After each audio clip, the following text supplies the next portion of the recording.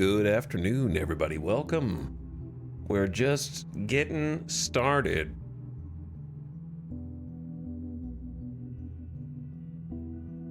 Getting everything set up. My coffee has been melting. Well, the ice in the coffee has been melting. If my coffee's been melting, then it may have turned into liquid lava. Coffee lava. And now it tastes like water. That's no good. That's no good. We're gonna have to try again tomorrow. All right, everyone. I'll see you guys tomorrow when I have fresh coffee that doesn't taste like water. Barely missed that one today.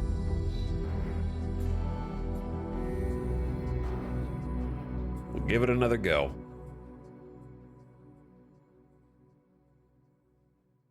See you next time. All right, good stream, everyone. I've been in a bit of a spacey mood. Thinking about games like Starsector, thinking about games like Stellaris, thinking about games like X4, which is currently playing in the background. Thinking about games like, dare I say, Star Citizen, which is the center of some controversy today. Which I do not have all the details on, but the gamers are angry again. They always are. They never stop being angry, but they're angry now again. Classic. The billion-dollar early access game selling more microtransactions in my Star Citizen? More like macro transactions.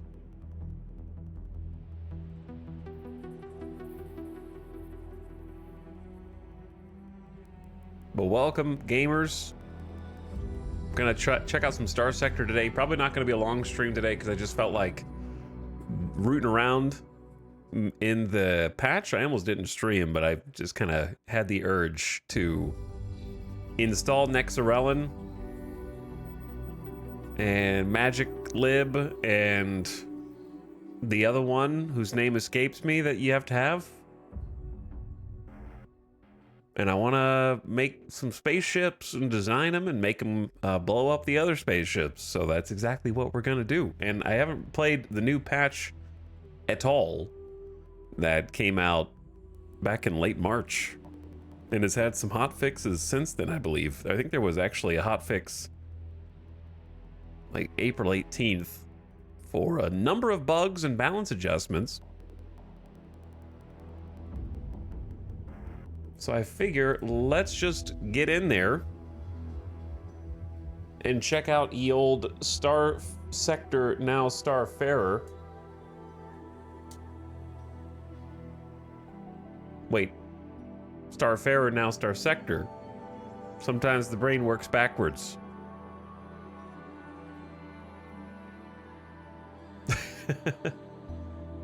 One of the first games I ever played on YouTube. Been following it since it was born into this world. And it's nice to see that it's still being updated many years later. And that there are still modders still updating everybody's favorite mods. And boy, there are a lot of mods.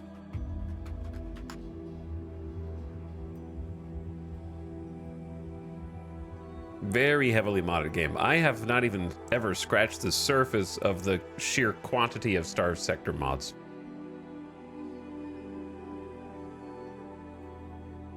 I've installed some like ship packs before, and we did a really crazy one where I had like 11 different ship packs in, and that was the craziest it got. And then I was like, okay, maybe we went a little too far. Maybe we did a little too much.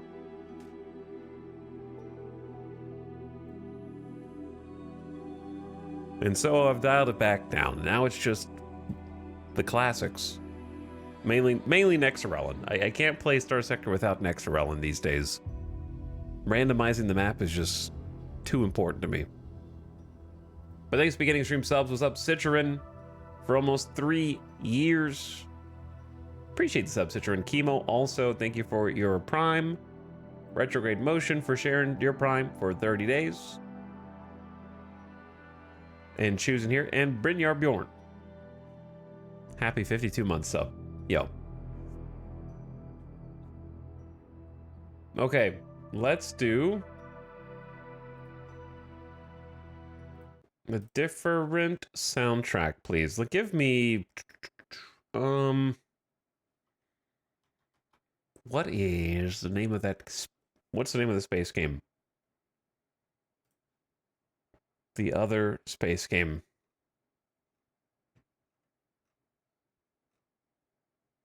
I will find it. Okay. There we go. We'll probably be listening to some X4 as well as some Endless Space 2 today. You know what other game I've been thinking about? Randomly.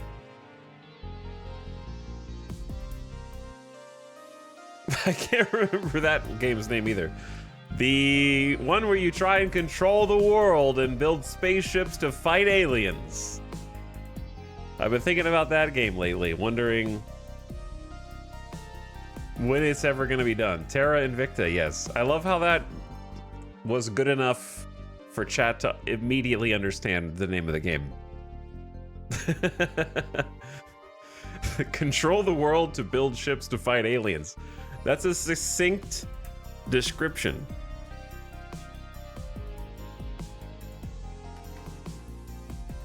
But yeah, Terra Invicta. We haven't played Terra Invicta since 2022, and we pumped almost 100 hours into it. I was addicted. It was super fun, and I'm sure it's hopefully been updated. I don't know I'm sure there's a lot different since 2022. Surprisingly, there are not many games that do all those things. Kind of true. It is a very unique experience. Didn't they initially say they just wanted 1 year of early access? That's what they all say. That is what they all say. Major update, April 2nd. Major UI overhaul begins. Exofighters can be launched from planetary bases into low Earth orbit. 2 new alien ship classes have been introduced for late game combat. But I will definitely check it out again.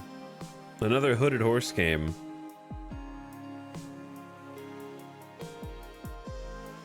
It's been a long time since we played. Bubonsky, thank you for the 27 months. Glad you're excited and appreciate the sub. Jeff and Jeff also. A fitting name for a 10-month sub. What's your favorite faction? I don't know. I don't remember the factions. I do not remember them. I would if I saw them, though. Okay, let's go. Let's go. I was told that there were new portraits. So that's really the only reason why I decided to stream today. Is because I was told there were new portraits in the portrait menu. Though funny enough, I can't tell which ones are new.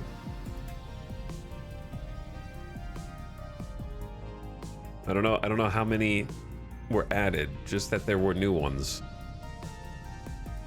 This is the most important decision that you make when starting a new game.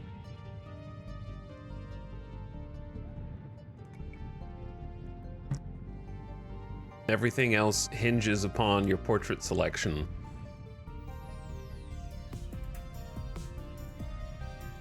One of them will reach out and speak to you.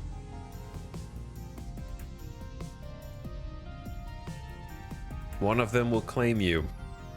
Many have before already. I've already picked so many of these in the past. But I can't tell. I can tell which ones I've definitely picked, but I can't tell which ones are new. I've definitely picked the helmeted guys before. This guy, I've picked her before. These ones look unfamiliar. I don't remember there being a whole row of jacketed individuals. So if I had to guess which ones were new, I would guess somewhere in this neighborhood, but they might have been here the whole time. Maybe I just skipped over them. Like this whole section kind of looks new. I've definitely picked the elderly though.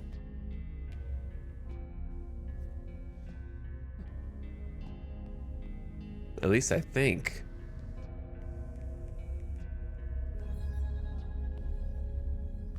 Okay, so there are some new ones. I feel like this dude's new. I don't remember. I remember picking a helmet that looked like this. I don't remember a helmet that looked like this.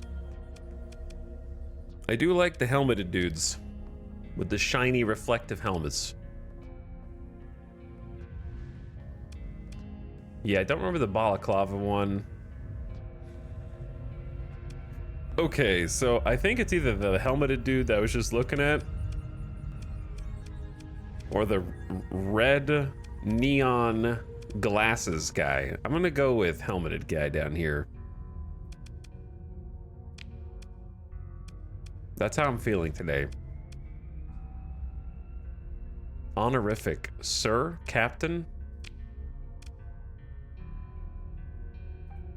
Captain...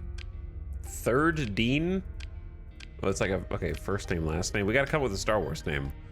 Chad, give me a letter. Flying lima beans, let's go to the stars. H.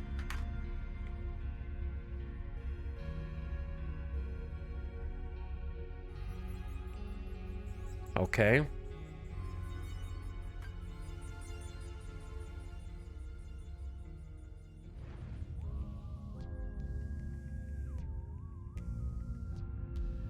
H-A, apparently. H-A... F-T-N. Hafton? Hafton? I need another letter. C. Hafton...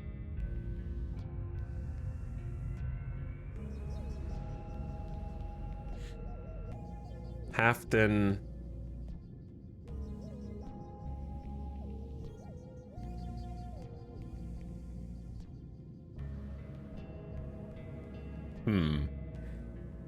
Hafton... C... What? Not an I. Probably not an O. Probably not an... Maybe an A.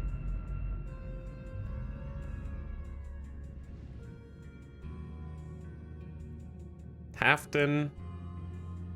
Cubois. Okay, that's gonna get really stupid to say. Hafton... Coriolis. That's too much.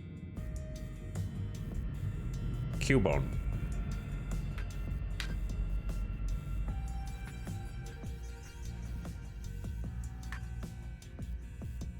Hafton.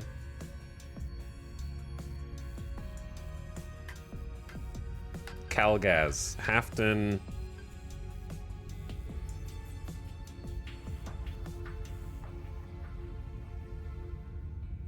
Hafton something. Hafton Cax? Hafton Caxel. That's kind of a bad name, but it's a good name, so I'm gonna stick with it. Hafton Caxel. He's a two-syllable first and last name.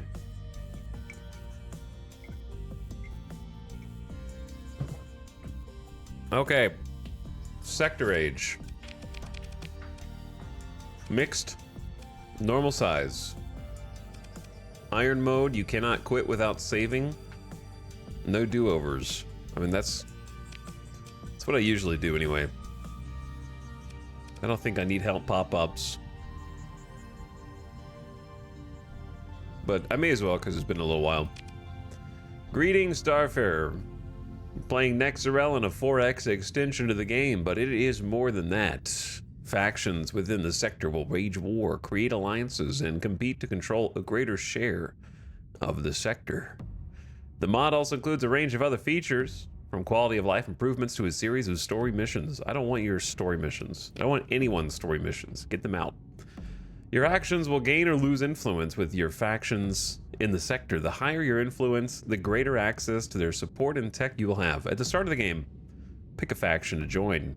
No. You are representative of your chosen faction. Your actions will reflect on them. No. Have fun and please leave any feedback on the forums. Okay. Configure the sector. Yes, I want random core worlds so that chat doesn't know where anything is. And then for sector generation, let's have, I don't know, at least 14 populated systems. I used to have kind of a desired sort of setup here. Let's go like 17 populated systems. Like 36 populated planets. Like 12 stations, 13 stations. Maximum inhabited planets per system, 4. Maximum inhabited planets plus stations per system, at least 5. 6 would be very chaotic.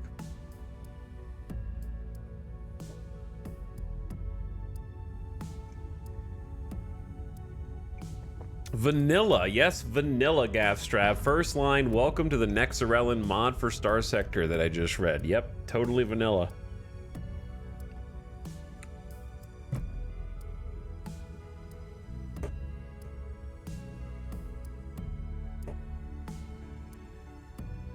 Also, thank you, War of the Worlds, for the gift sub. Welcome to the stream, dude. I appreciate your generosity. Thanks for helping out the stream. And Crather, C is for Crather. That is your name. That is your name, you got it. I can't read on mobile, that's why I read it out loud, you dingus. Okay, anyways, how about chat? Before you come in, join a stream, and within 5 seconds ask a question, you just observe for just a couple minutes. You just sit back and watch for like 1 minute, and maybe save your questions for after that. Okay, so is this a good number of populated systems? It's kind of arbitrary, but I don't remember what I used to pick.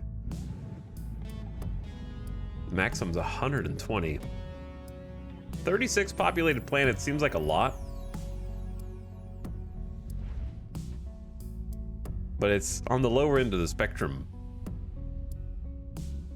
Probably fine.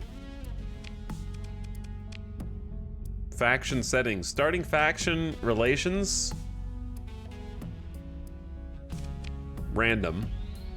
Faction respawn, nope. Use faction weight. Certain factions will start the game with more markets than others. We could make this extremely random.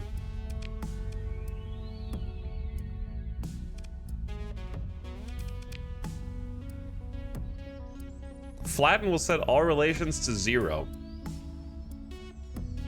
That would start everybody. Do we want every faction to start at 0 and then build relations from there? Or do we want everyone to start with pre-existing random relations?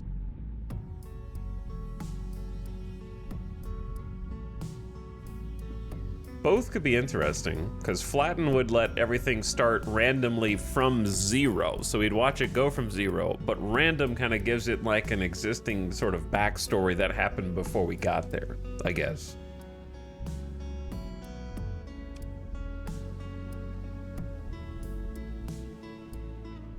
Definitely gonna do random faction weights, so it's not just necessarily hegemony dominated.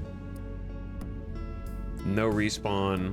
Starting relations, we've had some issues in the past because a couple of like super alliances formed. But hey, if that's what happens, then that's what happens, I guess. Random. I'm not gonna disable any factions. Other options, the Prism Freeport. No, I don't want you. I don't want the special vendor that sells everything. I don't want easy mode.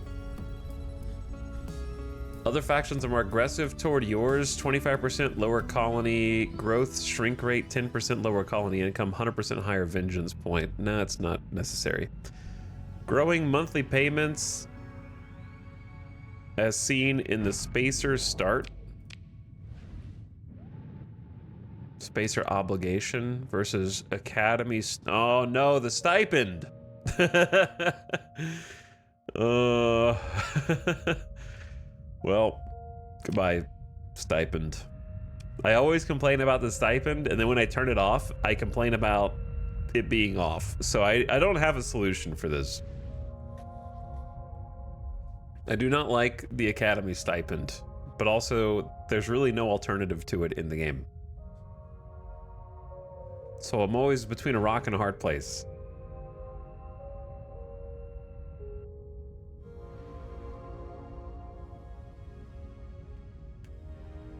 And I don't know which one to do. I might pick the Spacer start and then we get that anyway. Random start location instead of the faction's predefined start location. I don't think it matters if everything's randomized anyway. We won't know where anything is. Starting D mods.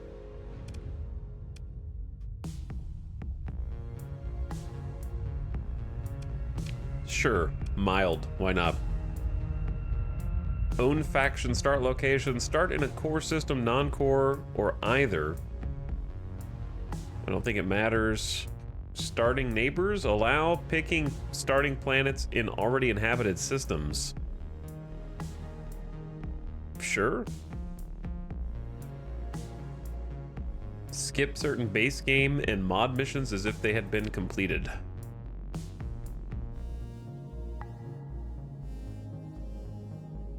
Let's just leave it as is. Leave that as is.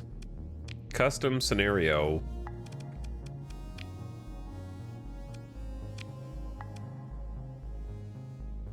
Eons ago, the exploration drones of the domain were sent into the Persian sector to terraform and develop its worlds, make them fitting for human civilization.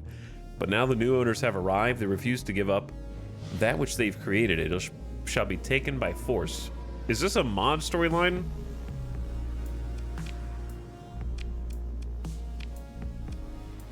I'm gonna do none.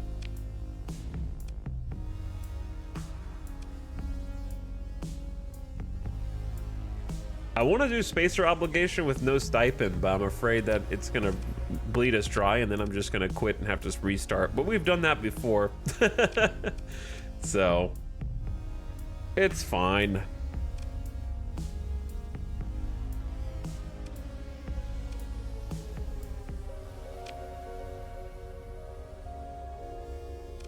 Now, I don't know how I usually do this. Do I start by joining a faction? We could join a random faction, or we could start our own faction and be independent, which is gonna be like, it is hard mode. It is hard mode, because you don't have any good relationship with anybody. I wanna try hard mode, hard mode, hard mode. And then if we have to restart, then that's fine.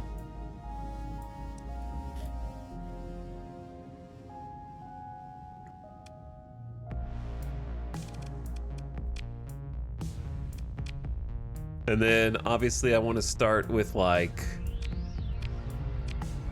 kind of the OG frigate start.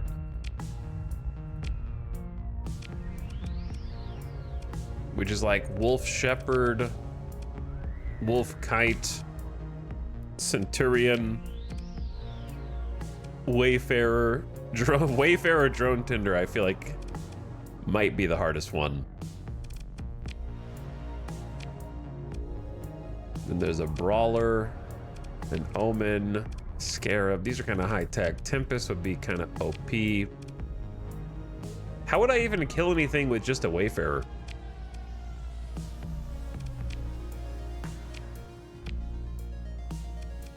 Or just a kite?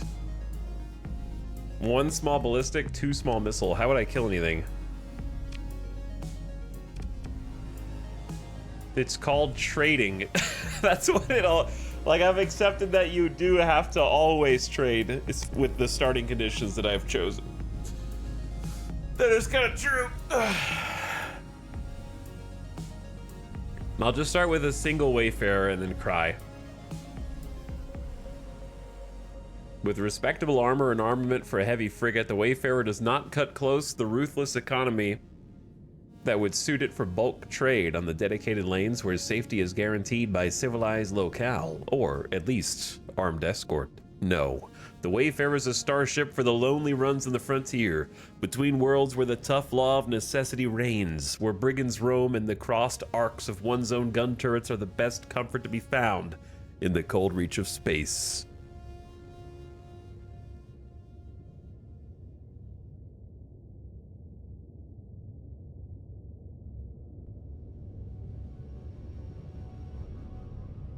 I like that my special ability is use flares. I'll just show them the pretty fireworks and maybe they'll stop shooting at me.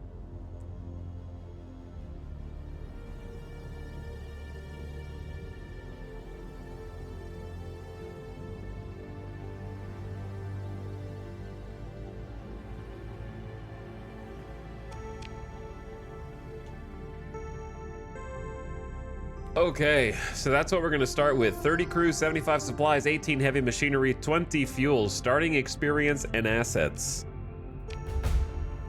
Wait, I clicked custom on accident. What did that do? How do you go back? Begin without an existing story. You are unknown to the sector, free to live your future. Heavy debt, lingering. Oh, did we try lingering debt? You hope to escape the debt someday. Indebted to a famous pirate captain you're unlikely to ever meet, their increasingly insane demands for repayment. Every month, a level-dependent number of credits are deducted from your coffers. Replaces spacer obligation if enabled.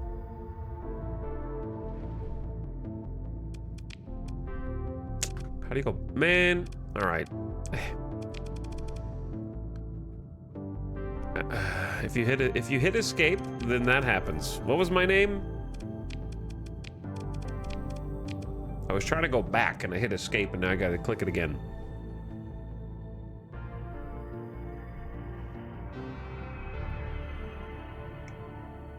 Yeah, if you just click done, it doesn't go back, so that's the problem. There's no back button. It was Captain Hafton Caxel.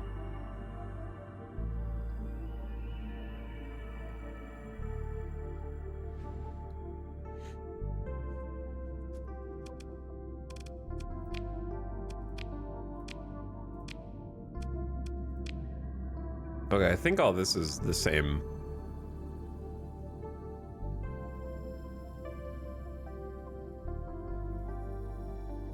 Gonna up a few of these.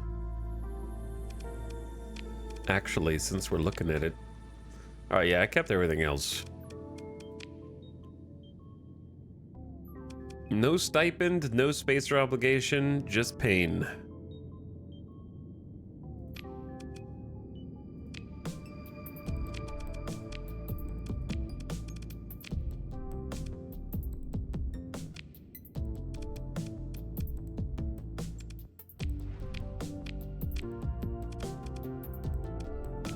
Where's my ship?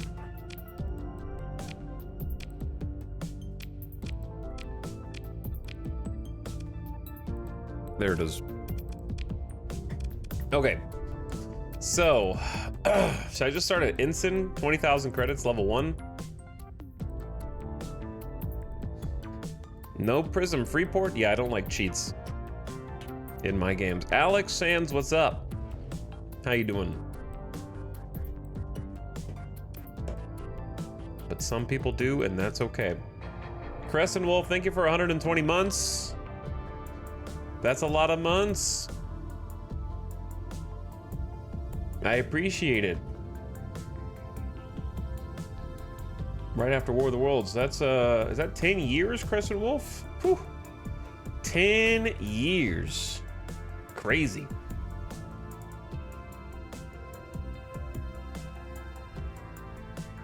What's up, 54? How's it going? But yeah, if I click custom, I can't go back. So what was the other custom start?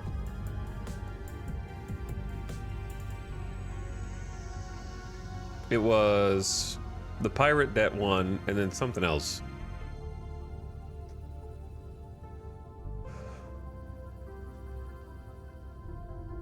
Next has some remnant-related story through Prism Freeport. I do not care. I do not care. To the two people in chat who just came in from the directory who are not following the channel, you know who you are. Don't be a problem in here, okay? Mind your manners and your business. Only speak when spoken to. Okay? Now.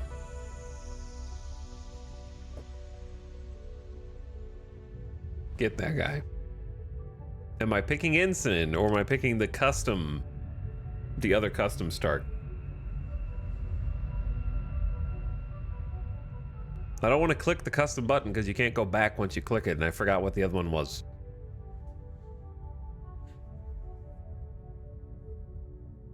Newblat, thank you for 16 months. I like Spaceship too. I also like Spaceship. How's the combat in this one? Good. It's good.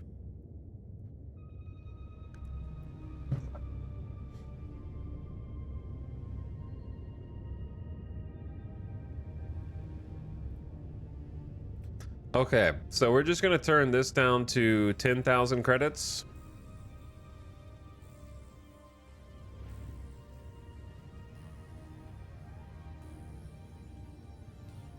And then probably lose and reroll shortly afterward.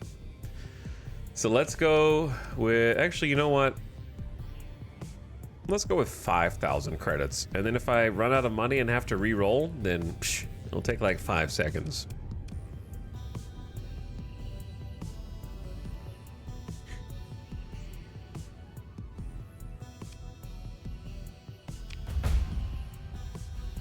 Okay, and then we'll just do unknown.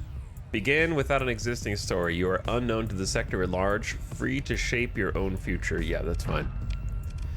Okay, so since I have like a wayfarer, I am gonna need to spend what little money I have on trading something.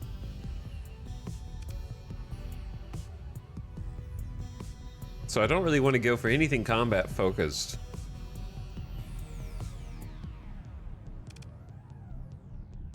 Probably just want to go straight for bulk transport.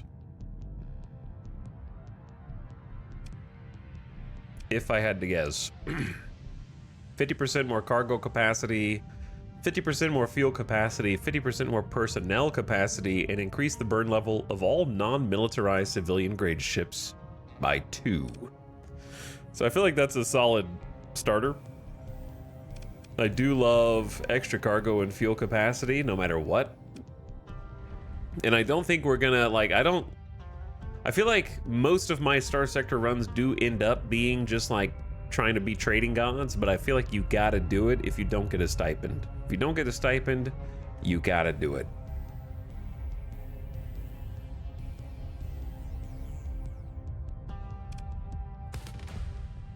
So that seems like a very safe place to start.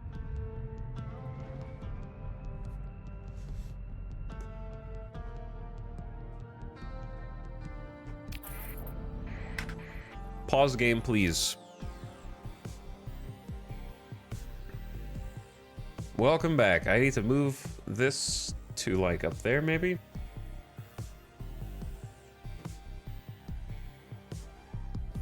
And I don't even know what we're gonna do first.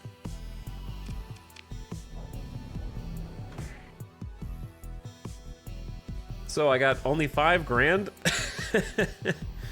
I'm losing, I got 75 supplies. We're using 0.2 per day with just the one ship. So one ship should not be burning very many supplies. I got 20 fuel, which we'll only need to worry about when we leave this sector.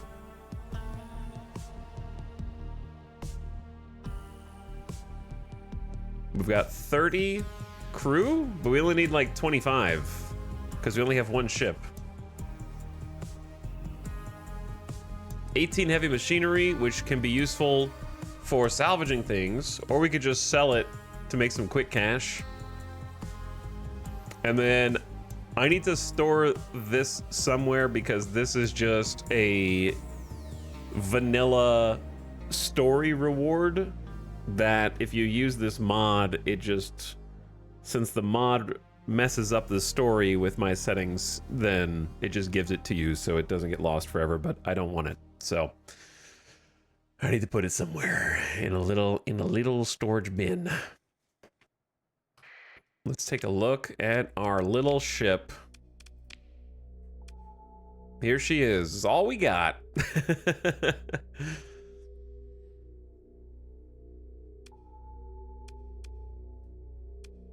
Vulcan cannon, Vulcan cannon, Vulcan cannon, an ion cannon, a light assault gun, and a light dual auto cannon, and that's it.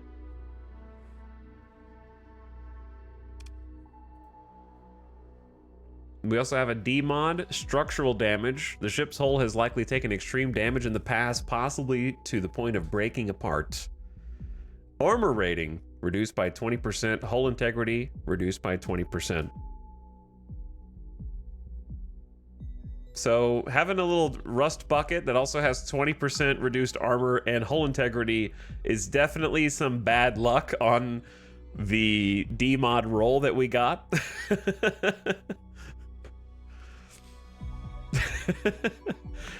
Oh, this is gonna be a real fixer-upper.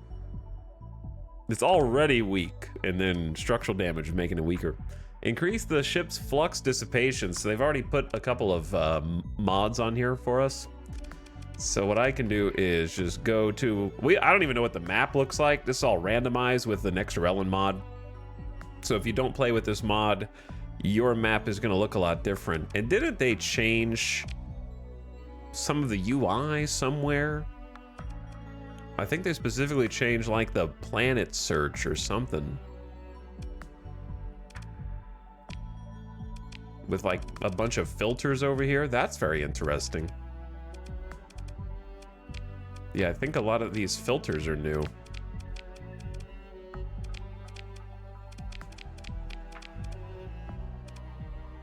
Maybe some other UI changes that I haven't seen yet also.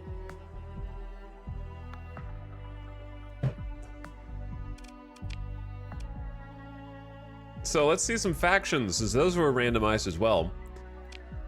In this timeline, the hegemony has no current known allies, but they are enemies with the Lytic Path and the pirates. Okay, that makes sense. That's pretty typical.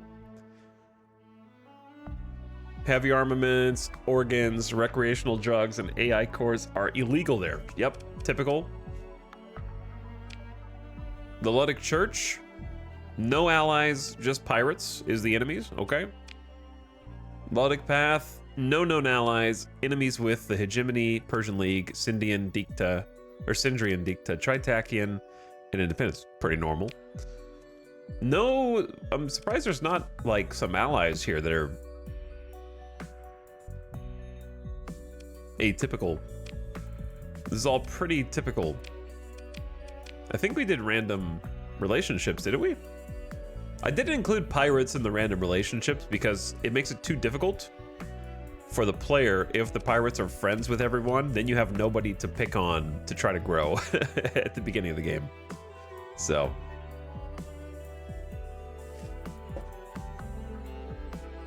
we have to have somebody that we can try to kill, but we'll only be able to kill them if we find like one pirate ship by itself, which is tough to do.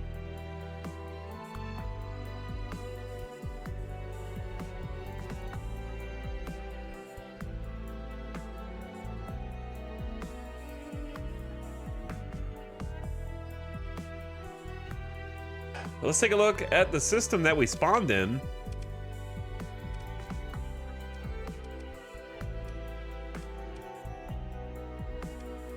Well, actually, this is not the best map.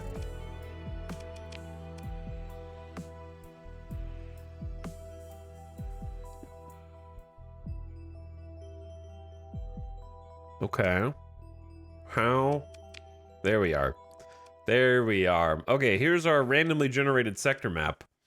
If you just play vanilla without mods, it will not be randomly generated, which some people prefer.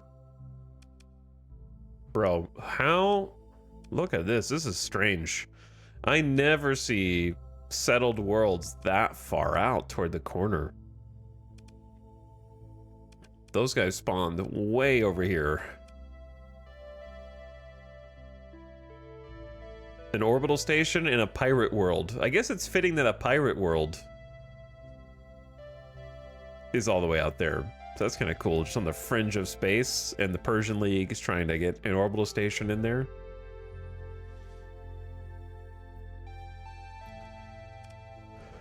There's a star way in the bottom left corner. Yeah, it's called Limbo as well, which is kind of perfect. You know how much fuel it would take to get there? And then there is a Persian League Desert Military World. Level 7. This is a huge Persian League military world over there. And then some more, a lot of Persian League on the outskirts. Bell, I know you can't see, but it's a Tritachian world in a Lytic Path orbital station. Anything that doesn't have a name is unsettled, and you can go, like, scouting, basically. If you pack enough fuel and supplies, you can take long-distance trips out to these distant stars and try and explore the systems to varying degrees of success. Sometimes there's nothing, sometimes there's jackpot. It's nice gamba. So the one that we're in, Mance, is pretty populated. 5. Ooh, and there's a pirate world. That's good for us early on. Actually, very good for us. 2 Sindri and Dikta worlds, 2 Tritachian worlds, and a pirate world. So, lots going on there. Couple Lytic Church and a hegemony. So the Lytic Church is both 2 stations and a really big size 8 hegemony world. 3 Lytic Church and a hegemony in Samarat. 3. Wait, are these the same? Okay, there's a 2-star system. Binary star system. 2 hegemony and a Lytic Path. Another binary system. This one's crowded. An independent orbital station, a pirate station, Sindri and Dikta station, a Dikta world, and then a Persian League world.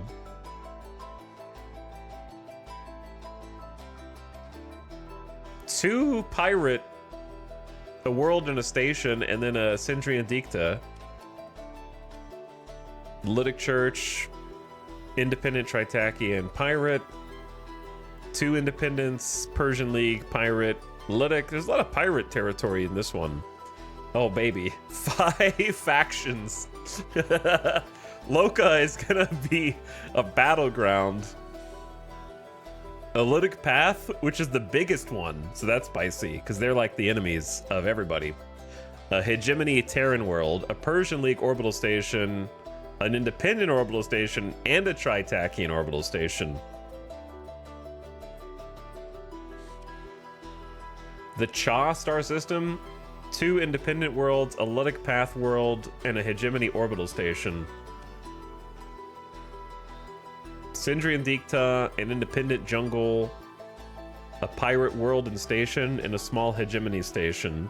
These are going to change hands as well. With the Nexarellan mod, these are going to, like, they're going to go to war, and a lot of these places are going to change factions over the course of the game. So this is not going to be permanent. A size 6 radiation world. Yeah, that's a spicy one. The place we started in is actually really good. What I'm noticing is Tritachian has a really, really small presence in this particular gen. Lytic Path and big Lytic Church presence, and a pretty sizable Lytic Path, as well as pirates. There's a lot of pirates. Like, Path has a number of different worlds kind of spread out here, including some big military ones. Yeah, there's a few independents. Tritachian seems the smallest. There's a few Sindri and Diktas, but they seem to be wedged in places where they're going to probably get, like, pushed out, if I had to guess. This is the biggest Tritakian, and it's kind of far removed, so Tritakian will probably try and destroy that Ludic orbital station or take it over or whatever. And then down here is going to be like Persian League versus the Pirates, Persian League size 7, 2 Persian League worlds, and a Ludic path, so that's going to be a war. So some interesting mixes of places here. This one's like 2 pirates versus a Sindrian Dicta. Yeah, a lot of these are going to be contested. And then our world, our system just has the 1 pirate with the 2 Tritakians, so that's pretty good. That's pretty good. And this is the actual system. So pirates are over here, right next to Galatia Academy. Okay, sure. Galatia Academy's property values have been going down after the pirates moved in. It's risky to go to school in this area. Do you have a favorite faction? Not really. But if I had to pick, I'm probably a Tritakian kind of guy. As far as fun to pilot ships for me. In theory, I like the more brutalistic ships, but when it comes down to it, piloting the Tritakian ships always just feels right with laser shows. Lots of lasers.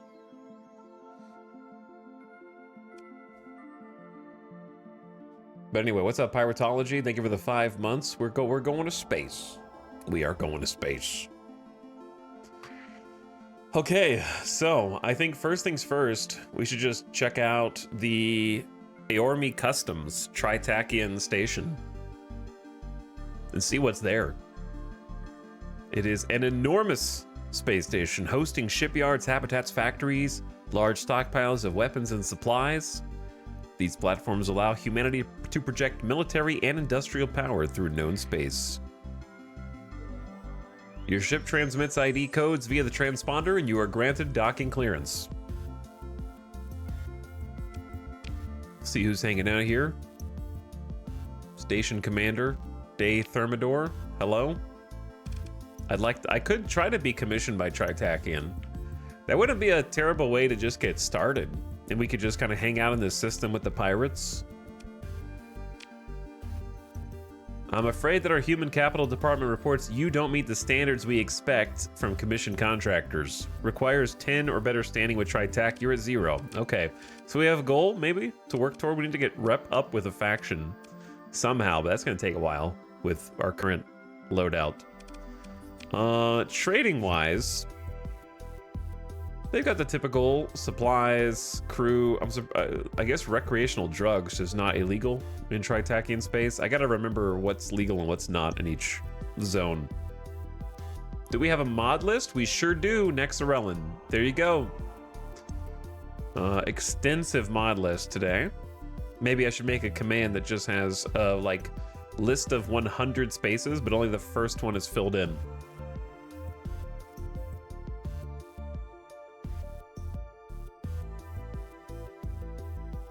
But yeah, I don't have enough money to actually do any of this. However,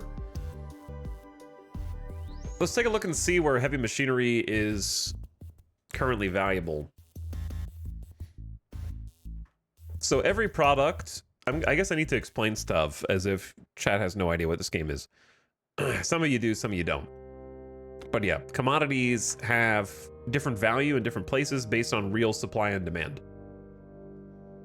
So stations and planets will have dynamic pricing for different commodities and product based on many different factors, such as their own consumption, whether or not they've been under attack lately, whether or not their physical trade caravans have not been able to reach them to resupply them, whether pirates have intercepted those trade caravans, and so on.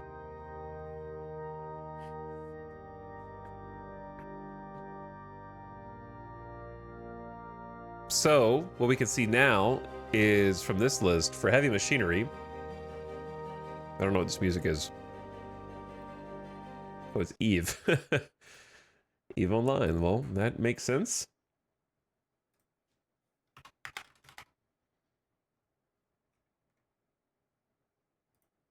I don't think I've listened to the new X4 music, so why not listen to it?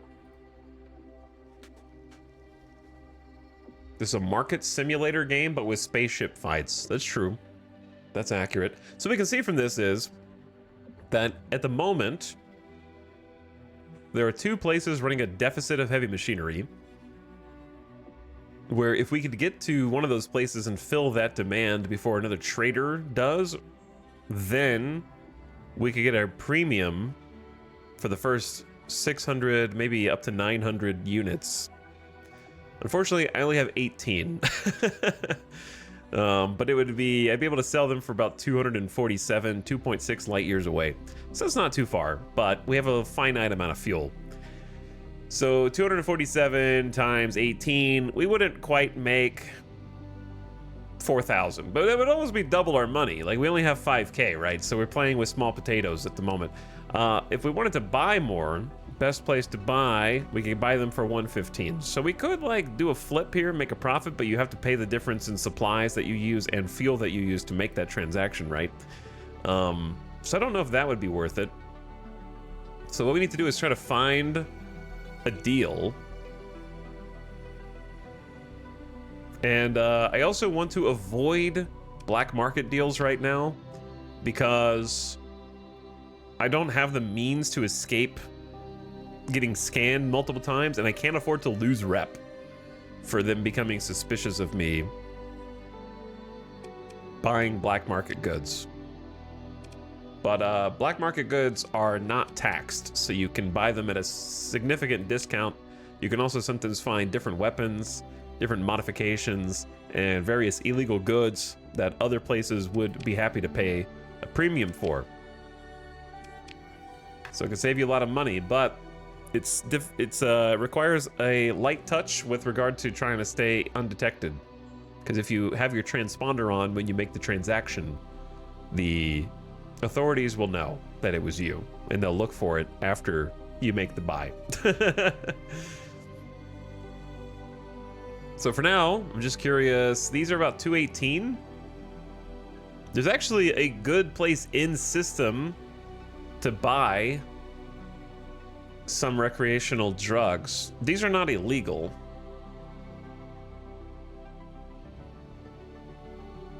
So in system, Mance,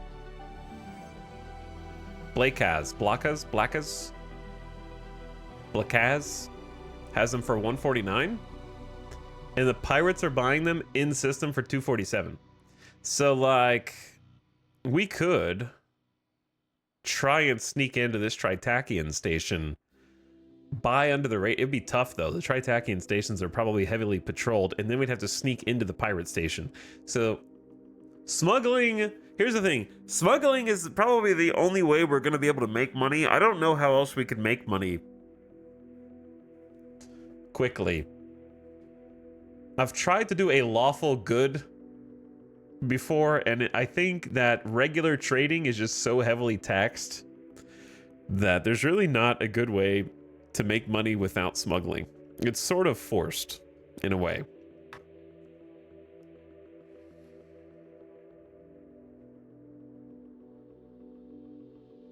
Or you could just make a lot less money. Those are your kind of your two options.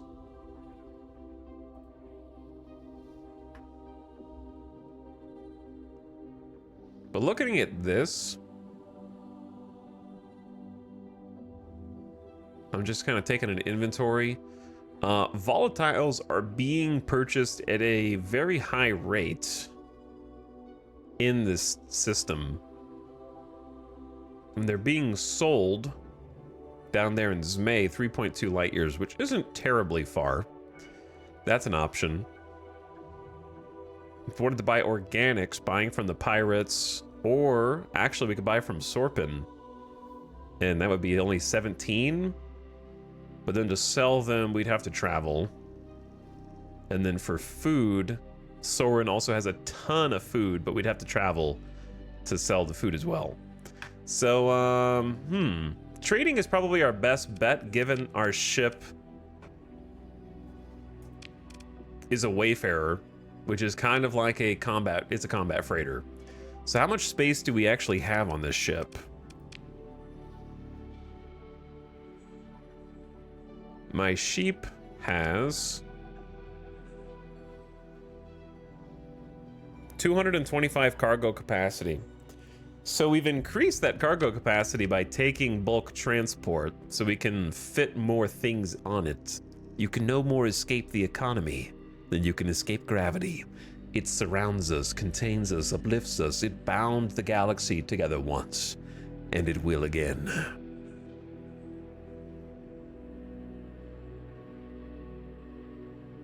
So we got plus 50% cargo capacity for this little baby ship.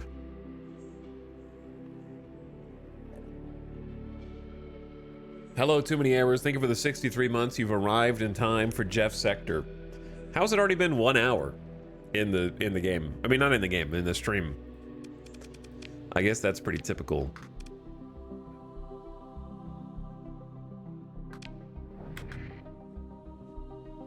So therefore, an ad is about to start somehow already. And I gotta rebuild my snoozes.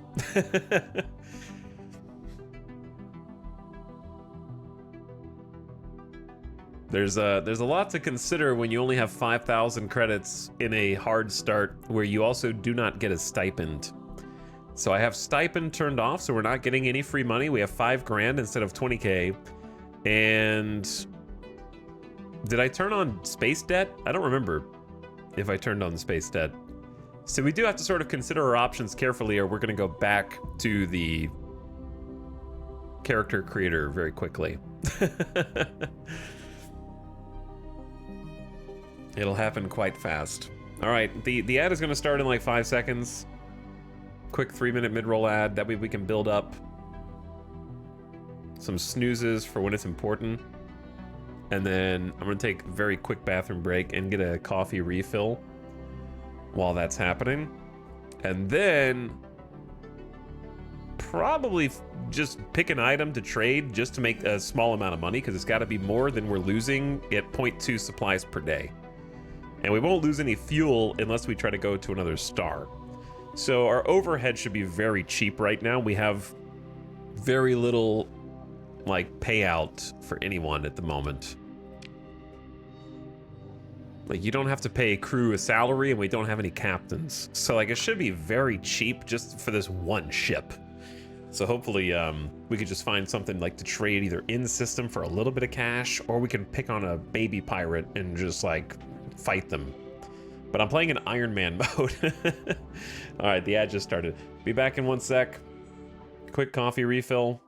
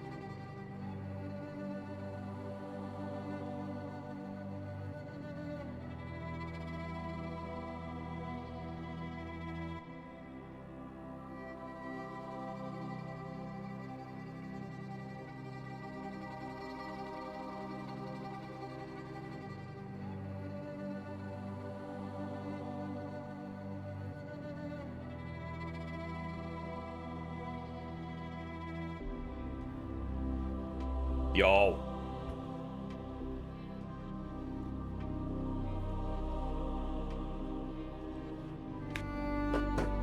What's up, gamers? Okay, we're back with some more coffee. Ad done. Hello, CeeLo. In space, lots of people can hear you scream. We're in space right now. On just a big rock hurtling right through space. Your neighbors can hear you screaming right now. They're trying to get you to shut up. Corin for 34 months as well, approaching 3 years. Thanks for the near 3 years of sub.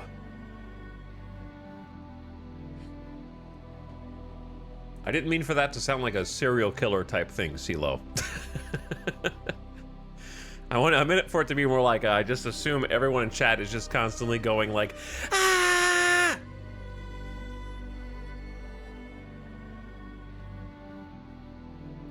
My neighbors are screaming as well. That worries me, Lobster. That worries me. This man took me through indifference to hatred to liking baseball. I mean, what can I say? Out of the park. 26 is my current game of the year. And we're in May, so nothing else to it. What's the plan? I don't know what the plan is. That's what I'm trying to figure out. I would say, that being said, Death Stranding 2 is around the corner. We're getting close. I'm looking for a potential, like, quick turnaround trade. I'm looking for something to trade. The pirates want the recreational drugs, big surprise. That would be the most profitable, but also difficult in terms of sneaking in to the pirate hub.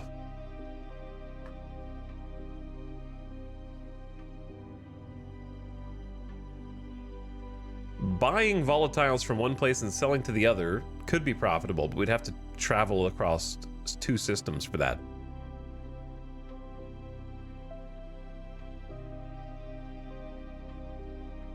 And then besides those things, buying cheap food would be another option, but the problem with food is it's kind of something that you need to do bulk trading for. So heavy machinery would be something that would not necessitate having a lot of storage space, because it's 115 credits per item, whereas food is like 12 to 30 credits per item. So you need a lot more space to turn a profit on those.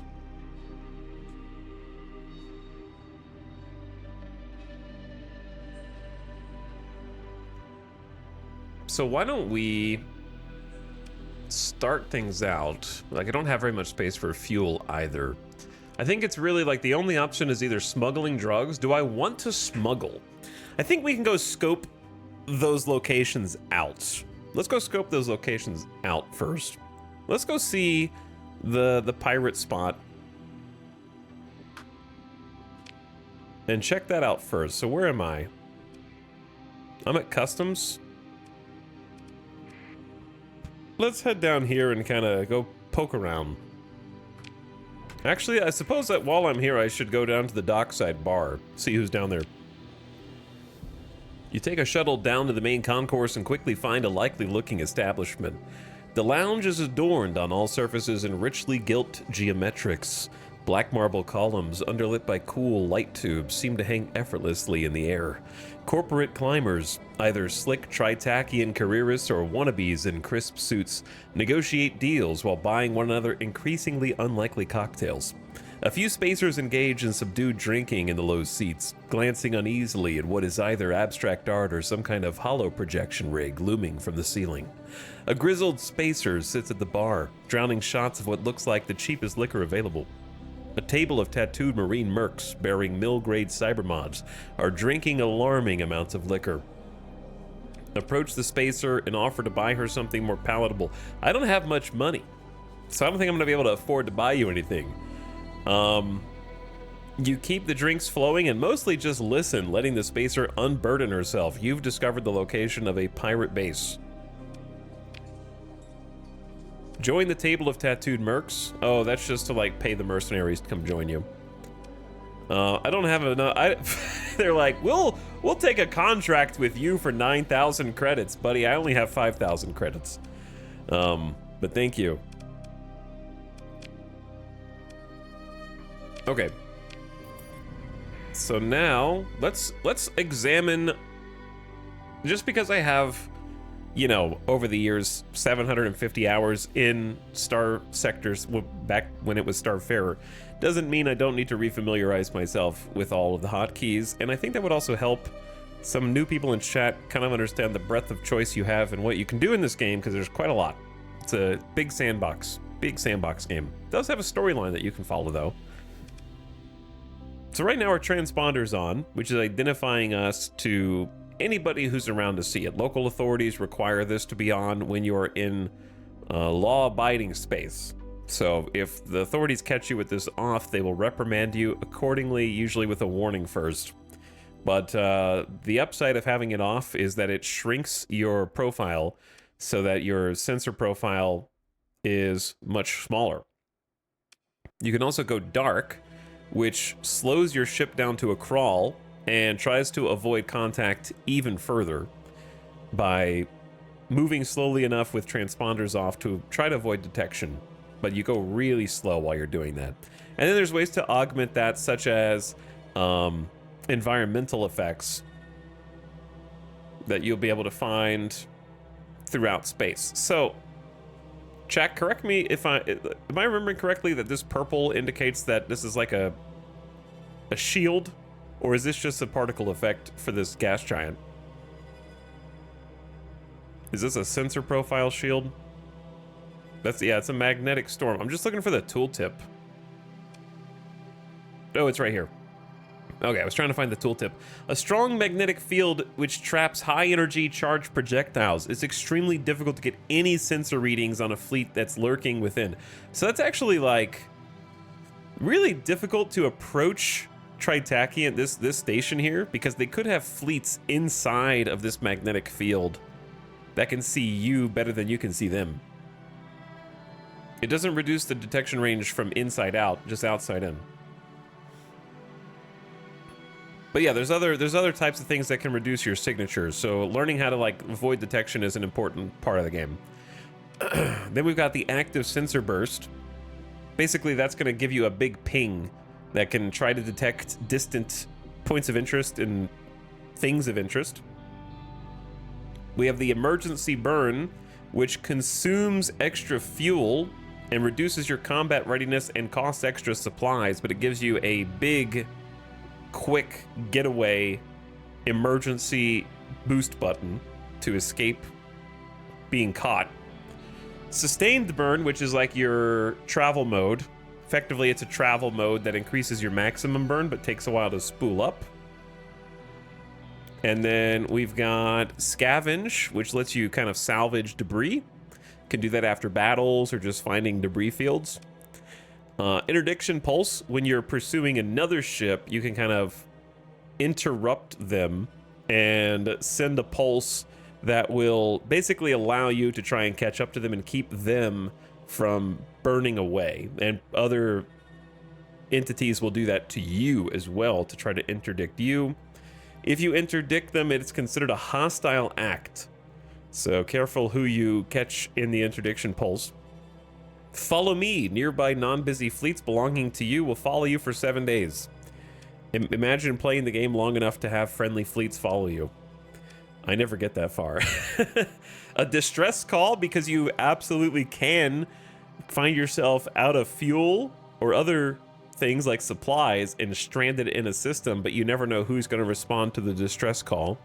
And then, of course, there are other abilities that you can unlock via the character level up screen that I'm not going to cover here. But we should have another one that I always have to add because it's not on here by default for some reason. it's either the neutrino detector. Oh, it's transverse jump, which do you have unlocked by default, or do you have to unlock that with a character upgrade, right? Or do you? I forget which upgrade it is. It's one of the travel ones. Oh, it's navigation. I didn't even have to look at chat. Transverse jump is unlocked with navigation. Navigation is kind of a must-have in my opinion, just because transverse jump is like the best ability in the game.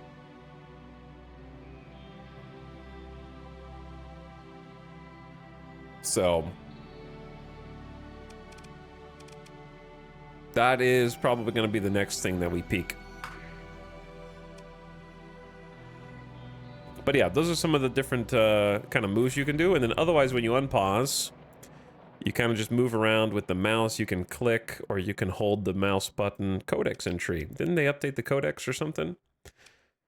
Try Tachyon spacer bar. They did update the codex. As you discover things. That's cool.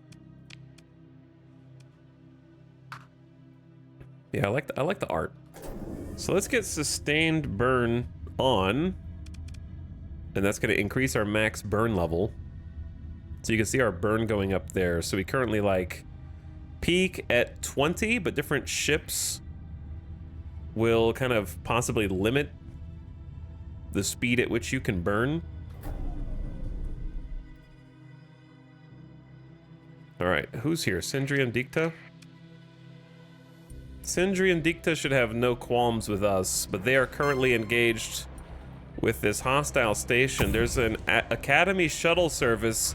There's already conflict going on because the Galatia Academy is right here, next to the pirate station. So Sindri and Dicta forces have wasted no time engaging Kolobok station. Since they're engaged with it, it would be very difficult for us to sneak in there.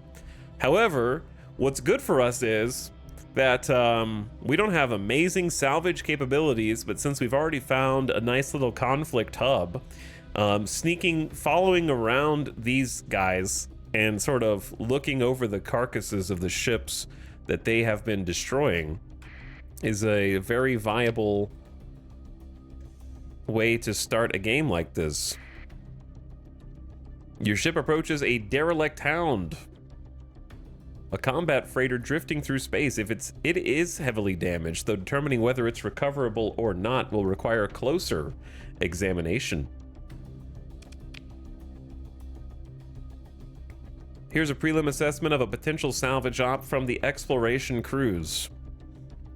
You will have 100% resource recovery effectiveness. And you can either begin salvage operations or use story points, which I don't know if we start with story points. Story points are kind of a whole thing to explain later. Sometime later you hear back from your chief engineer who mumbles about being a miracle worker. So effectively, like, you can use a resource called story points to try and salvage various normally unrecognizable ships and try to add them to your fleet. But we're just going to try and salvage this and get some basic resources, which we don't expect to be much because this is a small ship. But free resources are free resources right now. And we need all the money that we can get. I'm saving all my story points for Starsector 2. No, I spend them. I definitely spend them. But I have none. I have 0 at the moment. So there's a couple Academy fleets here, and I don't think the Galatia Academy station will really do much in Nexarellan, but it's normally the hub of some storyline stuff in the vanilla game.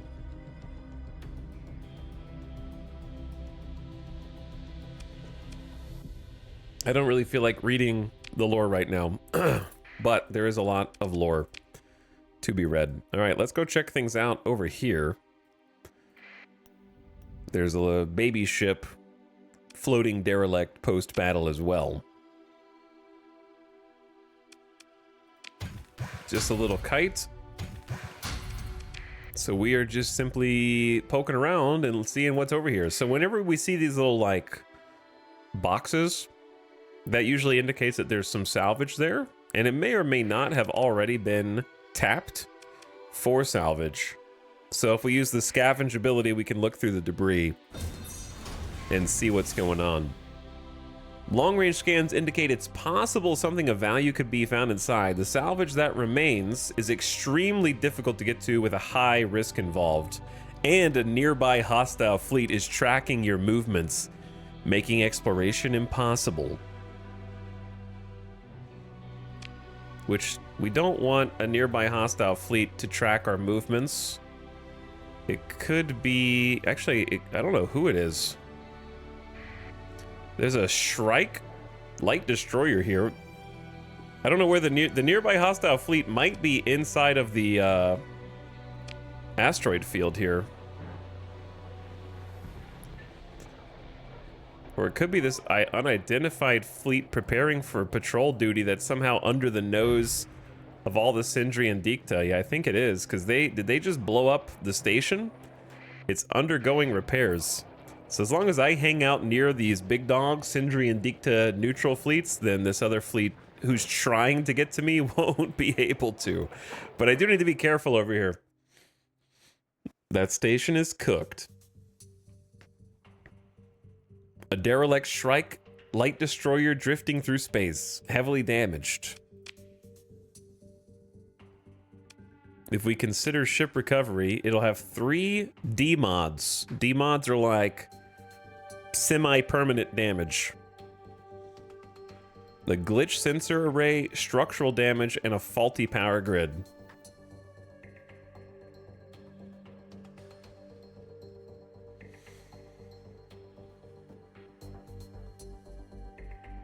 A Shrike is a pretty good ship, though it needs support. It would still be leagues better than what we have, but with those 3D mods, the sensor profile is going to be huge, so we won't be able to sneak anywhere. The hull is made of paper, and it also has low flux, so it would be a bit of a liability at this stage. And before someone asks, no, you cannot recover it and sell it for a profit. It is prohibitively expensive to try and like... You would spend more on repairing the ship than you would on making any money off of selling it.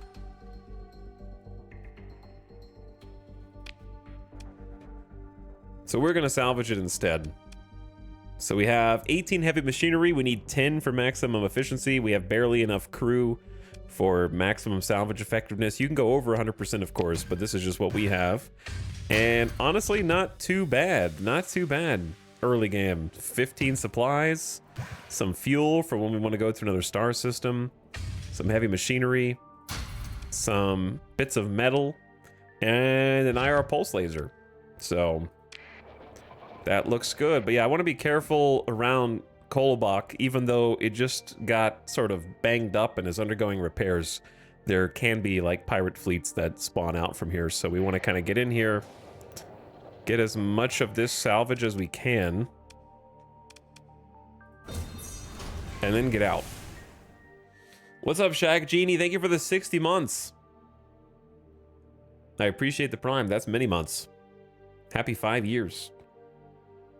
And thanks again, Koran and CeeLo. Tox, how do you make sure to finish missions before time runs out? I don't know. I just pick missions that I think that there's enough time for me to get to and do, and then I do them. I don't know if there's like a trick to it. Just pay attention to which ones are close to expiring and don't do those ones.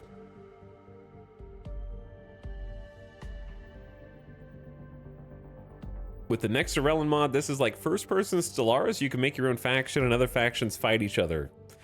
Yeah, this game has almost zero relevance to Stellaris.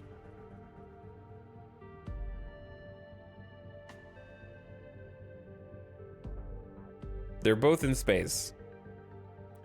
This is sci-fi Mountain Blade. That's the go-to description of Starsector. This is Mountain Blade in space.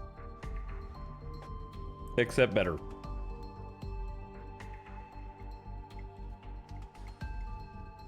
Is this game like other games? Some have said that it is. Okay, the debris field density suggests that there could be a problem trying to salvage here. We're only going to be 43% effective, and there's significant risk. But nothing ventured, nothing gained. I lost 3 heavy machinery trying to salvage, but we just looted 3 heavy machinery. Maybe we'll get some... See, we got 4 back, so luckily we didn't lose any personnel. We just lost some heavy machinery. Overall worth. And then you can do multiple times, but I don't think it's worth it right now.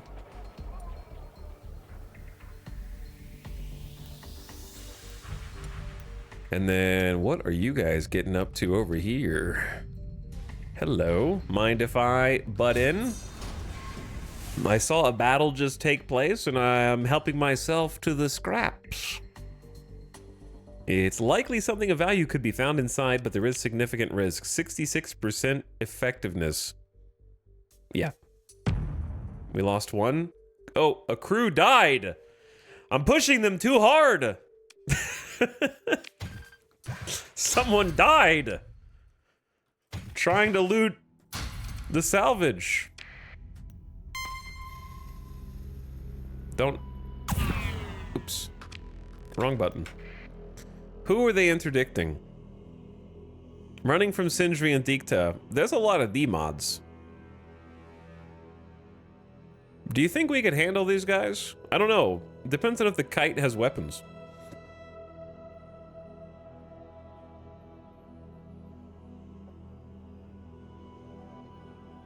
Our ship sucks. Let's just take a look at how much our ship sucks. Let's run a baby simulation. Whoa, advanced options. That's new.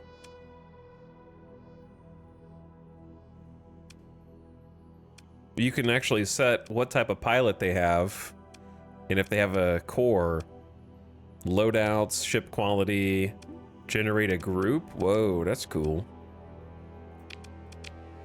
And I can actually wait. Could you always test with allies? And I just never did. That's cool though. I don't think they have a kite here, so we're gonna get wrecked by any of these ships, I think.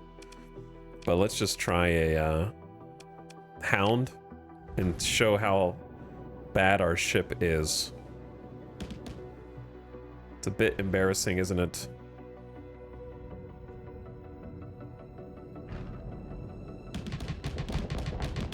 This is merely a simulation.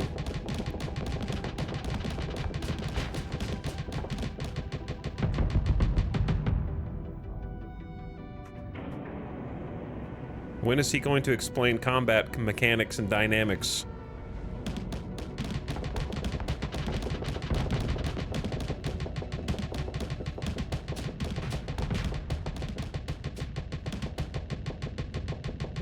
Pew pew pew pew pew pew pew pew pew. Pew pew pew pew pew pew pew.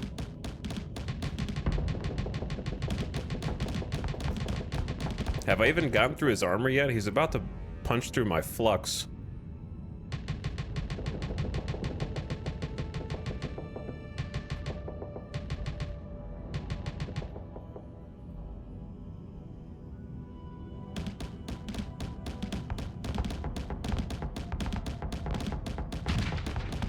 Oh, now we're cooking. Uh-oh, I'm about to be cooked. I'm about to be cooked. I'm getting cooked. We're cooking each other.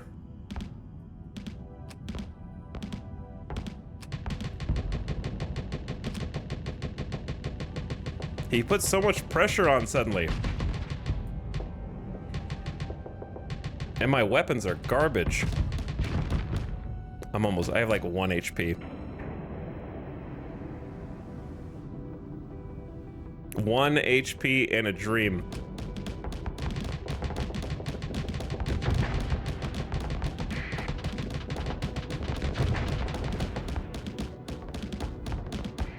Got him.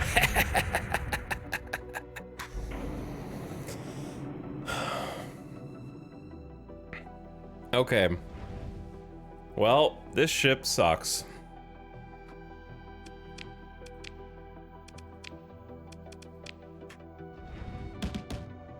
What is the ion cannon even linked to? Oh, it's just a angle thing. So it only shoots off to the right. The little blue laser.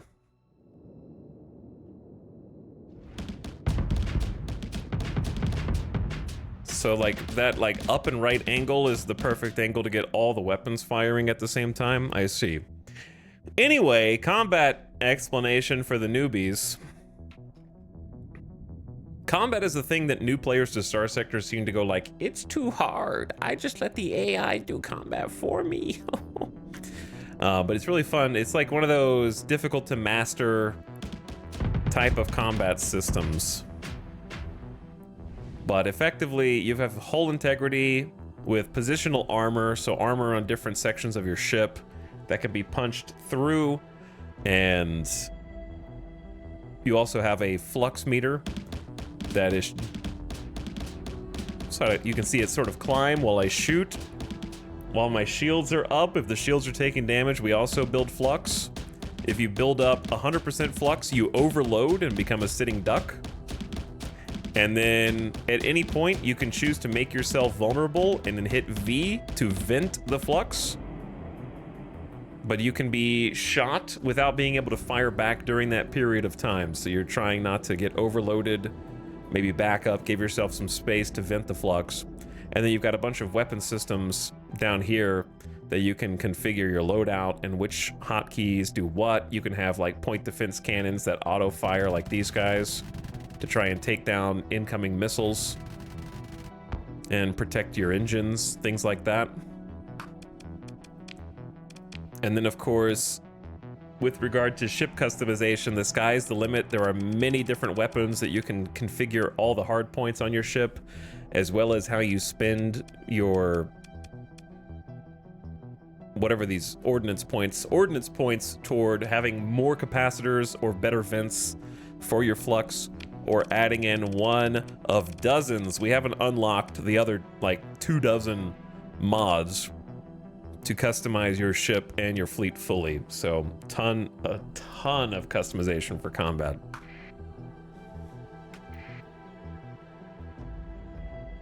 So I don't think I would be able to take these two guys out. It's a 2-star danger. I would be able to take them out with help, but I just don't think it's worth. They're gonna turn on me and try to interdict me. They do have a bunch of D mods. If I could kill them. Oops, they screwed themselves. They screwed themselves. Got them. Hey, look, it's a kite shuttle that was just thinking about chasing me. They got greedy, and then the Sindrian Dicta caught up to them.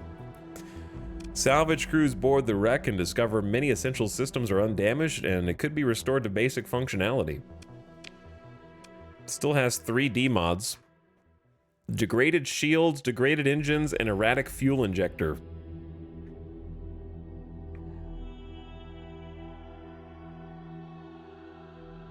So its top speed is down. It's kind of the kite's whole thing. It has a Hammer-class torpedo on it, though.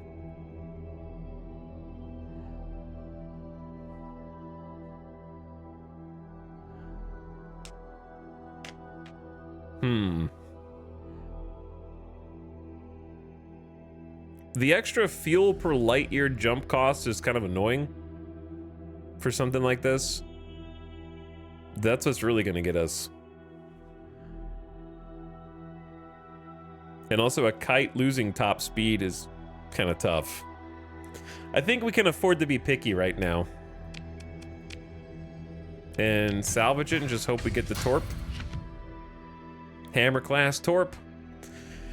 There it is. Dumbfire rocket that was ubiquitous in the Persian sector pre-collapse due to civilian applications pioneered by asteroid miners. The go-to strike weapon of the desperately under-equipped. The hammer is most often employed by poor independent militias, pirates, and especially the Ludic Path. This has led to the mildly blasphemous alternative name for the weapon, Lud's Hammer. And I'll take your other supplies too. Thank ye. Thank ye.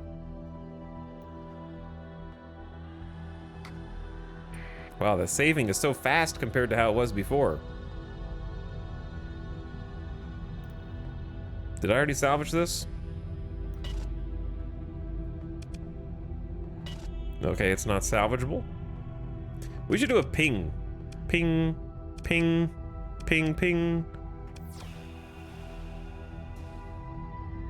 Okay. I'm looking down here at the minimap to see what pings are coming up whenever I do that.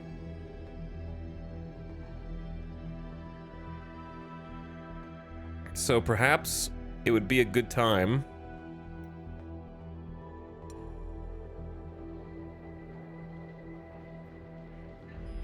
this pirate station's undergoing repairs, but it's quite empty if I wanted to try and do some smuggling.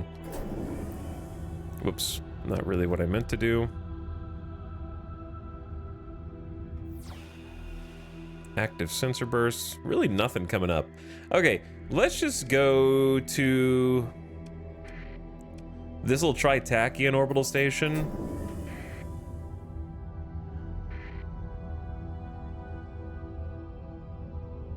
And then maybe get rid of the little concrete, the useless stuff that we've got that's just worth a few pennies.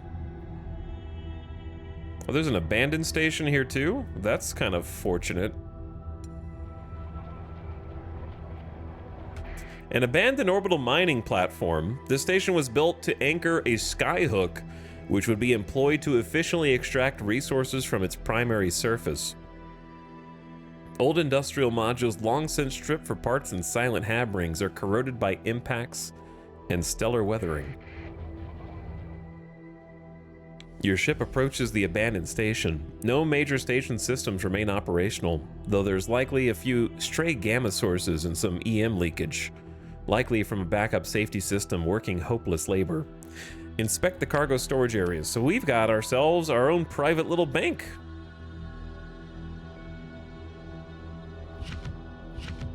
I'm gonna start stashing some weapons in there. And then now I have a spot to put the Janus device. Oh wait, you can't put it in there? Do you just have to hold this for the whole game? Cannot remove item. Whatever, all right. Never mind. For some reason I thought you could remove it. Inspect the docks. We could put some ships here if we wanted to store them. Use the local facilities to refit your ships. It's a nice little spot to know about. Right next to Blakaz. New codex entry as well. The abandoned station. There's ghosties in the old orbitals. Don't you laugh, dirt boot. It's true.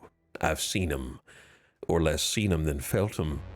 They got signs. Static on the comms when you're in the deep. Valves that come loose when you're not a-looking. Tools that ain't where you secured 'em. Great tombs they are, and properly ought be left sleeping cold. Ding, ding, ding, ding, ding. Let's listen to something else.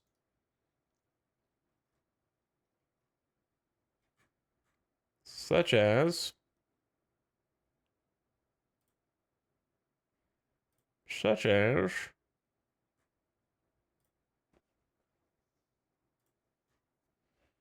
some kind of space music.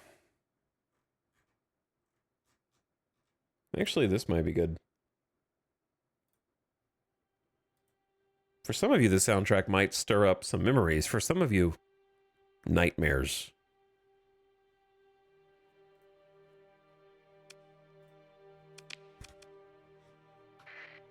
Let's see if anyone even recognizes it. All right, what's going on here at this Tritach station?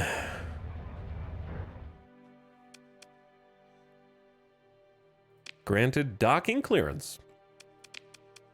Let's go say hi to the people at the bar. At the end of the bar, a rakish woman is met by a variety of low-life characters who scurry away almost immediately, giving orders, perhaps. In a smoky booth flanked by bodyguards sits a woman who you recognize as a notorious black market arms dealer. Find out what the woman at the end of the bar is up to. You want in on the business, that right? She says, amused at your audacity. Let me give you a job so easy that any rat-addled spacer could manage it. But, she shrugs regretfully, it's a real shame how many of them just can't follow instructions and end up getting tossed out an airlock. She laughs like this is a good joke. Deliver the item to the specific location in Lomno's system, 10 light years away. She flips a tripod out of her coat.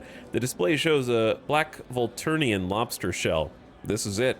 The reward's 70,000 credits. Don't be seen making the drop and don't tell anybody about it. 70,000 credits a lot, brother, but it ain't gonna be that easy, otherwise you wouldn't be paying so much money. That's all I'm saying. I'll decline for now, and I'll think about it. What was the system? The Lomno system? That's way down there. There ain't no way I have enough fuel to get down there and back.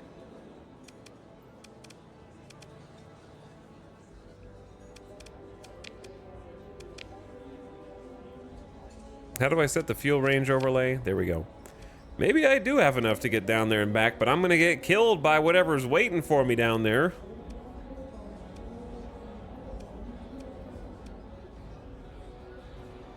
I could get down there, but I'm just one baby little ship, man. I'd have to sneak in undetected, and there could be some hostiles waiting for me. All right, who else is here? Talk to the arms dealer about buying illegal weapons. I don't have enough money for that. As you approach, the bodyguard's attention focuses like the sweep of a cap ship targeting array. The arms dealer stands them down with a flick of her hand. You must know who I am, and I know why you're here, she says. Let's talk like friends. The arms dealer leans in and in a privacy field blurs around the booth, muffling outside sound. The smoke of a trendy drug stick starts to fill the bubble due to dampened atmospheric motion. I can supply custom construction of up to 300,000 credits worth of rare ships and weapons at a very reasonable 200% of base cost. I guarantee product delivery within 60 days and absolute discretion. She slides a battered tripod. It never hurt to look. She's selling ships. Ship arms dealer. She's got an Afflictor class phase frigate just chilling here. Only a small markup of 100%. I mean, they have tariffs in the future too, so, you know. Okay, I'll think about trying the stupid lobster quest. But I don't think I'll succeed. Now, I am gonna get rid of these metals. That's 10% increase in our current amount of credits.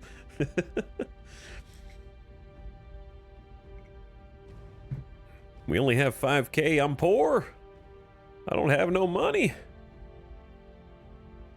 Okay, we don't want to buy fuel. I want to buy that one extra crew member to replace the one who died. We could actually hire some other crew. They're not too expensive here, actually.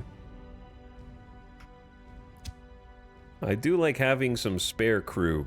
What's the absolute minimum? This fleet requires 25 skeleton crew for all ships to function optimally. We have a 75 crew capacity. Okay, so we're 10 over. I think that's good, just to be safe.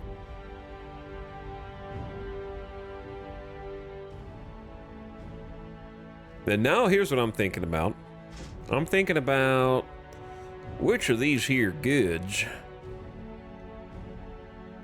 do we want to profit on? Tritaki in here is buying heavy armaments. Nibiru of the Hegemony is buying some Omega heavy armaments. Do you see what I see, chat? I see an opportunity with heavy armaments. You can buy from Kamana in Sidor and then sell to Nibiru in Sidor. Like, if we could get there before someone fills that deficit, that's just money on the table. That's just money sitting on the table. Is this the Starbound soundtrack? How can you tell? How did I thought I really didn't think anyone was going to get it that fast. But I was wrong.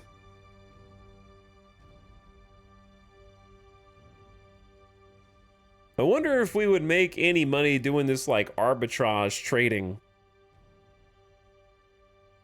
Buy from this station Blackaz and sell to the Sindrian Dicta for a small profit. I think it's worth trying.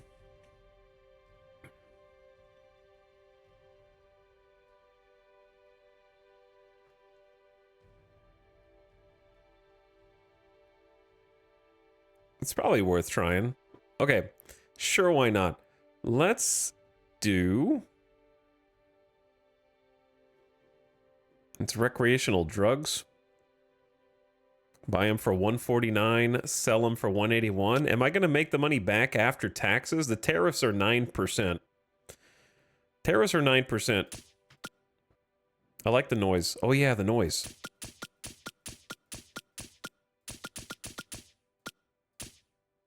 That little bloop, bloop.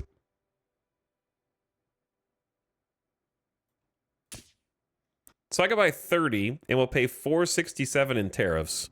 How much will I make selling 30? 181 times 30. If I pay 9% tariffs both ways, do I even make any money? I don't think I do.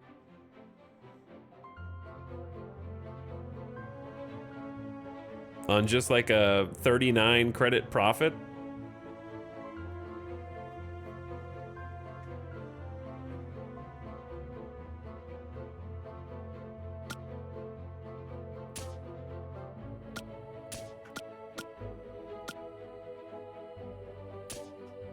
What do I go all in? You know what? Let's find out if I make any profit. The math is too hard. Hadon Veleset. Hadon Veleset, Sindrian Dicta. All right, I'll buy 34 I would like 34 recreational drugs, please. Thank you. 34 recreational drugs coming up, sir. Please enjoy.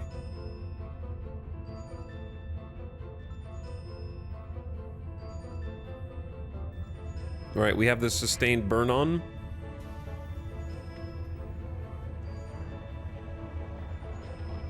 And no one should bother us since we have our transponder on, and then we just go say hi, and how much will you give me? Oh, they're illegal here. Oh. Well, that does change things. Now I just have 5,000 credits worth of illegal drugs. Where'd you purchase the game? You get it on their website, Fractal Softworks. I know it looks like a 2004 website, but it is perfectly legit. I bought the game from them back in 2012, and they've still got the same storefront.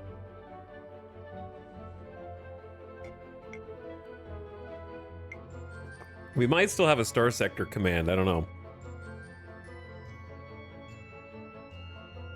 I miss the old internet, don't we all?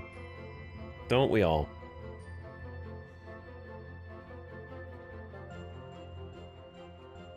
Okay, well, there's a lot of patrols around here.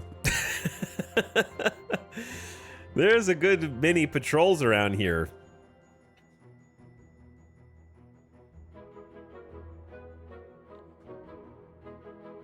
This might be hard to sneak in here.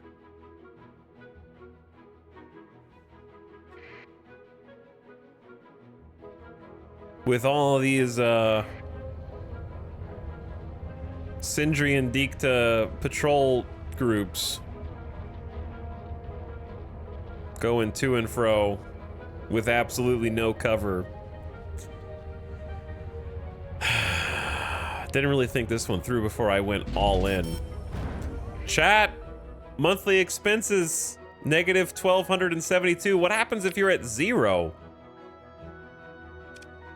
Do I go into debt?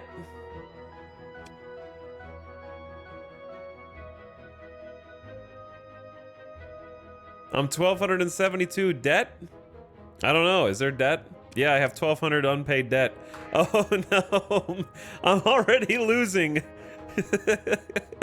At least I invested before they took my money away. Now I just need to figure out... Look, recreational drugs, these are not gonna hurt anybody. Okay? This is just space weed. We do a little smuggling of space weed, I guess. But where am I gonna smuggle it to is the problem.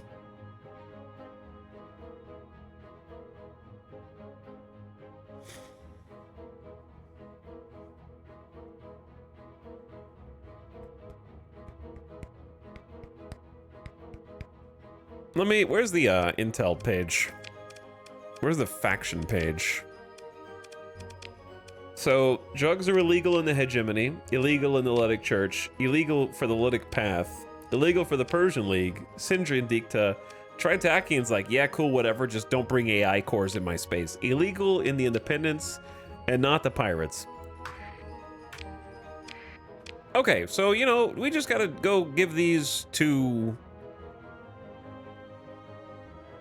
Wait, Kanta's Den exists in this timeline as well? How did that happen? The War Munadoc. I'm allergic to the War Munadoc command. Oh man, it's way up there. It's way up there.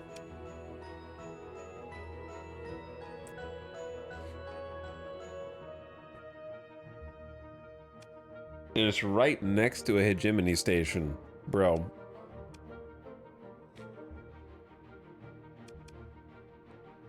Sindri and Dikta, abandoned station, an independent station, and another pirate station.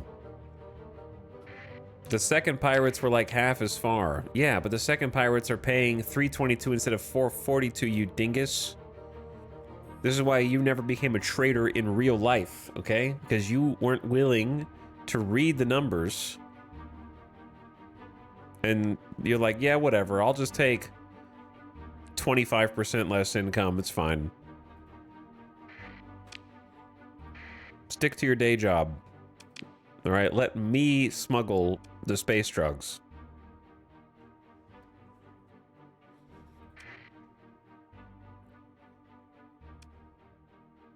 All right, I'm going to War Munadoc.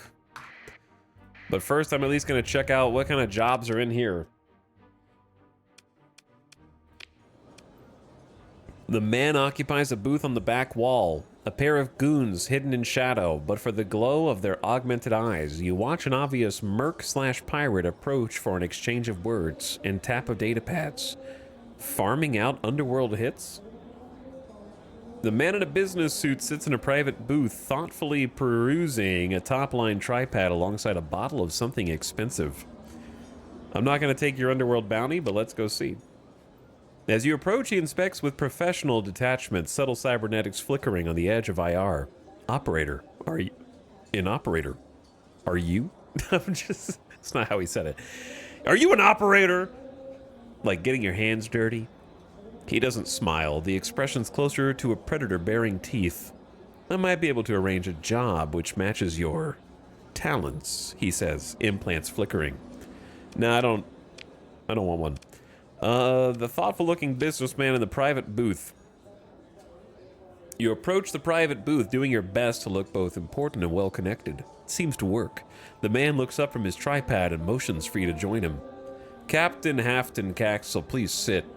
He gives a small smile at catching you off guard and pours a tiny glass of something decadent from the bottle. I've heard so much about your accomplishments. Have you now? And please tell me, sir, what are my accomplishments? So far, I've accumulated some 1,200 credits of debt, and I have salvaged a couple of scraps that fell from the table of the Sindrian Dicta. You might be the worst pirate I've ever heard of. He raises the tiny glass. To opportunity, he sips. I have a proposal for you. I need a steady supply of 5 supplies from a reliable colonial administrator. I'm not going to be able to get you a colonial administrator, brother. I don't even know how to contact one. You think I manage a colony right now? No, absolutely not. Okay, well, I have no money with which to trade, so let's get out of here and try and get away from these guys before they decide to scan my cargo and discover that I am loaded with drugs. We're going in to deep space, inner system jump point. This is how you transit between hyperspace and normal space. Some jump points also lead to other destinations. Gravimetric readings and nav data projections indicate there are no significant objects near this destination. We're going through the jump point. It will cost us 1 whole fuel. I'm broke. I'm poor.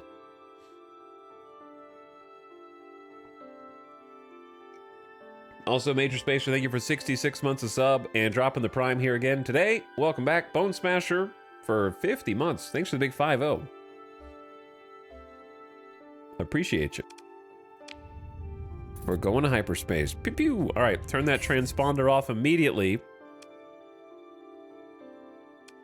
So now fuel is a problem. So our total fuel capacity is 60. We have 55 fuel. We did salvage some from those wrecks, which is helpful. So if you run out of fuel, bad things. You'll drift toward the nearest gravity well and then trust in the help of strangers via a distress call. Since our fleet is incredibly small, just 1 ship, we are very fuel efficient right now. So that's the one upside.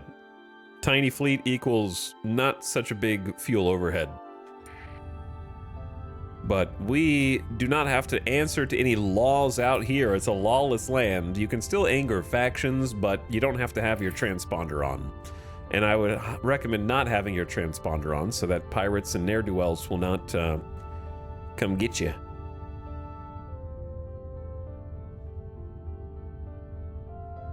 And watch out for the cosmic storms, the ghost signals, and also anyone else who might be popping out of random gravity wells trying to hunt you down.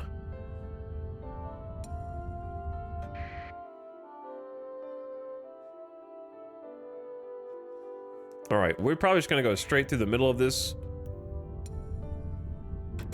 Is it shift to go slow or control to go slow? Nope. What's the hotkey to go slow through the storms? S. Okay, thank you. If you go slow through the cosmic storms, they won't. You have to respect them, and they will respect you. Uh-oh, there's a mercantile convoy coming in. What? We want to get to... Yeah, we want to go through the dangerous jump point, maybe.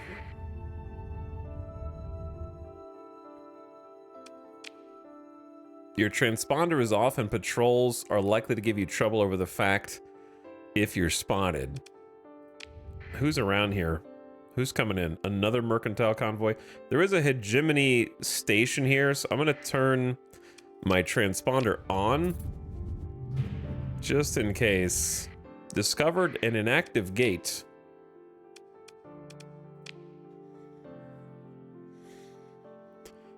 Now our contract's up, holds full and ready. Hoorah, for we jump now toward the core. Will burn bright, bright, long, and steady. I didn't read that with good cadence, but some codex lore. All right. We're going here. Who dis? Neutral convoy. Now, this is a perfect approach for us as long as nobody from this jump point hits us. I'm going to fly into this cloud, nebula. Causes significant sensor noise that may aid a fleet who's hiding within. The thick, relatively, medium also interferes with drive field operation. Reduce the range at which fleets inside can be detected by 50% and also reduces the travel speed of fleets inside as well. So we head in here. And if we go, hopefully nobody can detect us because I'm about to turn off sustain burn, then go dark and stick to, we're gonna like go real nice and slow through this asteroid belt. So the asteroid belt can obscure us as well. As long as we go slowly through it and also have a small fleet, we can avoid asteroid impacts. And it reduces the range at which stationary or slow-moving fleets inside can be detected by 75%. So we're going to sneak up to this Wormunadoc pirate command, hoping that no other forces show up.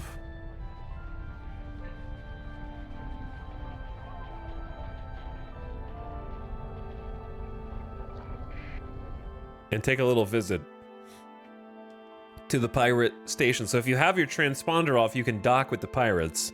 But if you have your transponder off and the other security forces in the system detect you, they will try and intercept you. So it's a bit of a risk. Takes a little practice. They actually have a mercenary there. First things first, I heard you guys were looking for some drugs. Oh, they're paying even more than I thought. So I am not paying pirate taxes. Sorry, brother. I'm not paying pirate taxes. We ain't doing that. Banned on some worlds, the chemical arts include a dizzying array of products sought by those seeking a bit of fun, expanded consciousness, or simply an escape from their miserable lives. They have a 1,200 recreational drug deficit. Recreational drugs in this game actually help with stations and colonies who have various jobs whose sort of like stir craziness is offset by these recreational drugs. So if they don't get them, I think they're unhappy or maybe less productive. So if we sell these, oh, that's a tidy profit right there. Going from 5K initial investment to 17.5K profit, that's pretty good. Now, if you continue to do black market dealings from stations in mass, right, a trade of this scale, being very small, probably won't do much. But if you continue to do significant black market deals and avoid taxes and tariffs, and also continuously go between populated stations and platforms and planets, you can destabilize their economies and cause them to crash, basically. So if you get a giant trade fleet and do massive amounts of black market trading, you can basically like cause different economic markets to go under, given enough time. So just an FYI, there are like penalties in the medium term where you won't be able to have those same places to trade with, so you won't be able to pay your crew anymore, and you won't be able to buy fuel there anymore, you won't be able to get supplies, and then you'll start to just circle the drain if you do it too much. But I think something like at this level, not a big deal.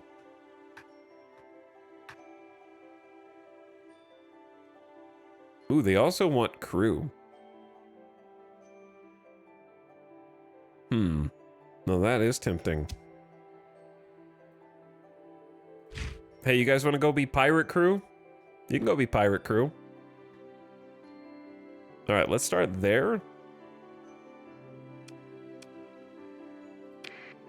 All right, we've actually got a little money. When do we pay the debt? Is it monthly? I don't know if it's monthly or not. I wonder if they have anything cheap here while I'm here. Not going to be those two things. Also, the ad's about to start again. I've already snoozed it once. How's it already been another hour? Well, upside is we've actually made a profit.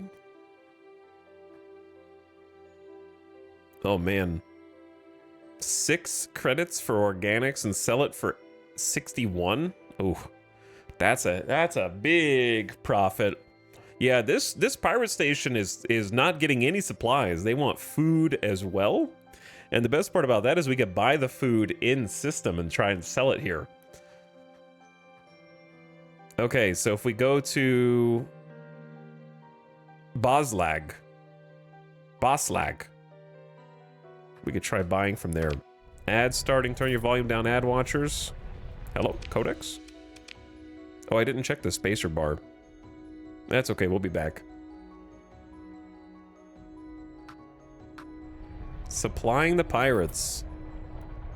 Yeah, I mean, I have no real allegiance right now. I need to turn that transponder on. Though I should have waited till I got in the cloud to do it. Once the ad starts, I'll pause so you don't miss anything. And I need to take a bathroom break anyway. I'm bumping into all these asteroids like a dingus, which is causing my one ship to take damage. All right, there we go. Ad just started. So I'll be right back. Bathroom break. Dr. Skelly, 74 whole months. Streaking for 74 months. Well, thank you for the 77-month sub. What up? Schedule 1 in space? You're kind of true. I'll be right back. Thanks for hanging.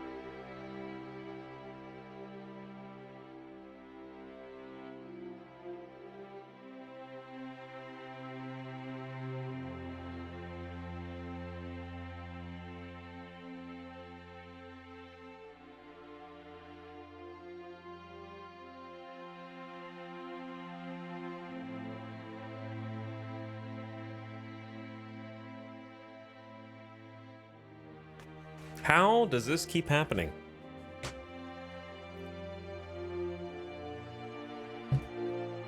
This is the second time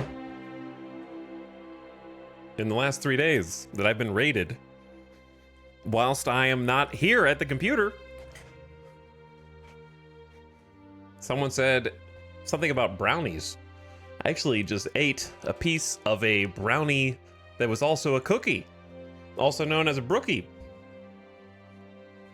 Avic, you raided literally as soon as I got up. That's an incredible timing. Truly incredible. Like this was planned. What's up, Lady of Distrust, Game Hunter, Manic, Entranced by the Wild, Earnbrand, Hello, Delara, Kiwis Can Fly, Peter Pete, Windy for Sun, Mean Cupcake. Avic is trying to seize control of this fleet.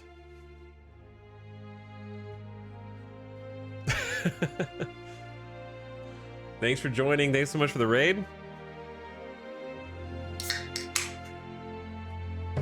Got a new beverage. I'm drinking. You guys ever drink like coffee and Coca-Cola at the same time? Does that mean I have a problem?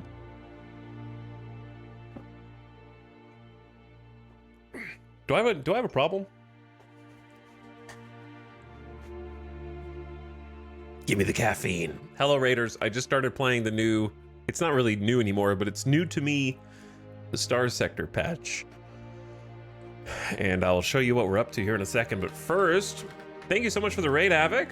Sorry I wasn't here.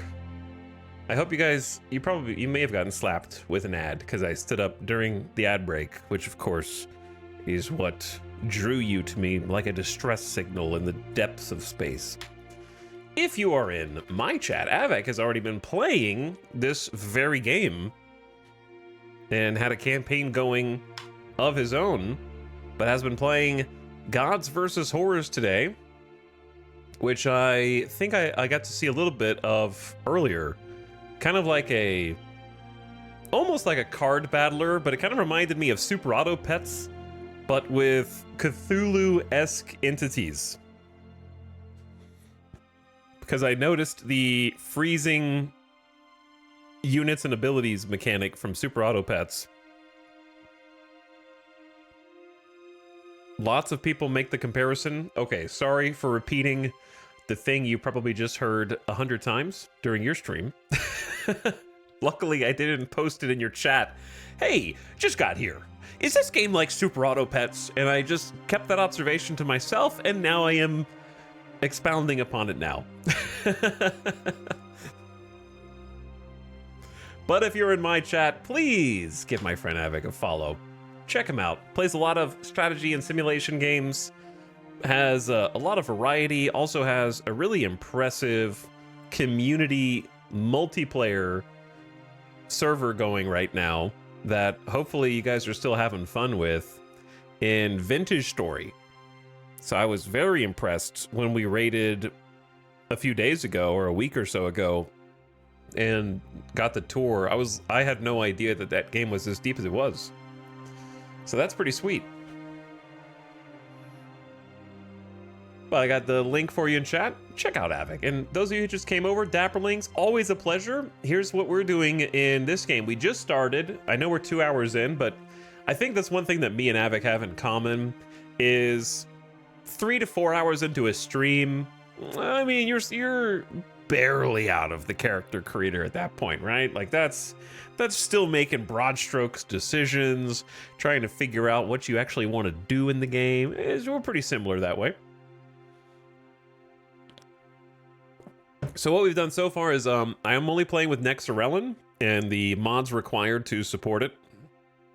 So very simple mod list for you. And I started kind of my own custom start where we have a randomized sector map. We have I thought that I randomized faction relations, but it kind of seems like nobody's in a strange faction relation right now.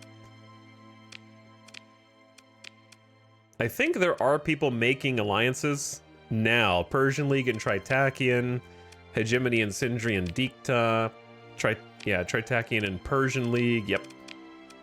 So maybe those are forming now. And I did a custom start where I turned off the stipend, so we're not getting monthly money. And I might have... I don't remember what I turned on or off for debt. But I started with just a single ship.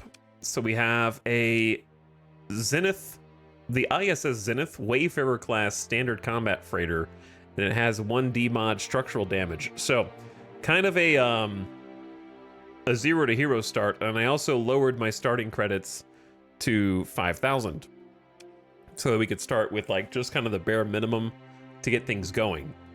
So we've been doing some traveling. We started in Mance, and there are some crazy systems here. Lots of factions going to be vying for control. Pretty heavy presence of Ludic Church forces, and the pirates have a fair few different outposts as well. And then another thing that I thought was interesting was in my previous sector maps with Nexarellan, I never had civilized space all the way this close to an edge or a corner. So we've got the Baroque star system with a Persian League orbital station and a pirate world on the fringe of space, and then a Persian military, pretty big military desert world, kind of a like in between, almost like a pit stop on the way. Some more Persian League. So a lot of Persian League concentration on the fringe of space here, which I thought was cool. Kind of a big empty space around the core. And then I thought this was also really cool. Look at where this star spawned. Limbo. Randomly titled Limbo.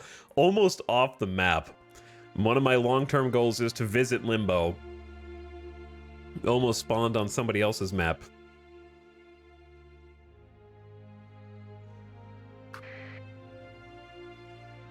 So that's kind of where we're at. So all I have is the one ship, and we just got done buying some recreational drugs from the Tritakian station that we started next to, and we traveled 9 light years or so,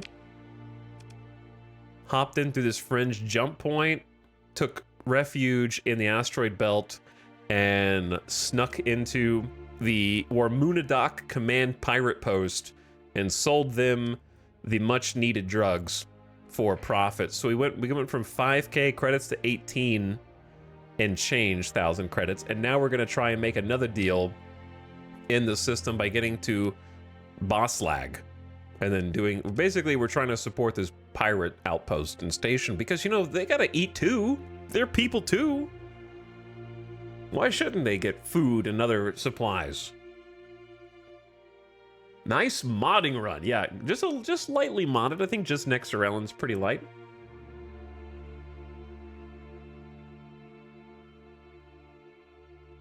Vintage Story is always fun, even when it's grindy. Well, I mean, I think grindy is the fun in Vintage Story, right? From what I've seen. Do you have a theme in mind for a fleet? No, I kind of will just kind of play reactionary to what is available to me for the most part. So whatever we happen to come across that looks good, and generally speaking, I think my favorite part of the game is on exploration. So I like trying to find ships that can support kind of more deep space surveying. Not as much surveying, but just looking through the uncharted systems and trying to chart them. So usually that'll be like a salvage ship, some fuel tankers, maybe a couple of nice cargo ships, supported by whatever combat ships I can find. Because I like all different types of combat ships. I saw your phase fleet. I've had a couple of phase ships before, but I've never been good at piloting them. But I think they're really strong.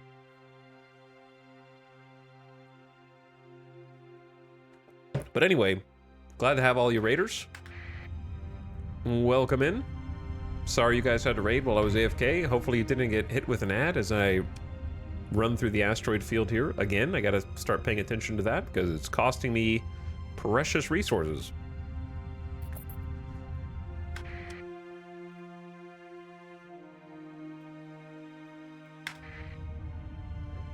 Too much spam in my chat. I can't see the other chatters.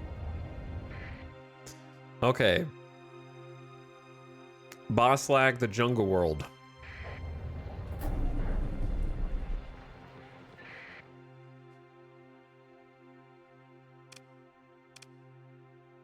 I don't remember what we were actually looking for to buy here. I want to say it was like food. Yeah, it looks, I think it was food. Organics would also work. We could buy organics from one pirate station and sell them to the other pirate station.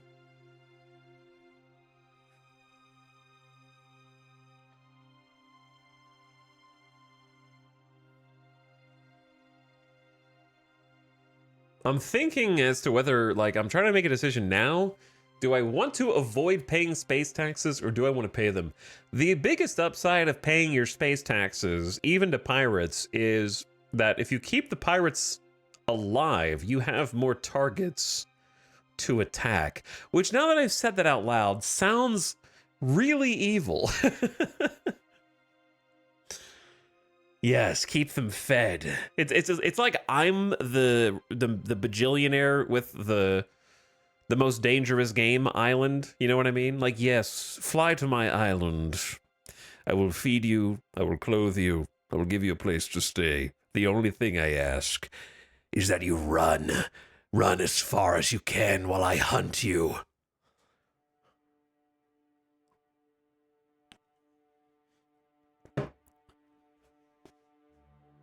What makes this game good? It's very fun and very neat and very cool. It's all three of those things. So I feel like those things make it good.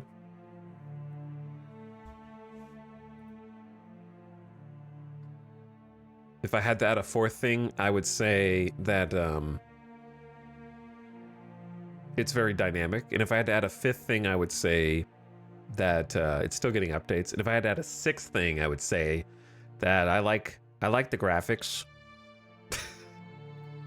Hopefully it helps. All right, let's buy some stuff here. And go make some money.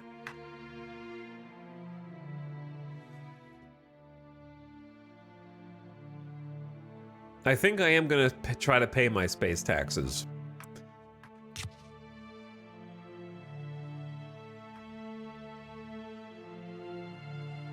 So they have a shortage of 4,000 food at the pirate station. However, the more food we buy from this station, we'll hit a point where the unit price starts to increase. So we just want to be careful. Also, I can't carry that much. That's kind of the problem with food.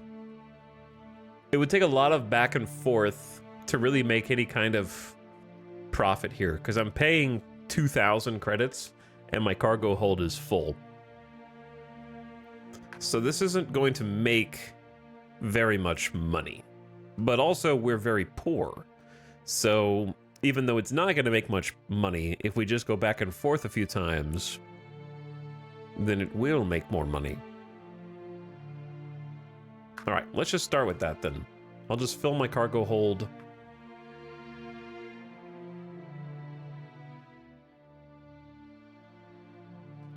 With some food, pay my space taxes. 18% tariffs. Yep, we got 18% tariffs. Codex. The codex is new, isn't it? Like a lot of these codex things.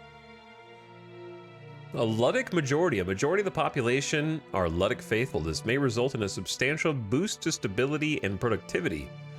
For colonies outside the core, it may also result in increased population growth from Ludic immigrants. Oh, they're starting to like inhabit that particular planet, even though that is an independent station, or sorry, that station, even though it's an independent. Well, I guess it's a station and a world. And there's an abandoned station next to it as well. So my goal right now is to just get enough money so that I can afford like a combat ship that I can kind of add to this little small frigate-sized freighter that we've got. Which is unfortunately nothing special. I want to slow down going through this asteroid field here. because repairs were just completed after the last asteroid incident.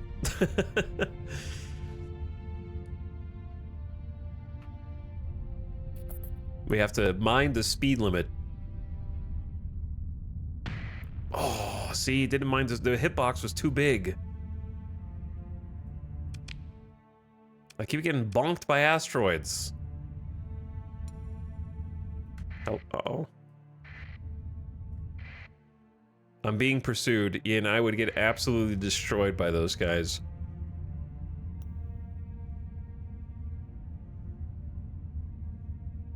I'm also playing on Iron Man mode, so if I get exploded, then bad things happen. So I'm gonna go dark inside of this nebula. Turn off my transponder.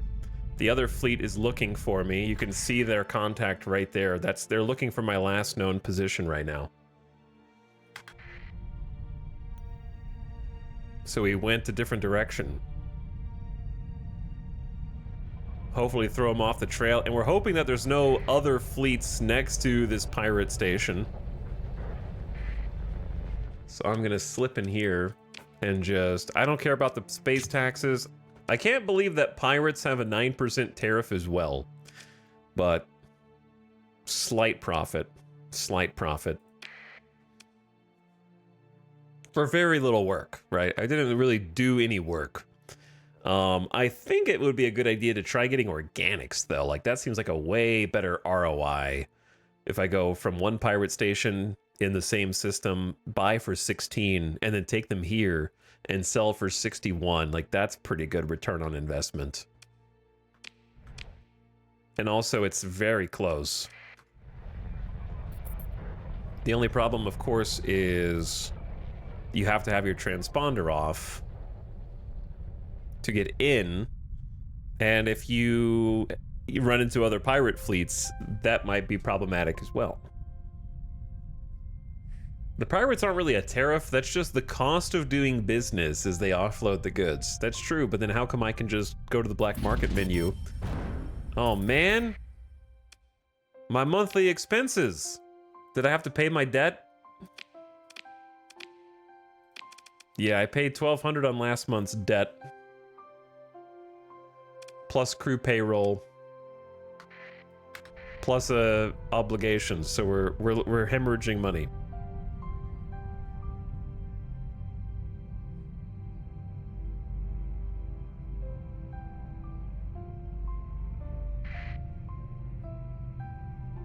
Gained experience from profitable trades plus 600. I love that you can gain character XP from just trading. All right, I don't see any hegemony fleets around here, so. Nor fleets of any kind. Oh, never mind. There's a fleet. We might have to get out of here quickly. I should have hung in that cloud for a bit. But I did not. Man, we can't fit very many of these organics in here, can we? We're buying them for like 11 credits a unit, though, which is good.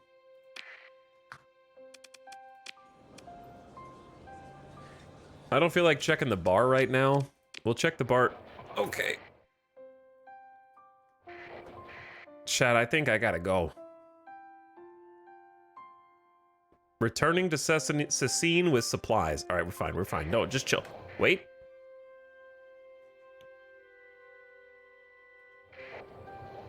Just chill, just chill. We're good, we're good, we're good, we're good, we're good.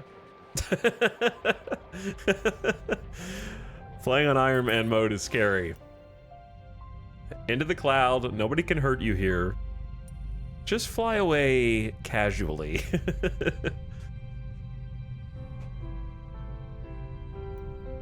Just fly away casually.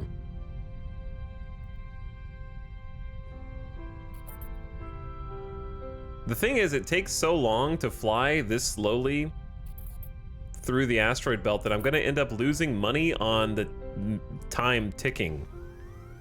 You know what I'm saying? It's like we need to go a little faster and just rely on the nebula to shroud us. We're just one ship anyway, so we should have a tiny profile, then just go dark here to speed this up a bit. Okay, here's your organics. Now that's a better profit, right?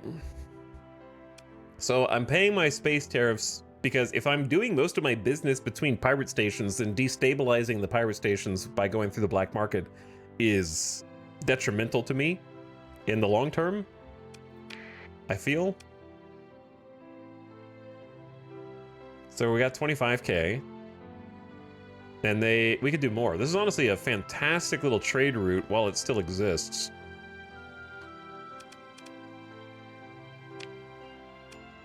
They also have some ships you can buy, but they are in not very good shape. Getting a second ship would actually help us tremendously right now to be able to haul more stuff back and forth simultaneously. Somebody's here.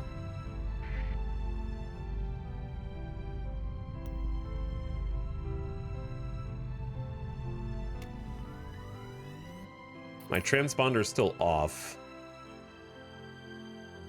I'm just gonna go cloud to cloud. Use the nebula clouds. What is Iron Man mode? It just means that there's no saves coming.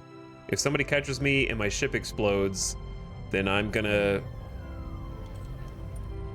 potentially lose my ship, depending on what all I've got going. There's a derelict mule combat freighter. Yo, a mule would be crazy if it was actually, like, decent. That would be very helpful right now. I would need more crew.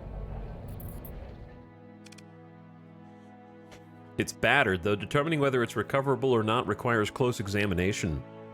Salvage crews board the wreck and discover many essential systems are undamaged. It could be restored to basic functionality.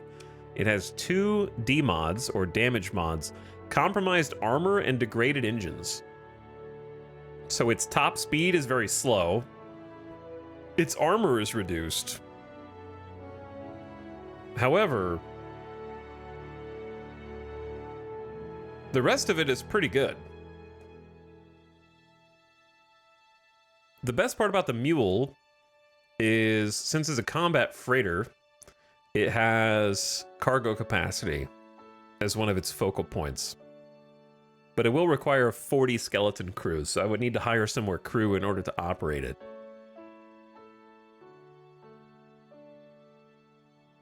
Here's a question for the Starsector gamers in chat. Is the 375 cargo capacity, that includes the green plus 125, correct? From my character buff?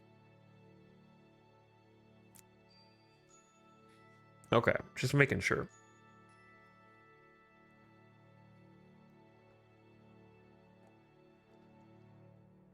This seems like it would be worth salvaging.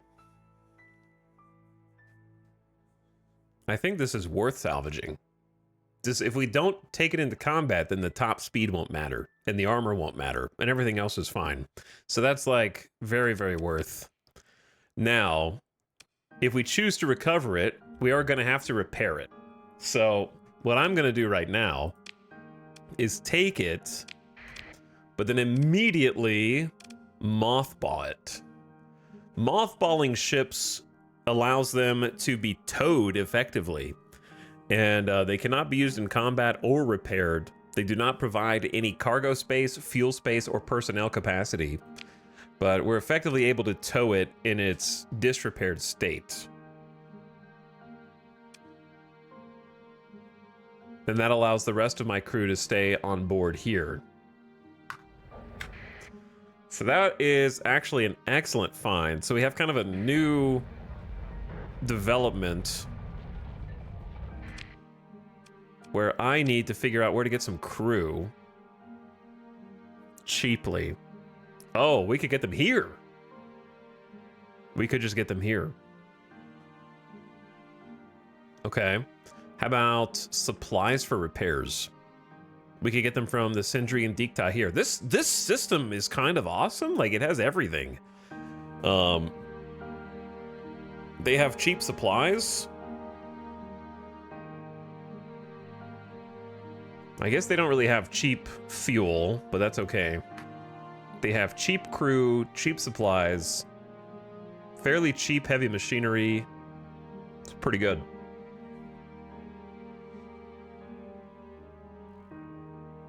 Yes, the mule pirate version has shielded cargo holds, which is excellent for smuggling. That is correct. So it has a built-in hull feature, commonly found on ships that can always rely on shields to protect cargo from cosmic radiation. A few tweaks are needed to have the shielding confound long-range cargo scans, which reduces the probability of contraband being detected. So if you have illegal goods and you get stopped and searched, it can hide the contraband from the scanners. So that's pretty sweet. Nice little built-in feature. It's got a couple of missile hardpoints, some ballistic turret hardpoints on the back, and then a medium universal. So it does have some combat capabilities, but it's really like, you know, you don't want this in combat if you can help it, but if it's the best we've got, it would still be better than just going in by ourselves. So much, much better than just going in by ourselves, despite its problems.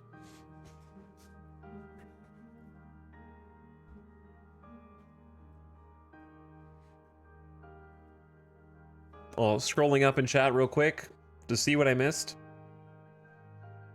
Dr. Dynastic, thanks for popping and saying hi. Don't know if you're still out there. Sorry I missed you. But how's it going, dude?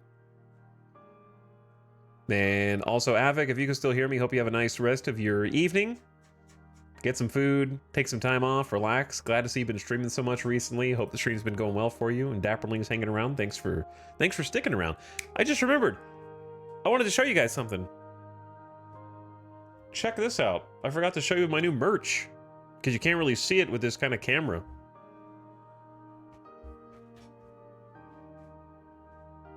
Does that look familiar? Look at this official merch.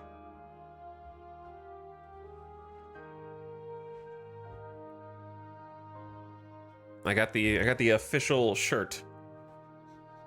Now I can rock the RimWorld in public. Bro, I want one. Well, I think they still have them. I got it through Fangamer, which is the RimWorld official merch. Unfortunately, I think they are already sold out of the other shirt, because I was going to buy another one for Alice, but they sold out of, they have one that is a Thrumbo on a white shirt, and they have a restock planned. Unfortunately, this shirt, they only have extra small and small in unisex, and then uber larges, women's XL, women's 2X, and women's 3X in this one, but I assume they'll do a restock. So I managed to get this one before that happened. I'm small. Well, there you go. Hopefully they'll restock both. Hopefully they will restock both. But yeah, I thought you guys would think that was cool.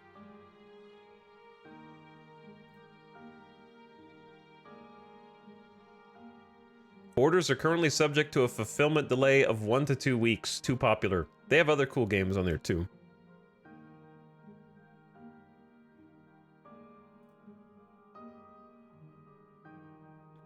Chat, don't mind me. I'm just competing with you to make sure that I get another one of these before you buy the rest of them. I'm trying to get ahead. I didn't really think that one through. Didn't really think that one through.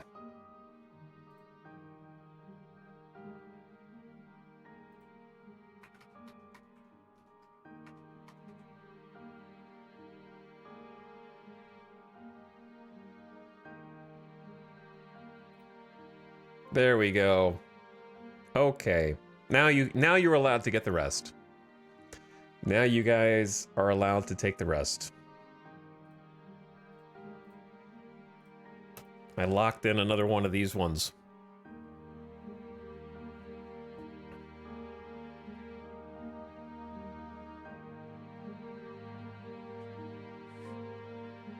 The RimWorld PC mat is pretty cool too. Did I miss that somehow? Oh yeah, it is pretty cool. The desk mat restock planned for that one also. All right, anyway. I guess they underestimated how many people wanted them. Maybe. Perhaps. I think that they'd rather just not end up with a warehouse full of clothes. You know what I mean? So they're probably just like kind of testing the waters.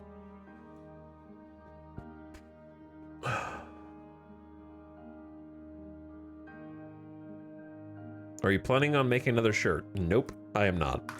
Okay. I am definitely not planning on that. Let's go. What was I? I was just fawning over the fact that there were cool places in this system to get stuff. So crew from this little station right here, which is conveniently currently located next to this nebula, which is not affecting me at the moment, apparently.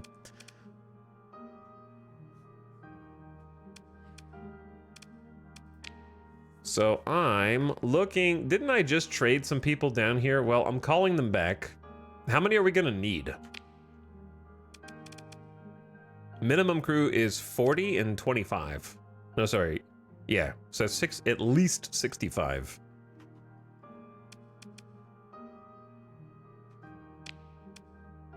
Total, so that means 40. And then I'd like to have extra, in case there are accidents or other explosions.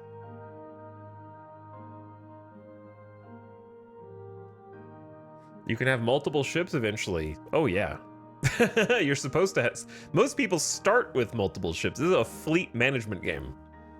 I just chose 0 to Hero to start with a single ship and grow up. We've already procured our second ship.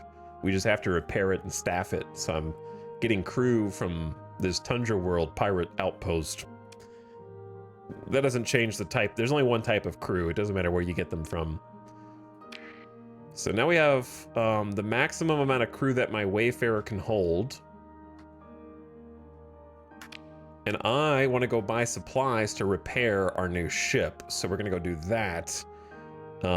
Inside the same system. Naikun, Sindrian Dicta. So that is here. So let's go there and try and get this mule operational. Would be cool if there was different crew. There used to be different types of crew, but it really just overcomplicated the game.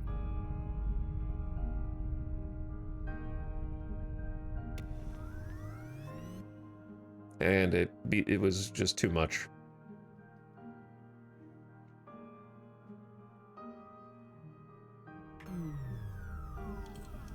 Okay, I want to go in here and turn my transponder back on inside the Lost Legion. Oh, that's the name of the asteroid belt. That's a pretty sick name for an asteroid belt. Turn my transponder back on since we're going to be dealing with Sindrian Dicta system authorities. And it's safe to assume that they will actually have forces in the area. And we don't want to cause trouble with them.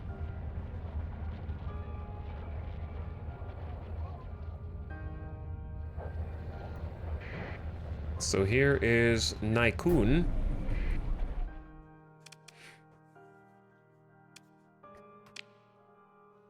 And what I'm going to do first is unmothball my new ship and kind of get an idea of how much it's going to cost to repair it. So full repairs will require 28 supplies. We have 63 available. That's not bad. If you go to a station with a dockyard, you can do an instant repair. Otherwise, it'll repair over time and slowly rebuild combat readiness, but it'll take a lot longer. So we are just gonna go boop. Your fleet undergoes full repairs and is restored to a max combat readiness at the cost of 28 supplies. Not too bad. And so now it looks much better. Still a couple of demods, but we can start trying to figure out how to outfit this with some basic weaponry. How's the learning curve for this game? It's not too bad. The hardest part is just getting good at combat, which takes muscle memory and practice. Most new players struggle with the combat because it's very deep. And the AI, the combat AI, is bar none the smartest combat AI. They can be dumb sometimes, don't get me wrong. Like sometimes you curse that one ship that's on your fleet that has that one captain that just kamikazes, and you're just like, what? You're supposed to be cautious. What are you doing? And then like you yell at him. But still, on the whole, the combat AI is probably the smartest like combat AI of any game that I've played. And they are dastardly.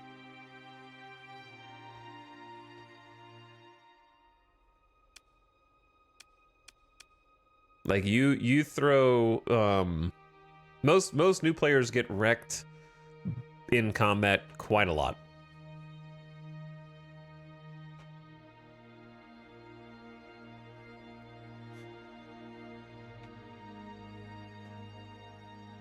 All right, let's see what we can put on here. The problem is we don't have a lot of money. So even though normally 1,400 credits isn't that much,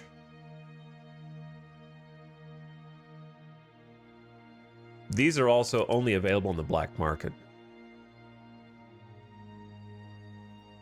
New players are too busy trying not to just spin around. Yeah, getting the muscle memory to hold shift while you fly is the biggest learning curve, I think. Pinky on shift, WASD on index middle ring finger is the way to play this game. Or I guess you could just rebind the shift key.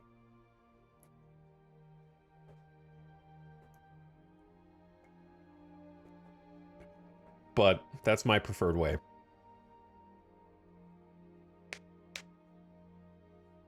For $15, I'll definitely check it out. That's not a bad deal. Yeah, especially with the modding community. I'll see you in about 400 to 600 hours. 6 foot for real. Say goodbye to your free time. Okay. What do we have here? But I would say genuinely that there's at least, for a new player, I think if you get bored of this game before the 200-hour mark, then you just don't like sandbox games. That, like, it's got to be, plus all the mods, like with all the mods, there has to be at least 200 hours of gameplay.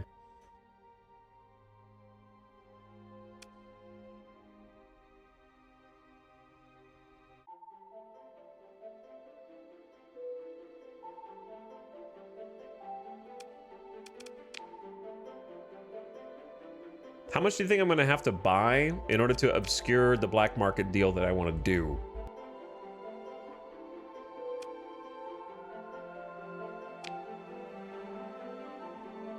Alternatively, I could just take this ship back to the pirate outpost and try and arm it up there.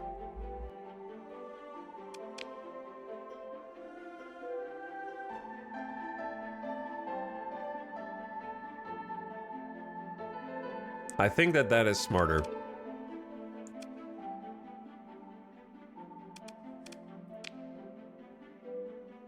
Okay, so we've established that supplies are very cheap here, and the pirates want supplies. So why don't we just start with a very easy supply trade to the pirates? We're smugglers. Like every campaign that I start with these parameters turns into a smuggling campaign. But that's fine. It is just the best way to make money. Especially with these like starting conditions. I don't know if there's another option if you're starting with like 5k credits and a wayfarer. What else do you have to do? Like what else can you do? And no stipend. Everyone turns to smuggling eventually. Yo, this is a pretty good trade too. There's actually so many good trades here.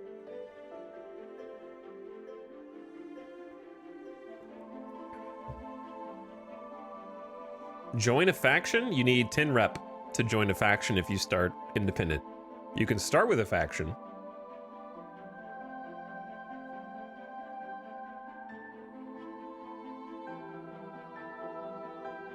This heavy machinery trade is really good too.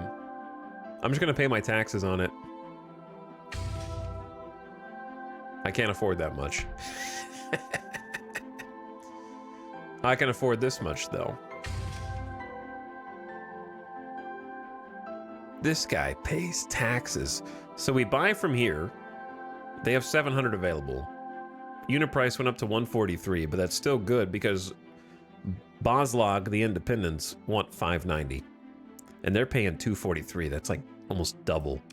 So I'll pay my 3.5K in taxes. The Mule lets us carry so much more, but we're actually not able to use that space right now because heavy machinery is very expensive.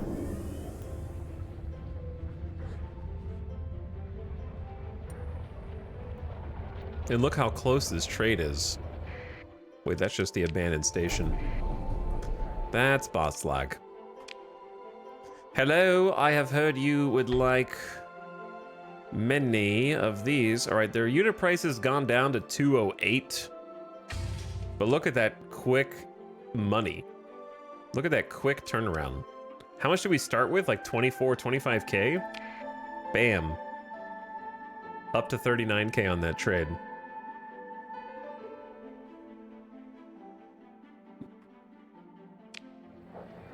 So what's their price now to sell those?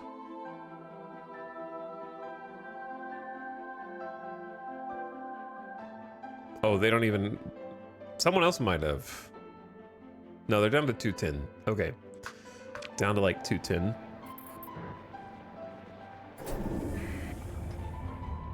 This system's actually insane. But the thing is, as you fill supply and demand, you are literally equalizing the supply and demand. So if you trade in one area long enough, there won't be any more trades because you fulfilled their demand and now they don't have any. So it's actual dynamic economy.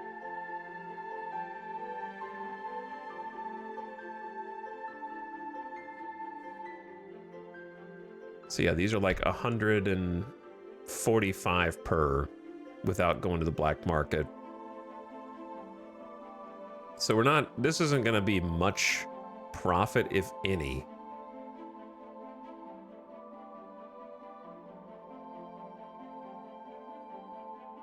And now the unit price is up to like 150.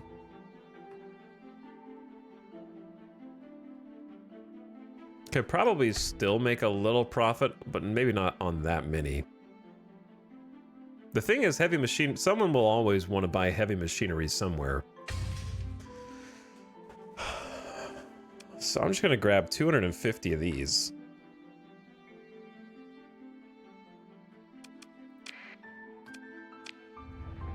And see if we can just make a little bit more profit going to Boss Slag one more time.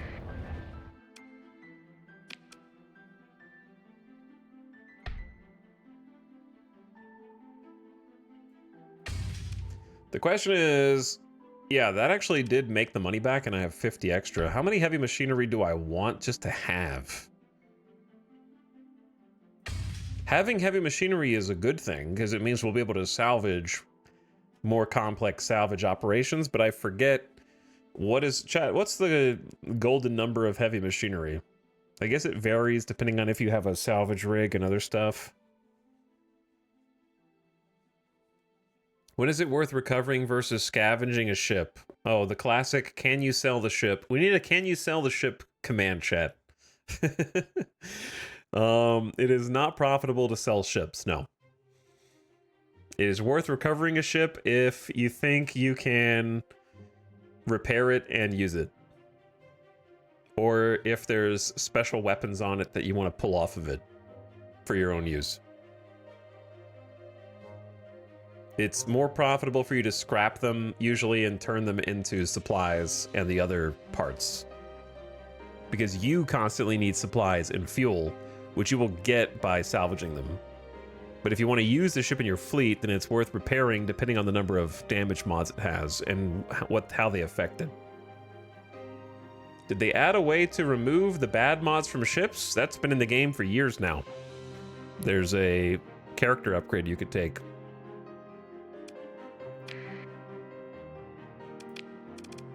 Called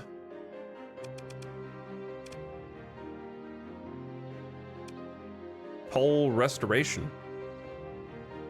Chance to remove 1 D-mod per month from a randomly selected ship in your fleet. Probably one of the most OP skills in the game. Yeah, or you can pay a ton of money. You can also pay a ton of money and remove D-mods that way. I'm addicted to Hull Resto, I can't skip it. Yeah. Listen, Dev. If I were the Dev, I would simply remove the chance to remove 1 D-mod from Hull Restoration in order to restore meta to the game.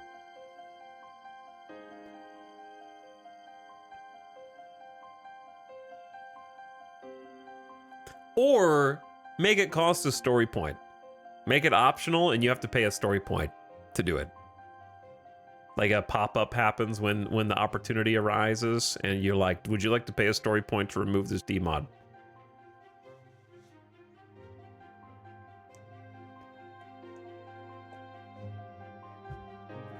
But anyway, what's up, Meatball? Thank you for the sub. I appreciate the 1.5 years. Valkyrie for the gift sub. To Timber, Laughing Bear for 76 months. Very kind of all of you.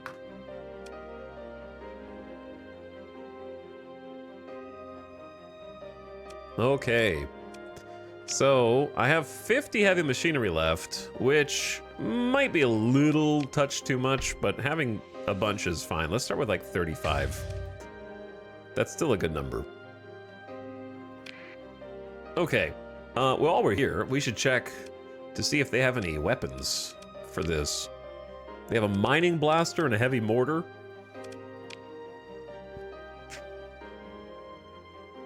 The red bordered ones are black market sales, which I'm trying to avoid for now.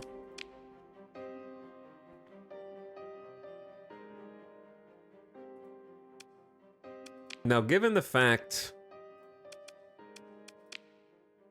that this is our best combat ship right now, I feel like going light autocannon or dual autocannon over light machine gun point defense is probably advantageous at this stage. Like, I could just throw a couple of light autocannons on, because finding the dual autocannons can take a while, in my opinion. So let's just grab a couple of basic light autocannons.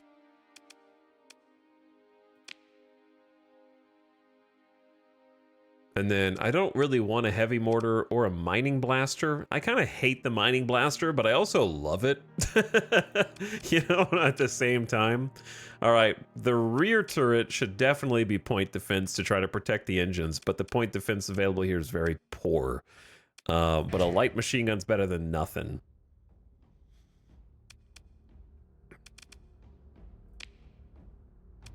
Mining blaster range being only 500 is also rough on a ship like this. But we can actually do a little demonstration and show you what it looks like. Because you can actually...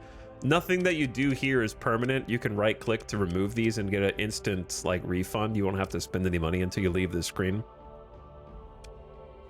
So, with Mining Blaster... loading out your ships is a complicated thing, chat, and you could probably spend a 30-minute YouTube video trying to learn it. But effectively, there's different damage types. So, like, light autocannons have kinetic damage that do 200% shield damage. So they're good at getting through shields. And then there's Mining Blaster's high explosive, which is good versus armor. So, not very good at getting through shields. And there's more damage types besides those. And then you've got a host of different missiles. There's many types of weapons in this game, and part of the fun is trying them all out and deciding which ones you like. Out of these, I'm not a big fan of really any of them.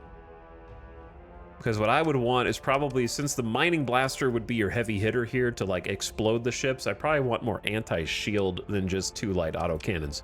So I'd probably be looking for either Sabo, or if you wanted to get funky, maybe a couple of replenishable missiles that are just designed to harass. But you could throw a couple of Annihilator rocket pods, but I don't like Annihilator rocket pods at all.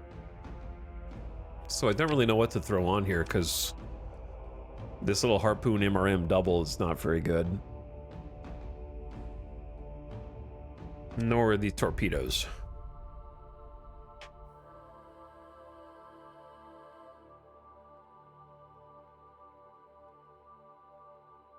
So I'd probably just want to get missiles from somewhere else.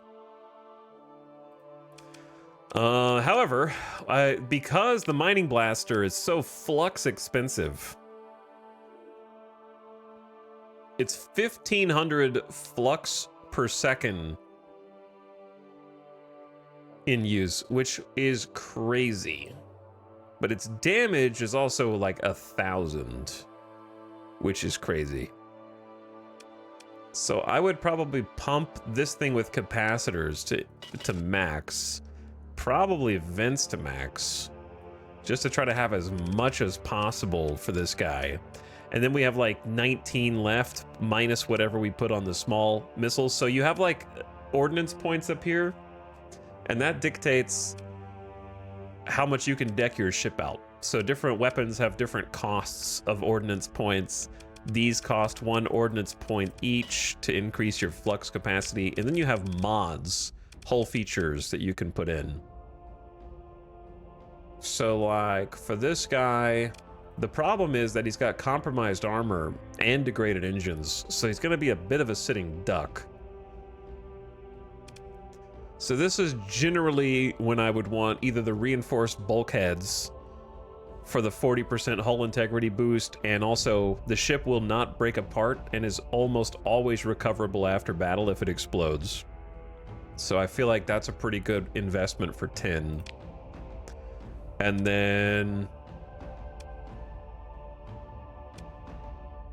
maybe the flux coil adjunct to increase the ship's flux capacity by another amount, depending on hull size. So is this a size 2 hull, 1200?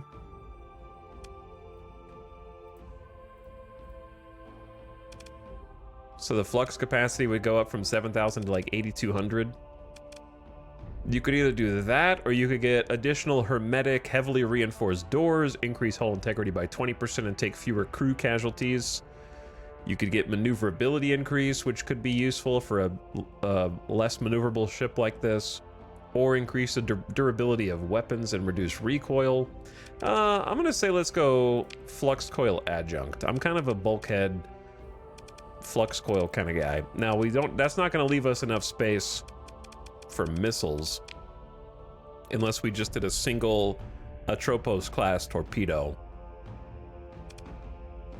on either side,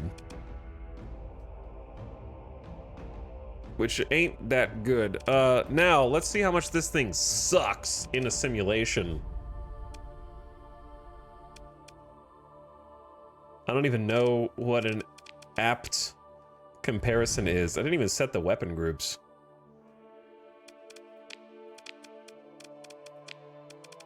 Mining Blaster 1, Autocannon 2. Have them be set to automatic fire.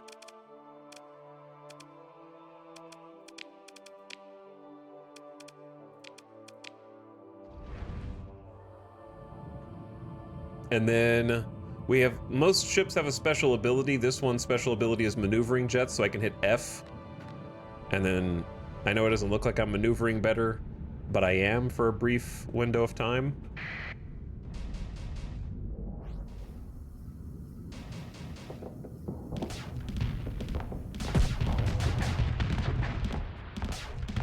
How many charges does the mining blaster just going right through the front because they don't have any shields.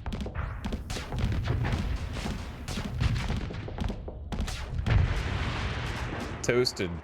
Okay, well that's a buffalo. That's not exactly like a good target.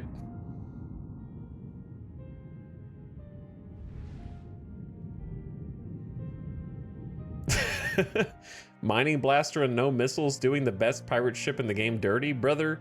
This is exactly like a pirate ship you would run into, man. What are you talking about?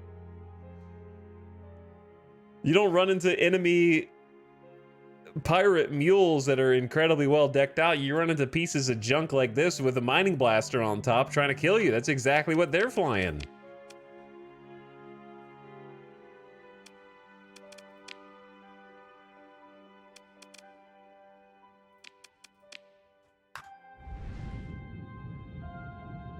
I think you're just a little too rich for the pirate life, is what it sounds like.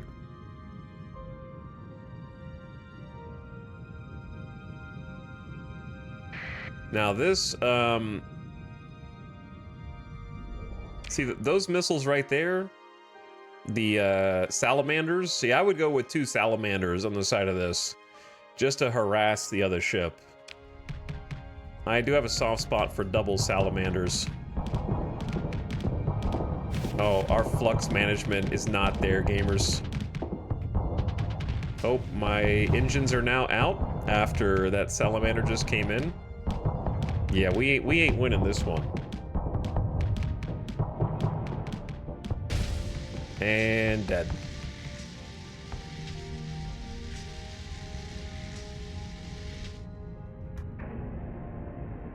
Look how long that venting is. The missiles! I can't stop them!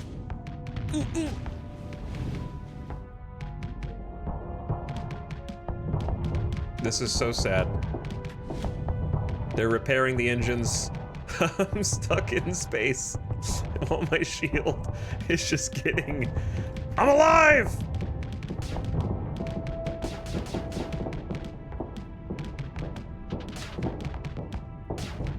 We just have to put pressure.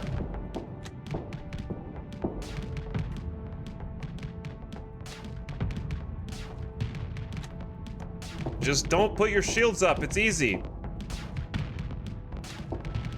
He's backing up with maneuvering jets out of my range.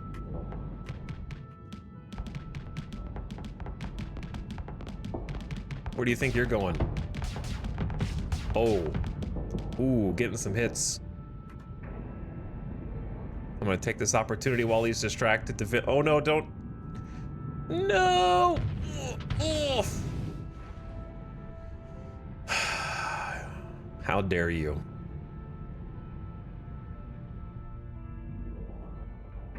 How dare you? We're trying to repair the get back there. We're gonna run into an asteroid.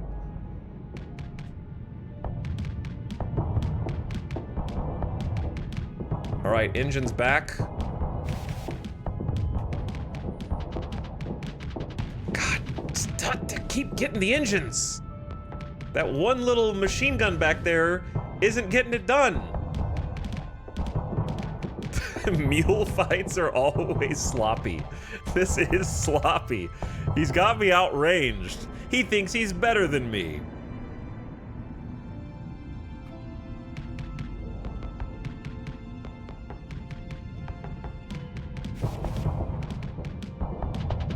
Not this time, buddy. All right, go time, go time. Put some pressure on.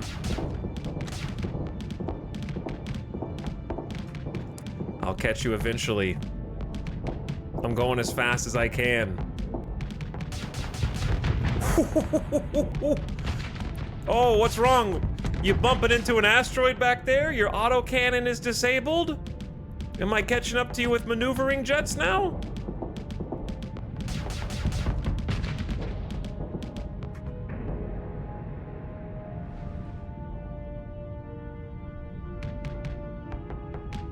Did you forget to put on a weapon that would actually do damage to my nose armor?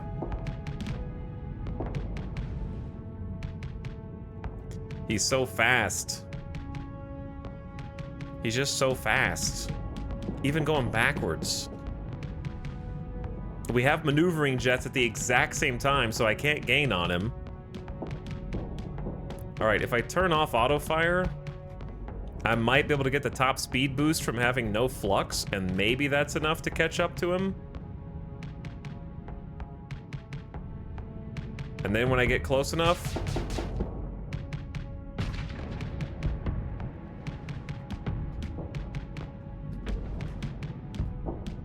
All right, my fingers aren't ready for the buttons yet.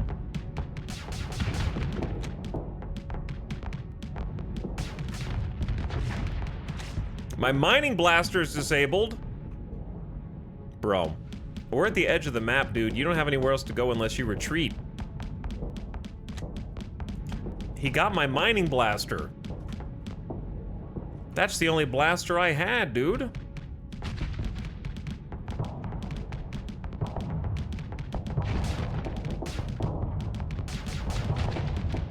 Alright, he's actually almost dead.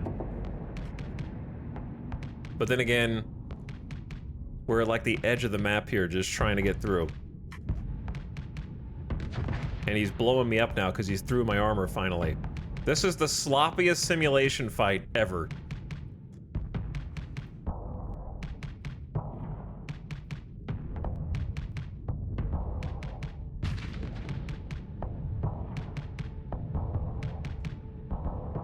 I'll get you. You just wait. You just wait.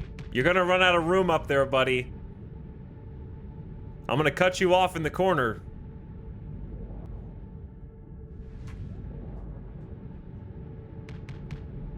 Oh, now we're talking. He got my engines. He got both my engines, chat. He's gonna go back down the other way. He's gonna go back out the other way. I almost got him!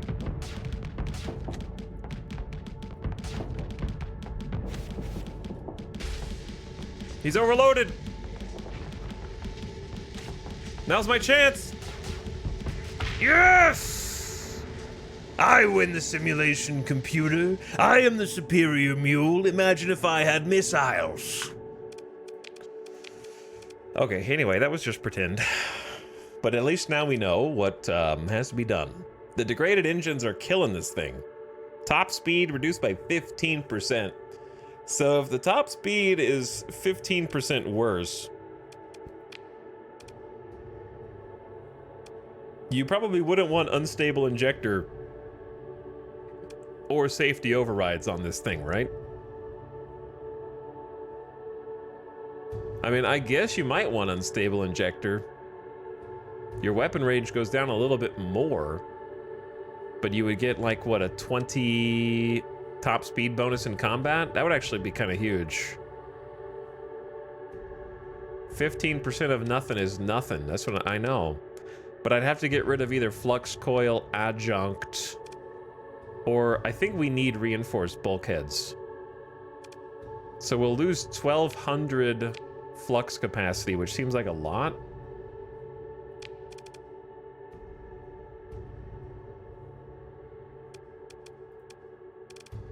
And like one vent.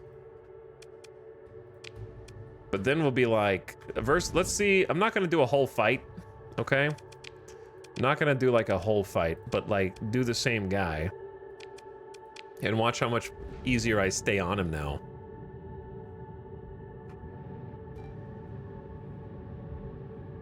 With the extra top speed.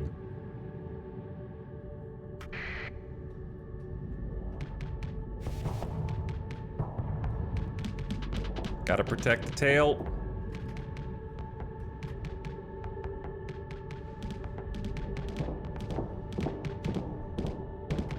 And then with maneuvering jets.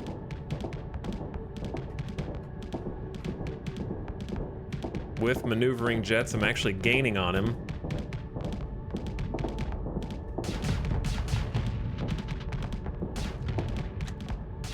Already starting to do some damage. And putting a lot more pressure.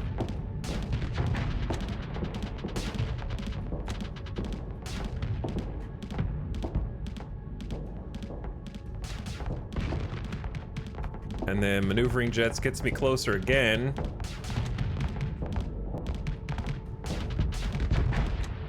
So, I mean, it is a big, that extra 20-25 speed is a big difference.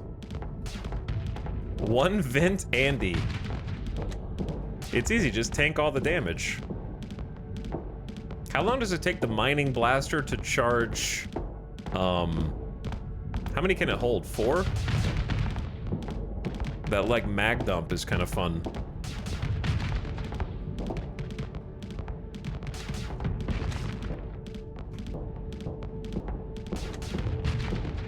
But yeah, see how much more efficient this is? I can just stay on in his face. He's scared, he's running away, he's like, I'm almost dead, I'm panicking. He's overloaded, and dead. So maybe the unstable injector is better, even though it reduces the weapon range even more. And we need to get some missiles on this thing, because the capacitor is not bad if you simply don't block. Just don't block. What could go wrong? Okay. Getting me used to some combat anyway, which is nice. So what were we doing here? Thinking about buying some supplies. We have 33 supplies. We're going to use 0.4 per day. I don't want to buy many, but I also don't want to run out. I expect we'll salvage some, but I'll spend like...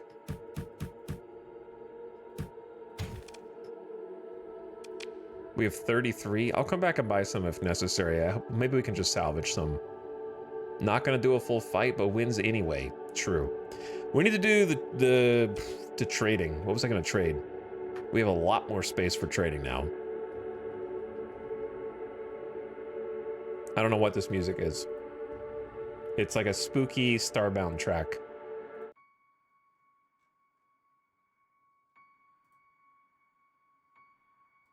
Spoopy Starbound. Okay, I was gonna buy either organics.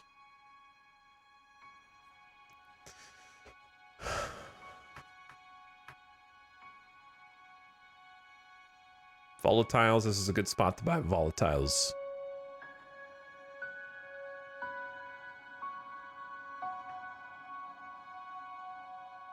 They have transbotonics, domestic goods. So Cessine's a great place to sell domestic goods.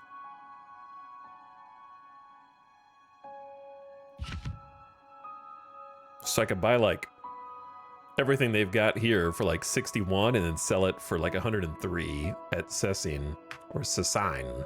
Cessine.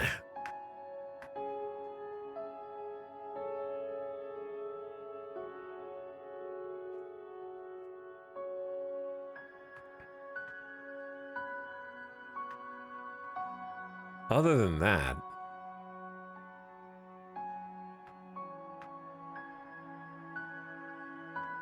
Bosslag is buying fuel. I think I was just gonna buy supplies from Nikun.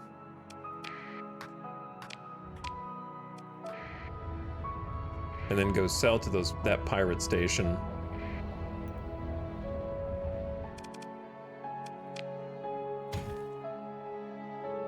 All right, that's gonna be all my money and a full cargo hold, so we're getting the best of both worlds here with this mule. Wait, did I buy anything off the black market here?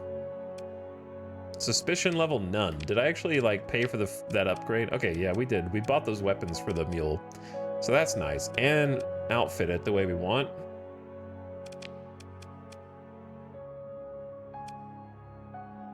I didn't really stop to look at the hull mods for this. I don't think Flux Distributor is what I really want here. I think I would want... I'd rather just have more top-end Flux than anything else. Or just go for I just like reinforced bulkheads when you're playing on Iron Man mode, personally. 40% hull integrity plus recovering the ship is an important one. Granted experience from profitable trades. You have a story point. I leveled up. No, I didn't level up. I just got some XP. Story points are cool. I think they're fun. I think they're neat.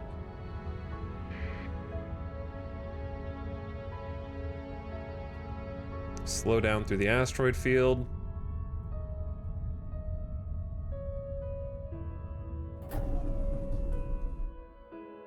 Go into the nebula. Oop, slow down. No, slow down. Go dark. Asteroid impact on drive bubble. It's okay.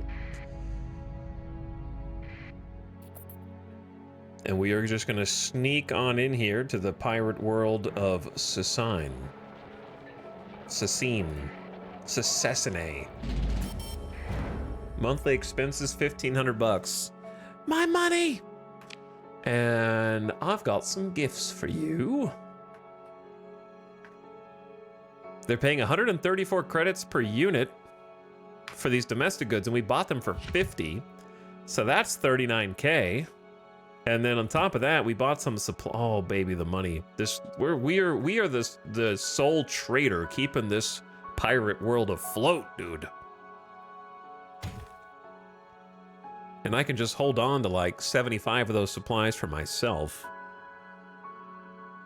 And that's a quick 60K from 35K. So suddenly we've got some money. Getting these places set up. What else do you guys want? They need,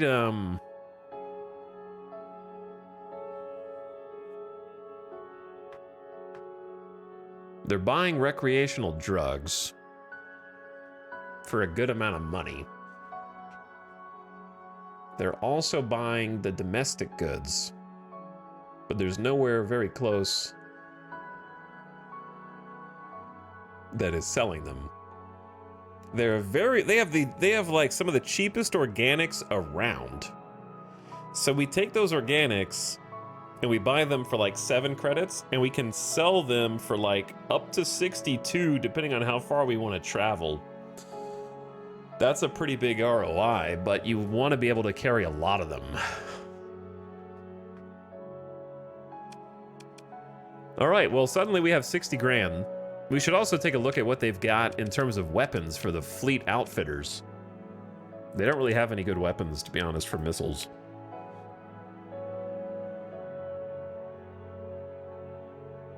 Dude, throw a heavy machine gun. Make this mule into a super point defense platform.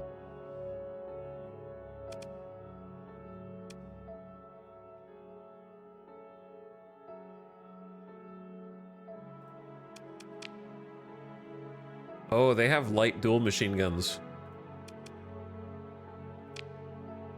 Ew. Yeah, I'll take one of those instead of this guy. That's so much better than just a baby light machine gun. I'll take one more vent off, I guess.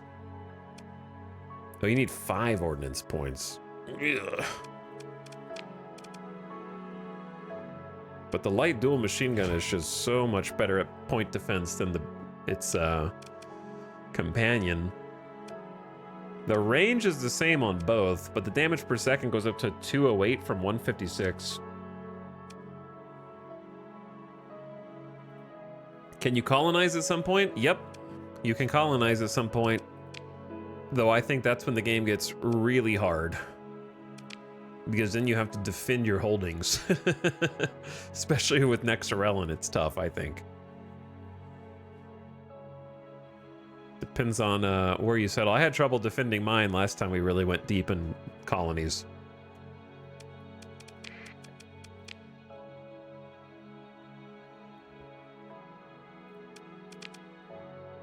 They don't really have any good front-mounted weapons here, I don't think. I like Vulcan autocannons. I think they're fine. Okay, so how should we make more money? What trade should we pursue next? Also, did an ad go by 15 minutes ago and I didn't notice it because I was doing simulation? Probably. I got a little too wrapped up in it. Whoops. Oh well, I think I was just doing the simulation stuff. Didn't miss much. I think buying these organics is good, but we can only afford like 487. We can only fit 487. So like, is there another ship I could buy?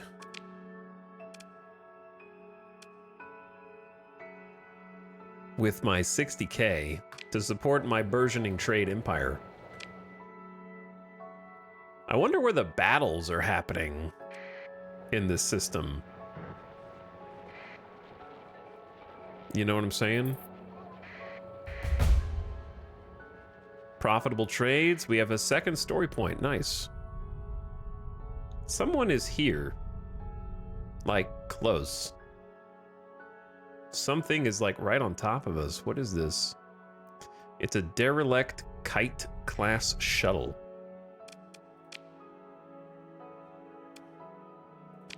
Shouldn't have much. Indeed, it does not. All right, let's turn our transponder on. Oops, get out of the asteroid field. Maybe do a little ping. Almost nothing on scopes. Taco Tyler, thank you for the gift subs. I appreciate the gift subs. Enjoy Ale Rune, Milkshake, Anderson Ferreira, Dinster, and Seema.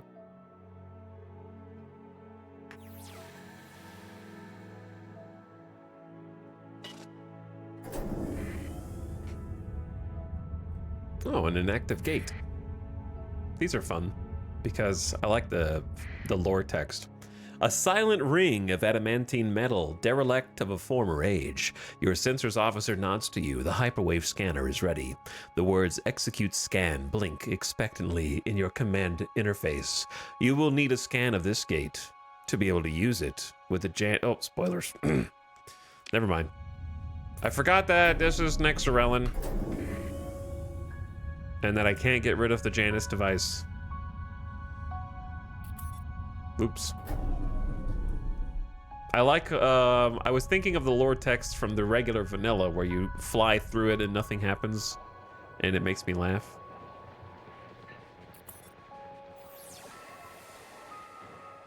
Yeah, I don't know what the hegemony's doing here. Did I just arrive to spoilers? Psh. No. I redacted all relevant information already. So we have a team of people waiting with like a little button. And that way, anytime I would say anything that needs to be redacted, they're waiting on hand. So for example, did you guys know in the end game of Stellaris that if you then you're in for a real surprise.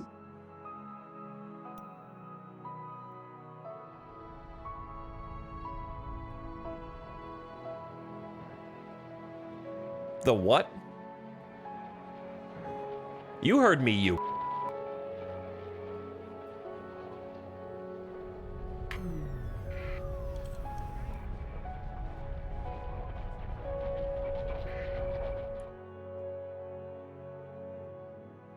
$1.7K hours and I still haven't reached that part. What the heck, dude?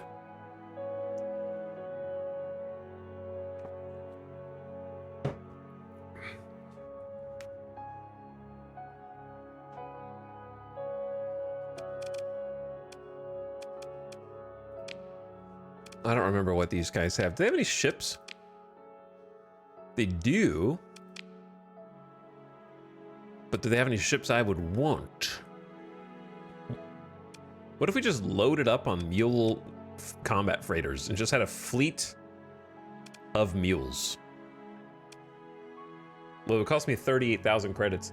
That's crazy though. Like I would have to pay them 38,000 and I just found one lying around and, and repaired it.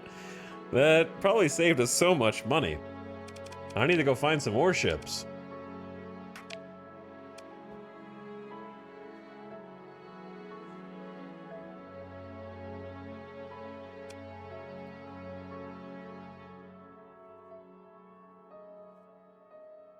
A pack of mules. A mule pack, if you will.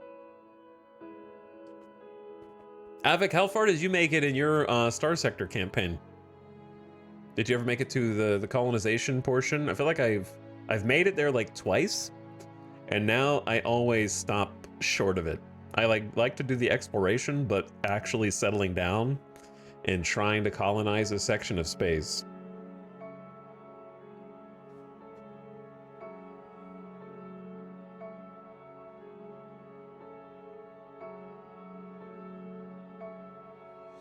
Not yet in the current one. I've gotten there like once, I think. I'm way too picky. Yeah, me too. I want to find like the perfect planet.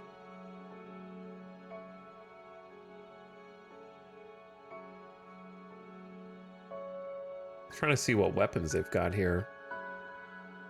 Annihilator rocket pod, Mark 9 autocannon. Anything on the black market? They got lasers. LRPDs, those are pretty good. Harpoon MRM pod, hold on. Nothing for the small weapon mount though. Heavy autocannon is really good. The problem with it is it's very flux expensive as well for a ship like the Mule, I think.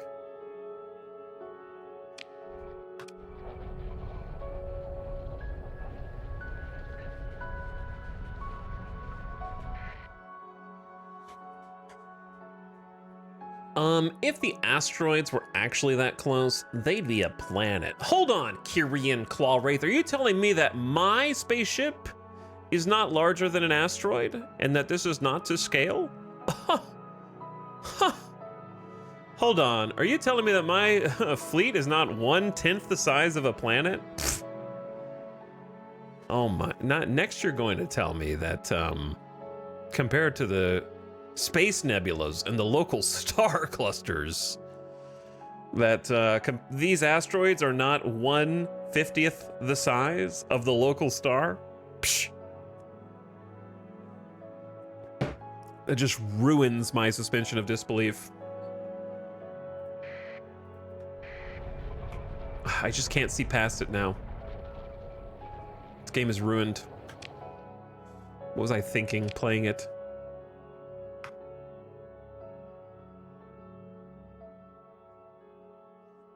All right, let's go. Let's go just pick up some stuff and start moving it. I think that's our best bet.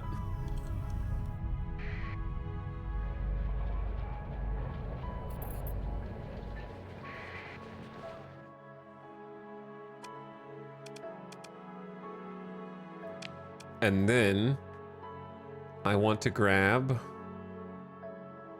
as many organics as I can carry. This isn't going to be the biggest trade ever, but it'll take us to another location where there might be some good trades. So if I buy from here, maybe we go to Escondido. That's a good name for a place. Escondido.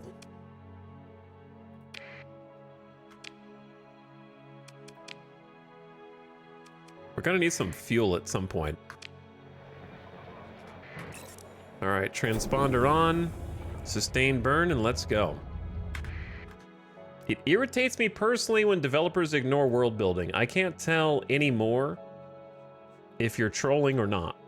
So, I'm not sure you know what world building is.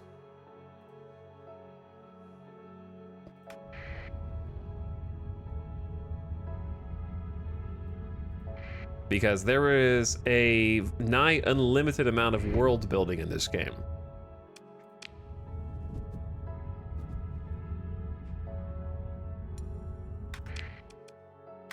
Because what world building is not is practical realism. World building refers to setting up, contextualizing what you see, and giving it a believable environment that feels lived in, which I think this game has in spades with its delicious writing, very detailed lore, backstory, history, and characterization of the space that it inhabits. It's everywhere. What you're talking about is your own personal suspension of disbelief, which is different.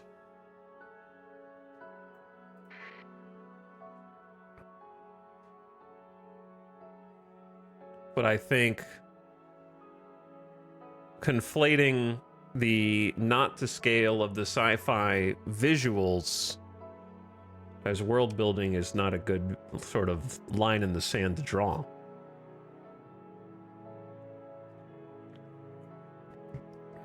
For such a endeavor made by largely a single developer over the course of 15 years.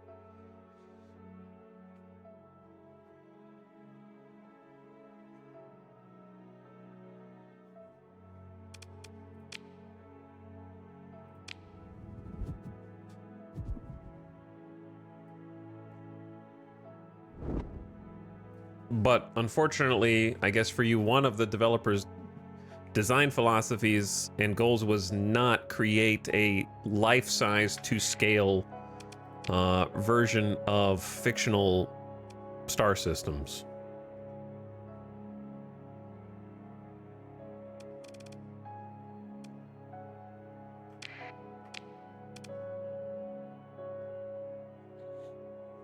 This game has sound in space. No, it doesn't. You just hear the vibrations that your ship is making with its own atmosphere. Okay, you're not actually in space. You're inside your ship. Duh.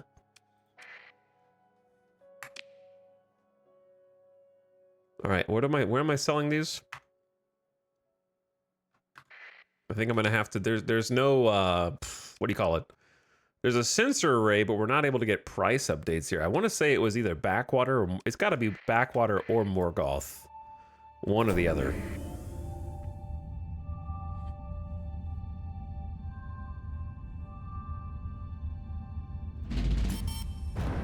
$2,000 monthly expenses. All right, pirates, did you notice me turning off my transponder here?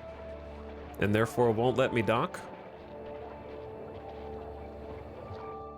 All right, we should be good. We bought these for like 7 and we're selling them for like 82. So I feel like that's a pretty good deal. And yes, I'm just gonna keep paying my space taxes. We're not doing black market deals right now because I don't want to destabilize all of these. Whilst I'm here, I will buy some fuel with those profits. That way we can keep making similar trips back and forth. Seeing remote price data requires being within range of a functional comm relay. So the comm relay in this system is down. So we're not actually able to get like updated prices on all of these goods and what they might cost us. So having some kind of price knowledge is helpful. But I don't think that they have anything that I really want. Unless they have some black market weapons.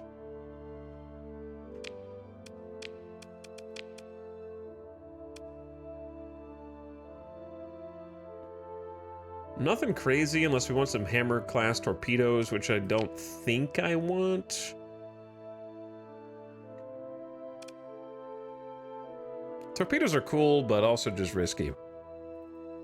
Cheap drugs? I don't think 401 credit per unit is that cheap. We can do better. I could also buy mod specs when we're a little richer. Actually, one more check. All right, now we're good. While we're in the system, I am gonna go ahead and just say hi to Morgoth over here. I can't believe there's a pirate station named Morgoth.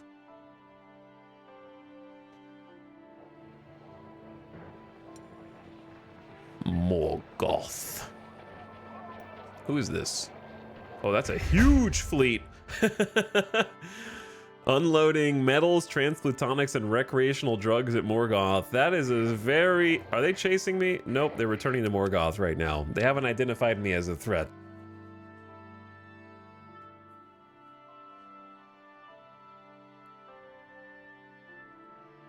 I do need lots of these mod specs. We'll hopefully find a number of them down the road. I'll buy a little more fuel. I haven't memorized all... See, like, these drugs are much cheaper. They're 185. The other ones were like 400. So it's possible that we could take them from here and sell over there, but it's risky if I can't actually see their up-to-date buy and sell prices. So what I think I will do is just quickly check the weapon options here. Ooh, an IR auto lance. Those are kind of neat, but not on this ship. By itself. Oh, they have a lot of... Ooh, they have a lot of weapons. Yeah. Okay, now we're cooking. Probably want some Sabo SRMs on this, unless we change the mining blaster.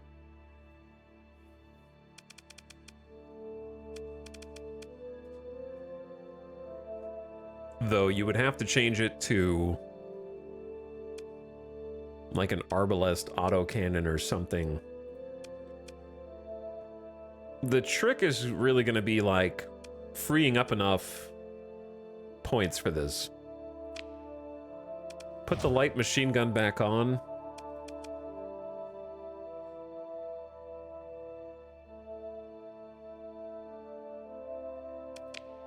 And then each one's gonna need 4 ordnance points for a Sabo.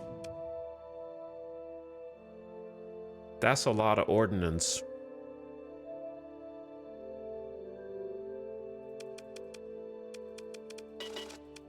That's shaving off a lot of vents.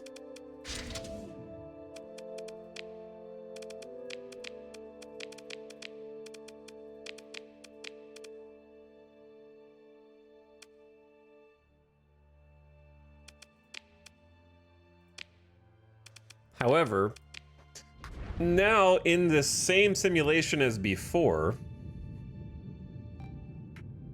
Oh, these are linked? Hold on. Cells within cells.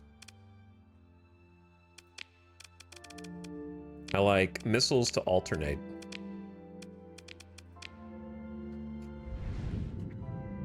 That ship looks like a clown with big hair. Hold on. Are you sure your monitor's turned on? If you wave, does the monitor wave back?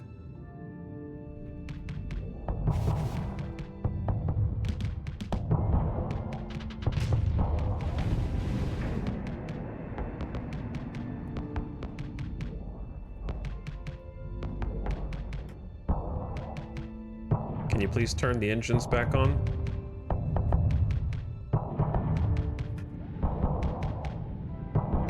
Okay. Hey, dodge this.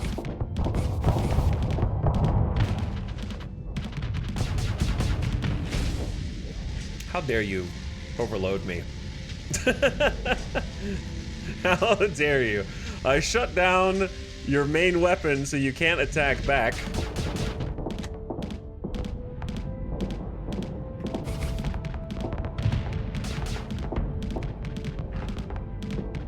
So now I'm just stuck here.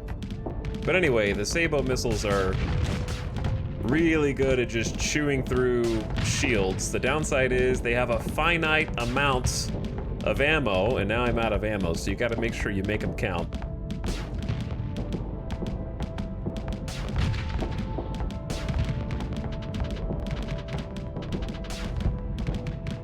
And notice how I'm not venting nearly as fast now, so like I'm really not able to like put up with it anymore. So I wonder what I can get rid of.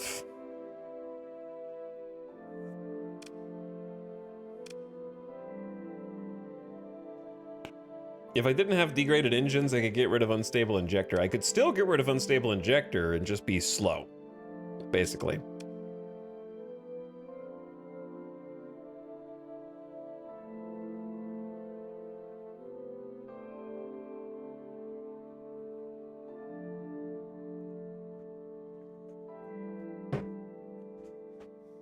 But yeah, taking off like 9 points in vents, I'm definitely feeling it.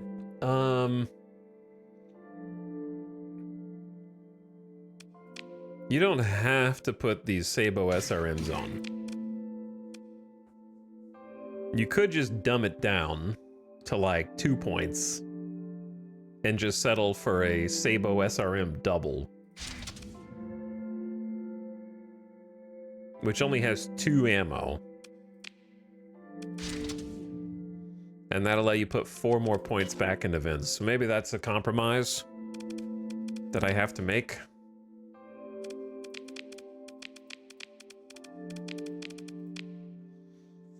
Okay. But while we're here, I like... Sometimes Sabo SRMs are hard to find. So while we're here... Oh, they got a lot of interesting weapons in this little outpost. But having like a couple of harpoon MRMs just handy... Oh, they've got light dual auto cannons as well. Oh, they got some good stuff. These will not be hard to find later, but right now they are.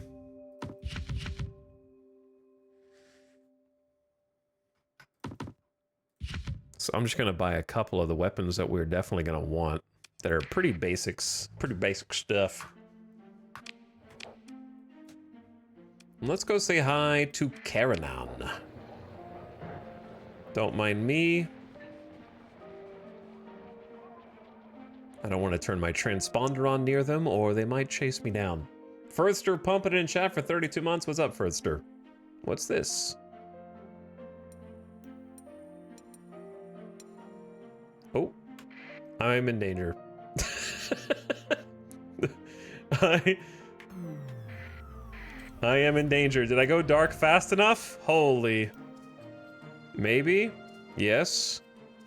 Almost got caught by the police. Oh, wait, they just pulsed. They just pinged. We need to get out of here. Pursuing pirate corsair. All right, if I just turn my transponder on now, it should be fine. They'll be like, how did you get there? Let's be chill, everybody. Let's be chill. I'm just going in here to investigate these little scrap areas.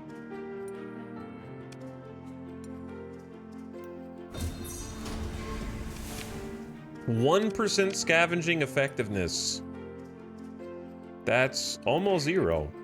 You're telling me there's a chance. Look what I found. A floating brawler assault gunship with just 1 D mod. Unreliable subsystem, so you'll have to get the kill quickly because this thing will only have peak performance for 210 seconds before it starts to degrade rapidly.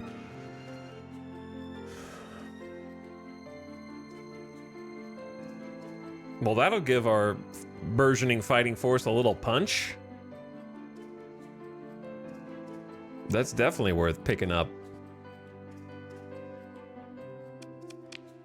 I'm adding that to my fleet.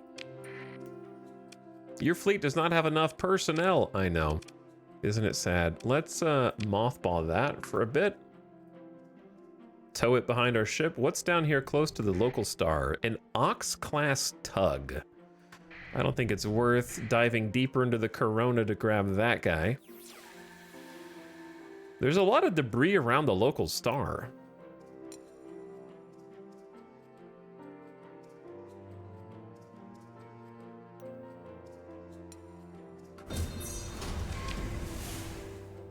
A Vanguard. With 3 D mods.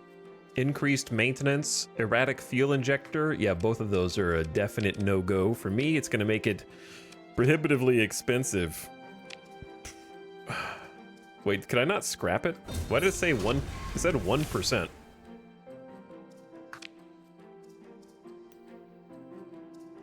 So I'm just gonna pass that. A Sunder class destroyer just sitting here.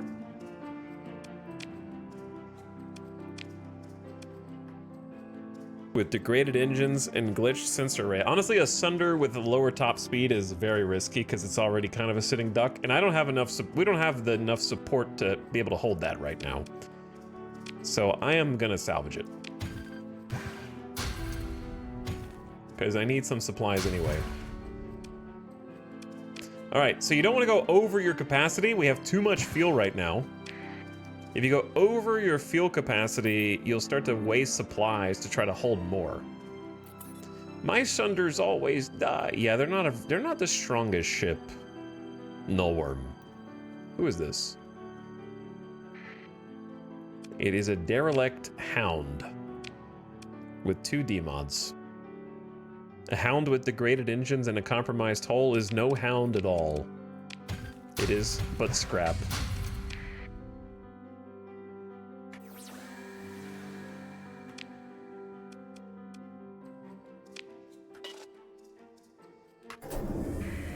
Your fleet is over fuel capacity. I did it again. Eject it. I do that all the time on accident. I just yeeted some fuel into space.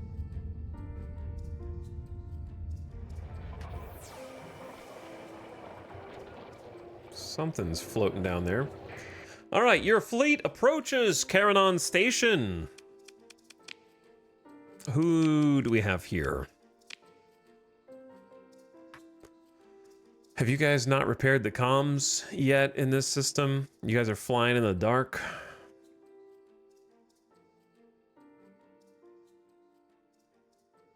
They're flying in the dark.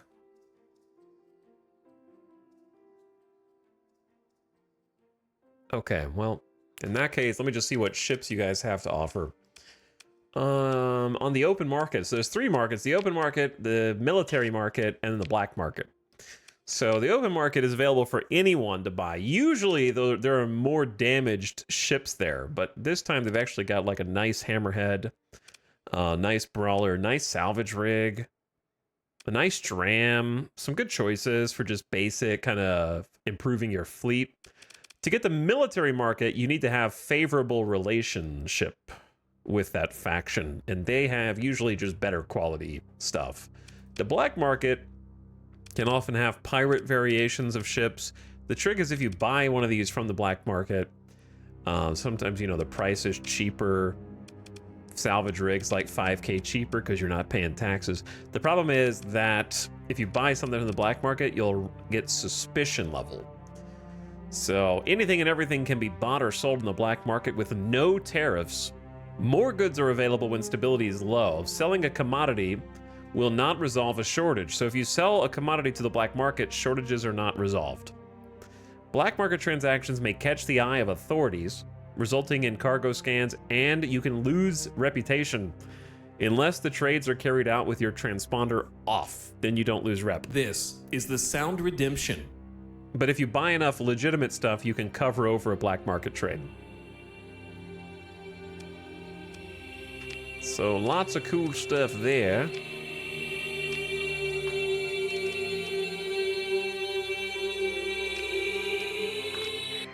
Whoops. So I spent like 27 supplies just now to repair my new brawler. Gonna be like our strongest combat ship. And we're gonna need some crew. 80 skeleton crew minimum. Crew's not super cheap here, but we'll hire a few crew from the station. And then got a nice little frigate here that can actually hold its own in a fight. Now, there are auto-fit solutions for a lot of these. However, the weapons have to be available for it to work. The thing about the Brawler is it has medium ballistic hardpoints, which means it can pack a punch. The trick is medium ballistics usually are a lot more flux dependent. So you could actually go dual mining blaster on this bad boy. We might want to arm this thing up at that other pirate station that we just looked at. Kind of the nice thing about this is we actually already bought the Harpoon MRMs, so I could just slap a couple Harpoon MRMs on this bad boy and then go find some medium ballistics for it.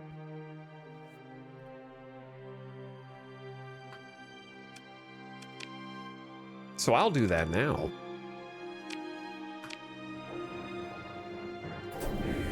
And now we might actually be able to get in some combat with some basic pirate comps. Now that we've got like a little 3-ship fleet. Less than 3 ships is pretty risky. Especially on this kind of, ooh, what's going on down here? Oh, barely escaped a huge pirate raider fleet that I did not know was just sitting here picking on dudes. Barely made it out of that one.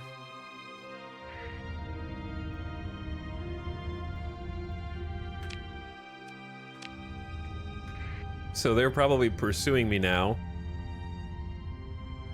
So we're gonna head toward the belt.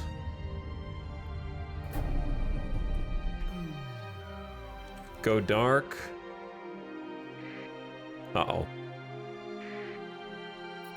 Head into the belt. Oh yeah, good luck finding me now. You looking for me? They're looking for you, buddy. They're looking for you, looking for me. Good luck. Perfect timing. Nice little getaway. And they just got wrecked, so let's go pick over the wreckage now. Just don't get caught by the Sindri and Dikta fleets. We want to stay dark. Let this nice Sindri and Dikta military fleet leave. And then we just mosey on over. Don't mind me. Just doing perfectly legal, illegal salvaging ops over these battlefields. Only 53% scavenging effectiveness. Do we risk it? Do we risk those? We risk those. Oh, that was not good. That's it? That's all you guys dropped?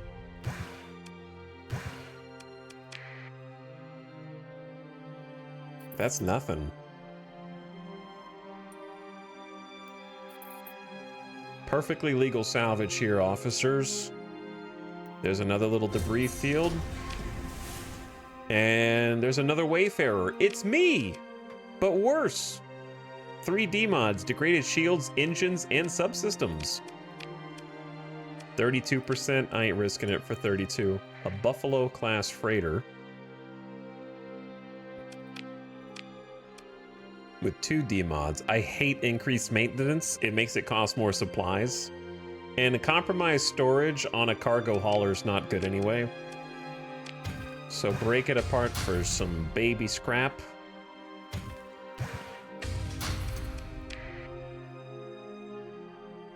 And then I want to go back to that other station.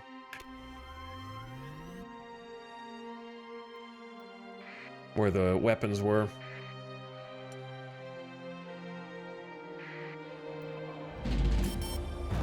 My money!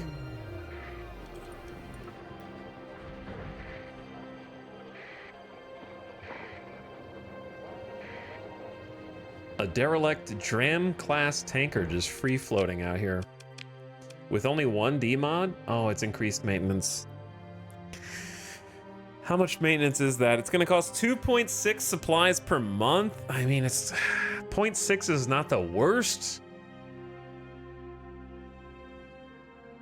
Though the problem with a Dram is it's got a max... Isn't it like got a slow max burn?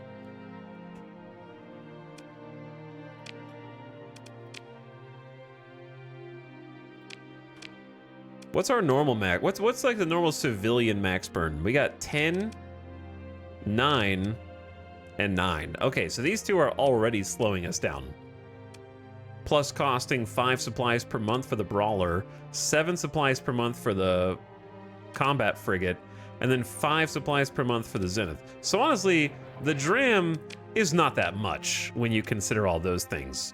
And we're gonna need a Dram at some point just to carry extra fuel for us. The problem is we then have to protect it. And its sensor profile is pretty high, so it's gonna make it way harder to like sneak around in stealth. So I'm just gonna salvage it. And worry about the rest later. Hello, Morgoth. Morgoth. Morgoth. I think these guys had like more weapons for us. They had some choice armaments. Oh yeah.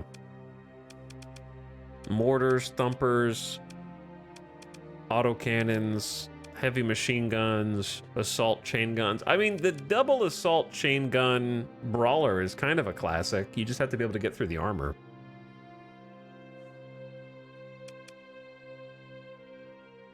I think it's either that or double anti-shield. And then keep the harpoons. Chad, do you have a preferred way to outfit a Brawler out of these basic weapons?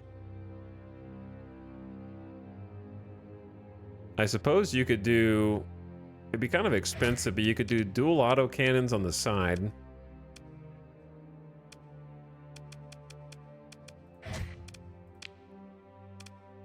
And then double assault chain gun on the front, which is very...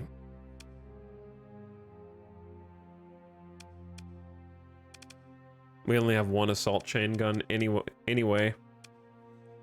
You could do heavy mortars. I like thumpers. How do you get through the armor?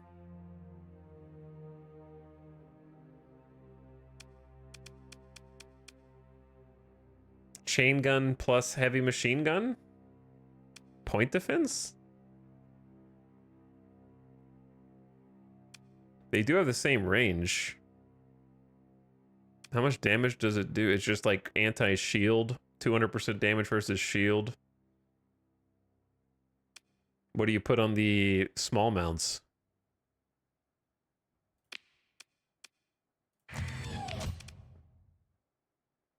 Do you have them linked?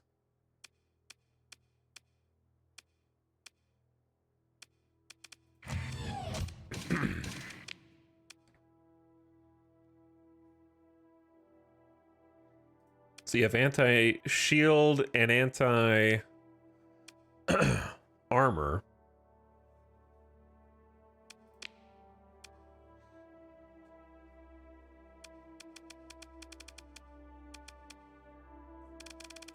Just go full chaos attack mode, annihilator rocket pods on both sides.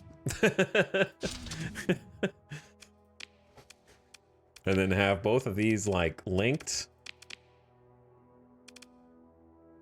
And then both of these linked.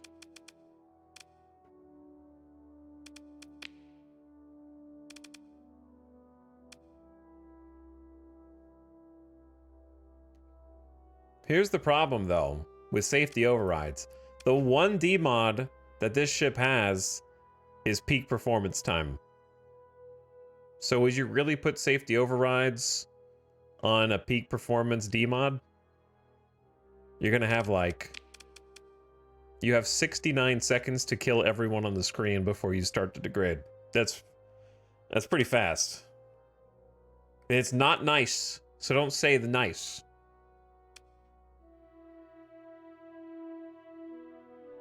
How much time does hardened subsystems give you? Well, it gives me no points for capacitors and vents. 104 seconds, so an extra 35 seconds.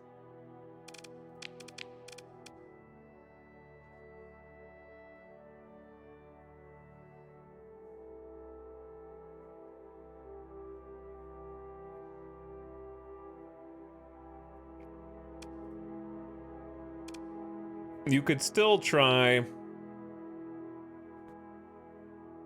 What's the default speed? Top speed is 100, so unstable injector would give it 25% more speed for 1/3 the cost here. You don't get the flux dissipation rate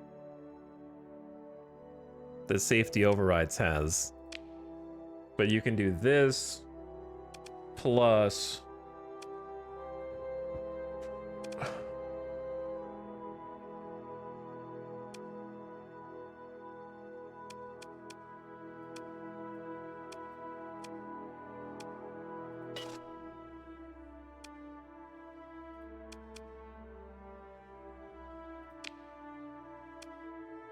210 peak performance.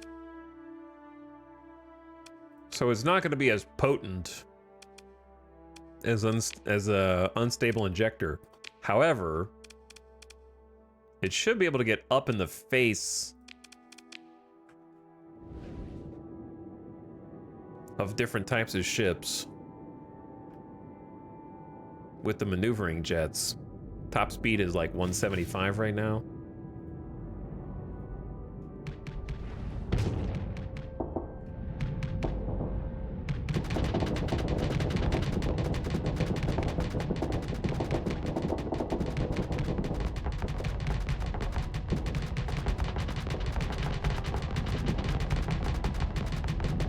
And just kind of bully them until it runs out of juice.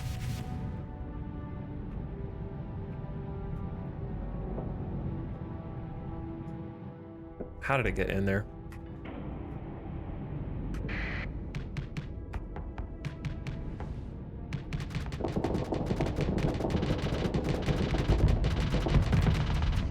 Whoops. Gotta learn how to aim those.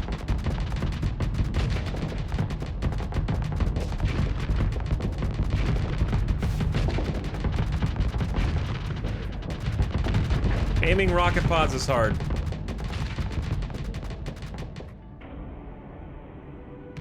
So yeah, I mean, the brawler is a brawler for a reason, right? Like, it can get in there.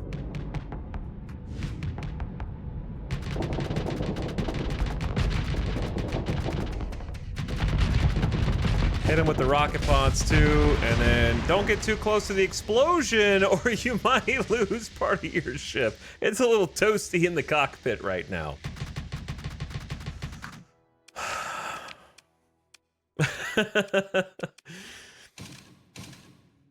Also, apparently the ad's gonna start in like 2 minutes.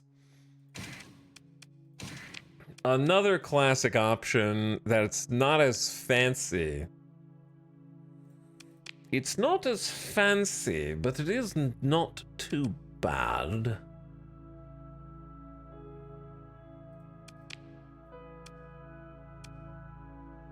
I do like the assault chain gun. Biggest downside of the brawler is if you pilot it, you have to take care of... You don't have any point defense guns, basically.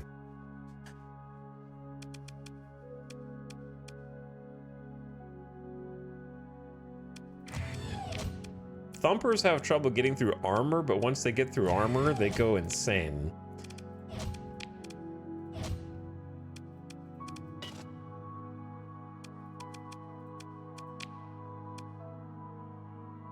So if you're gonna be like up in their face, you probably want like, again, reinforced bulkheads, probably.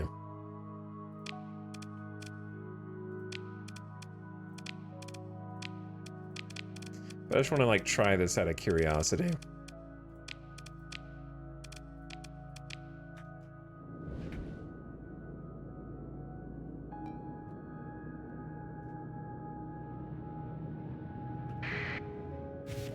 I don't know if these two little autocannons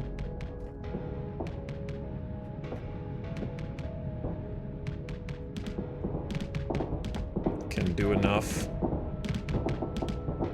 So the autocannons to get through the shield, right? And then once they start putting the shield down,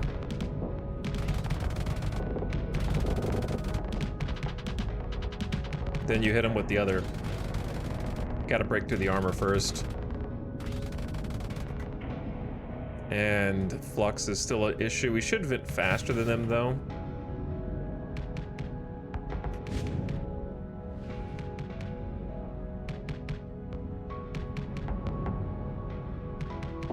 All right, ad starting soon.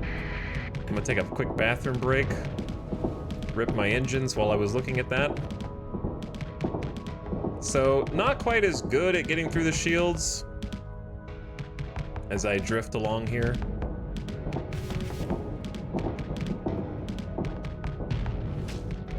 My autocannon, my engines. God, those missiles are so annoying against a brawler. I'm spinning out! He's only got one engine working. Ah!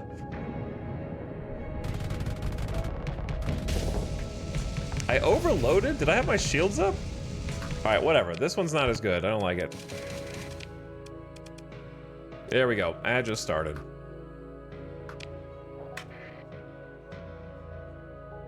Alright, bathroom break.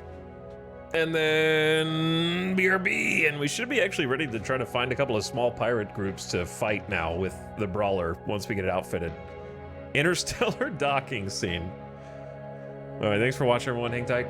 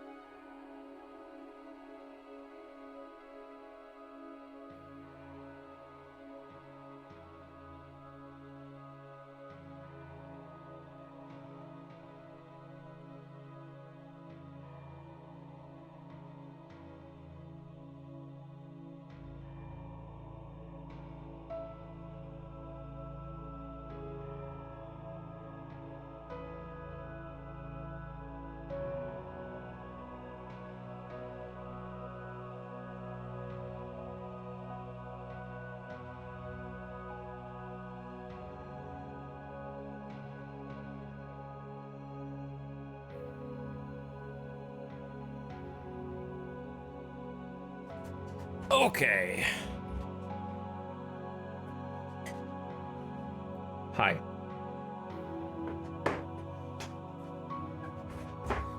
Chat, how have you guys been enjoying the recent Starsector updates? How'd your own campaigns go? Or rather, maybe what is your favorite mod besides like Nexarellan to use with it?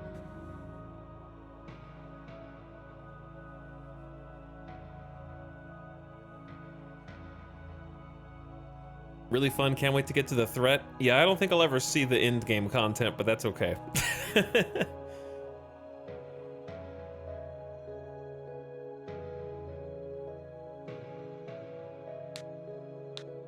Enjoying it, but I haven't been engaging with the new Redacted as much as I'd like. Knights of Lud is a really fun mod. Yeah, I've seen that one around before. There's a couple of big ones that I've never tried, but thought about it. Chat, if you're in a dark room, close your eyes.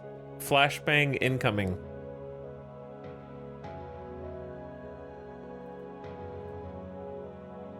Pew!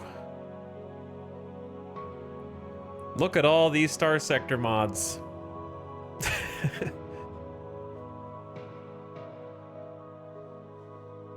There are many. The blue ones are current, the orange ones haven't been updated yet. Mega mods. Hazard Mining Incorporated. Industrial Evolution. There's Knights of Lud.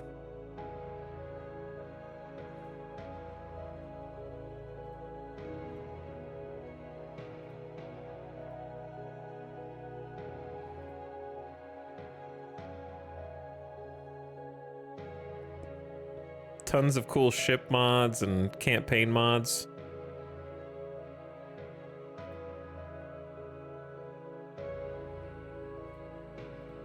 Did you buy the Idris? No, you dingus. Why would I buy the Idris?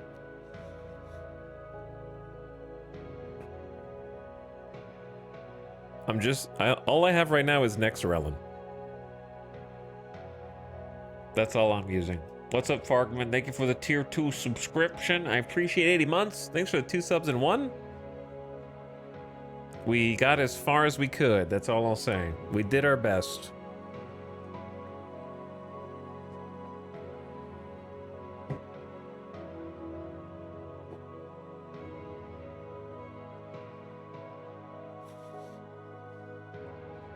Is this a 0 to hero run? It is, actually. I started with a custom start that limited my credit. Well, okay, it's a 5,000 credits to hero because I don't actually know what I would do to make money if I had 0 credits. But also, I get no stipend from the academy, and I have a debt that increases as I level up. And started with a single ship, just a Wayfarer. Standard frigate. So we've worked up from that start, and no faction affiliation. So I did not start with a faction, so we cannot do like pirate kills for money without getting rep first with that faction, I think. So we've had to do we've been doing some trading, which is typical for this kind of start, but I like trading. I think it's fun. It's fun to watch money number go up. That's for sure. So we worked up from 5,000 credits to 0, and then we owed like 1,200 in debt, and we've paid that off, and we worked back up to 80K. So we stumbled upon a mostly intact mule, pirate mule, and we're using that to increase our cargo capacity from 225 to another 375 and have a little bit more combat capability. And then we just picked up a brawler, and we salvaged this as well. So we're trying to figure out what to put on said brawler.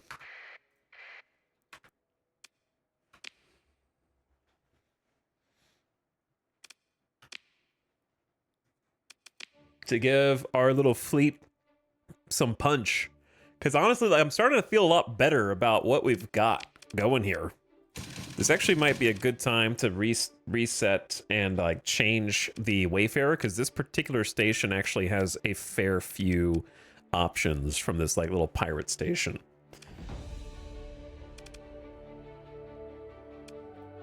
But I don't really have a preferred way to set up a Wayfarer. The Wayfarer just kind of sucks.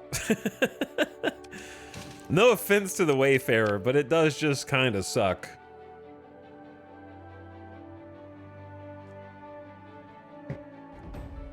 I don't think there's any way to make it not suck.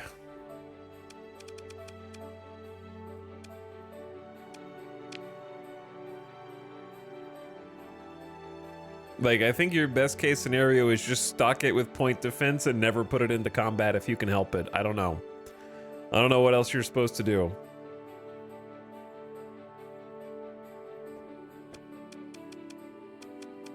It's just a terrible ship with awful hard points. It's a repurposed civilian ship in lore. Yeah, it's not supposed to be good. It's the starter ship for a reason. There's the only thing you could get worse than this is a shuttle. Or like a weaponless kite. You can't go any lower, really. At least it's not a Buffalo. At least the Buffalo would hold more cargo.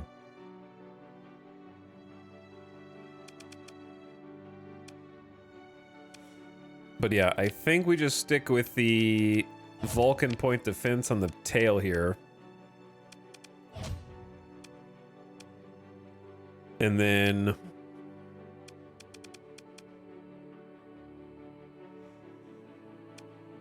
I have no idea what to throw on the side. I don't like ion cannons on this thing, really.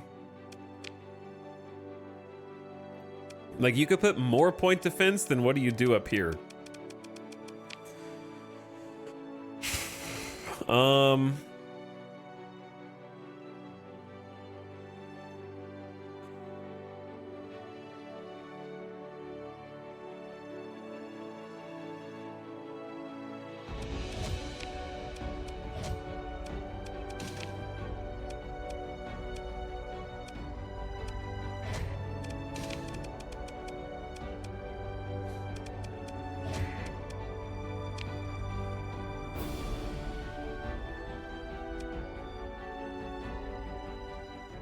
All right, so we're just gonna go point defense to try to keep it alive. And then I'm just gonna put autocannons on the front to support the other ship. And have them stay next to each other.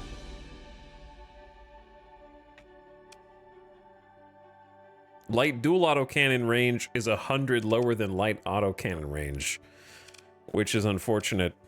So I'm gonna go with the higher range. This thing's gonna suck, but I don't want it to really fight.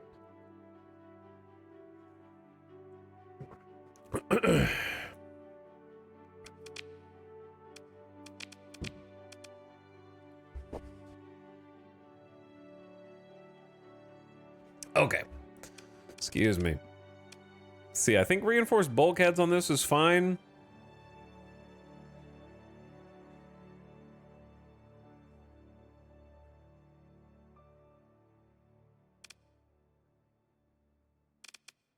And then maybe expanded cargo holds. Is this a civilian grade hold technically, or no?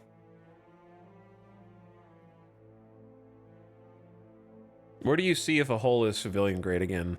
It's like, isn't it like here? It would be here, so it's not. So expanded cargo holds increases max cargo by 30 in this case.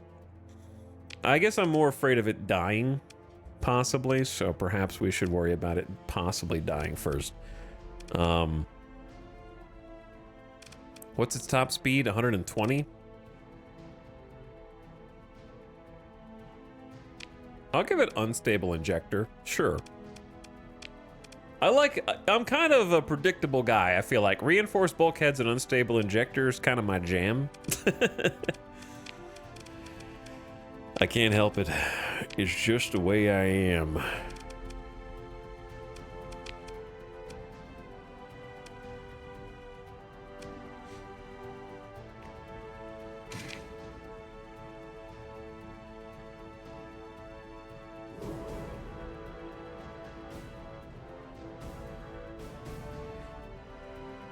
Light autocannons? Yeah, that's what I was already gonna do. I feel like it's the only thing that you can really do. So I've got an idea.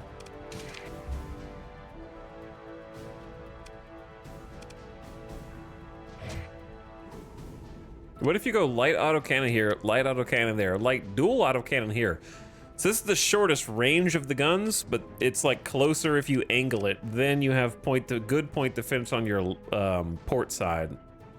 And then Vulcan cannons in the rear. That actually might be good.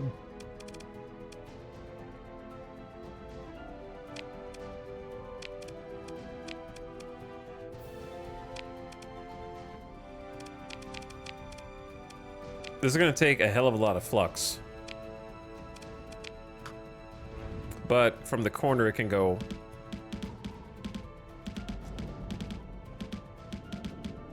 We're not going to be able to kill much. But we're just here to support another ship. Okay, and it's got extra tankiness. The fun thing about, I think, Starsector, there's many fun things about Starsector, but it's very flexible and fun to experiment in, and I don't think that there's one right way to build any ship, which is nice. There's a lot of versatility in composition with the ordnance point system, and I do quite enjoy it.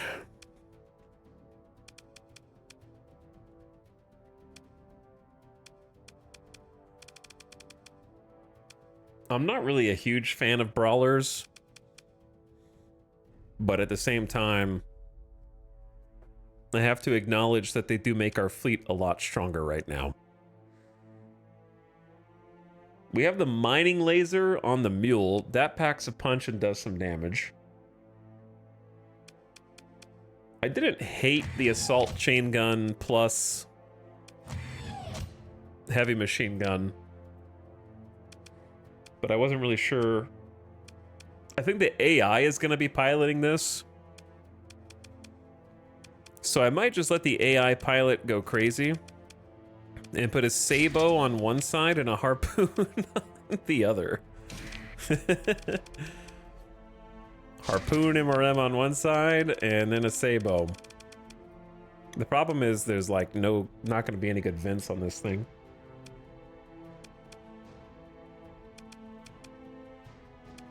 I don't have enough OP, brother.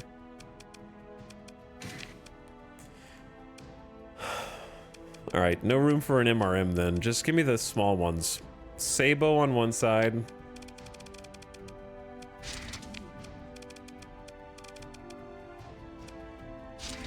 There we go. Wait. Where'd he go? Everything to a different weapon group. Almost. They're gonna blow those missiles early, but I don't really want to put other guns on here because it's gonna be way too flux intense.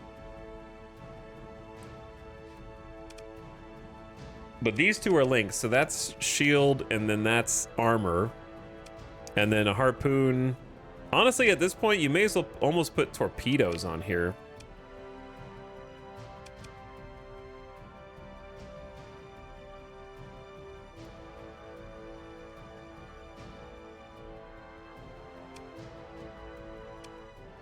You could put torpedoes on here.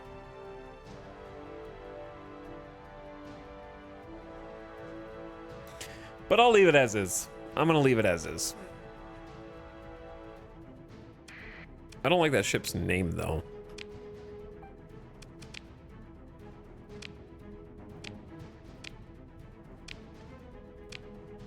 The Stellarian. That's a different video game. Don't stop until C. What does that mean? This is my favorite part of Starsector. What, trying to come up with loadouts?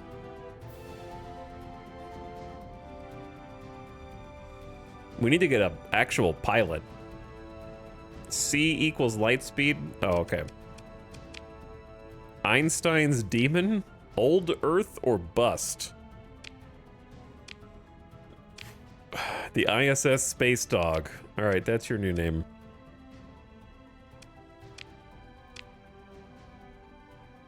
The Mercurial, the Zenith. All right, sure.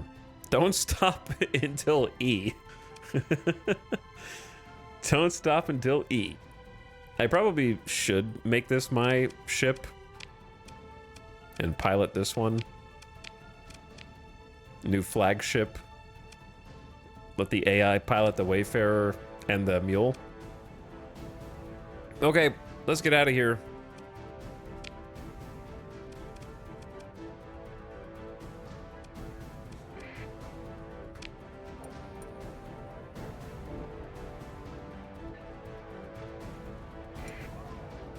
But first, let's get a little nosy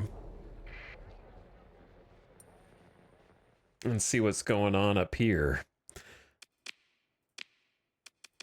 I do not want a Cerberus, but I want its scrap.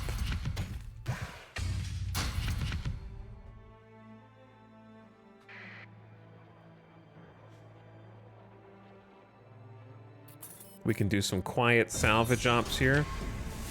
I don't really want 40% effectiveness. Hermes class shuttle, that's going to be like 1 supply. 3 supplies. It's close.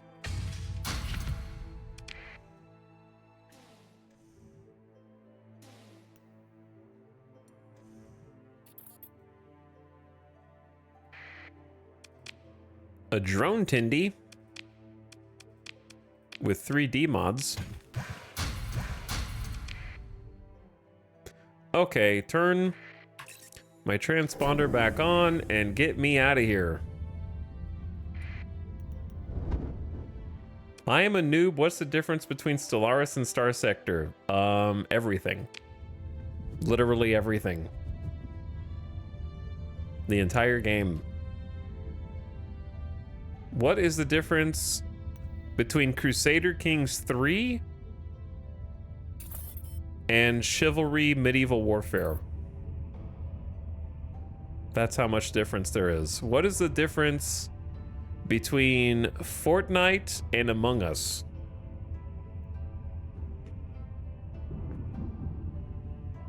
What is the difference between Super Mario and Rayman?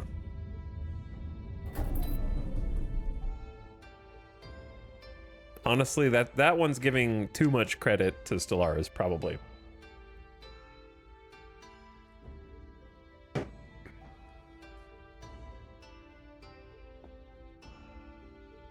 I miss Rayman. I also miss Rayman. How does having a convoy work exactly? What do you mean? Basically, if you get into a battle, you get to choose which ships you want to field in combat. You'll choose the combat ships and not choose the non-combat ships. But then if your combat ships lose, your non-combat ships will have to potentially flee in like a retreat scenario. Is this randomized core systems? Yes, it is. That way, backseaters don't know where the optimal trade routes are already. And it's a beautiful thing. And we get to discover new trade routes that we didn't even know were there.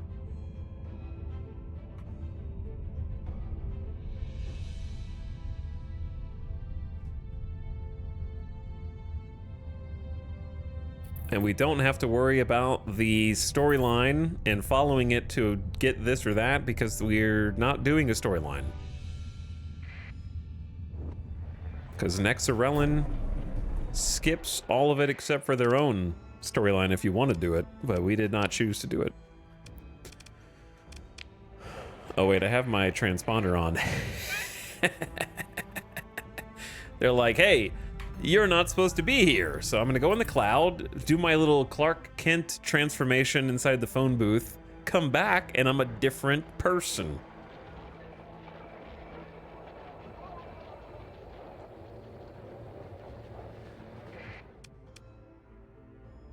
Oh, look. Now I'm allowed to say hi. The trade route between Mordor and Gondor. Well, I mean, we have Morgoth. There is a Morgoth.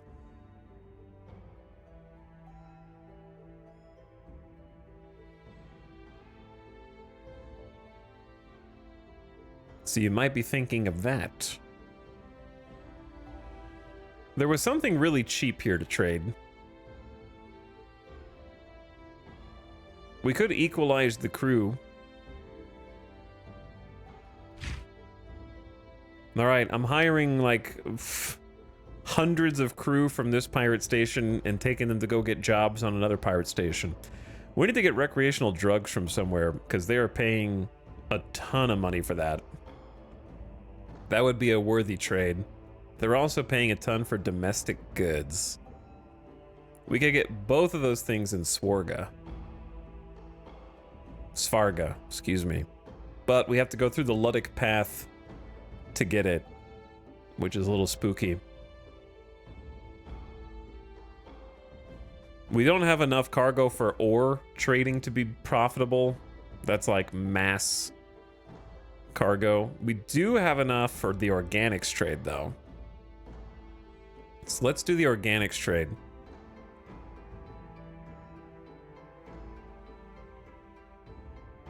So if we buy for 7 credits from Cessine, whatever, and sell to the other pirates in Warmunadoc, easy profit, to be honest. This trade won't last very long. We'll fill it pretty quickly, but for now, we're only paying like 7 credits for the organics, which is a really nice deal.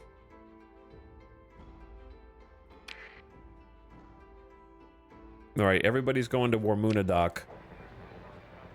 And the other great thing about this trade is it's very close.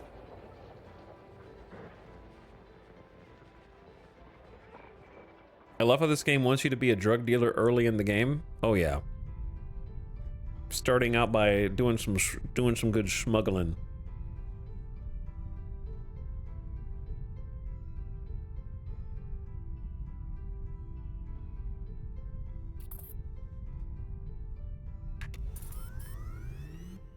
Okay. There are... Uh-oh. Oh, I'm in danger. I screwed up. The Sindri and Dikta got me. They were inside the asteroid field. Time for a casual E-burn.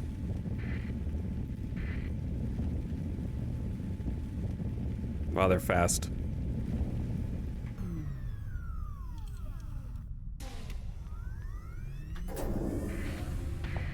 They got me! Sindri and Dikta relationship down by 2. Oh, halt, criminal scum! Luckily, I don't think I have any contraband, and if I did, I could hide it.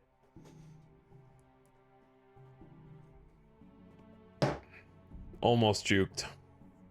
They were just right on me, dude.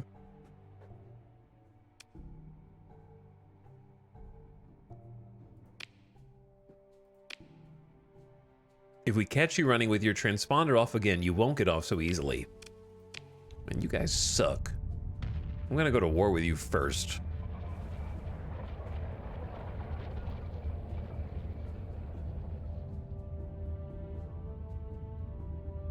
Very rude. Also, our top burn speed is 18 now. Which one of you is responsible?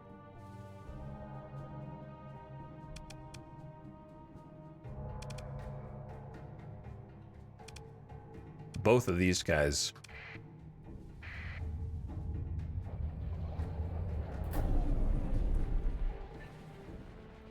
Man, there's hegemony fleets over here too. All right, I'm gonna chill in the nebula.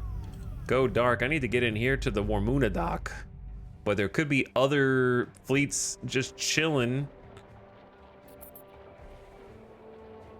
inside the asteroid field. I got caught, but they didn't find nothing. They just got in the way of a little bit of my profits. All right, we're selling organics at a whopping 77 credits. We just bought these for 7. We're 10xing. That's a 33k delicious little trade there. And then they also need people to work, so I got some crew for them. Skeleton crew's 80, so let's keep like 100. Maybe even 110. And we'll keep those guys on. Now, as far as supplies go, it's cheaper to go to Nikun. Oh, we could buy from Nikun and sell to Cecine. The money, dude. The money. Cecine wants fuel. We can't really do a fuel trade.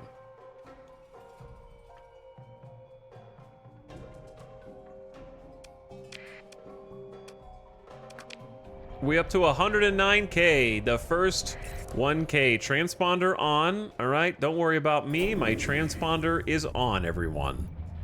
Do not hunt me down, local system authorities. Who it is? You guys scared me. For no reason. We got our first triple digit with a K at the end. Moving up in the world.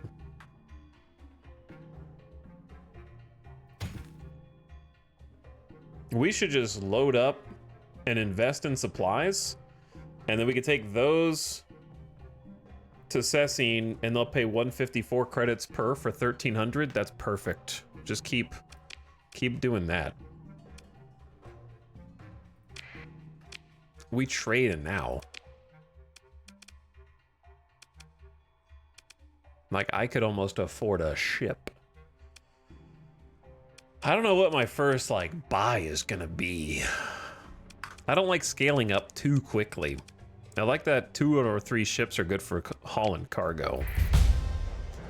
You advance to level 2. You have 4 story points to spend. You gain 10,000 XP from profitable trades. You just spent $5,460 on your monthly expenses. Uh-oh, I owe 4K from an obligation from my past? Oh dear. That's not good.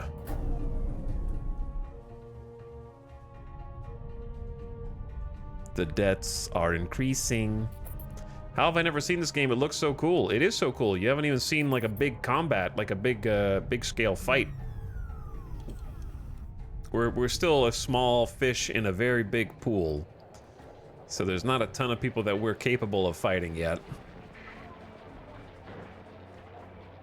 So I'm trying to build a foundation first by doing some trading. But yeah, not only is this game really cool, but it's very cheap as well. You can only get it on the dev's website. I bought it there like in 2011 or 12 or something. And it just got another update last month. So I'm still getting updates, pretty big ones too, and still a very active modding community.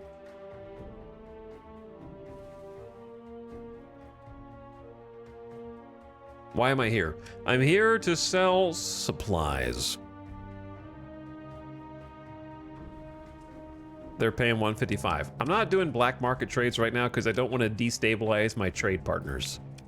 So I don't want, like, if I keep giving them the supplies that they need and filling that demand, they might actually grow and become a larger station. That's assuming the other factions don't come along and destroy them, which they probably will in time. I don't want to give you all of them. I want to keep some. I think 100 supplies is kind of a nice safety net, but then the more supplies you keep, the less cargo room you have, right? So maybe I'll go down to 50. Let's get 77K. We're up to 130K. All right, now we're gonna snowball a little bit until we fill all the trade demand. And then the trades are gonna get fewer and further between. But then there's bounties that you can do, of course. And we got like the intel screen where you occasionally get updates with different optional events. You can also go down to the dockside bar and talk to people and see if they got missions for you. I don't take many of those, but there are some good ones. You take a shuttle down to the main concourse and quickly find an likely looking establishment. The space is dark and filled with shouts, sweat, and pulsing music. Every wall and surface is pitted and stained by rough spacers banging their mugs and laughing as a couple of pirate crews posture for a fight. You can only assume that one of the heavily augmented bouncers will spoil the fun before weapons are drawn. Gangers and pirate captains watch the scene smugly from smoke-filled booths at the back. A man in a cheap business suit sips a reasonably priced drink, occasionally tapping at his tripod in consternation. Go talk to him. He looks up. You're a trader, running a merchant fleet? You mumble something inconclusive. Oh, that's perfect, he says. I need you to clear out a warehouse as soon as possible. He shows you his datapad, a cheap tripod knockoff, now that you see it more closely. Right now, it's full of 330 units of organics. If you could help me get rid of them, I'd accept a price as low as 5 credits a unit. That's a real bargain. He puts down the datapad. So, what do you think? This is not a very big trade, but, where is it? Is it here?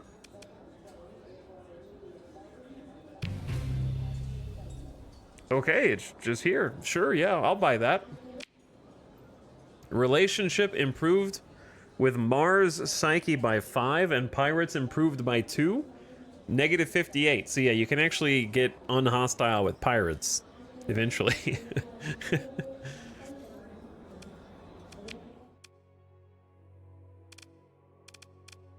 But you start pretty deep in the hole there.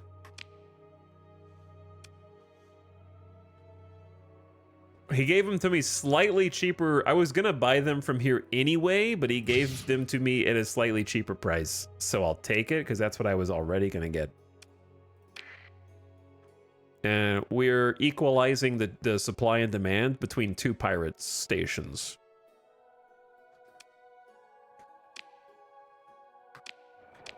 Which are, fortunately for us, in the same system. Now, the reason why the supply and demand might exist, because it is dynamic, is probably because this system is also occupied by a fairly large Sindrian Dicta station and planet, even though that's an irradiated world. There's also an independent world in station, as well as a hegemony station. So it might be difficult with that kind of military presence for any of the pirate traders to reach these destinations. So they might have just been getting intercepted somewhere else en route to refill and supply the demand here. All right, we're gonna head calmly into the asteroid field, turn off our transponder, go dark, and try to avoid the detection of those same local authorities to offload the goods here. At a markup, we paid 5 credits and then 7 credits. These are selling at 65, but their demand is starting to get filled by us. But they still have plenty more demand. So back up to, we're up to 155,000 credits. With such a small fleet, we're gonna be able to buy a pretty decent ship if we want to with this, or maybe get a couple more like cargo haulers, and then we can start carrying more cargo simultaneously.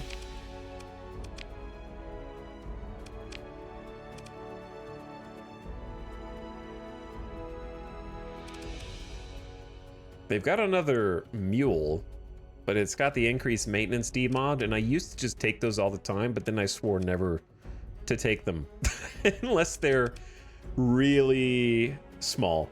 Like, oh, just 2 more supplies per month, that's not so much. And then you get 3 of them, and then 4 of them, and then 5 of them, and next thing you know, I'm fighting to stay afloat with the supply drain every single day. And it gets a little crazy. Ow. Transponder on.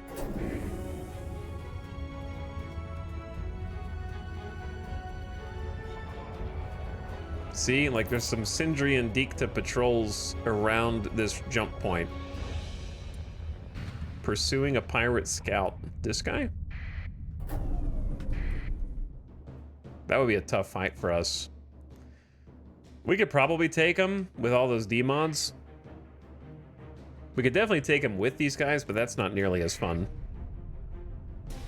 I'll just let them handle it.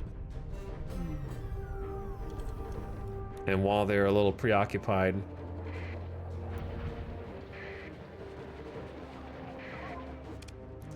head in here and load up on more. So like the price is slowly equalizing. Like it's come up to 8 credits a unit now. Do they have any other decent ships for sale? Not really. Don't forget you leveled up. There's nothing wrong with saving your point until you actually know what you want to use it for. So don't forget that. Character points are hard to come by. If you're fine without using it immediately, then keep going.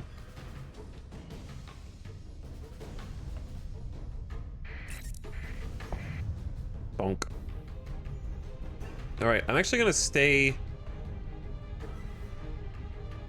close to the asteroid field here. Man, this is such a goated route. I can't believe these two spawn next to each other with this kind of like supply and demand issues. Head into the asteroid field, and as the authorities lose sight of me, circle back around. Also, pirate stations inside asteroid fields are amazing. But yeah, the price is down to 45 credits a unit now, so our profit's going down, but we're still making profit, 175K. I think it might be a good idea to go on a little journey and maybe acquire some of these like recreational drugs or...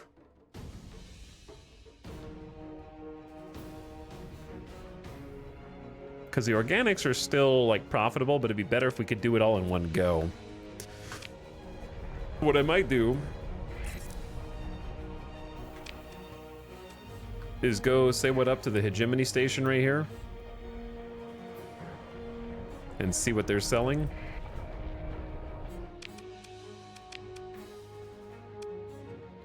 The reason I don't want a tanker right now, Zuna, is because tankers, I think,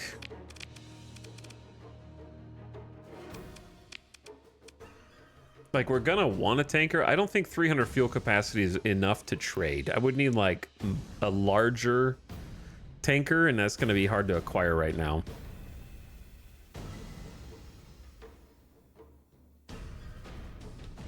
But unless I can find a decent one, it's also like increasing the sensor profile of the fleet a little bit.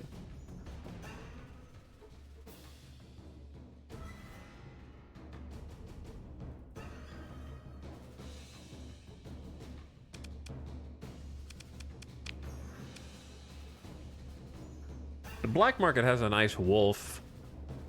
That would be a good addition to the fleet.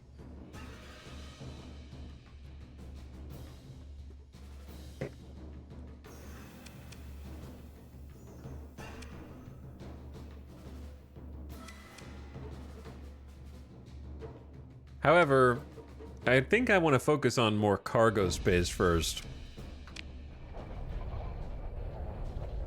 And I also don't really feel like buying from the black market right now. Let's go check the Independence. Hello, Independence. What do you have today? See, like, there's a Phaeton tanker. That would move some fuel, but then you wouldn't be able to sneak at all.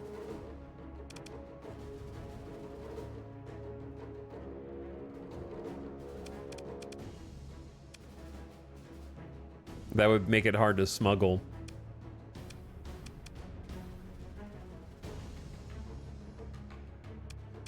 Tempest, my beloved. I don't care if they nerfed you. You're still my favorite.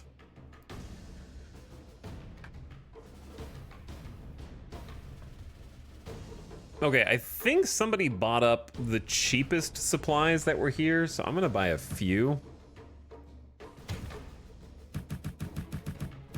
Just to kind of make sure we don't run out, because that would be very embarrassing. And then there was another like pretty good deal here. Let's just do one more run.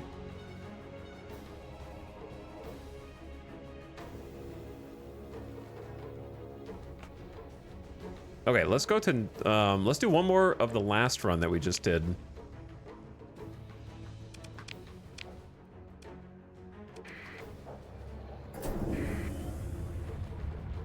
kind of make a little bit more money, and then maybe do that transbotonics trade.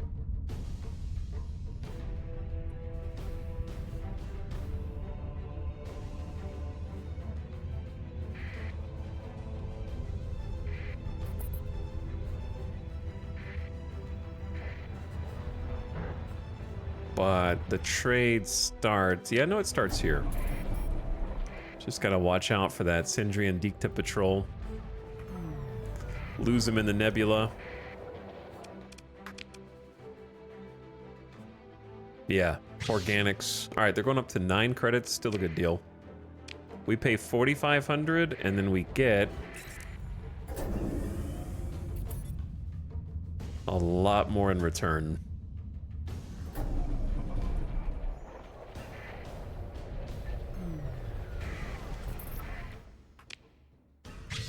Yeah, we pay 4,500, we get 20K. So I mean, it's small, but it's still profit. So I think we move on to larger fish now. We're approaching 200K. Transponder back on. Let's head to Nikon.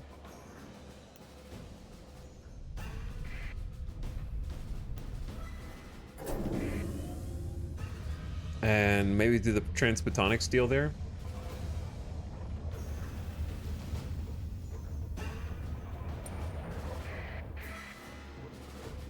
I hope you guys are chill. You scare me every time. So transbotonics, we can buy for 159 and then sell if we go 11 light years south to Svarga. There was other stuff to buy at Svarga.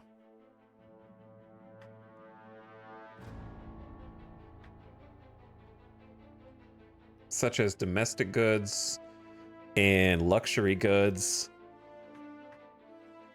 So it seems like a pretty good route.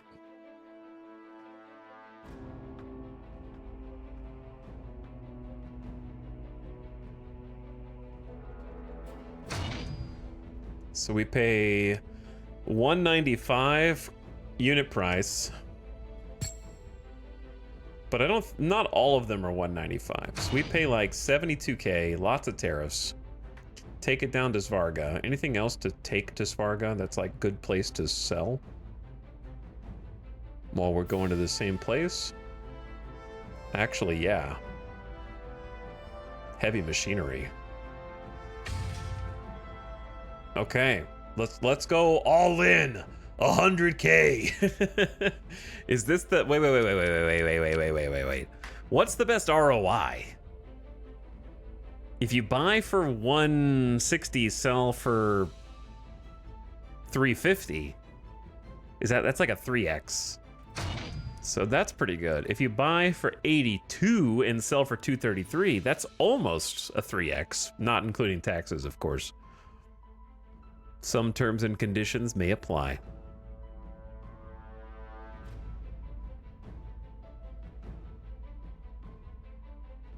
And then they're also buying heavy machinery for like 2.5. So it's actually better to take supplies there, I think. Well, it depends, because the unit price goes from 83 to 233, whereas this unit price is 119 to 264. No, yeah, I think it's still better to have supplies. Okay.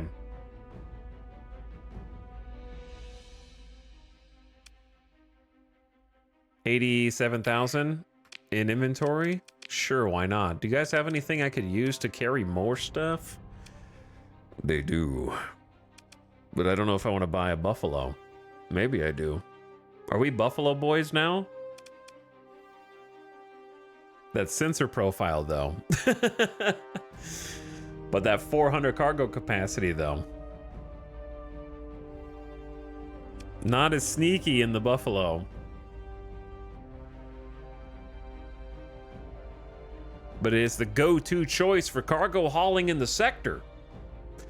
Zelion, they give her the 13 months. Much appreciated. And thank you for subbing.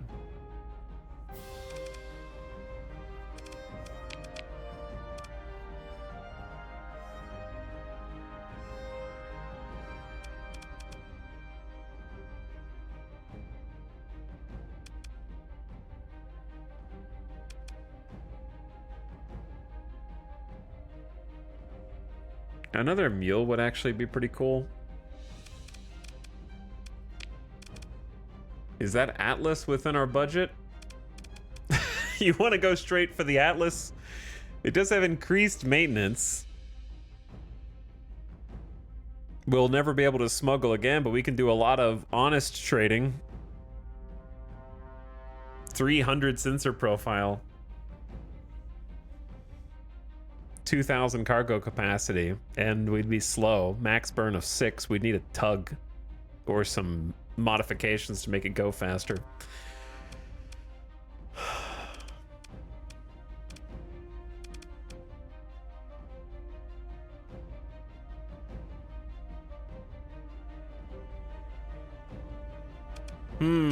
There's a lot of interesting choices, that's for sure.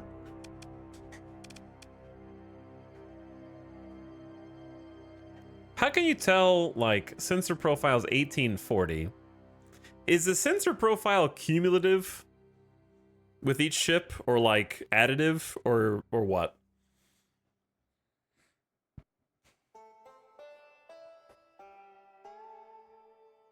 What's up, J-Man? Just F1 it. The base sensor profile of 305 ships. So yeah, it's plus 60 for the Mule, plus 30 for the Brawler, plus 30 for the Wayfarer, and then it multiplies it based on transponder and, or sorry, sustained burn and other stuff. Okay. So 120 is kind of significant because it's effectively like having 2 mules. Like the Pirate Mule would be preferable if we were trying to stay on the down low still. I say let's just go with the fleet we got at the moment. And lay a course for Svarga. Beware the Ludic path.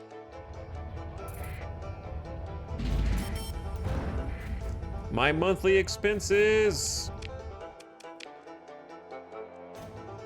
All the big contracts go to the toadies kneeling at the feet of the high and mighty. Call them approved vendors. Jen's clients, logistical auxiliaries, faithful traders, it's all the same. It's about us outsiders being kept out, pushed into smuggling and black markets, squeezed by patrols on one side, pirates on the other.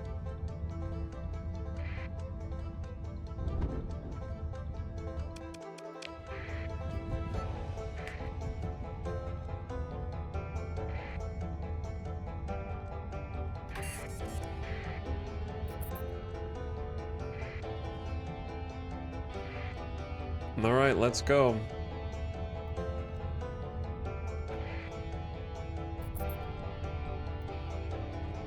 Through the lawless lands.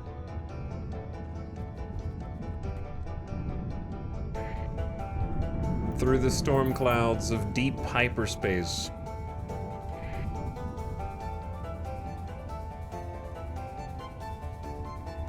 Should have plenty of fuel for this.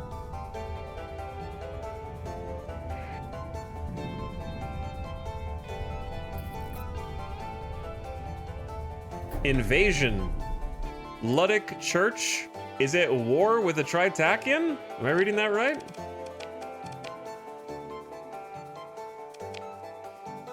Known enemies of the Ludic Church. They're allied with the Hegemony.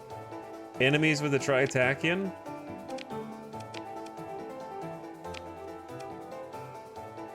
Persian League is now enemies with the Sindrian Dicta. Interesting. I think we're going to Almo.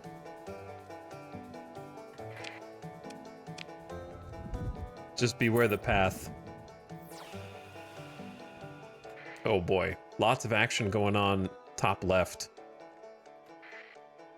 There's an abandoned station here too, which is pretty cool.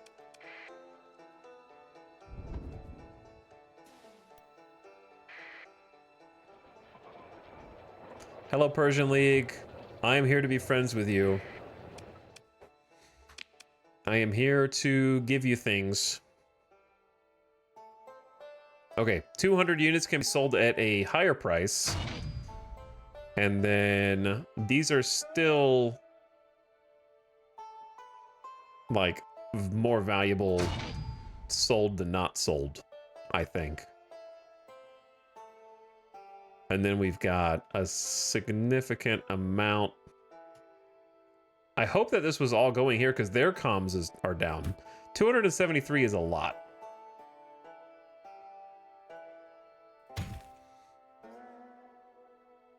That is a tidy profit. I'll leave us with 50. Paying my tariffs like a good boy. All right, 216K credits. So yeah, we just gained, I want to say like 35, 40K credits on that little investment. Once you start to learn how much everything should cost, it gets a little easier to spot good deals. But I am still processing.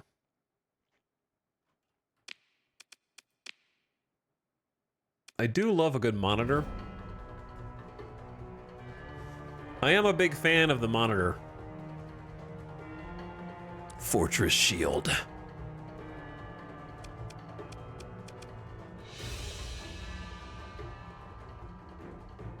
Monitor with flak.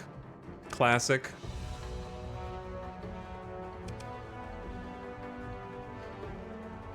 Don't love lashers, but I don't hate them.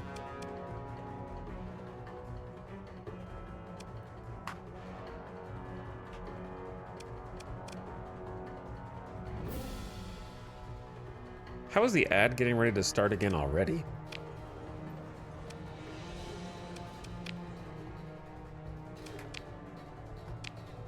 I'm kind of starting to hoard weapons. That's taking up a bunch of cargo space. But I feel like having weapons is always making a nice little collection is fun.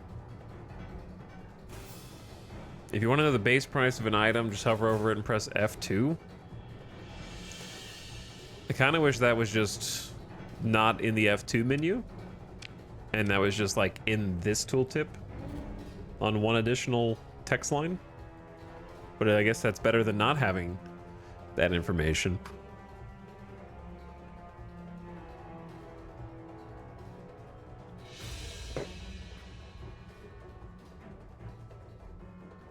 The weapon hoarding never stops. You have to hoard. You never know when you might need a weapon and you don't want to chase it down somewhere because you don't have any way to produce it or manufacture it yourself yet, you know?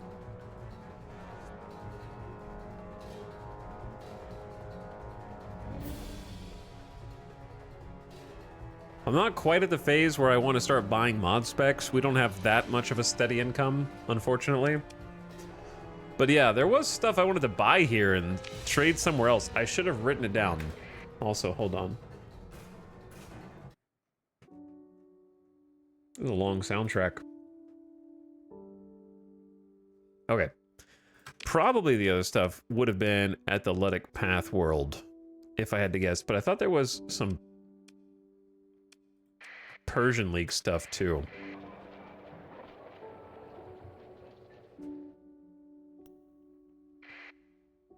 The problem is there's really nothing around this Ludic Path Star Fortress that would allow me to sneak in. And they do be fighting out there.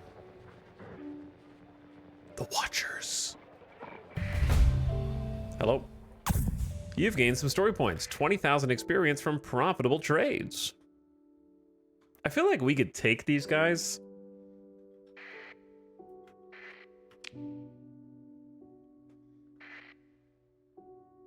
That's one of us. That's a Wayfarer and a Cerberus and a drone tender. We should be able to take that.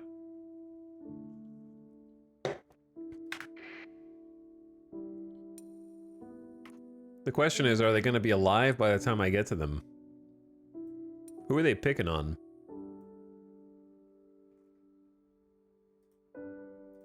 Am I going to jump in and help? Sure, why not? There's a local prospector that's being attacked by the Ludic Path. I will rescue them. Join the battle. All right, so we get to select what ships we want to deploy.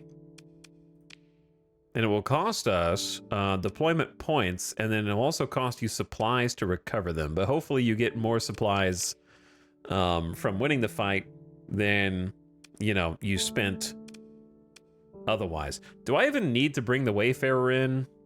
Or can we just handle it with just us two? I don't know if this is too greedy. Let's go. It's time for combat at last. We found someone that we might be able to handle. And since there's only two of us, I can kind of stick near the mule. And we can support each other. They're murdering these poor prospectors.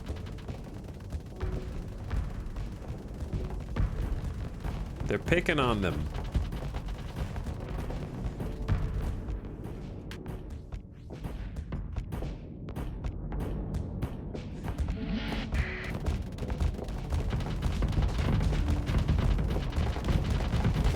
I'm going in. I'm going deep.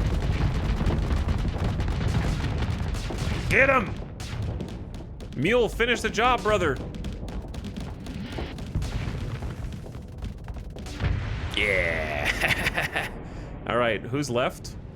This guy?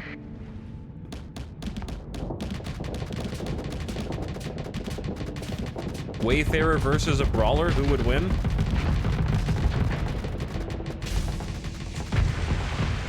All right, this little comp seems pretty nice so far. Uh-oh, missiles, missiles, missiles.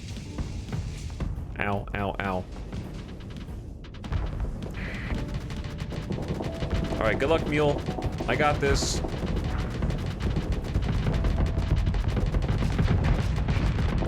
You're trying to spin, but it's not gonna work.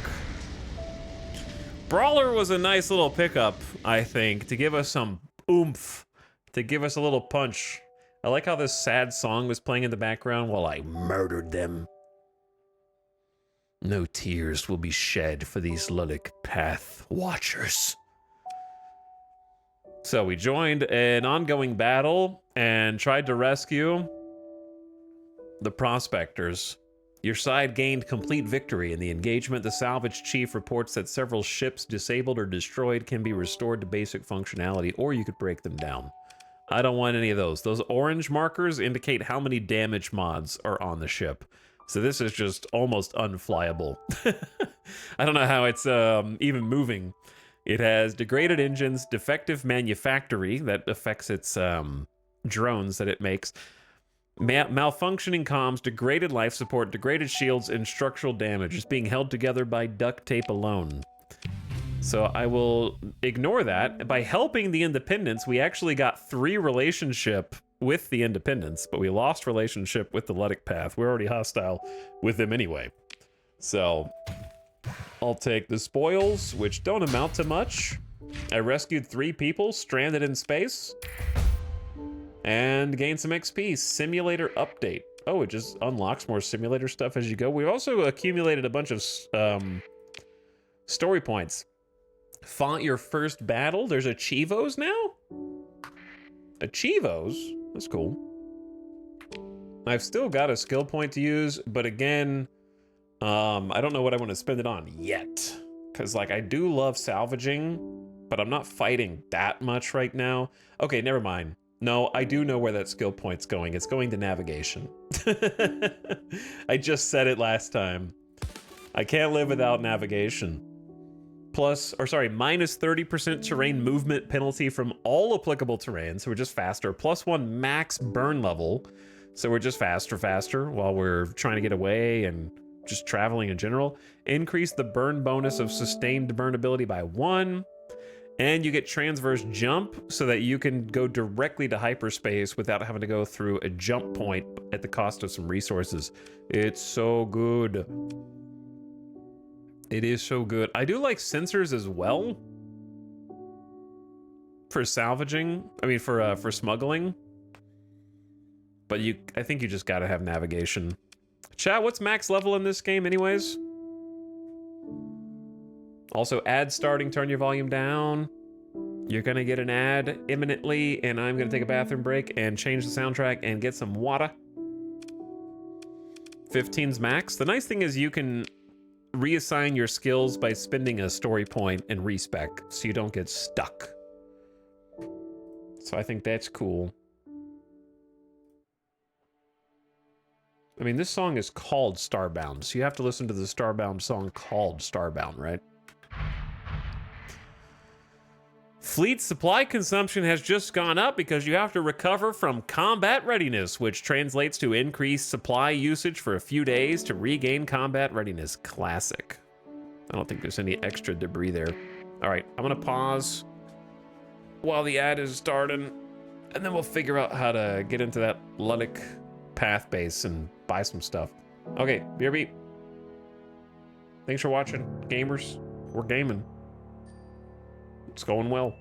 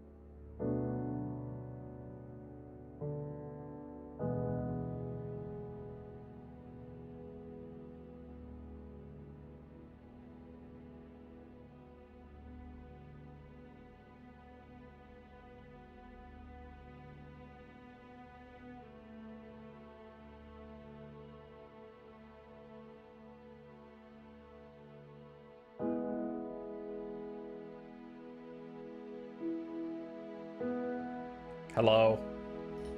We're back.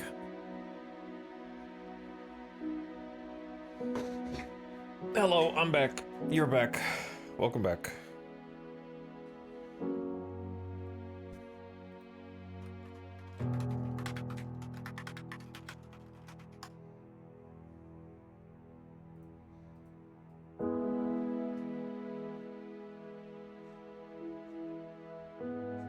Looking at the calendar.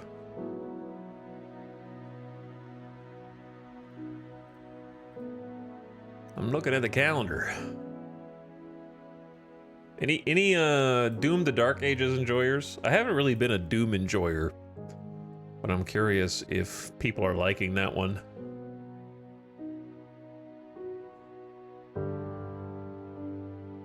I guess is Elden Ring Night Reign still coming out like in 2 weeks?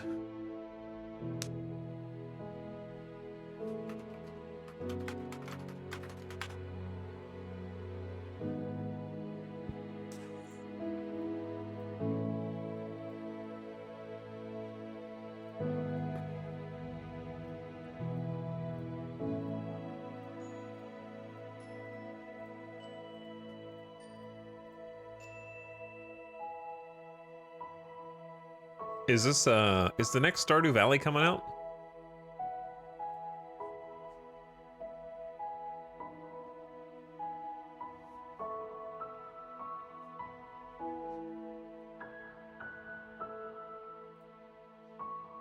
Is this the next Stardew Valley, chat? Cattle Country, May 27th?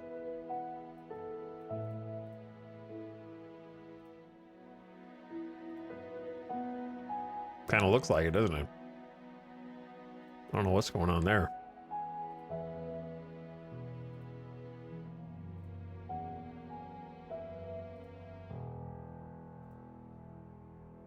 Definitely has some kind of similarities.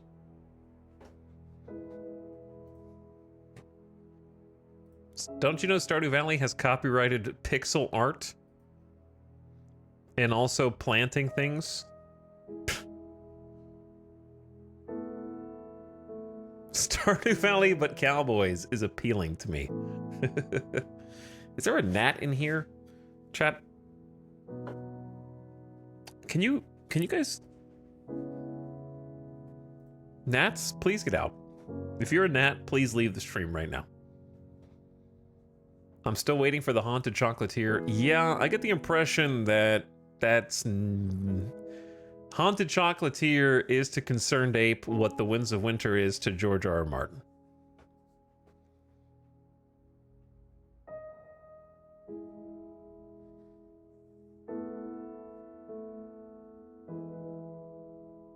But there actually is another game. So like that game that the little cowboy one, Cattle Country, is out on like the 27th, but there's another one. We're listening to the Starbound soundtrack right now. This is the final song, but I assume you're all excited for Witchbrook, but it doesn't have a release date. It just has a trailer.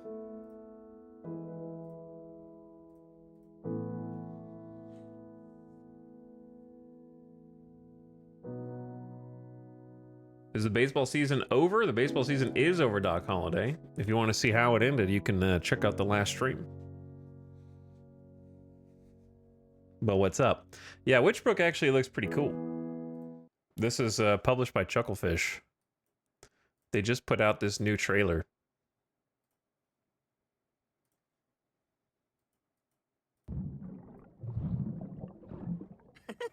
Like a week ago or something?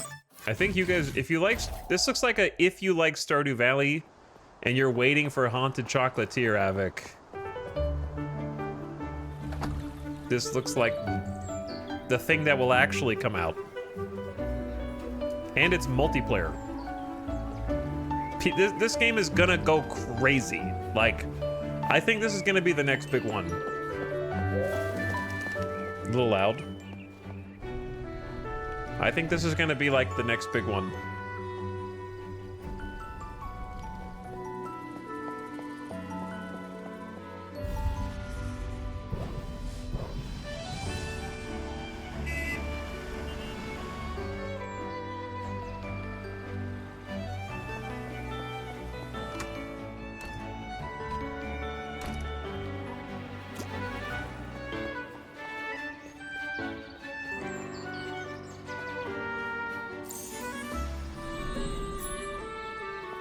I don't know what you actually are doing in it, but there's a lot of stuff going on.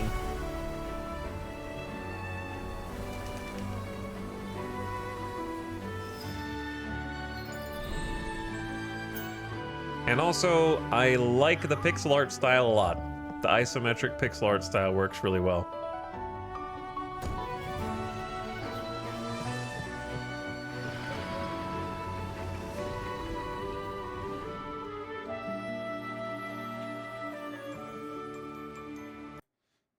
But the multiplayer I want to say is like 4-player co-op, probably.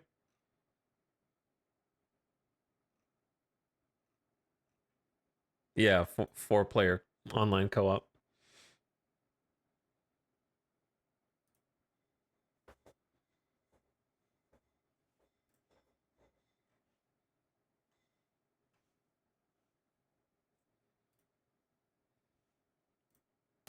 Anyway,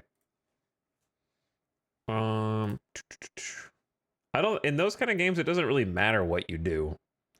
No one is like, not sure if I should get into Animal Crossing / Stardew Valley. I don't really know what you do in those games. What you do is you lose 500 hours of your life and never look back. They're life sims. They're just like things that you just turn on and just do nothing in for extremely long periods of time and then have fun doing nothing in.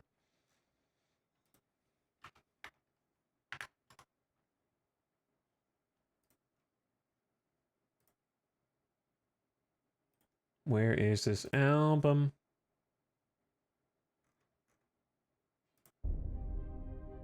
There we go.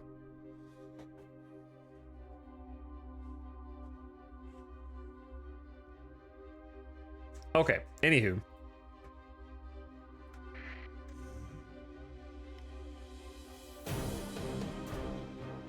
I do think that game's gonna be pretty big though. I think it's gonna be a big hit. I just got that. Hey guys, can you leave the Luddic path alone? I need to trade in there. Look at this fleet. Oh man. I need to do some trading in there, guys.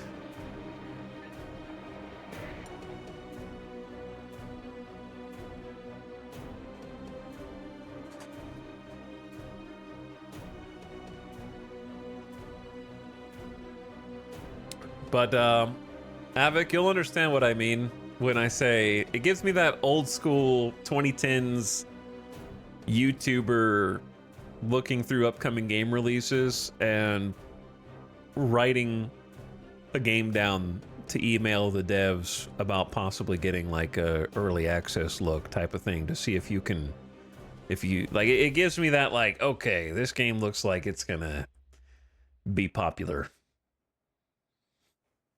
feeling that I used to get when I was like prowling for like upcoming indie releases that were going under the radar.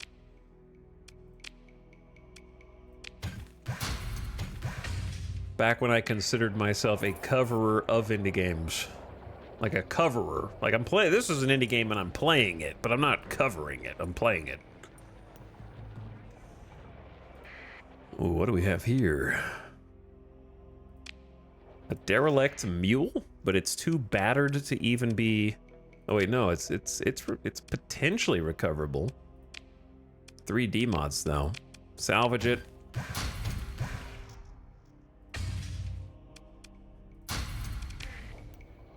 I think there was like a hostile fleet. So I'm in a bit of a dangerous area here.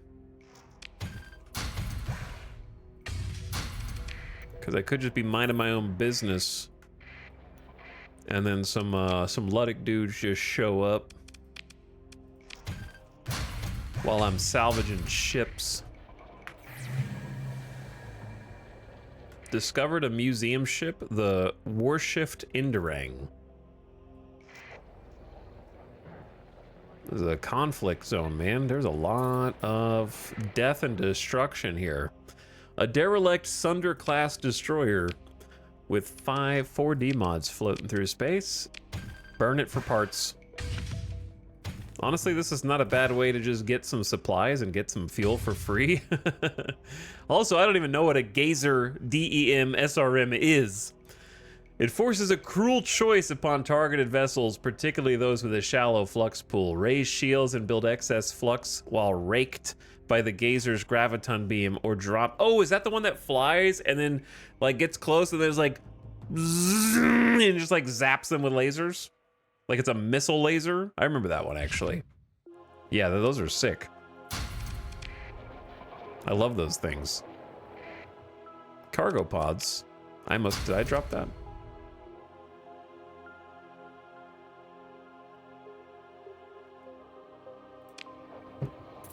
War! Try and salvage this debris field, maybe. 51%. I don't think I want to do that yet. I want higher than that. Cargo pods, often filled with recoverable goods, even operational cryopods. A clutch of cargo pods at open space are a tempting target to scavengers. Trade convoys fleeing pirates sometimes dump these and hope the pursuers will power down their engines and content themselves with easy plunder.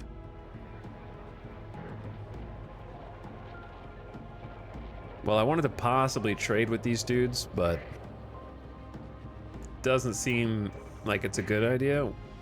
Luddic the church is chill. The path is not chills, so we don't mind those green guys. Let's visit the bar.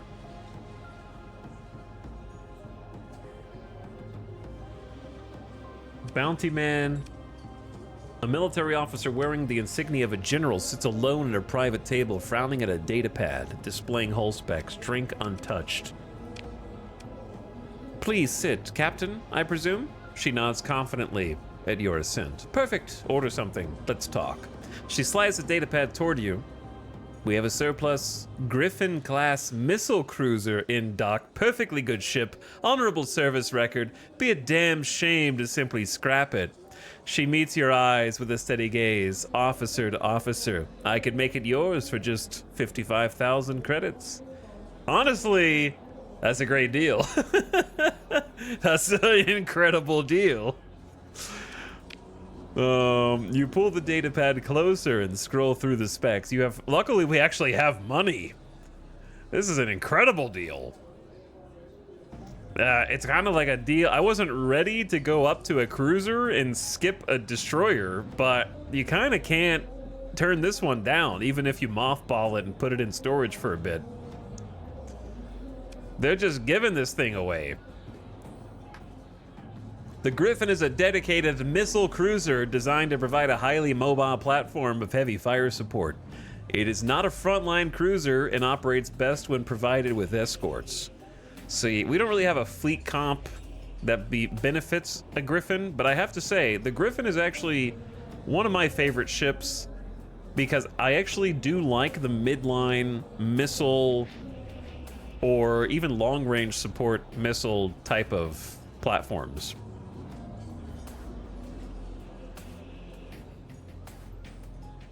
And it's got a missile auto forge built in.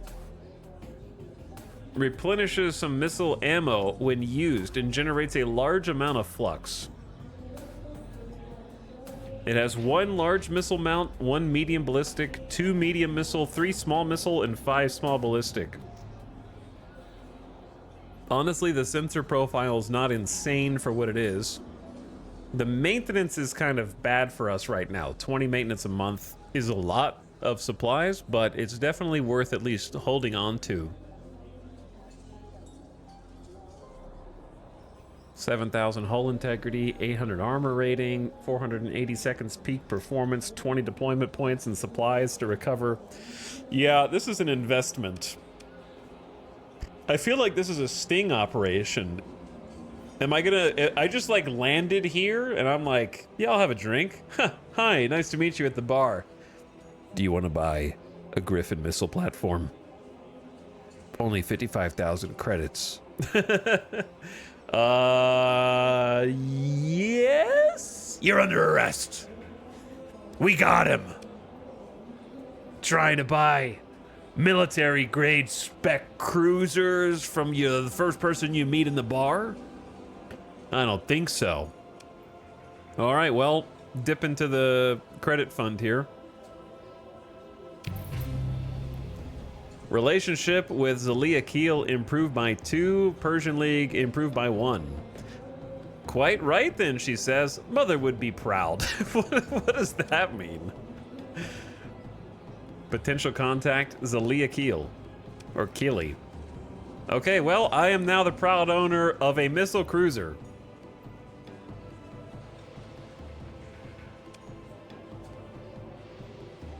From a shadowy corner, a man smoking a burning narcotic stick catches your eye. I am allergic to men smoking burning narcotic sticks.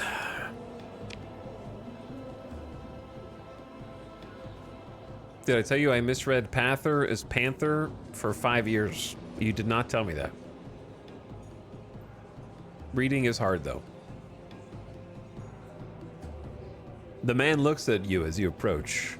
After a moment, he seems satisfied and slides a cheap datapad across the table. It displays a personnel file and the schematics of a secure facility.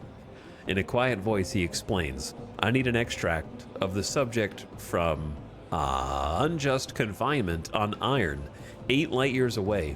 My benefactor offers a payment of 66,000 credits to secure the subject's liberation. The man awaits your reply, eyes visible only as 2 constellations of reflected light.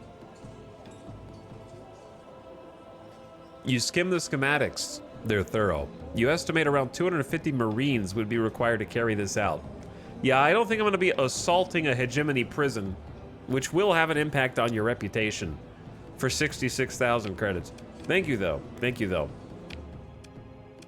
However, we've got a freaking Griffin missile platform.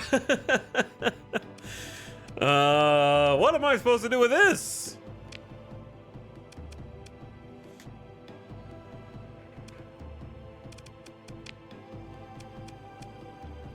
Nothing here, I guess.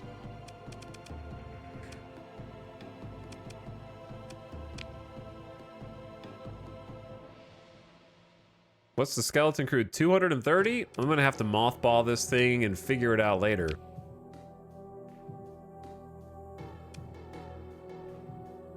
Mothball this thing and just don't forget where you stored it, I guess. I think there's a menu that shows you where you store things also. Man, they don't have any,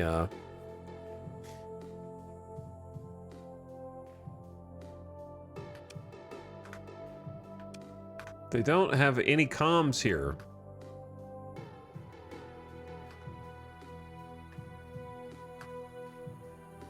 I'm looking at the base value. I think it was, I want to say it was luxury goods that we wanted to buy here.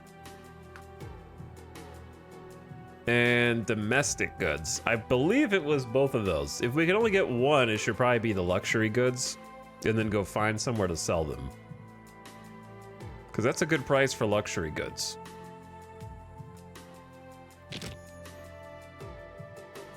And we can load up, I could sell these metals to free up more space as well. And now we've just got 467 luxury goods.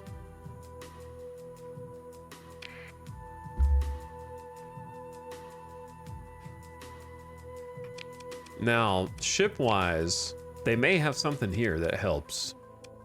But I doubt it, but they might. I don't know exactly what I'm looking for, because it's probably not just another Wayfarer.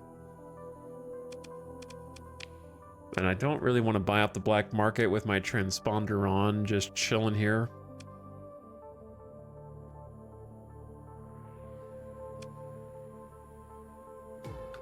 What a deal. There's also an abandoned station here, so my choices are... Whoops, wrong buttons. Every button that I just hit was wrong. I don't think I want to stash it here. I want to take it back.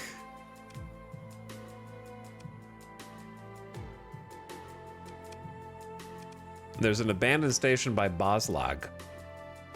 Yeah, I think it's under... I remember it being under income. Which... is on this screen.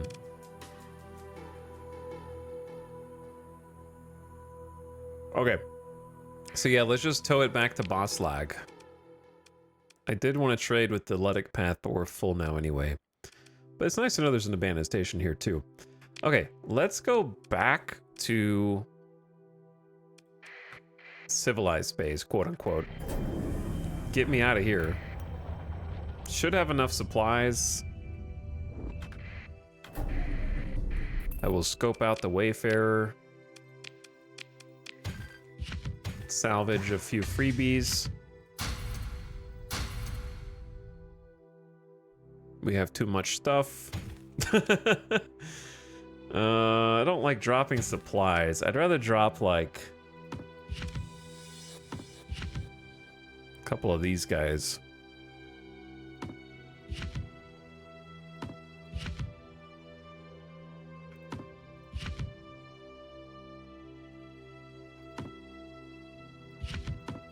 Till we get under the cargo capacity.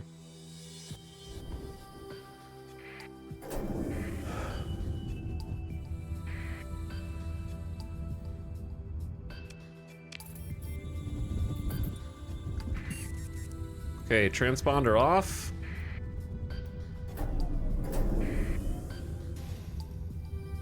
And away we go.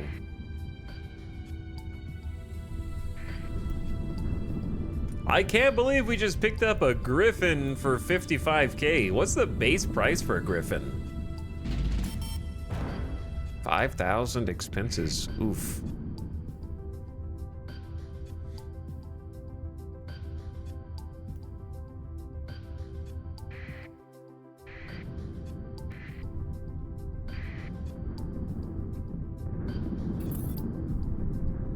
I guess I'll just cut through here.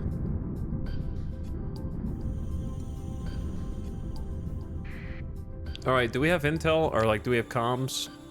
We do have comms. The best luxury goods price is right next to us. The star system is her. Okay. Her.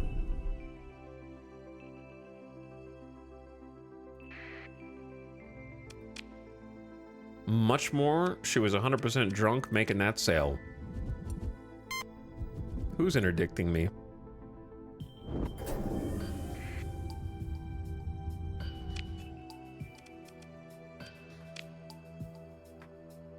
All right, we're going to Hemos.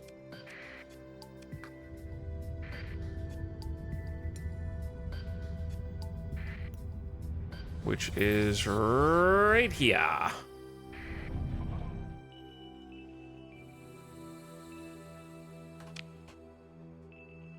And like I said, ooh, these are actually worth more than it says. It says they'll pay 202 because they have such a big deficit.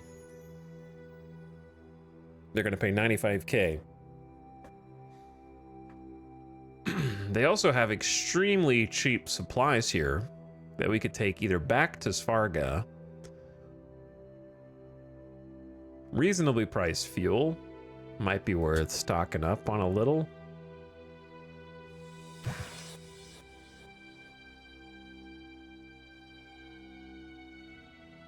Extremely reasonably priced heavy machinery as well, which we could also sell in Svarga. See, if we just had more cargo storage space, we could make much larger transactions.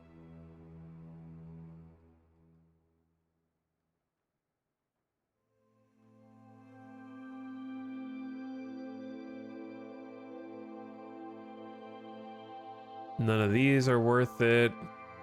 Okay. So, yeah, probably just those two. Supplies and heavy machinery. Oh! Okay. So do I want to go back to Svarga? I'd rather just go back north. I don't think it's wrong to load up on Omega supplies. We could make a... If we wanted to sell some to Cecine, we can make a small profit while we're traveling up there. So at least we're making some money while we go up.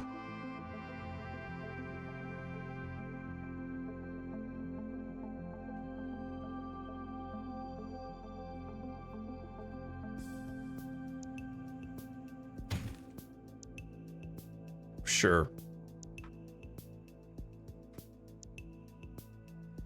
All right, yeah, we'll just load up on We'll still make 32 grand even though we max out the cargo of supplies.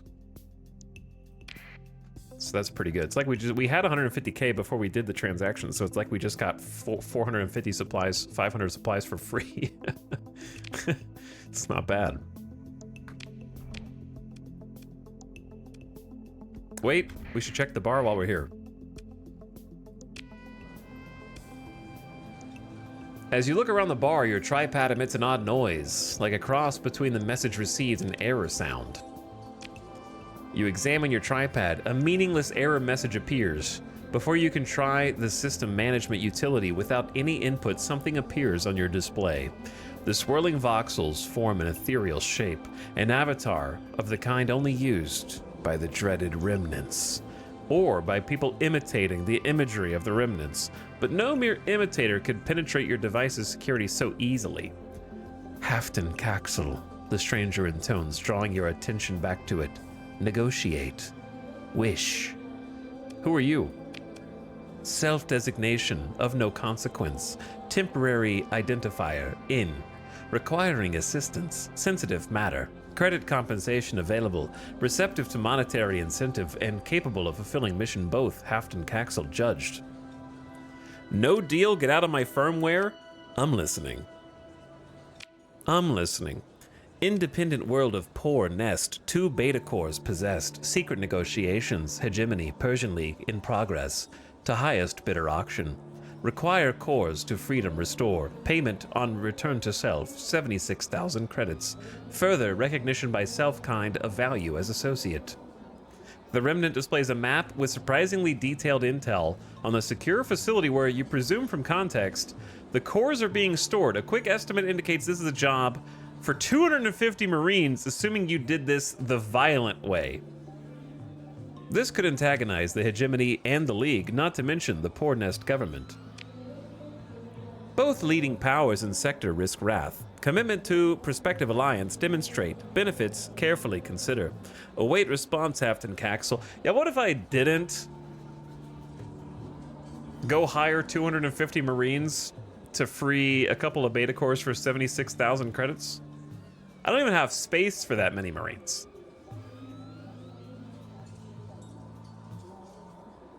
But it would be a fun mission to try and take, but no. It's not feasible. Not to mention, there's going to be a lot of patrols around there. So I would have to be able to kill the patrols too. They're not just going to be able to walk into the station and be like, here's my Marines.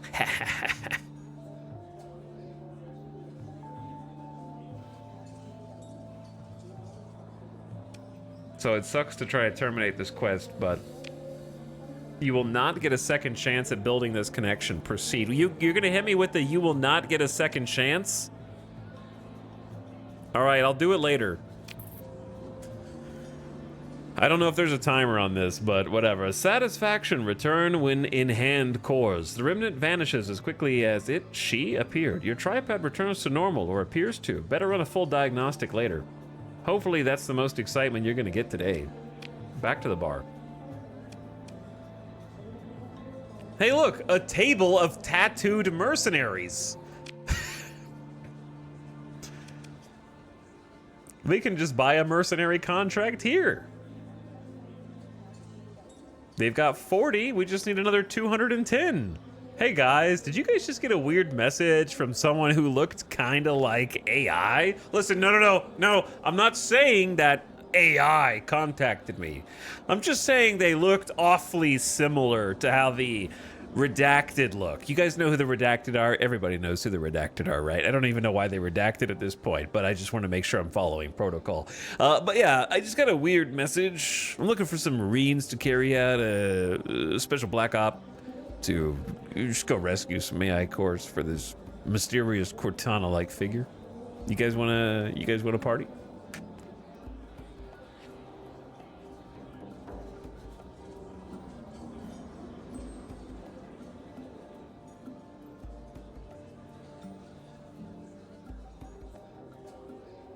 You know what? 7,000 credits for 40 Marines? How much are Marines worth anyway? I will buy their contract. We got 40 suits, experienced ops. We can fight in VAC or Atmo, 1 to 5G. Okay, 3. 4 if it's quick and there's a bonus. The scarred hand dismisses this. Details. What matters, I'll give you the contract for 7,100 credits.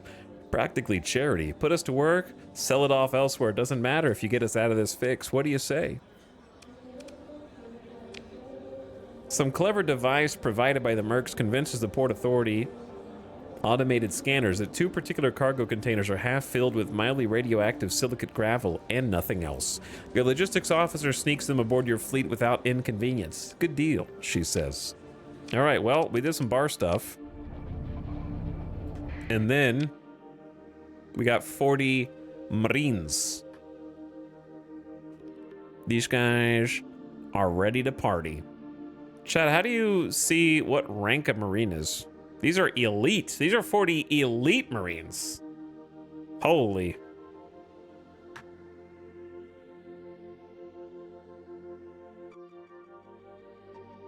Maybe we just keep these guys, but then I have to pay them, right? Don't I have to pay them on the monthly? I think we just hold on to them and let them ride. Let them ball.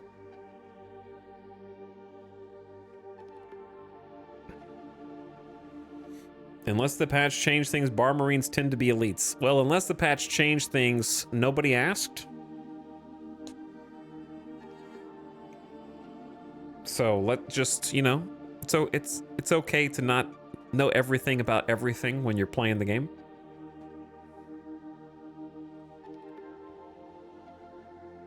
Streamer not following the meta. He should have known that these were elite Marines and clearly worth the value. He shouldn't even have to think about it, to be honest with you.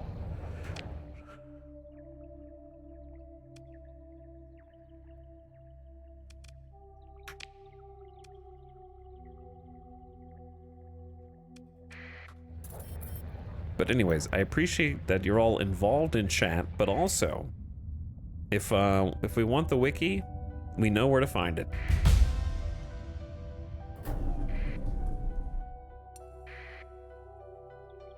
15k XP from profitable trades? What if I said I don't want to level up because my debt is going to start to increase?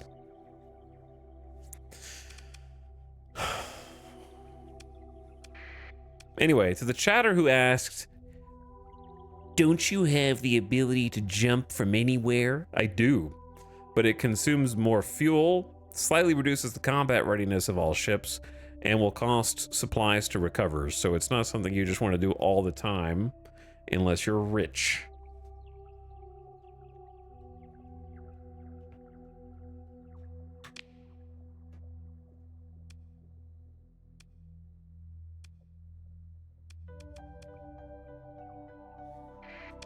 All right, we need to, speaking of, we just need to go through here.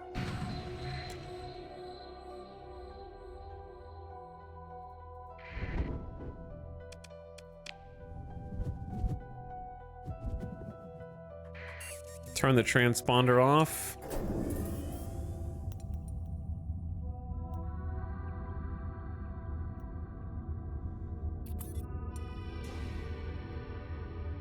Luddic pilgrims running from your fleet.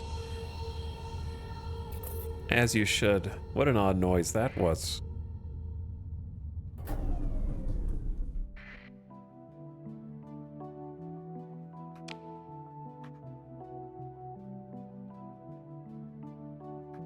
Okay, I think we want Cecine. Cecine is closer to this jump point, actually. So this is one thing that I think newer players to Starsector don't understand, that older players take for granted. If you mouse over each jump point for one system, there's a list of nearby objects. So I can see that Cecine is only 4,100 distance away from this jump point, but it's 8,500 away from this one. So I think a lot of new players just go straight to the star and jump directly on top of the local star, which causes a lot of other problems. So if you can use the jump points and stay away from the Corona of the star, and anything else that's not good there, all the better. And also you can find out which jump point is closest to your ultimate destination and save you some time when you're in there.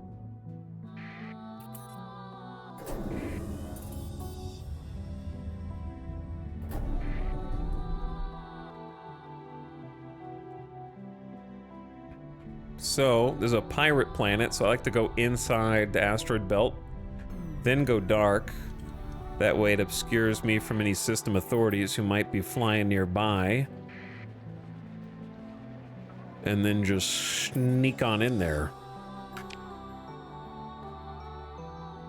Oh, selling for 149 a unit? That's pretty good. I think we just bought them for like 75.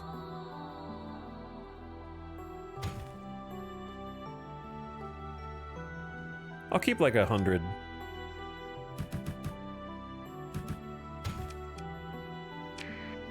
All right, we're back to over 200K. Very nice. Hey, the hegemony is looking for crew.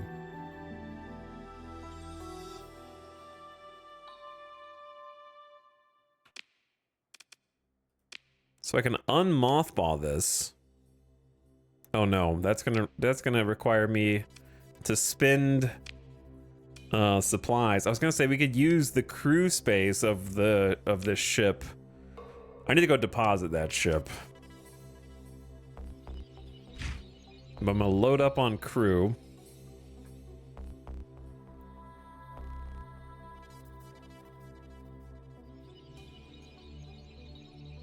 And then I don't know if there's much else we can do here. Dude, a hammer barrage of dumbfires. Which station had the most weapons?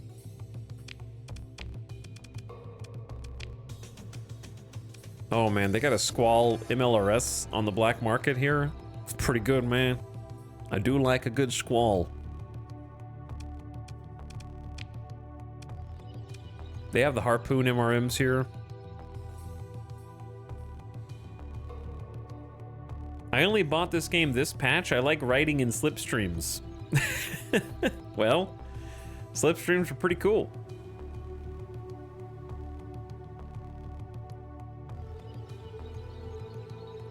What the frick is this game? It looks sick. It is sick. Golden Werewolf. You never seen it before?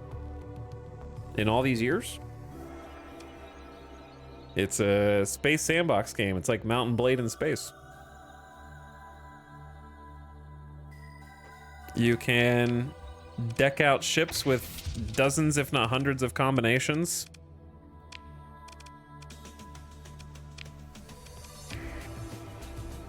And then run endless simulation tests to see how they perform against other ships.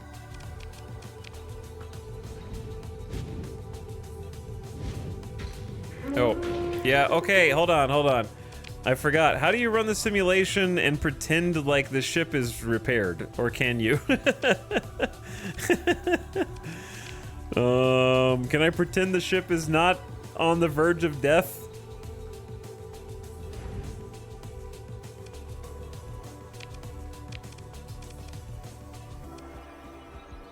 Okay, there we go. Combat readiness 100%.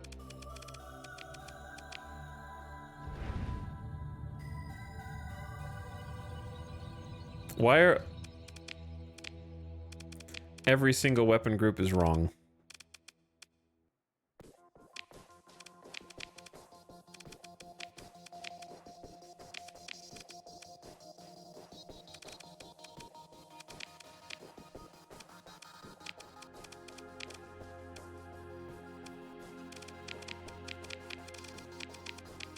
Where's this Arbalest autocannon? I guess you want that auto firing? Well, I guess I want to be in charge of it. I don't know.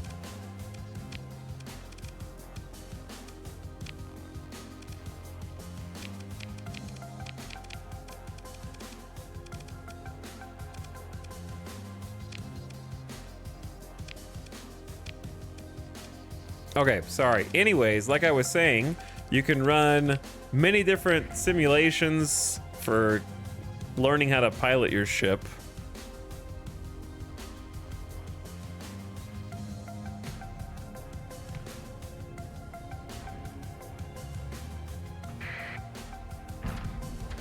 Go, my little squall missiles. Oh, they ain't gonna make it.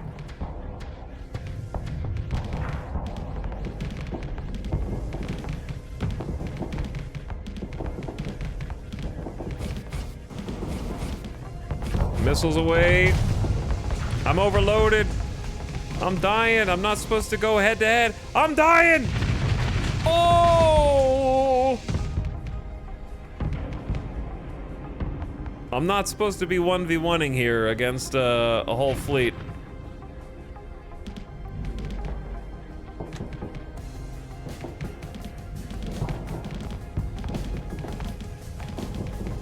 I have no way to kill these little guys, actually. We don't have any point defense on this build. So their drones are gonna wreck me.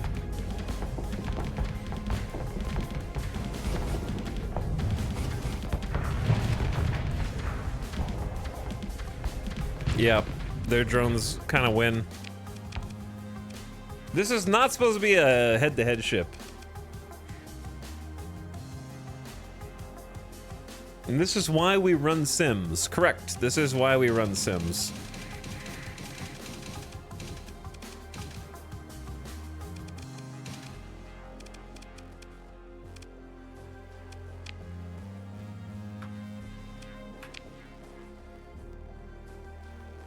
Anyway, it's mothballed right now. Anyway, it is mothballed anyway, is what I'm trying to say. Converted hangar mod spec. There's a lot of good mod specs here. I don't know if there's anything to buy here is the thing.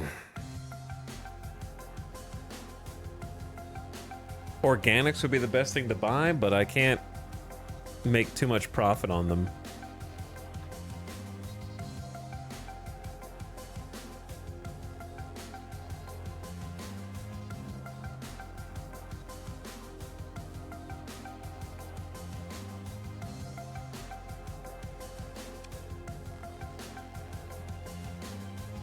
Where was I taking these people? Lost Station?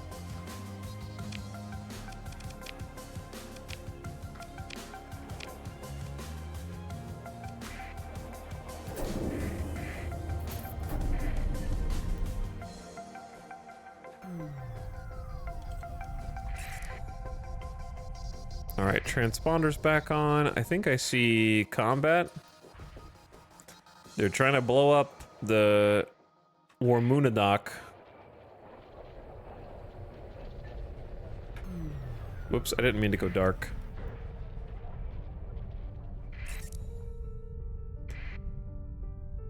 Not what I meant.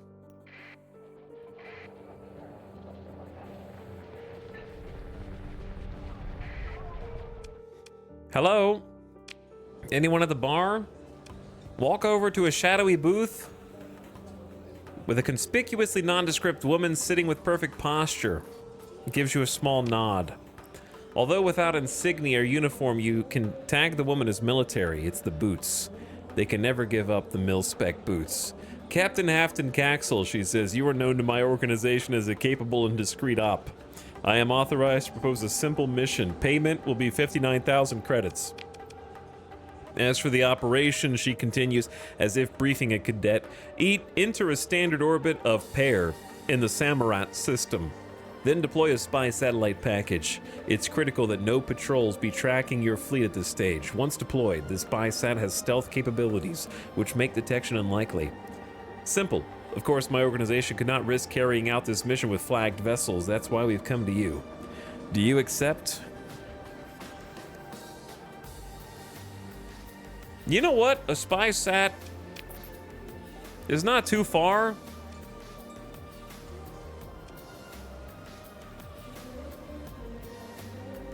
They want to spy on the Luddic Church. The problem is where they want me to drop it next to is the problem. The target is Pear. They want me to drop it right next to a toxic world. Is this a nebula? There is like a ring right there. That might actually be doable. It's pretty close to an asteroid belt. I accept. We'll do something besides just trading. Talk to the man who looks disappointed by seedy-looking travelers. You approach the man as he glares icily, muttering, "Big mistake." Then he turns to you with a cool smile. "Ah, Captain." His eye twitches. The tell of a black market ocular implant. "Your fleet just arrived, yes? Let's talk." He raises 2 fingers at the bartender. "I need 1,000 units of ore delivered to Tannen." I can't. I don't have room for 1,000 units of ore. Sorry. And also, it's 20k. Decline. Alright, I am here to trade some crew.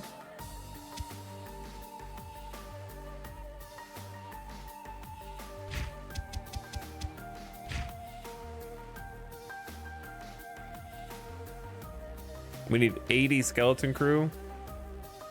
So I need, let's say, 40 more of these dudes.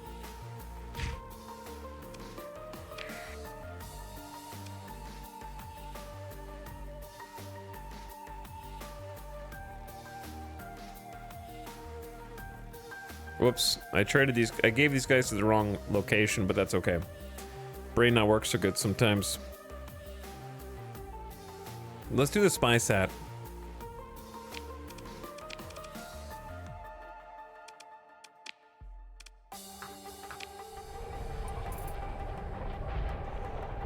Hello?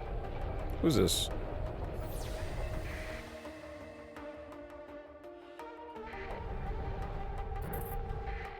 Engaged in battle, are you now? Oh, you just, how did you just die? How did that dude just self-destruct? That fleet just self-destructed. That was very strange. 59k seems like good money. It's not bad. Depending, sometimes the spy sat missions can be like impossibly hard, so always check the system they want you to go to first. And see if there's some cover for you.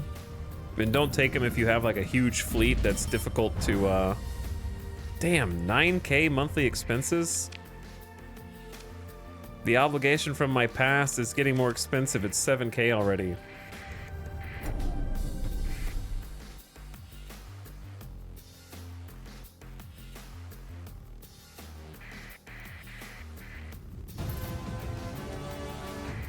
Market captured. Tritakians have lost Basilisk. It is now under Ludic Church control. The war! They have eliminated the Tritakian presence from inside the Grimsharo system. And now it's a pirate world and the Ludic Church. That won't happen unless you have the Nexarellan mod, by the way. They will still war, but they won't have actual, like, places change hands. Just an FYI. Can you ever pay the debt off? I don't think so. I think it's just like an extra hurdle for like hard mode, kinda. Oh, this is like actually a great spot.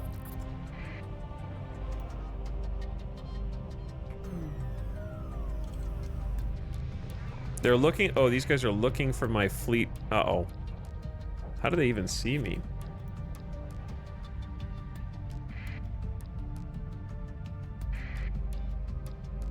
The way that the planet's orbiting around the star, this position might actually go into the nebula. This is a really dangerous spot, but also like an awesome spot. All right, they, oh, don't see this, why it's so dangerous. Because patrols will just come out of the planet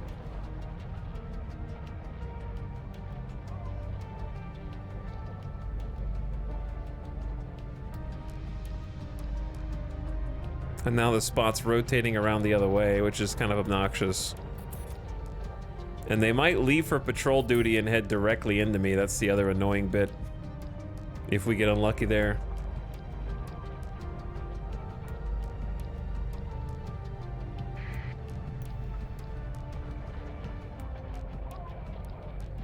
Alright, those guys are gone. I need the other guys to go, though. Or I just go to the other side. Uh-oh. Oh, it's over.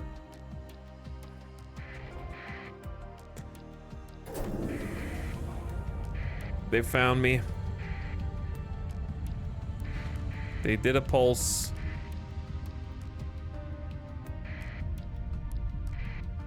But if I just get outside their reach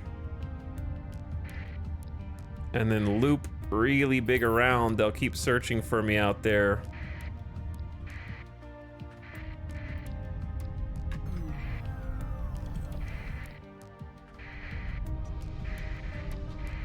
Man, they actually take a course that makes it easy for you to get spotted. Now they're pinging for me, they're looking for me. I'm just holding in the asteroid field. The asteroid field's such a good spot to chill in.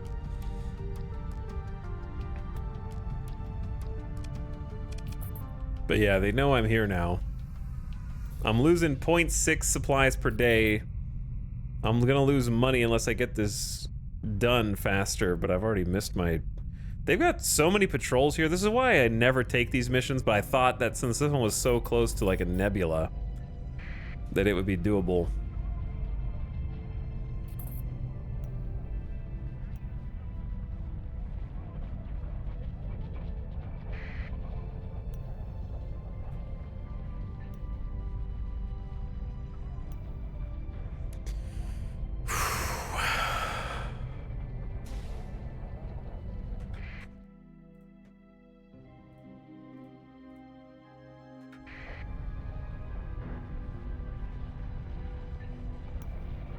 Like, it's just right next to the station, which makes it really tough. I feel like it's almost better for me to just wait here until it comes back around to this side. Because there could be other fleets like this one, just patrolling around Pear.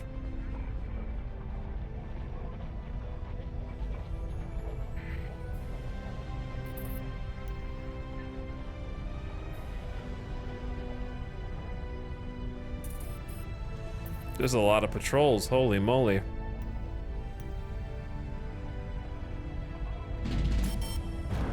My money!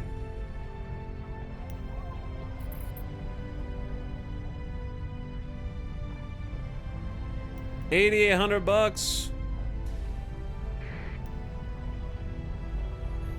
How am I gonna get this? Like a beehive now. There is a lot. And if I leave this little asteroid cluster, they're gonna see me, dude.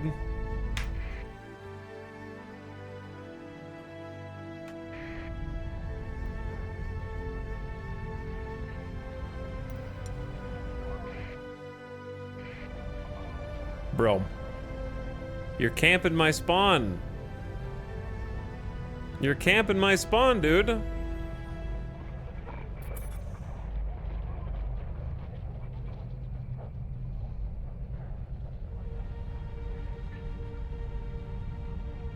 You gotta be quicker than that, meme. It's gonna be another month before it goes around again.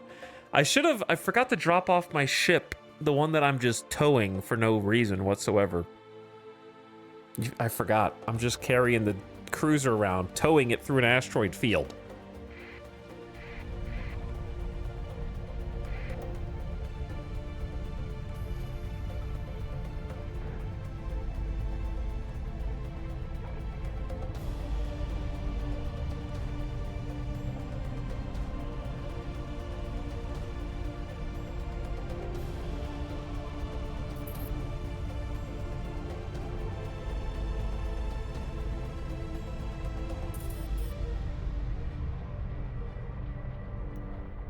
They are literally just like all hovering around it.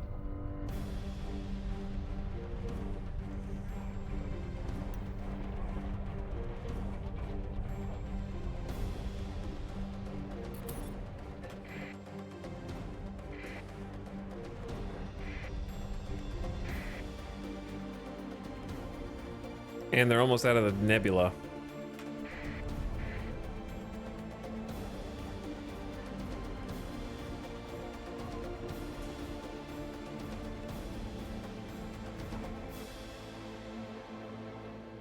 Well, I was gonna try going in. It's almost like they know I'm here, but they don't know I'm here. Now they know I'm here.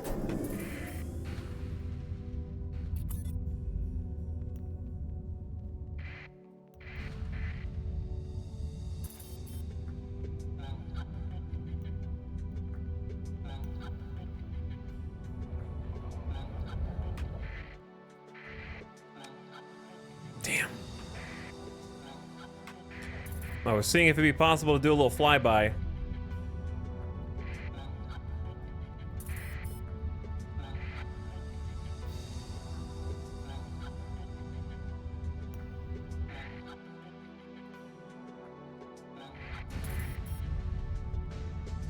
Ooh, ain't gonna catch me like that. All right, we pull every single patrol in this direction, cut through the nebula where we have a little speed buff compared to them, go dark in the asteroid field. Wait, they're going back. They really don't chase you for very long, brother. Only one's continuing to chase, the other ones are going to defend. They're too smart.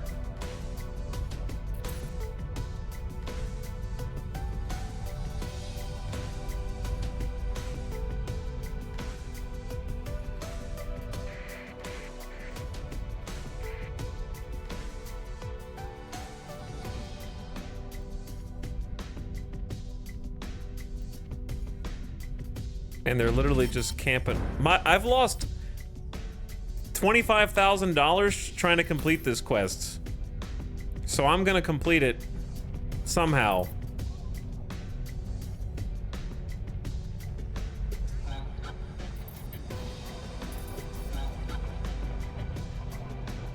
I'm inside the nebula.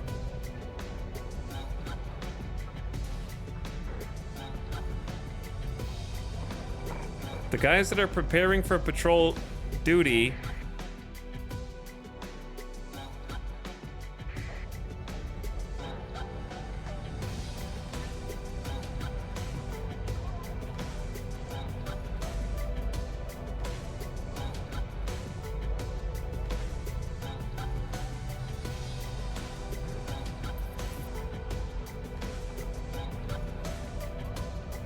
I've done this before, man. This is not the first stream that has just been me hovering around waiting for a satellite target.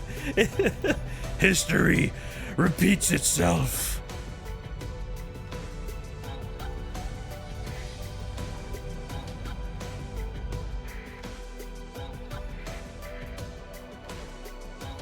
Now, here's a question. If there's... Stand down. Hurry up, stand down. Stand down. If they both stand down, I can get there.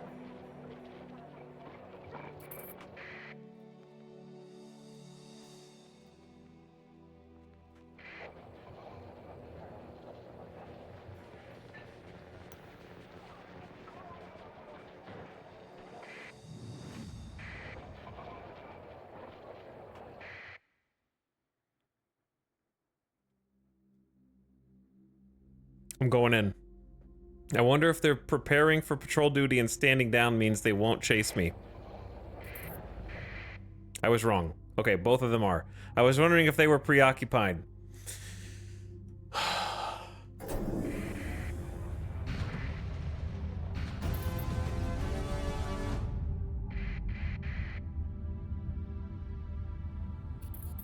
You guys aren't fast enough for me. You guys aren't fast enough for me. Who did that? Surface battle? Tritakian versus Luddic Church? Another surface battle? Oh boy, they are pissed.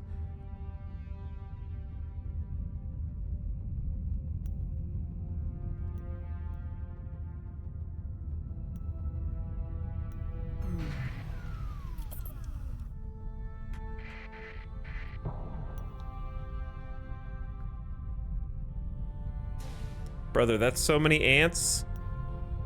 That's so many angry bees. Got juked though, didn't he? He got juked though. I ain't ever getting in here. We're just gonna drain all of our money. And all of our supplies.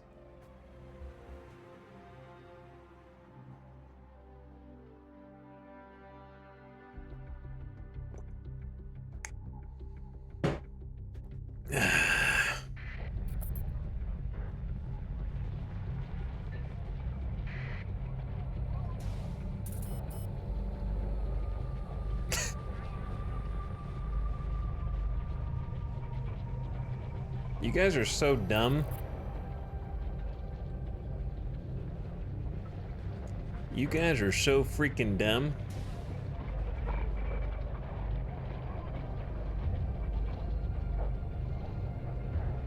Camp it on the exact spot I'm trying to get to.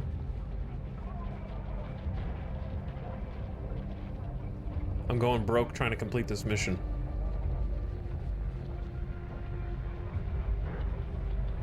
If I just wait a little longer, it'll end up copium back inside of like a nebula or something.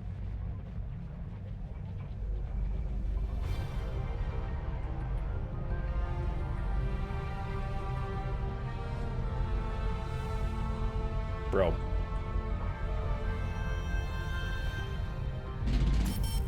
My money! 32K minus 32K. Pirates are raiding the hegemony.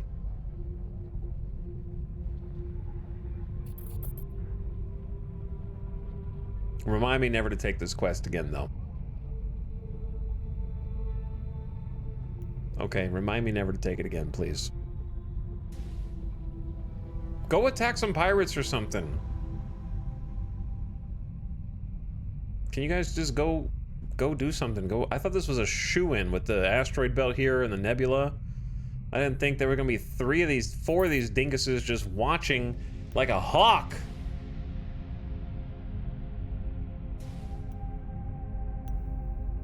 On a permanent basis. Pulsing, scanning, consecrating. 5 strength, 5 stam. Pulsing. Trying to catch me riding dirty.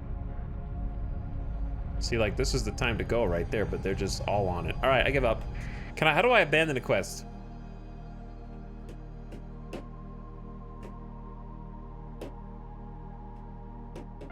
This one ain't gonna get done. I gotta just admit defeat.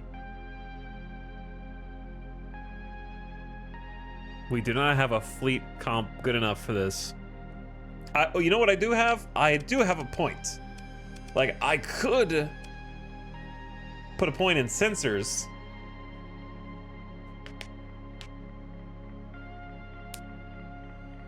But do I want to put a point in sensors? It would probably help with my current playstyle.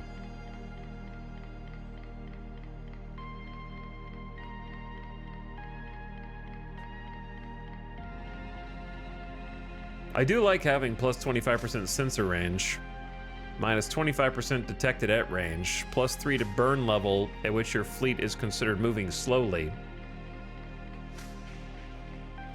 Sure, I could use a story point to retcon respec later. Alright, now I'm even sneakier.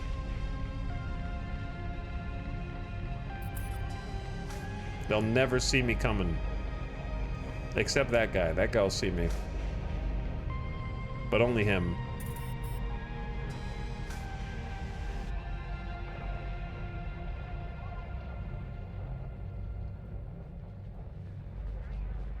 Now's my time. The time is now. The time is now. No, they emerged right at that moment. Ad starting soon. The ad is starting soon, and I've been caught. Okay, well, you know what? Spawning in on top of it. Curse this mission, and you know what? Every time I play Starsector, I'm gonna keep reiterating it. The thing that needs to be overhauled the most in Starsector are the bar quests.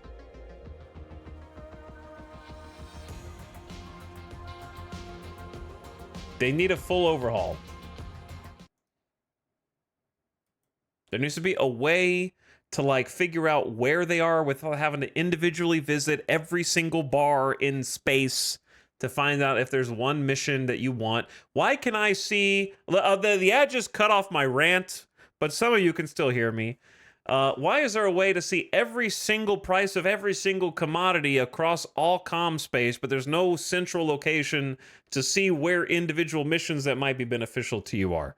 Can there be bar? I understand it's the point is you're going down into a bar from an RP perspective, but shouldn't there be an echelon, like a mission board above that, that also has things that aren't just bounties and that aren't just the other one that shows up? It's like only bounties and the exploration one. There needs to be like a mission board that you can see when you're in comms range. That's not just bounties and like quests, you know what I mean? All right, anyway. Go to song radio. I need to take a BRB.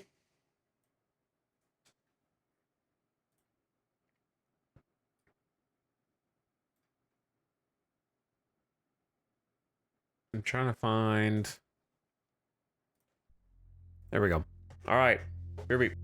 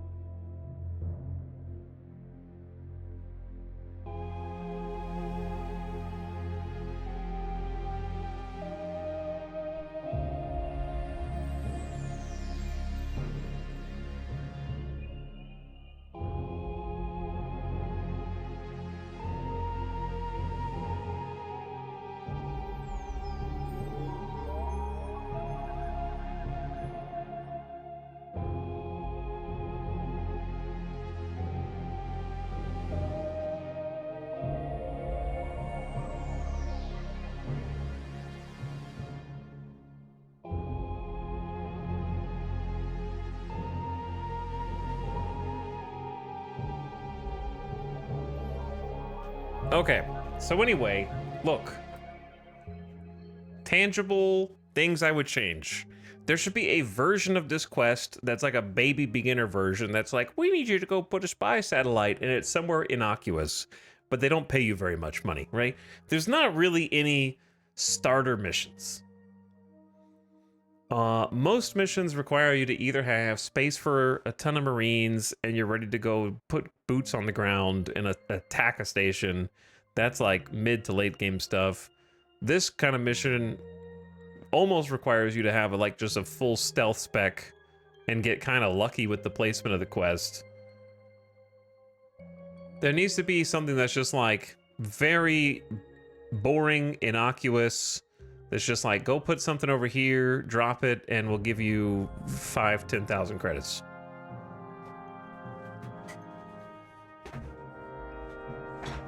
And there needs to be a baby version of all of them. Let's put it like this. I have the same criticism. I love Starsector, but I have the same criticism every time I play, and it never changes. So I'm going to keep saying it until it changes. The default way to play should not just be trading.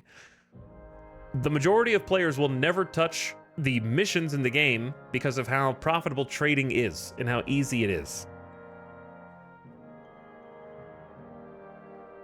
So there needs to be like an alternative to that. And the way that I've suggested in the past is to make trading different, where you don't have God access to every price across space until you have reputation with a faction. Build rep with a faction, and then they give you access to their station's prices, like a trader rep. Secondly, to balance that, you need to have more quest variety with each faction, like a quest board, like we just talked about. The game points you at combat as the default, not trading. Completely false. Trading is by far the best way to make money in the game. Combat is not. Trading is super hard compared to combat. Well, I don't know what to tell you.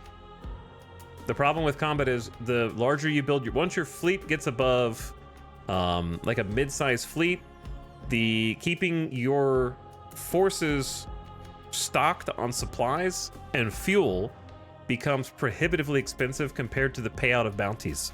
You cannot live just on bounties.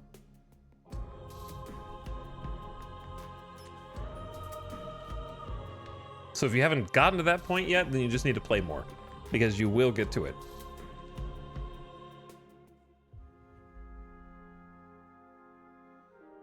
I like how with trading in X4, how you have to have satellites up to have up-to-date price data. I think that's a good solution as well, because you actually have to like kind of go poke around and explore in places. I don't think it's a catch-all. I still think that some kind of trade rep to get access to instant prices would be better. Yeah, Last Hazard said it right. Bounties are not sustainable past the transition between early to mid.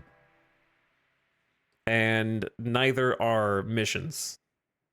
Like if you play Starsector long enough, you will trade, even if you don't start by trading. Because it's pretty much the only way to survive until you get a colony that generates income for you.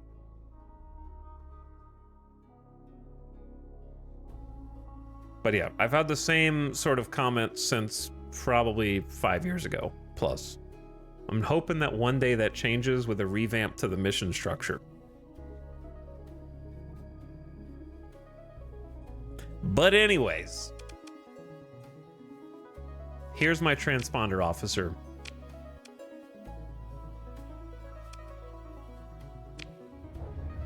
You caught me fair and square.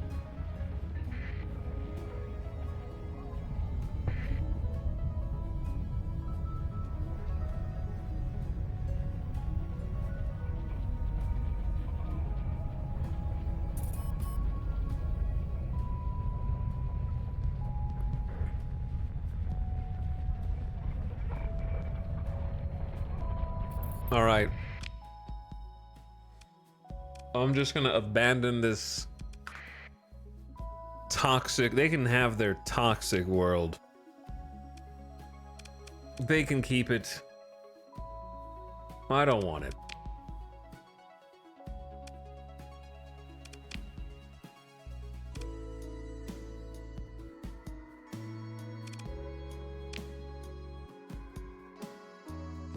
But yeah, compared to like the Analyze Domain Error Probe, these missions are much easier, but we just have to get like a dram. They pay pretty much the exact same.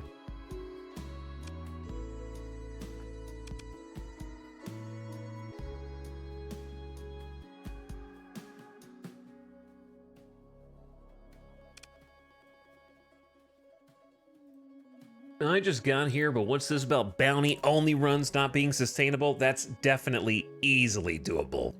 Okay. Thanks, Almond Roll. Next chatter, please.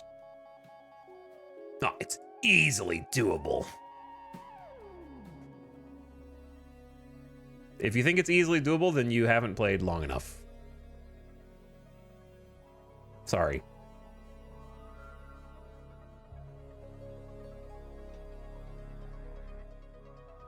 Because like I said, it seems easy at first until you have a big fleet, and then it's not.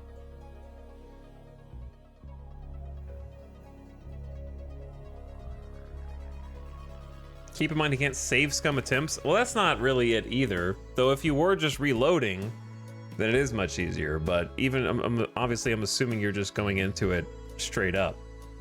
Bounty payouts do not even come close to being enough for a large fleet to stay supplied, stay fueled while you travel between bounties, and have to get there in time before the bounty disappears.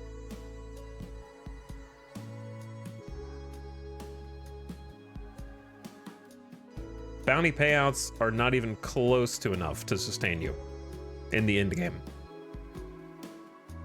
if you have no colonies. Trust me, I have tried.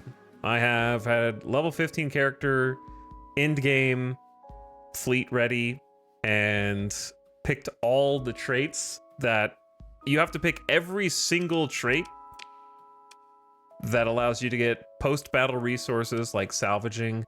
You have to pick the ones that help you repair after combat ends, like field repairs. You need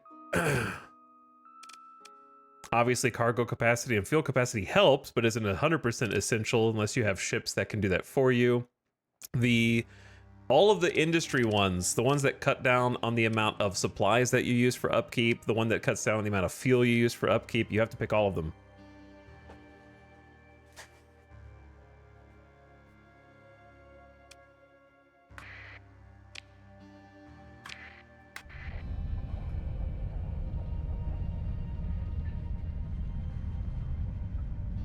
So otherwise, if you don't pick all industry, it's actually not, you can't really do any bounties. Like, it's not even worth it. This game is a Jeff magnet. This is actually where the term Jeff came from. Yeah.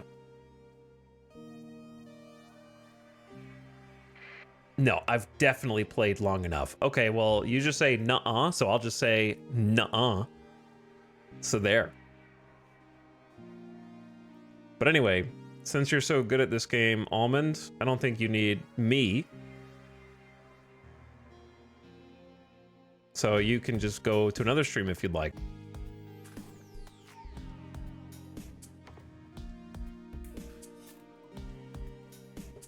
But it's super easy. Super easy.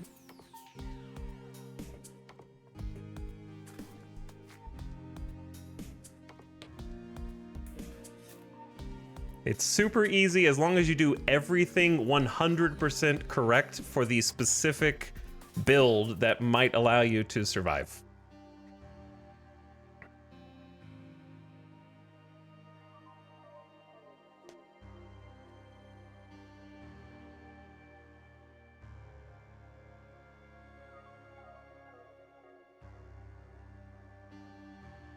At this point in my campaign, my very expensive, mostly phase ship fleet makes more supplies and fuel than it uses just exploring the edge of the system, but it's taken till level 11 to get to that point, and a lot of that is due to heavy investment in industry skills. Yeah, well, that's kind of what I'm trying to say, Havoc, is if you open this game without any game knowledge, and you said, I want to be a bounty hunter, and that's what I want to do in my sandbox, where are you putting the majority of your skills as a new player? Combat, because that's what I want to do. But if you don't pick the majority of the industrial skills, you will never be able to sustain yourself in bounty hunting, right?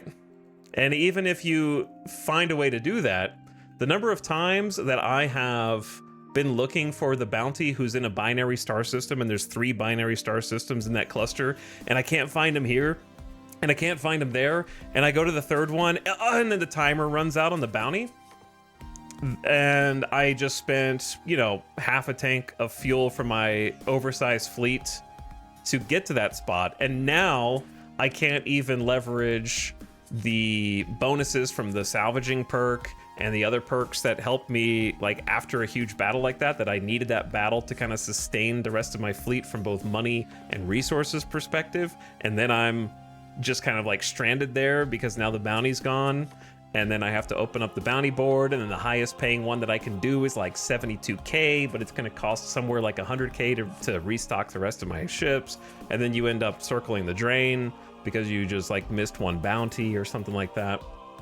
Or you go to a couple of, like, I always run like exploration fleets that do kind of what you're talking about, where you're on the fringe and you can kind of sustain your fleet just by exploring and like salvaging things and finding things, but then you hit a string of bad luck. You get a couple systems in a row where there's nothing to salvage, it's a dead system, there's a star, nothing else, and you don't find anything, and you start to panic because you're like, I gotta make it back to the core worlds like now, or I gotta get really lucky and just stay out here and hopefully find something that'll keep us going. But yeah. Yeah, no, I know you're agreeing with me. I know you're agreeing. I actively had to not invest in things that would be arguably, of course, some people just love the indie build combat skills. Yes, you have to actively not invest in combat to be a combat build.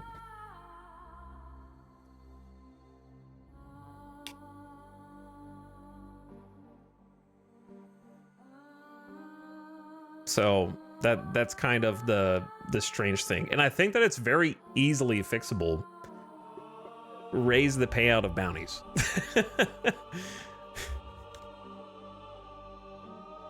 I think that would go a long way. Raise the payout of bounties and the reward from bounties, and then have more bounties. I think it would be a pretty straightforward fix for the combat side of things. But I also think the industrial tree is by far the most powerful one in the game, and that's not even looking at hull restoration. It's once you start picking it, it's impossible to stop picking it, largely. I do think that some of the benefits of the industrial tree should be married into the combat tree.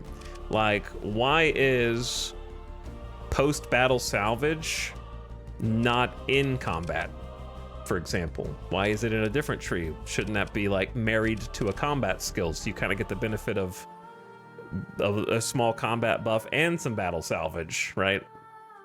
More thematic changes like that.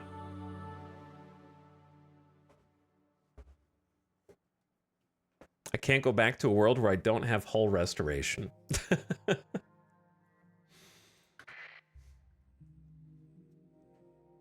First name chatter's backseat. It's an uncanny correlation, but almost always true. Now that you mention it. But anyway, I happen to really like trading. I just can't fathom, like, I do enjoy trading, so I'm not complaining about it. However, I am dumbfounded by chatters who say that they think it's hard. That part, I don't understand. Is it hard to hit F1 on an object, see where it's cheapest, go get it, and then see where it's most expensive and go sell it? Is that hard?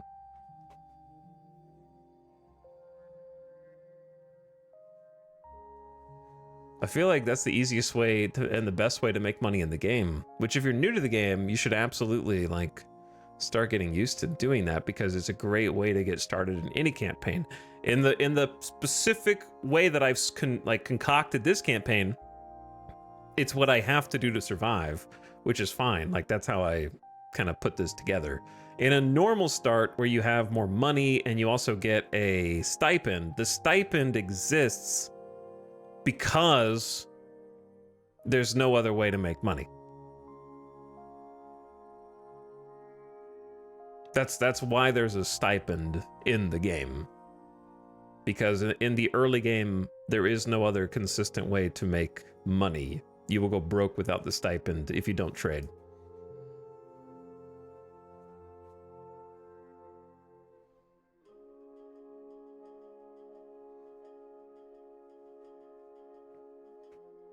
But yeah, that's why it exists as a game mechanic. In my case, I wish there was some cheaper fuel around here. I will go check here at Castle. But yeah, we have a similar conversation every time I play, because I do love the game so much and I've been playing it for so long, but there's still things that I would definitely change about it.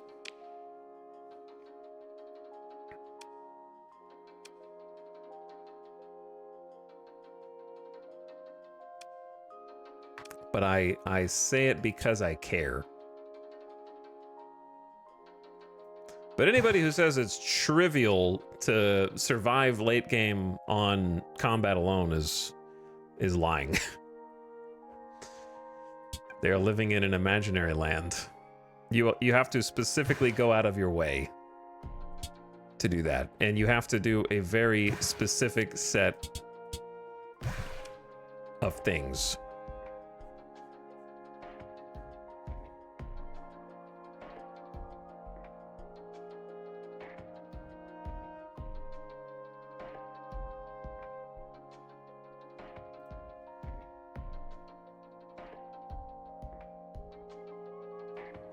Because you will very easily fall into the pit of upkeep unless you build a fleet for that.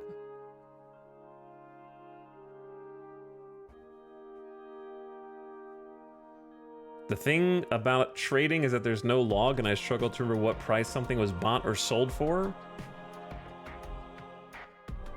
Well, the prices are always changing dynamically, so as long as you're within range of a comms unit, you can see the current prices. And there was just a feature added if you hit F2 that shows you the standard price. So the base price is always available in your codex now.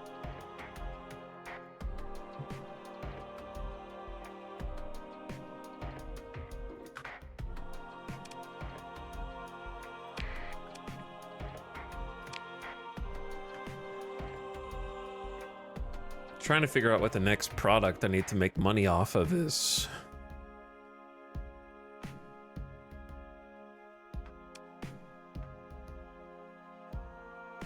But yes, there is something about Starsector in particular that does bring out the know-it-alls. It's crazy. It's like more so than RimWorld.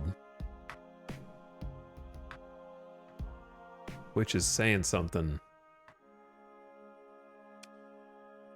People who only exist to argue.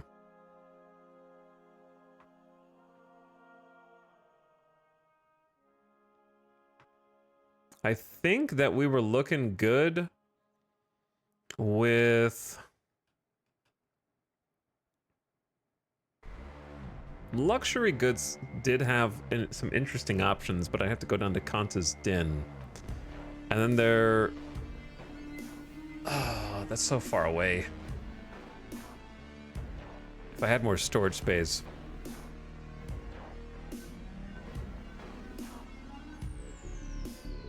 Space games attract that kind of person, I guess. Maybe. I don't know. I think it's more just like when it's a small niche game, if anything is said that is perceived to not be exclusively positive, it's sort of taken as an offense.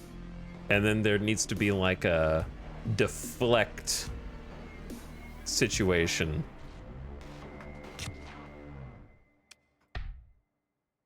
Where it's like, nuh-uh.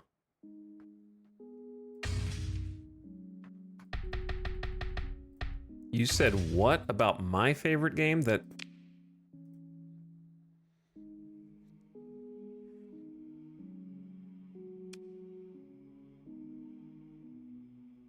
But I think what it boils down to at the end of the day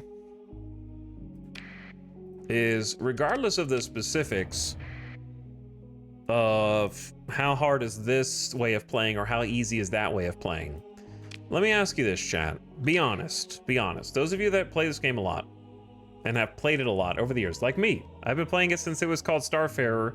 Probably made one of the first YouTube videos covering this game, right? But I played it a lot over the years. True or false? Do you find that you generally play Starsector, not including mods, the same way each time you start a new game?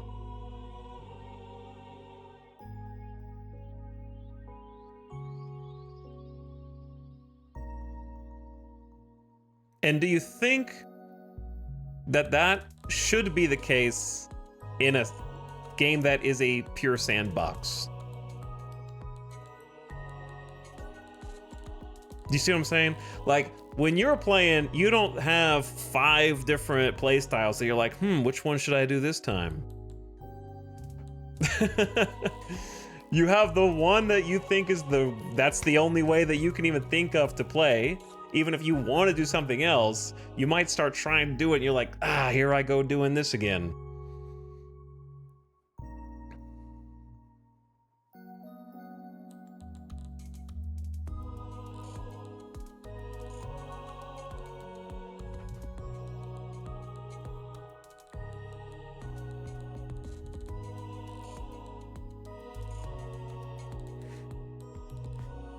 We got two chatters who are just like saying nothing. Most people are saying, yeah, true. Mostly, yeah, true.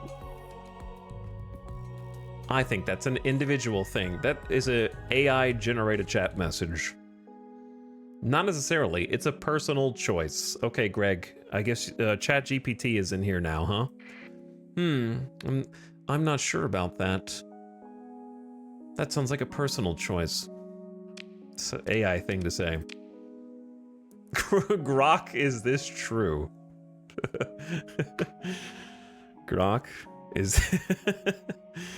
Alright, I'm going to here.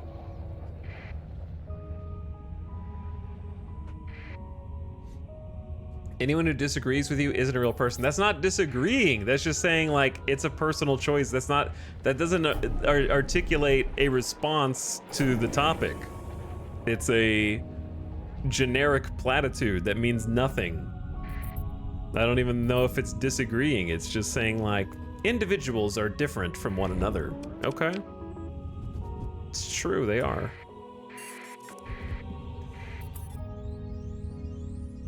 What exactly are you disagreeing with?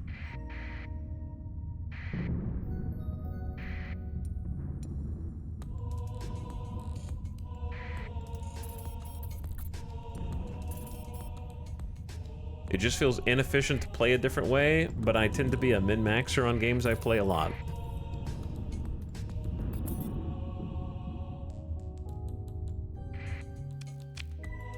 What do you think is the most efficient way to play, Chaotic Kiwi?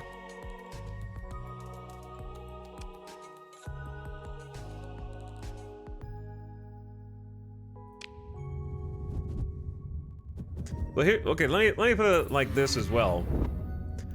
I like Starsector a lot more than I like Stellaris. Right? I don't think that's a super hot take. I like Starsector a lot more. I would give Starsector like a 9 out of 10. Everybody who likes strategy games should play this game. However, I think Starsector versus Stellaris, I think there's a lot more different ways to play a Stellaris campaign than there are to play a Starsector campaign. I still prefer Starsector and its gameplay loop a lot more. But I do feel like there's a lot more variety in how to approach a Stellaris campaign. But Starsector of the two is the more sandbox game, so it should be the opposite, but it doesn't feel like it is.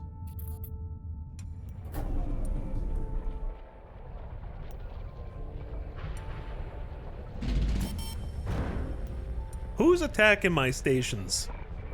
I need to sell stuff here, man. Actually, no, I don't. I need to go to Lost Station Hegemony, which is close at hand.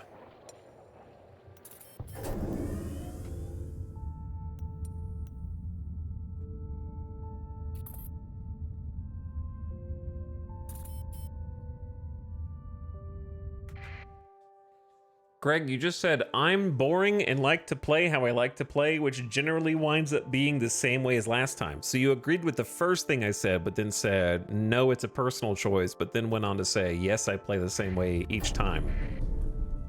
Okay, gotcha. We're on the same page now. Any reason you don't play with mods other than Nex? Because I like Nexarellan. And I don't want to play with other mods. For me, it's hunting down independent fleets and doing trade missions until I have a few 100,000 in credits, about 500k, and then exploring the outer system until I find a good habitable planet.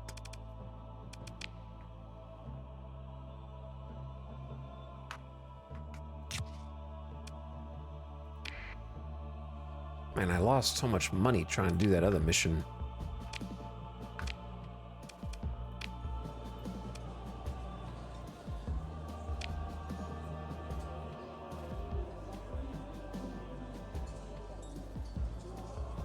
We need an agent extracted from a Ludic Path colony on Wan. Wan? 150 Marines. No, thank you. Pirate raids.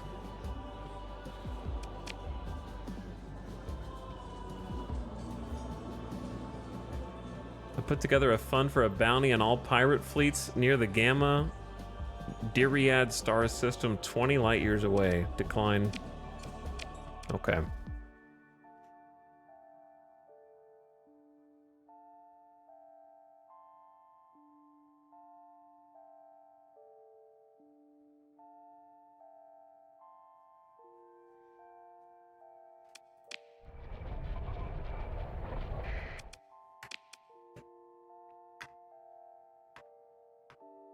Okay, my problem is now I've been equalizing the supply and demand here, and I need to find another way to make some money. We're still...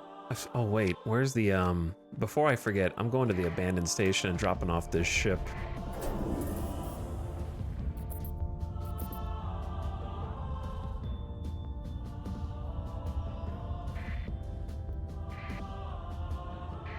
But anyway, I don't like playing a lot of other mods because I don't like mods that change game balance because I like playing it close to the way the developer intended. The only thing that changes with my version of Nexarellan is the systems are randomized, but the commodities and the ships are all the same. So the economics of the supply and demand is different, and then planets can change hands. But that doesn't mean I can't, you know, sort of speak about how the base game is. Just because you could, like, mod it out or something like that, if that's what you're suggesting. Your fleet transmits identification codes via transponder, and you are soon granted docking clearance. But yeah, I think most mods are balanced poorly, I think, is what I would say. And a lot of mods feel just tantamount to cheat codes, which I don't enjoy as much as other people do. But if other people want to do that for their single-player games, more power to you. As your fleet trades pings with local traffic control, your comms officer calls for your attention. Captain, there's a message for you. It was stored in a comm network until our transponder code was registered to local authorities. A man appears. The resolution is poor, the audio patchy. It appears that he didn't pay for premium-grade transmission and caching. Yes, hello? I assume that icon means it's recording. He clears his throat, turning to fully face the imager. I am Academician Cornelius Elick. He waits for a moment to let that sink in. You may have heard of my seminal work, A New Survey of Planetology on the Fringe of the Persian Sector, which achieved a new standard for the field, if I may say so, despite tepid reactions from certain of my narrow-minded colleagues. Now, as I was saying, he pauses, probably to evoke gravitas. It's my desire that this missive finds you receptive, Captain. Elick glances down, reading from a datapad. Hafton Caxel, it's been strongly emphasized to me by a patron of the sciences who's seen fit to fund my work that you are the perfect facilitator to the solution of an old mystery I found in the archives. Aye. He squints again at something on the datapad, then says, under his breath, is that the cost per second? Stars above. He clears his throat again, then speaks quickly. In summary, my patron offers a vast fortune in credits for services which I shall be pleased to enumerate in detail upon your visit to my office at the Galatia Academy, which may be found in orbit of P. The message cuts off.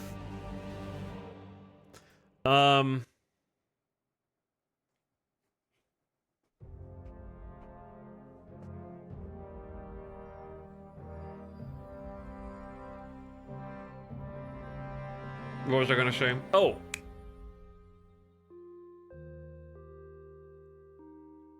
I don't know how to say this. Look. I don't know how to say this, but you know how I feel, chat. You know how I feel. If my favorite space sandbox games, X4 and Starsector, if my favorite sandbox space games, X4 and Starsector, spent half as much time increasing the size of the sandbox as they have spent on making campaign missions that I will never care about after doing them one time, then we would have 2 much larger space sandbox games.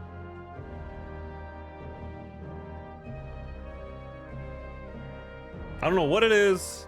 I think there's got to be a 3rd space sandbox game too, but I just can't think of it. They want to have like storyline campaigns, which are neat one time.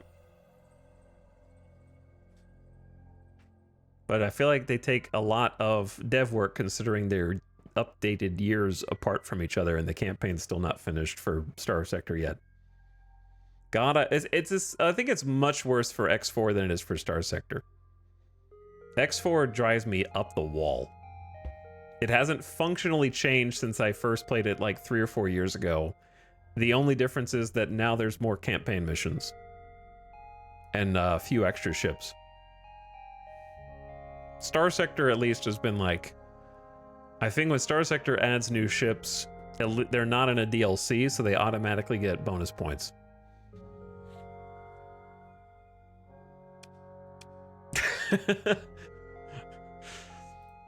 I'm pinning this message.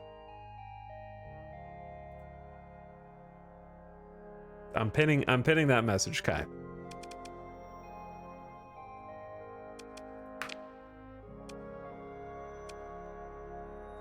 I think the writing is much better in Starsector than in X4.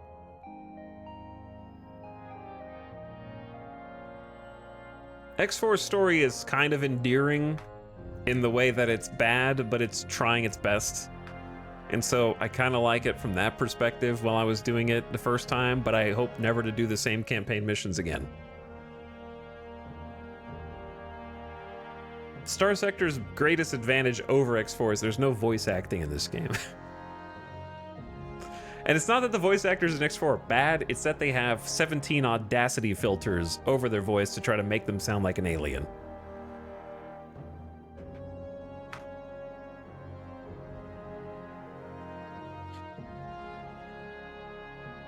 I tried playing one of the X4 campaigns once, won't make that mistake again.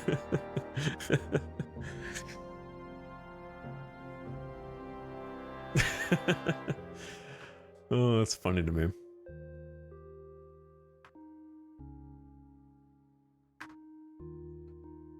Okay, chat, I need to make my money back. What am I even gonna trade? We could buy, it's not, I guess we could do small trading with the food here, but it's not. Chat, stop. Very important. Go to the abandoned station, you ranter. Inspect the docks and put your ship in there. There, okay? Before you forget again and embarrass yourself.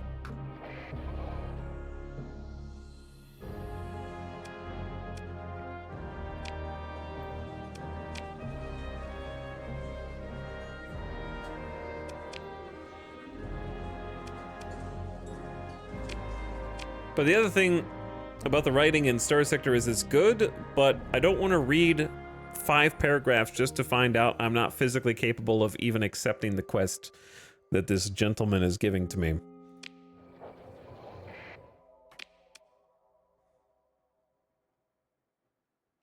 So you start to subconsciously skip to the end. All right, they're paying a lot for food here, but I don't want to get that. What's the best ROI here? Prices are starting to equalize.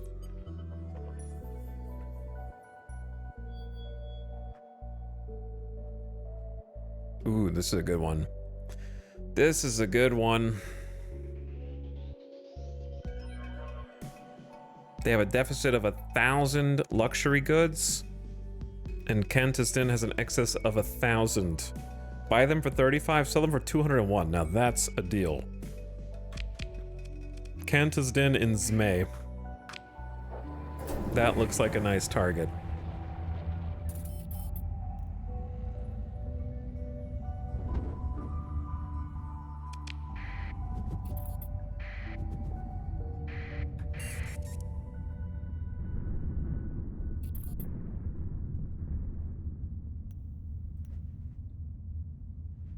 But anyways,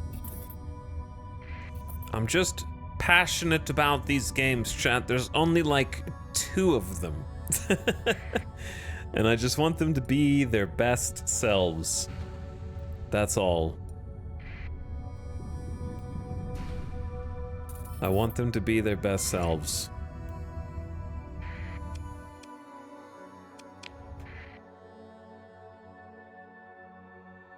Kenta's Den is over here.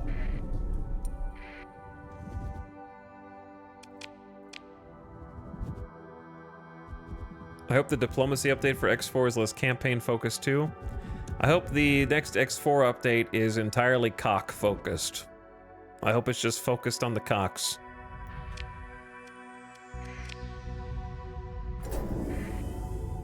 Just a full big cock update.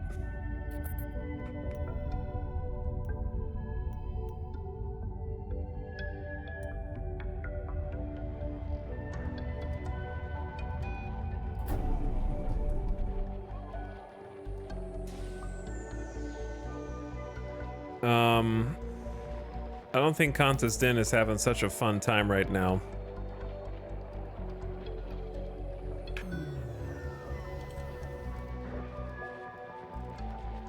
They seem to be having a very bad time.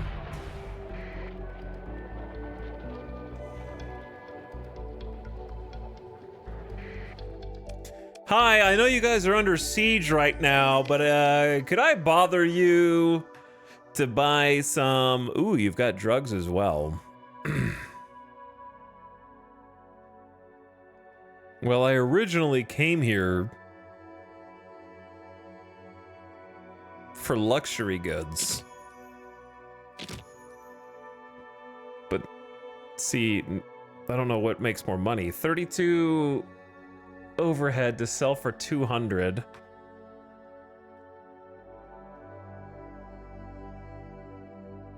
Which one makes more money, chat? 566 times roughly, let's say, 201. All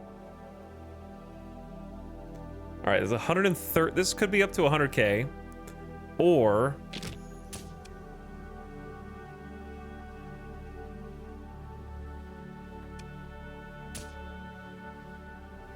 $566 times. It's got to be this then. But how much am I spending? 61K to make like. Oh, I mean the drugs definitely make more.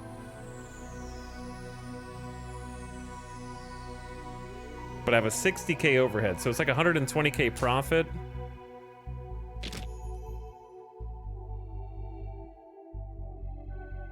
I think the drugs still make more. Can I just do both?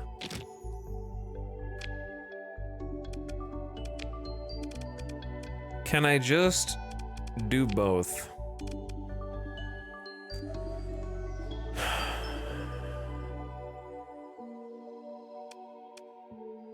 Cerberus is another 100 cargo capacity. Condor is 120.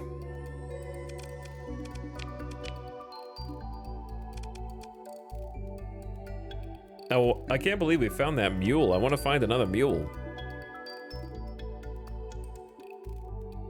I want to be able to haul more cargo as well. We're missing out on easy deals because we can't carry enough stuff. So here's what I'm gonna do.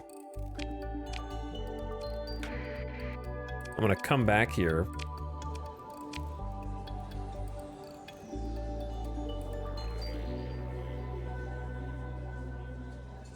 What is this? He's given me codes? Security codes. Buy illegal weapons.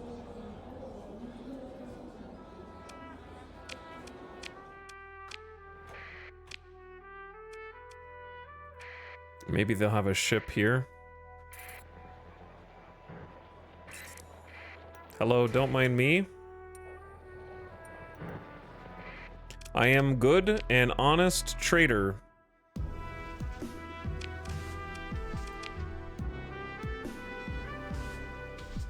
Maybe I buy buffalo.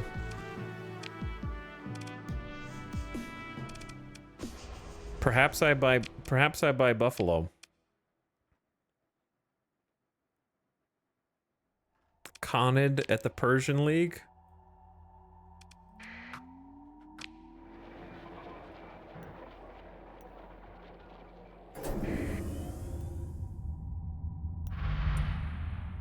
There's a lot of conflict here. There's a lot of salvage that we're just passing up.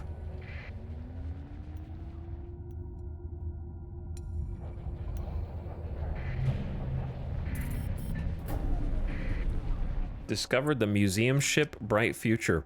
Okay, there's the supplies at their cheapest. And then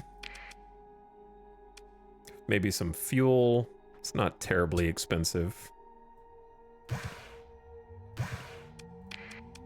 And then what are they? Ooh, you guys want an Atlas Super Freighter? It's a little hard to be stealthy, but we can make some big trades. They got a Colossus, 900 cargo capacity. Let's go. Huge trades. Yeah, you can support that now. Psh. It's easy, dude. Or just a Buffalo with no D mods.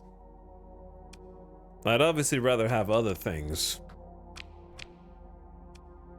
I guess we could go see what the Sindri and Dikta has. Though I doubt they have much either.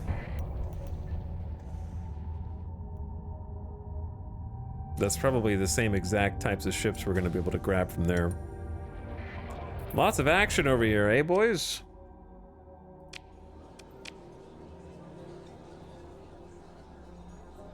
I got 120 units of fuel that need to be delivered. The offer is 8,000 credits. See, all right, chat.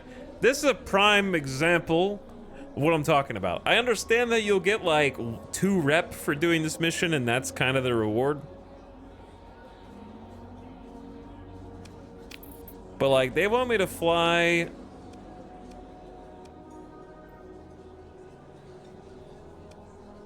like 8 light years. Okay, it's gonna cost me 30 fuel for 8,000 credits, or I have to spend a story point to hopefully get more than 8,000 credits. And then I have to haul 120 units of fuel. And it's just like,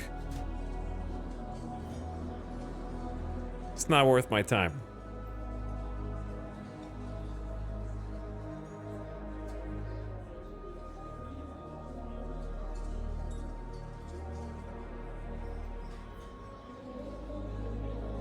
So all you're doing it for is like 2 rep.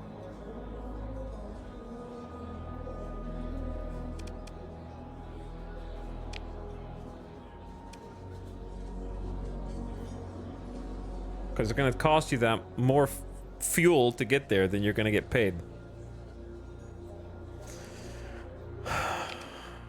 Okay.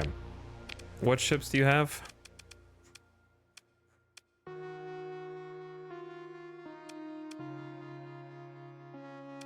Pretty much the same stuff. They got a freaking Eagle.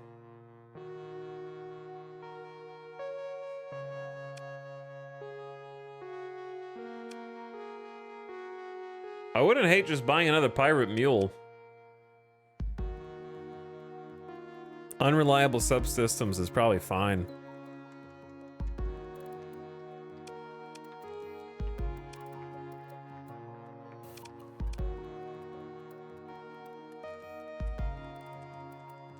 Just grab, we're just gonna have a pirate mule defend yourself hauling setup here.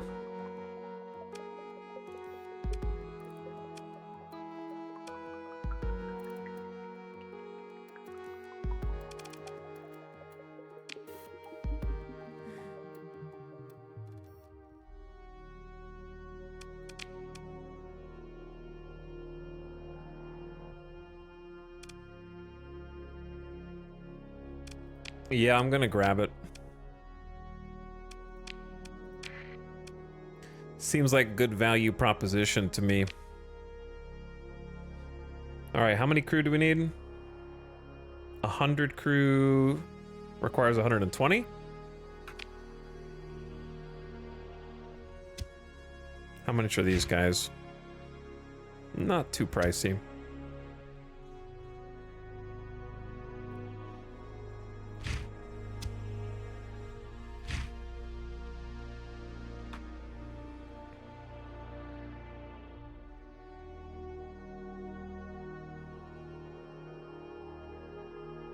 Okay, maybe a few more. I like having a few extra. So now we got even more storage. We got 1,000 total, and I haven't even finished refitting this guy. Problem is, I doubt they have much. Was that? Did I buy that off the black market?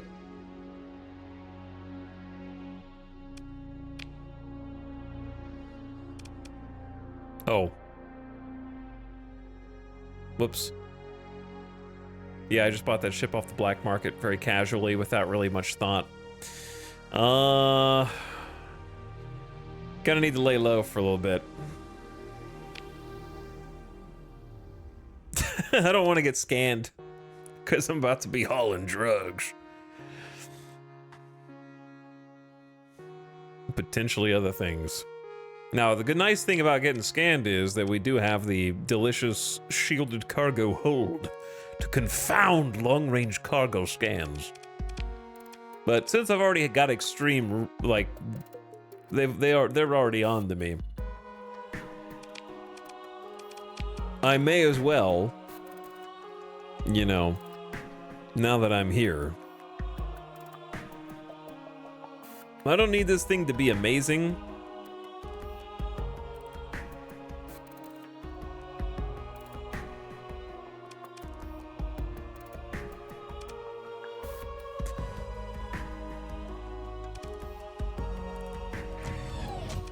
Heavy autocannon's gonna take a lot of flux. Oh yeah, we have the Gazer DEMs. Those could be sick to just go ahead and use.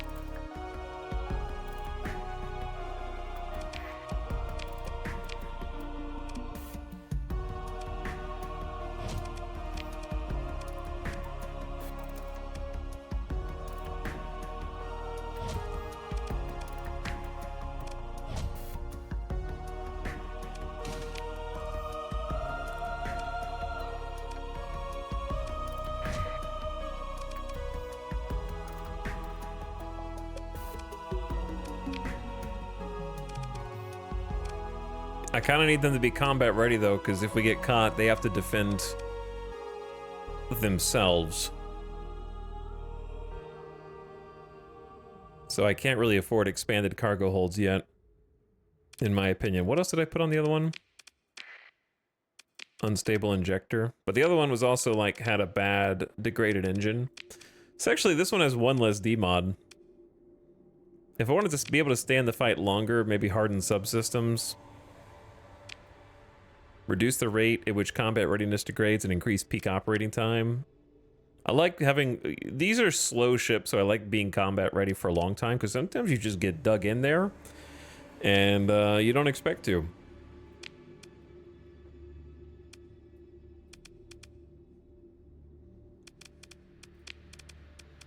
Let's go autocannons, and then have all three of these automated, linked, alternating linked. Cells within cells. Interlinked.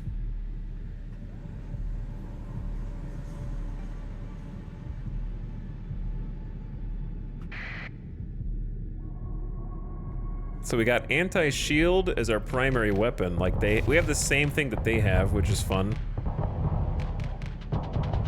Wow, those point defense didn't even try.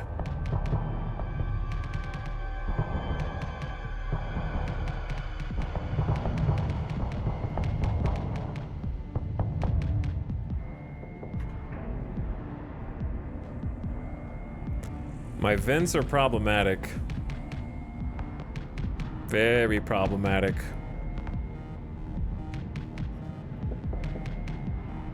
Also, the recoil's crazy in terms of the weapon spread here. All right. We pop a couple of these bad boys.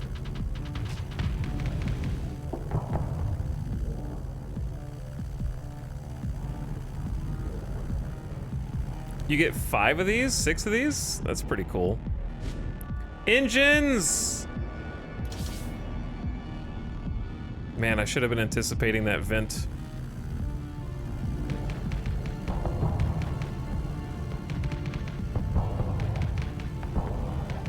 The recoil makes these just go wild. Do I have a hull mod right now for recoil at all?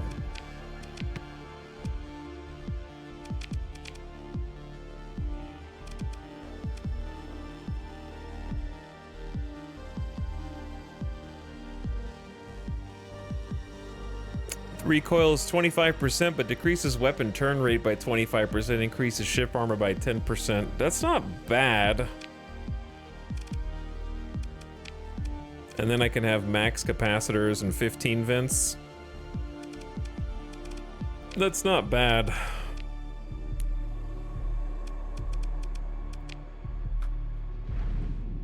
I think you don't have point defense in the back. Maybe. I might have put the wrong weapon on. Yeah, I put the wrong weapon on. I was in a hurry. There we go.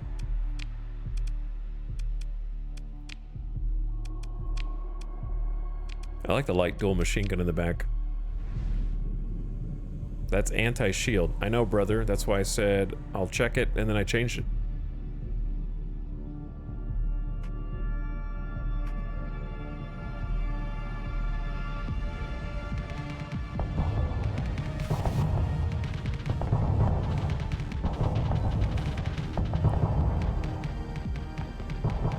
They got one of my engines. I think you pop a couple of these missiles for support here to keep some pressure on, get in closer.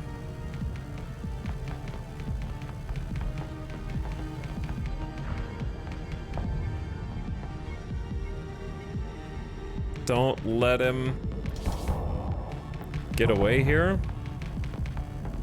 I love these beam weapons, man. Eventually they'll break through some armor. He has to keep taking his shields down whenever my projectiles are coming in.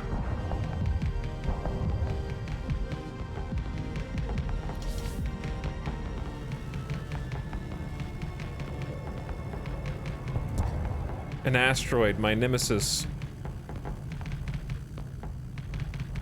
So we're not very good at this. It's kind of what we're not very good at this 1v1 situation. It's a little embarrassing.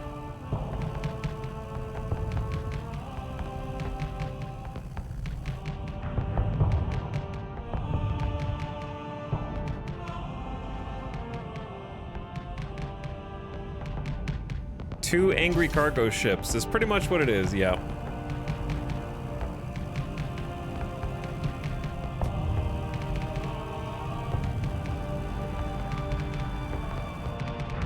Two angry cargo ships that can't hurt each other. Those are my last missiles. I guess the upside is you're good at support, and that's pretty much it.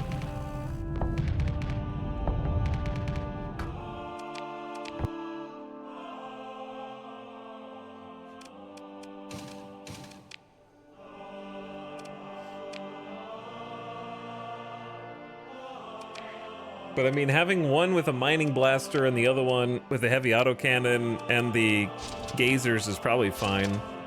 Ad starting soon, turn your volume down. If you are an ad watcher, I already snoozed it once. So I got one with a couple sabos and mining lasers. I do have autocannons on this one to support instead of point defense.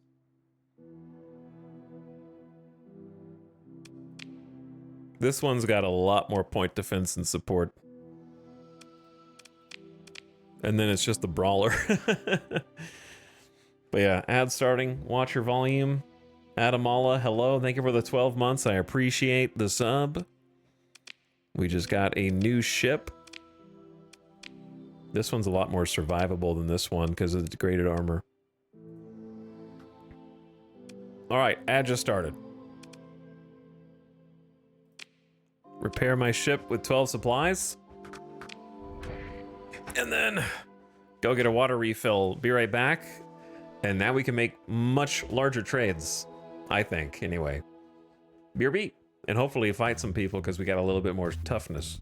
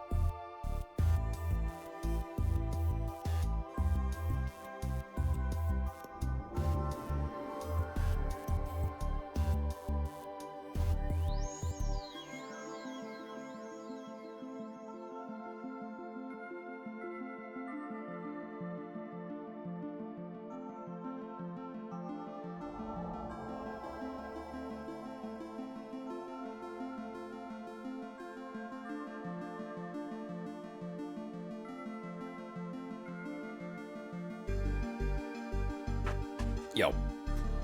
Back before the ad is done. Good timing.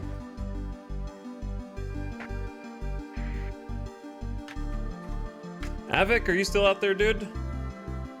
Not to put you on the spot, but I was curious about some of your Stellaris adventure, not Stellaris, Starsector adventures. Forgive me. And how your campaign's been running on the fringe. But no pressure if you're busy or elsewhere. But thank you, Adam Mala, for a year of sub. I appreciate it. Thanks for the prime.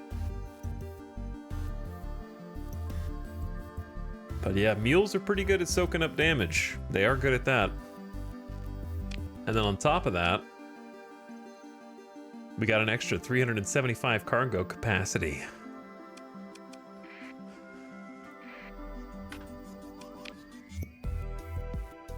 Though we are going to consume more fuel now. So it's going to consume another 7 maintenance supplies per month. And fuel per light year is going to cost another 2 fuel. So we do have to pay a little bit more fuel, but we got a 4th ship. What's up, Try Way Too Hard? Honestly, this is incredibly, this is the cheapest fuel. So I'm just gonna load up on that. These supplies, there's cheaper in the same system. We have plenty of crew, good amount of heavy machinery. And I was gonna try buying domestic goods and or the drugs from Kanta's Den. That was the plan. And just loading up on as much as we can carry.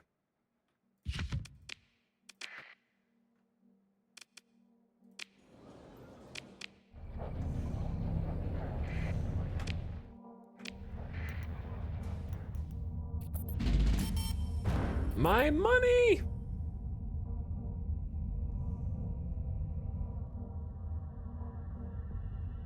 We're doing some smuggling.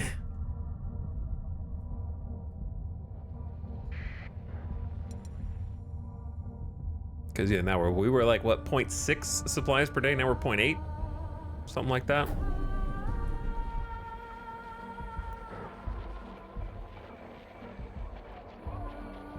Don't mind me, just gonna turn my transponder off and go say hi down here.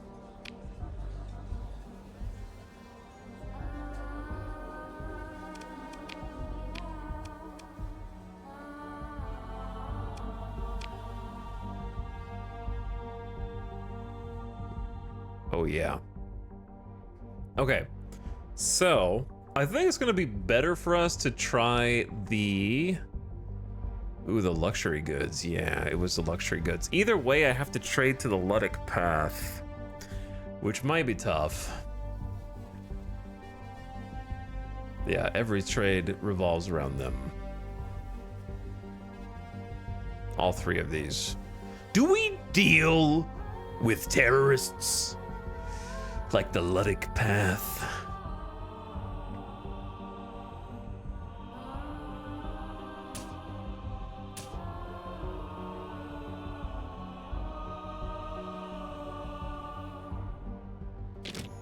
Still not enough room for everything. Still not enough space. Are we playing some space trucking? For now, we're playing some space trucking. With my starting conditions, I think it's the best and maybe only way to actually like get a solid foundation underneath you. We're not giving them guns. We're just giving them, I don't know, like luxury goods, such as handbags and suitcases and purses and stuff. I don't know. And some recreational drugs. Just recreational drugs. I don't see the problem. Chad, I only have I just spent everything except the last 7K that I have. I'm kind of all in.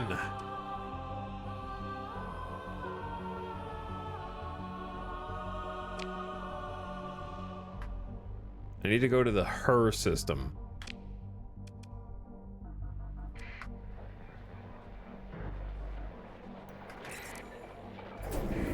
All right, my transponder's on. I'm gonna need none of the system authorities to scan me now, please. They will find my stash.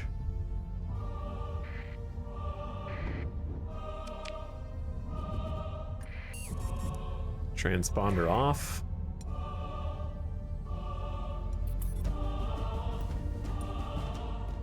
We do have a bit more defense than we did before, though. With that second mule.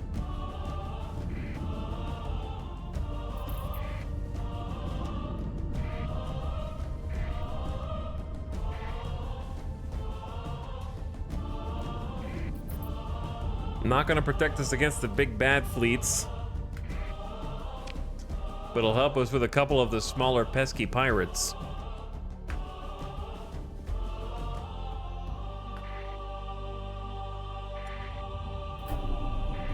This might be tricky.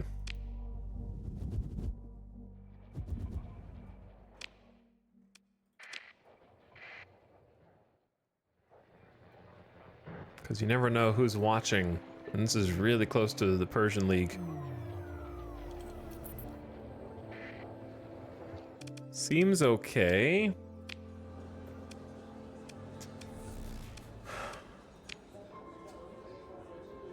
Help me move 54 units of recreational drugs to Lost Station, 5 light years. I'll pay you 43,000 credits.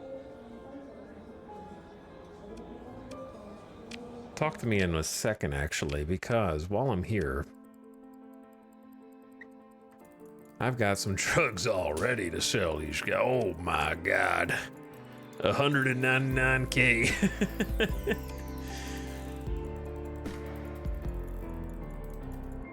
$199K. That's a pretty good deal.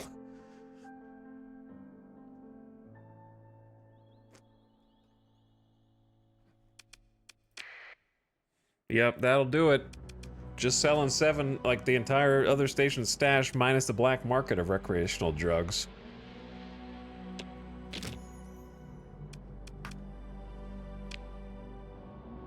Do we care about path or terrace?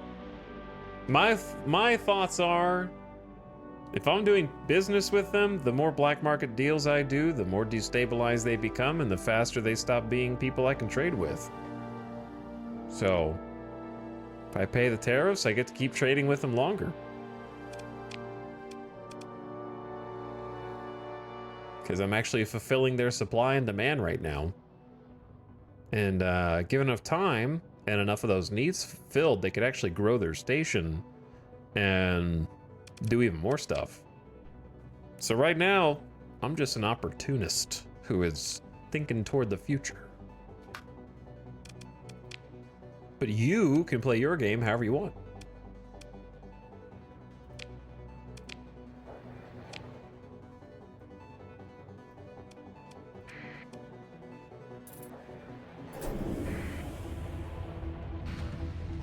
Oh, yeah, my bad. I forgot to turn my transponder on. I'm gonna get right on that, officers.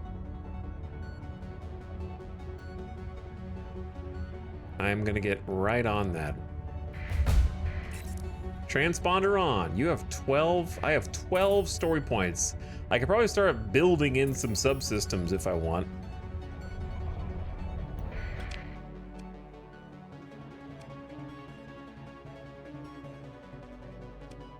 Where is WAN? WAN. Oh, it's in Cha. Whoops. Yeah, WAN is in Cha.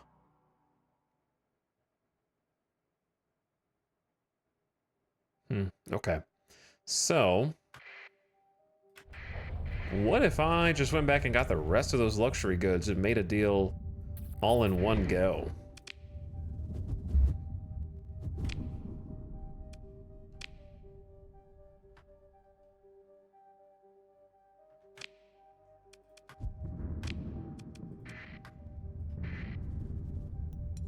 Gonna cost a little bit of extra fuel, but then I'll have enough money. I could start thinking about hiring some AI pilots. Well, they wouldn't be AI. You can't really, means something different in this game. But I could start hiring some officers, which would be sick.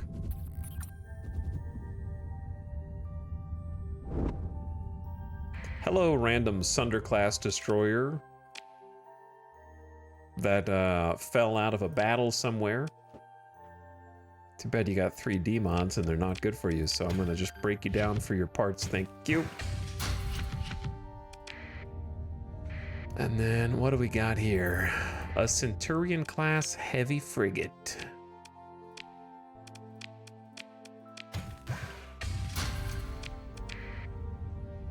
I'll take that.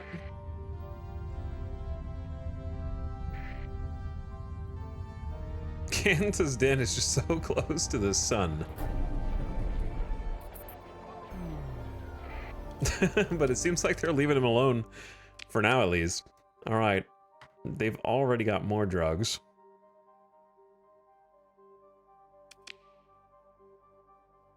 $138 per unit's not too shabby. But it'd be better, I think, to just load up on these. Focus on one thing at a time. Because they have a demand for almost 1,000.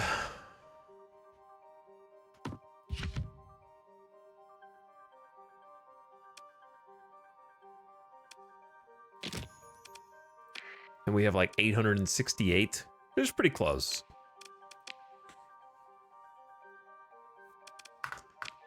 I want to get in a battle with my Griffin, but now that we've actually, like, once we do this trade, I might go back and grab the Griffin and actually, like, give it a loadout and then fly around with it, but it would cost extra resources.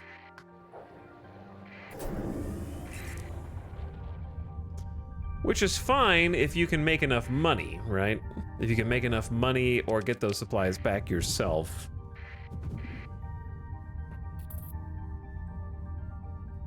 But yeah, the amount of money that we're making by like trading here, you would not even come close doing bounties or anything else. Not even close. Like right now, the only bounties that you could do in my game to make the same amount of profit, like we're making at least 60k profit. I would need a fleet that could beat a Colossus pirate freighter, a Shrike destroyer, 2 Cerberuses, Mudskipper, Shepherd, a Kite. Yeah, I would need a fleet that's probably twice my current size. At least 3 more combat focus ships to get 60k. I'm probably making closer to like 100k. This is like 100k profit. So to do that, I would have to have something that could beat an Eradicator, 2 Colossus, an Enforcer, a Shrike, a Buffalo, and a host of 5 other ships of varying quality. Trading profit is extremely good. However, it is a little bit of a double-edged sword in that the more you trade, the more demand you satiate. The more demand you satiate and fill, the fewer trade opportunities there are that make that kind of profit because you're filling the orders. So it's very front-loaded, but you have to do a lot of trading to fill everybody's trade demand. You have to do a lot. It'll take a while to get there. By the time you get there, you should be pretty rich.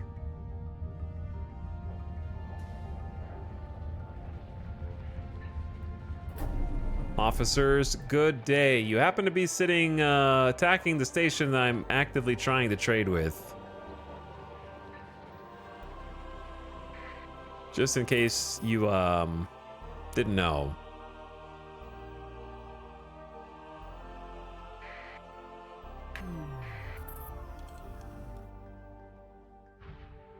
By the time I sneak up to the station to trade with it, these guys are going to be randomly done with their battle and then intercept me, watch. I love sneaking into an orbital station while it's under attack.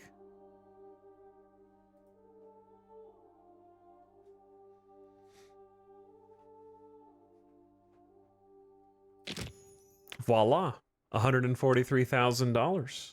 And that's after the tariffs. So if you're not even paying tariffs both ways, then you're making an extra 25, 30K easy. So that would be 170K on... We had, what, 200K? So I just made 108,000 profit, and that's with paying tariffs. So if you're not paying tariffs, that would have been 130K on one trade, right? With a pretty small fleet. I have 4 ships. So you're just not gonna find a bounty with that kind of return on investment for the amount of effort involved. You'd have to take out a Ludic path base right now to get that much money. So trading is so lucrative, so juicy. Just gotta be able to find the pieces that turn the wheel, you know what I mean? You gotta find what the people want.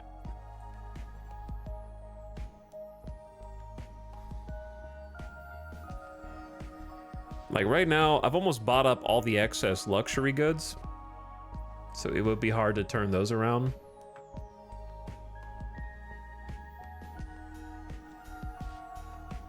Still decent 2-to-1 ROI on the drugs.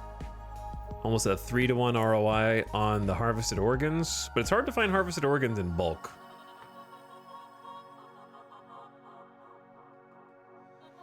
Domestic goods are not too hard to get bulk.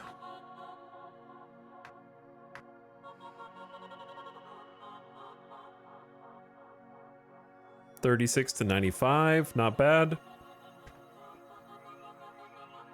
Like, right, this is the best ROI, but you have to be able to buy a lot. We don't have a lot of cargo space, so I don't know how much this would be. Maybe like 850 times 42. Yeah, it would only be like 35K. We wouldn't be making that much. But the ROI is huge. If you could trade all 6,000 of those, then yeah, we'd make a lot because they have 6,000 extra for only 6 credits. Sell them for 42. That would be a good deal.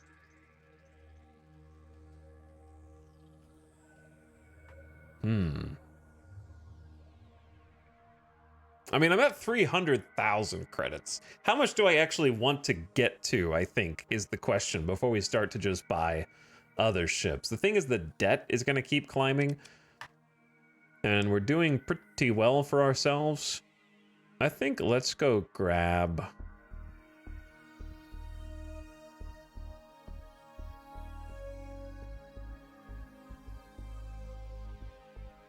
The harvested organs would be a decent chunk of change.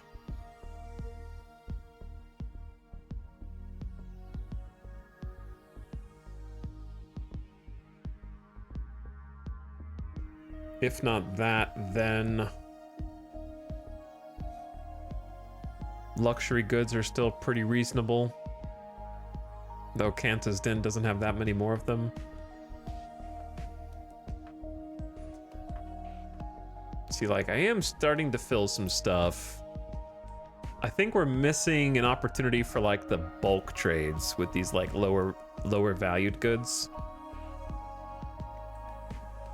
Or you could just chill with your 314K and let the markets kind of equalize a little bit and go poke around, look for some salvage, see what's around here. It's not a bad idea. I'm just gonna get out of here.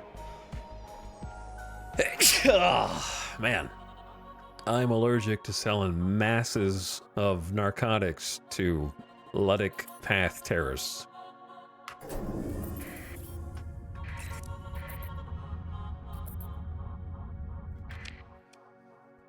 The Polong. Vlandam. Yeah, let's go see what they got at Vlandam. Maybe do a little pulse. Ding, ding, ding. You have advanced to level 4. Wow, I've already gained 4 levels just from trading.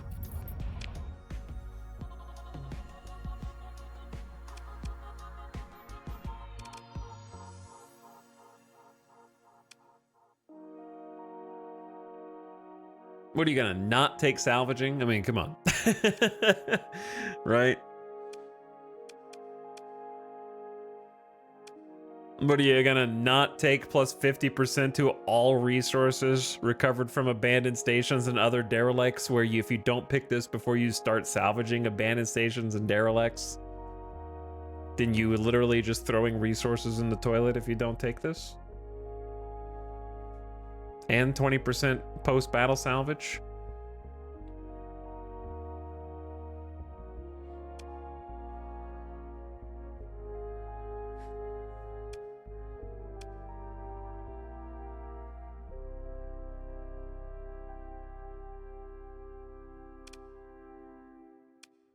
I mean,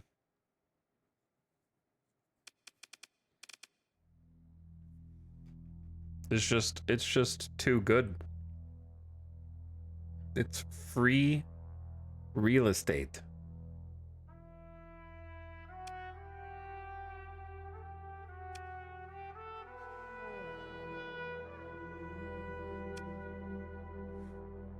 Yep.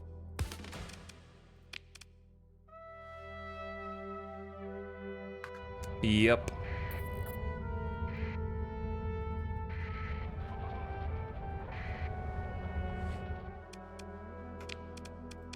If I were to buy a ship off the open market, would it be any of these? Maybe a dram. This could be like dram time. Definitely not Prometheus. Certainly not a Prometheus kind of day. Probably dram and go get... They got a nice omen here on the black market. Good wolf. I don't want to keep buying everything off the black market because I'm going to get stopped and searched by literally everyone. But yeah, it's a nice little time to get a dram.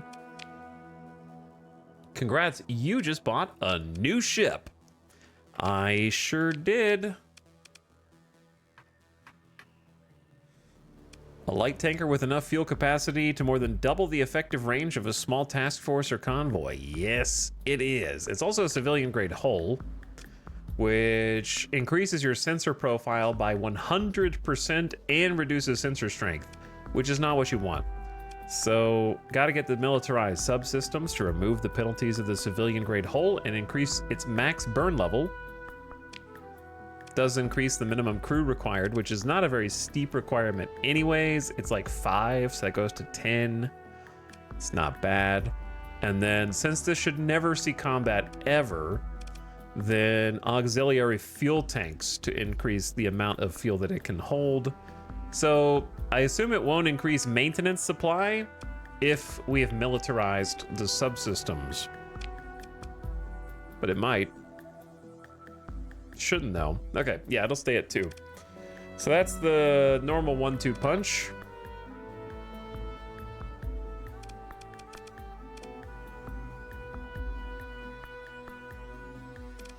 And I could start building some of these in if I wanted to, but I don't know if I really need to yet. We can pretend like it'll defend itself, even though it won't. I don't really have any missiles to go on here.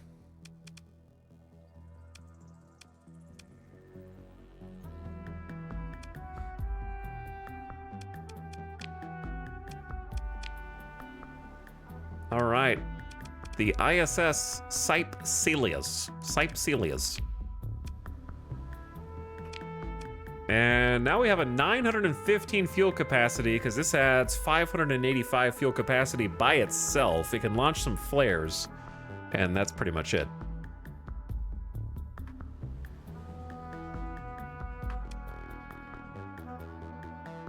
We could buy fuel at Cha. Cha is a little better.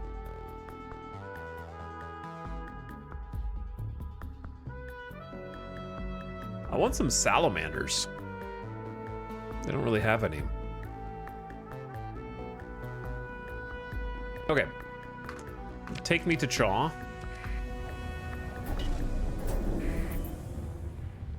And go scope that out. I want to start getting combat ready. We got 300k. I want to make a little more money, maybe like 350, 400k, and then start. I want to get that Griffin outfit going and basically get battle ready so we can actually take on some decent fights. We haven't really seen many fights to take, to be honest. I haven't seen that many like pirates flying around. I've seen a bunch of everybody else, but not many pirates.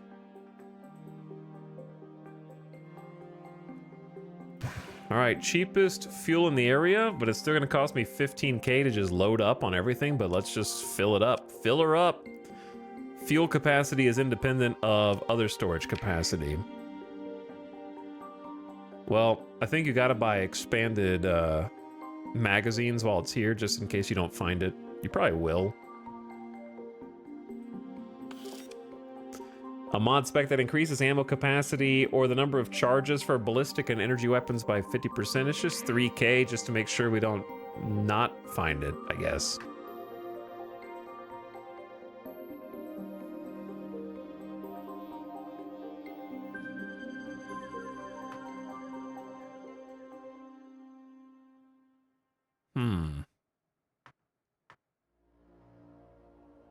If I were a trading man,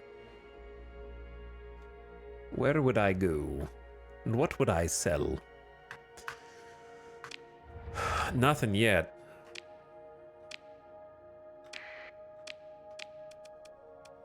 Where did I stored my other ship? Just in the neighboring system.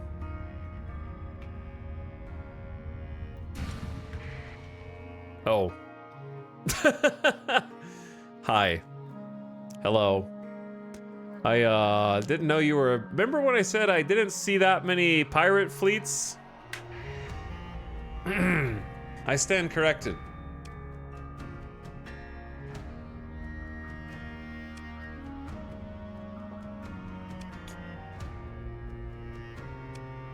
The thing is, we can almost take them.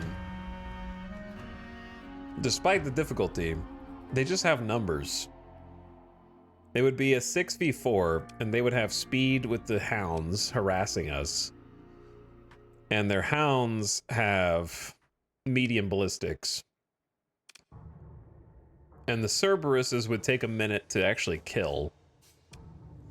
Like, a Buffalo support destroyer is not so bad by itself, but just firing pylums from a distance with salamanders is a little annoying. And they do have a mule as well. So we have like 2 mules versus their mule with a thumper on it. So like, we're not far from being able to tackle this. It's just the brawler is going to be doing the majority of the damage here. And what sucks is I can't really save scum just to see if we can take it, because if I lose, then I'm playing in Iron Man mode, so there's no reload.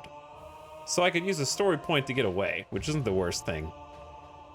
But I kind of want to fight him, but I also don't think that we can. But I kind of want to fight him. This mule's useless because it's anti-shield. They don't really have any shields. The mining blaster would kick some ass, and the brawler would as well. But if I lose, the run's kind of over, because I'd have to try and salvage the ships. It would not be over, but it would be very annoying.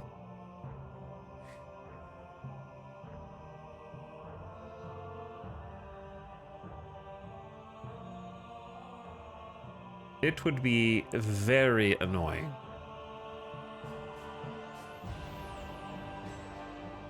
An assault chain gun, 2 assault chain guns, an arbalest autocannon, and another heavy autocannon. It'll be cool if you win. It's easy for you guys to see. You're not the one playing.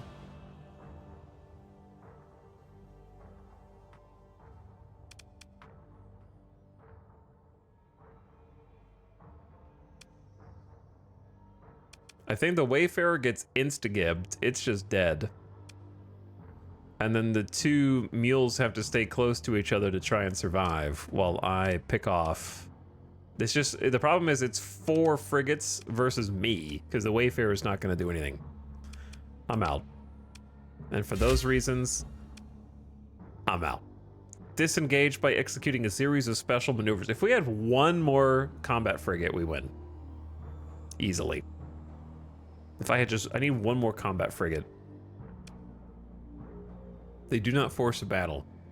A special series of maneuvers have been executed. Your fleet is running low on supplies. If it runs out, all repairs will stop, and ships will start to lose combat readiness over time. After more than a couple days without supplies, the fleet will begin to panic, and there is a possibility of a mutiny. In this event, you will be sent into the first-person perspective for the alternative game within a game, buried in Starsector. Boots on the ground, you will open up the client for Star Citizen and engage in a series of first-person missions to dismantle the crew that is rising up against your command. Damn, that's crazy. I didn't know it was that detailed after... Is that new in the last patch?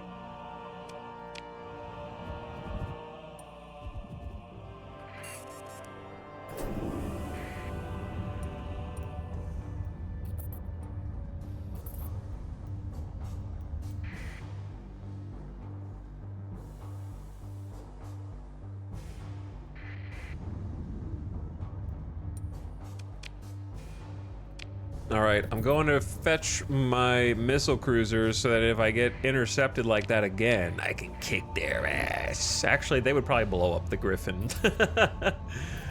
The Griffin plus 1 more frigate would be amazing.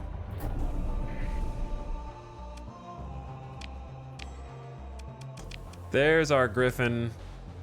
Give me that, please.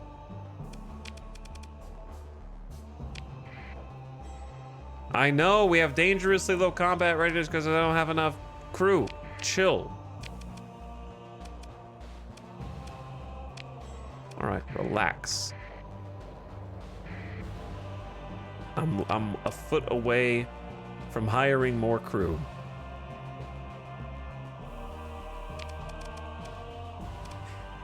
So if I unmothball this, we now need at least 280 crew.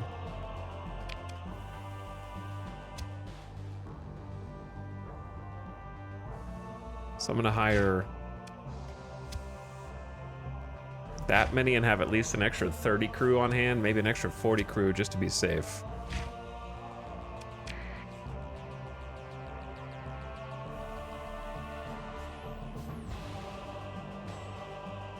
Okay, yeah, we got 40 spare crew, 40 Marines.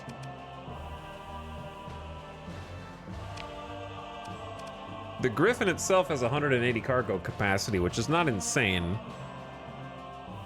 but it doesn't have any weapons right now. Honestly, a hammer barrage might not be the worst thing to just throw on here. It's not a bad weapon.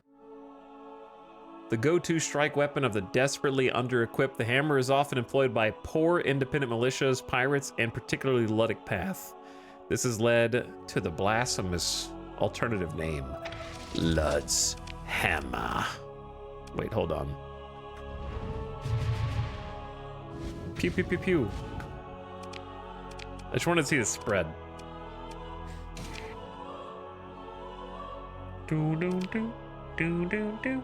Do, do, do, do, do, do.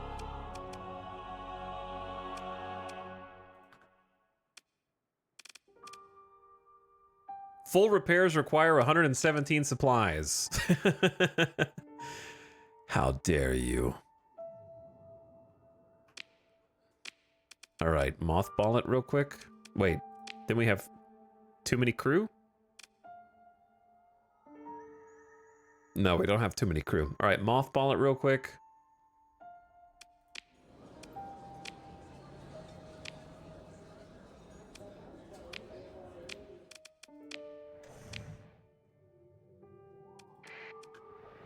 We can get much cheaper supplies up here.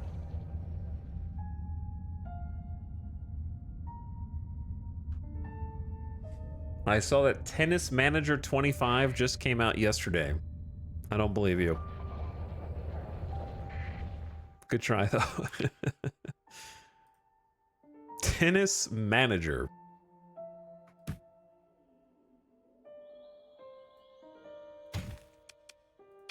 My money! Okay, so now we have enough supplies to unmothball this.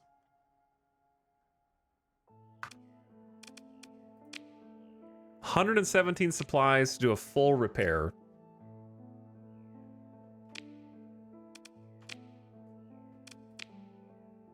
And there's no good weapons here.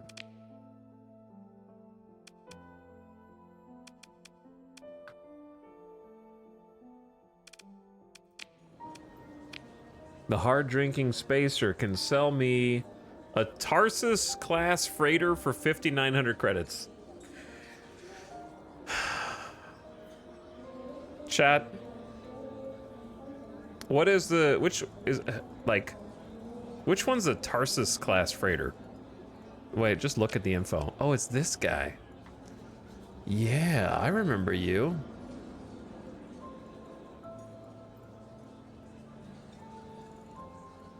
It has a civilian-grade hull, but we can work that out.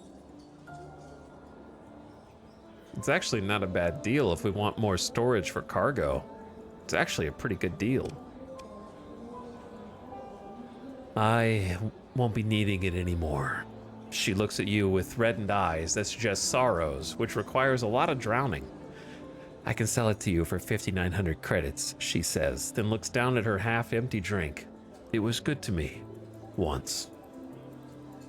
The spacer taps a few buttons on the greasy tripod so you can see the freighter schematics. Got a few light years on her for sure, but it'll burn bright and true, she says. The downside is it has degraded field drive, increased maintenance, and erratic fuel injector. So, all of those reasons, I'm out. It's gonna cost me more maintenance, more fuel, and have bad sensor issues. Sorry. What's the security officer pleased about?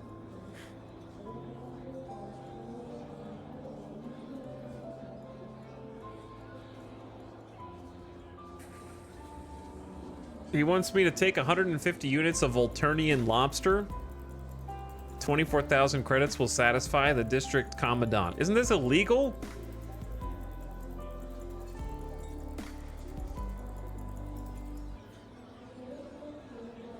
Aren't these illegal lobsters? Hightown chat. Hightown convinced me to buy this game several years ago. Hello, late night robot mystic. Only if you get caught. The tennis manager game has an AI warning for AI generated faces. Okay. Oh no. It's real?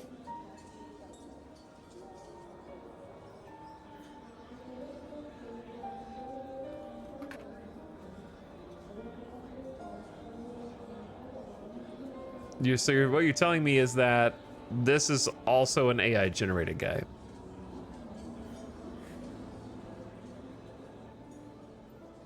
So you're telling me this is AI generated, that's probably AI generated. That's AI generated. That guy's AI generated. Why is that, what's his name?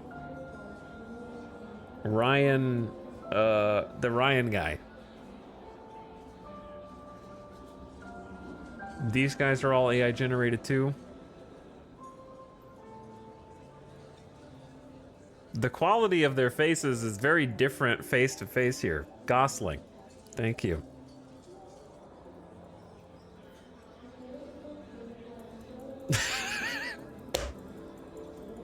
It looks just like him. It looks just like that guy that we just saw.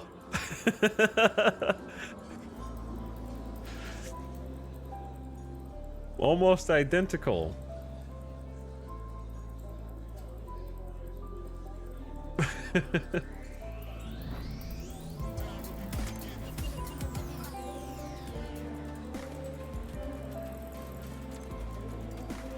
You can do it!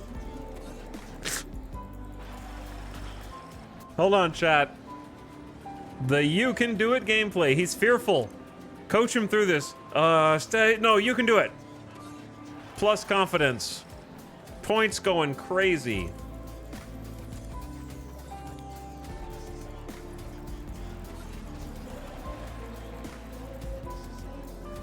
Wait, all this is AI generated too?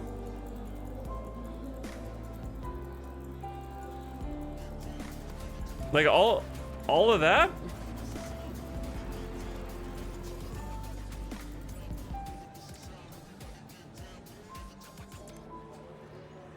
It's beautiful.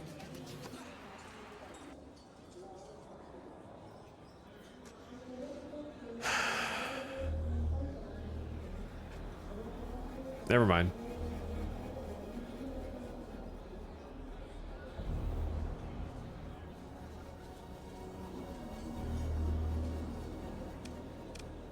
Accept the offer. Cryo-stabilized Volturnian lobster, 150 units in all. The officers eat like royalty, yes, but there's only so much one can take, and the coolant cells won't last another week without replacements, so... He turns to you. 24,000 credits will satisfy the district commandant as well as your new friend here, and the entire cargo can be transferred to your holds without the bother of tariffs. What do you say? Will you help maintain a little law and order? You can hold 1,000 units. Sure. I accept. Why did I go here? I went here for supplies.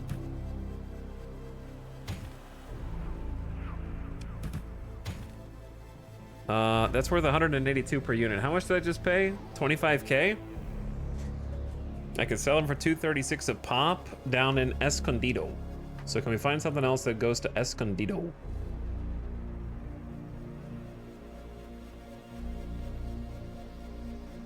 Oh wait, I'm looking at the wrong, I'm looking at the wrong thing. Okay. I was looking down here, I need to be looking over here at places to sell. That's not a good ROI. No Escondido. No, oh, there's an Escondido.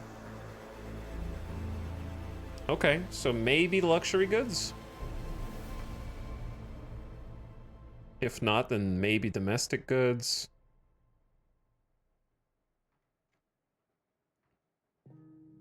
Wait, transbotonic ore might.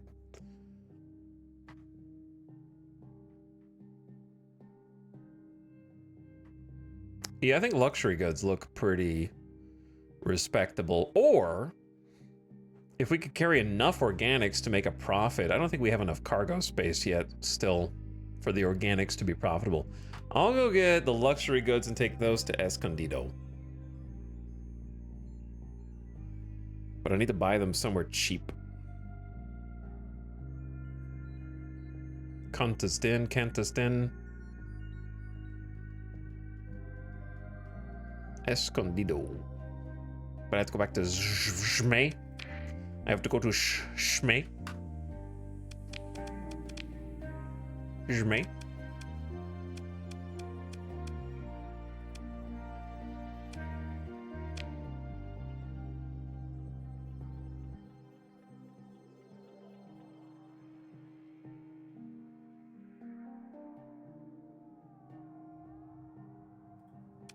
I don't think we need a salvage rig yet. Okay, Jmei. Jmei. Let's go. A mix of several old Earth species and a little imagination produces creature which grows wild in the crushing depth of Volturn's sea floor. The flavor is said to be exceptional. Actually, before we go, I need to go back to the pirate area over here, because one of them actually sold a reasonable number of weapons, I thought, and we have a Griffin ship that needs weapons. Unfortunately, we are losing now 1.5 supplies per day, which is up.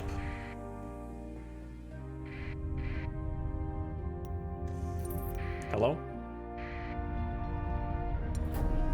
Who's here? Who's bothering this station? Smuggler? And an unidentified scavenger fleet engaged in battle. And there's a random shepherd drone tender just chilling here. Starting to get bonus salvage.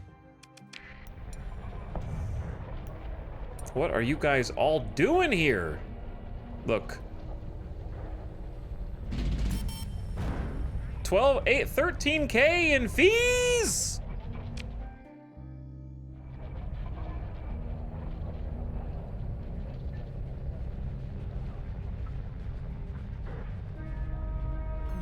I'm going dark.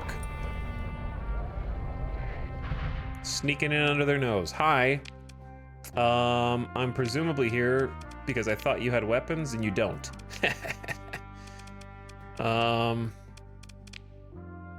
You have some medium weapons.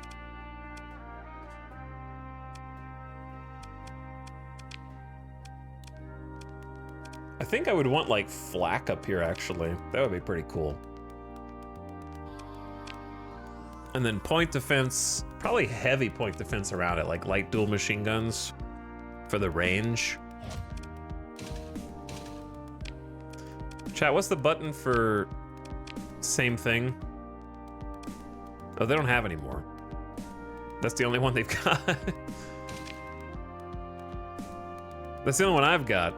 Yeah, I was holding shift. There are no more. Okay, well this place is definitely not it. Maybe it was Sesame. Sessine. I keep saying it differently every single time. Was it you? Nope. Yeah, they don't even have any weapons. Maybe it was Mordor? Where was it? Maybe it was Morgoth.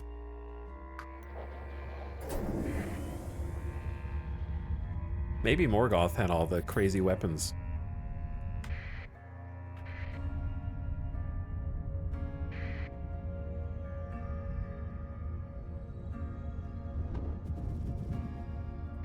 All right, time to use some of that fuel. I love that we just have a missile ship that has no missiles on it. It's just a ship. Please don't attack me. I'm not ready yet. I haven't had time to put my missiles on my missile ship. Random Sunder-class destroyer just floating through space. 3D mods, I'll pass, but I'll take some free supplies. all day. 22 supplies, some fuel, some machinery, an auto pulse laser. That might come in handy.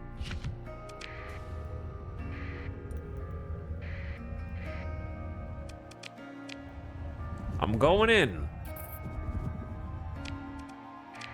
Maybe it was Morgoth, maybe it wasn't. We're about to find out.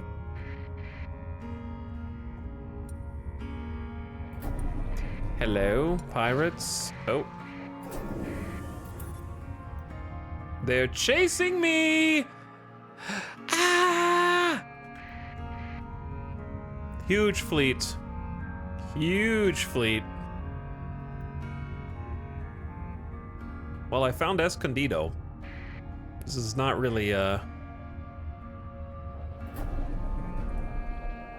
what I meant to do.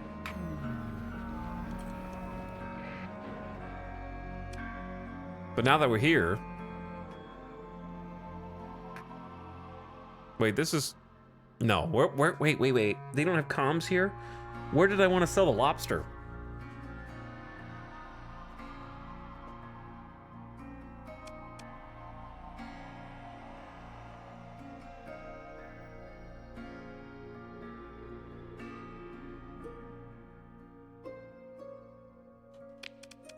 This is not what I wanted at all. And the fact that their comms are down makes this worse. Do you guys have any weapons? Nope.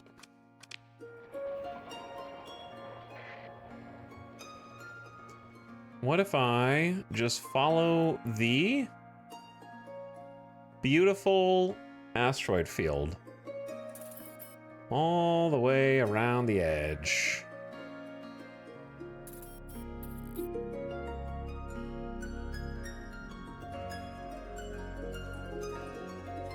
And just stealth my way in. They'll never see me. Do they see me? Defending Morgoth. I don't remember there being such a force here.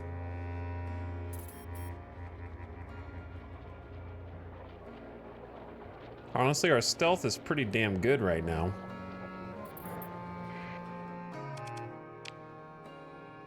Morgoth. Morgoth. Ooh. They do have Pelums.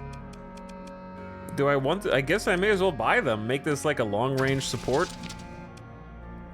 Two-stage missiles suited for long-range support by backline combat ships. The second stage has a higher top speed, giving it a better chance of defeating point defense systems. These things are just spam. They just spam.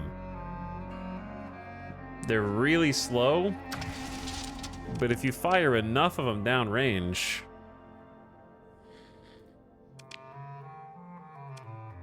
if they do hit, they hit for a decent amount of damage.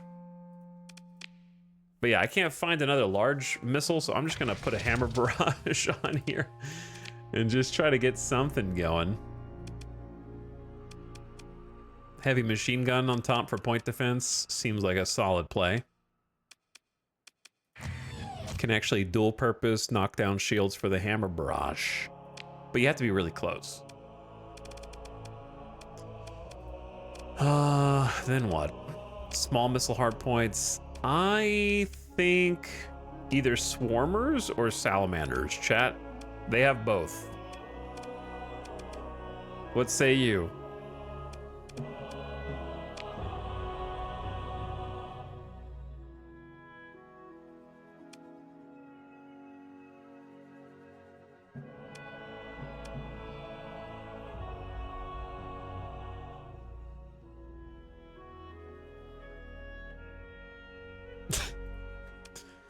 I love this chat interaction. Hey, is this vanilla? Next chatter. No, this is Nex. First chatter. Aha, first time playing Starsector?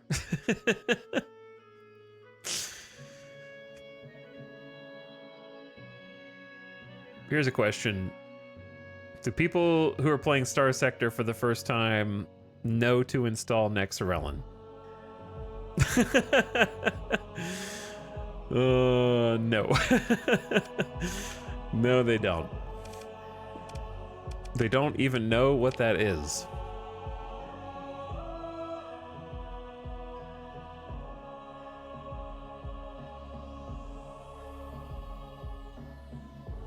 Yep, time chatters. Yep, time chatters. But no, it's not my first time playing Starsector.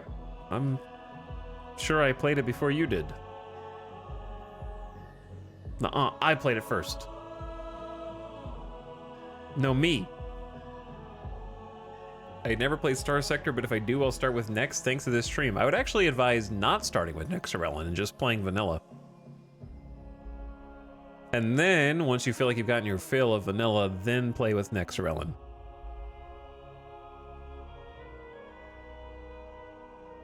I don't think Nexarellan does anything that you need to have in the first experience at all.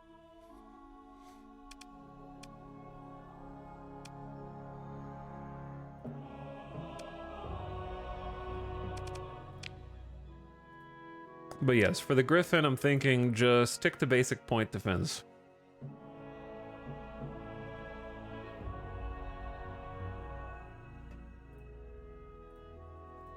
And just barrage from a distance and shoot anybody that comes in close. So anyway, Chow was asking the difference between the Salamander and the Swarmer. The Swarmer is an anti-fighter missile, and the Salamander is a harassment missile that shoots EMP missiles that chase the engines of the target.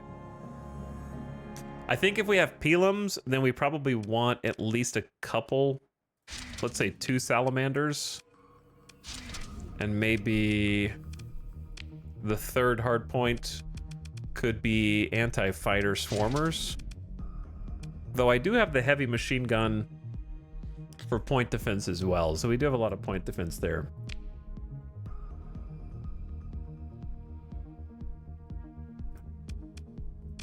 I don't have any, this is, you know, we don't have any like cool mods to choose from here. So out of the basic mods that we do have,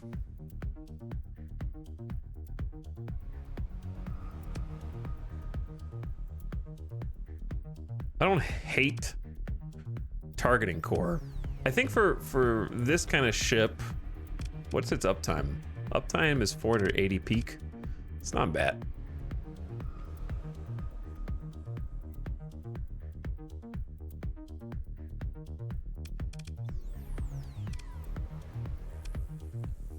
I would say targeting core possibly. Just increase the range of ballistic energy weapons by 35% so that our point defense has longer range.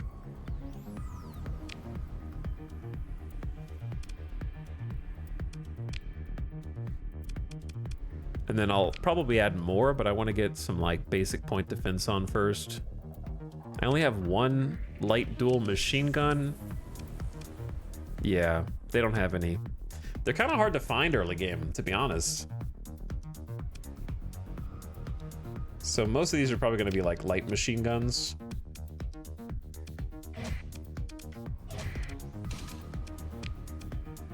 Like I have 1 that I bought. If I see more, then I'm gonna buy more.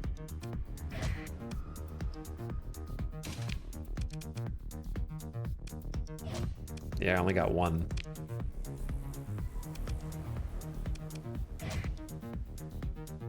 Hammer missiles is an interesting choice. It's not a choice. We visited 6 stations now, and that is the only large missile that's been available, so I figure something's better than nothing. It is a lack of choice, actually.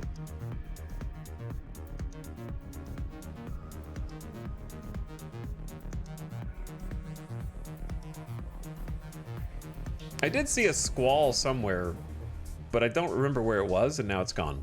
That was earlier, though. We saw the squall earlier, before I intended to use this ship. So, some room for improvements, to be sure. And then kind of get an idea maybe find something that's like in that 12 range. Hardened subsystems for uptime's usually good. I mean, yes, but it's already got like 7-8 minutes of uptime. Unstable injector is good, but it does reduce the weapon range when I'm boosting it with targeting core, so it's kind of self-defeating a little bit. But yeah, top speed's good. I just don't think if somebody gets to it, it's not really going to be doing much kiting anyway. I would probably say armored weapon mounts is kind of a dark horse choice here. That way the point defense can keep defending itself if it's being harassed by fighters from a carrier or something, or smaller ships.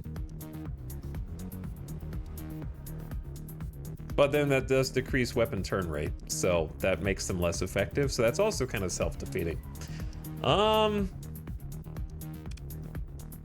I might just leave the points in just max boosters or capacitors and vents for now, to be honest, and just wait until I get expanded missile racks.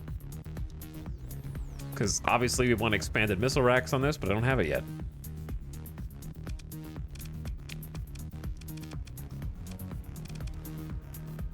So we want Pelam's auto-firing. We want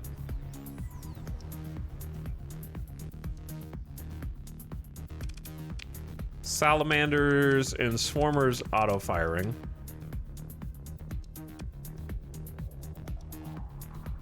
Yeah, it can regen missiles at the cost of a lot of flux.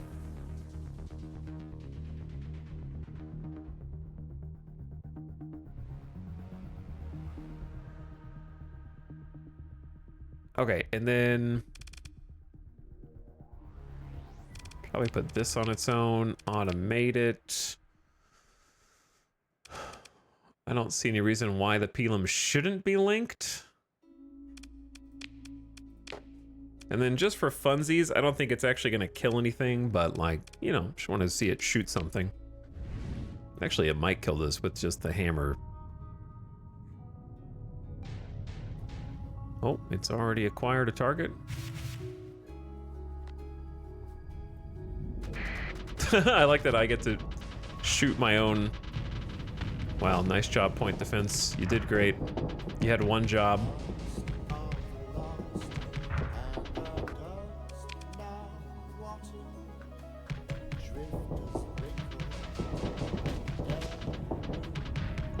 Waiting for engines to come back on.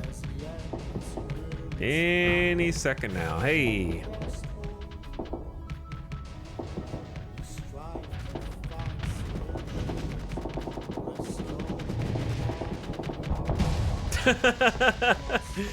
It is fun though, isn't it?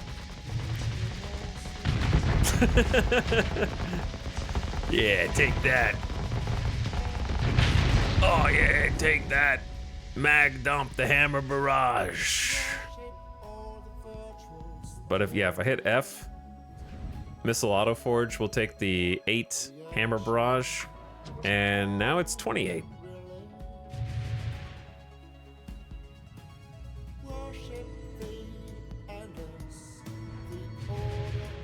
And you can spam those. So I mean, it's fun, if nothing else. It is fun, if nothing else.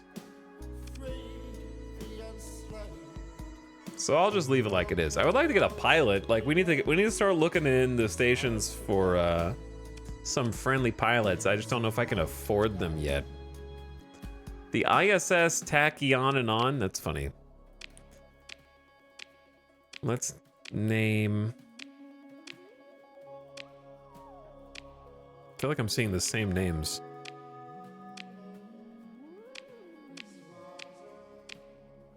I am actually seeing the same names.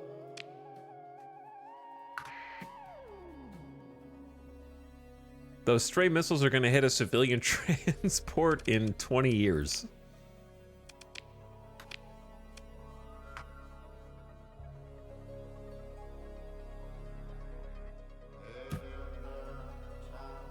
Pay my pirate space tax. Did I want to buy anything else from these guys? I wanted to just see if they had anything worth buying.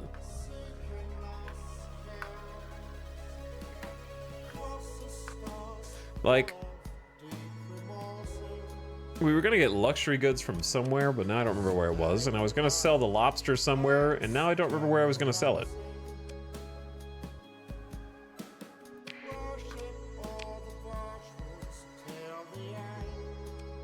Was it Karanon? Uh-oh.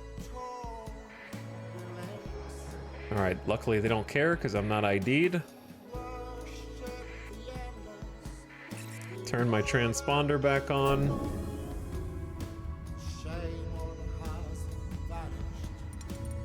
Oh boy. It do be busy here. There's a lot of pirates here, brother.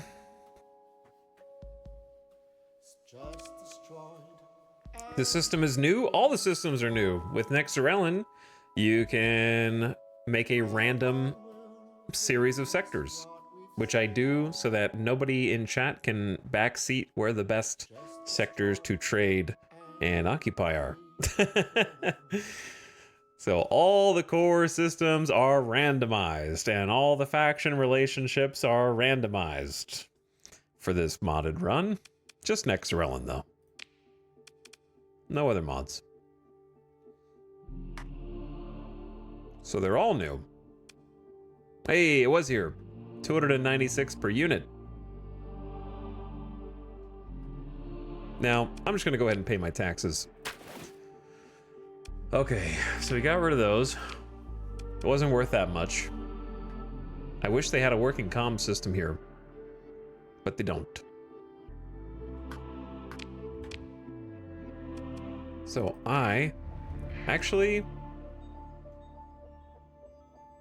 we're so close to actually being able, like maybe with the station, with the battle station engaging them, we might be able to fight back as long as we don't get battered by the cruisers.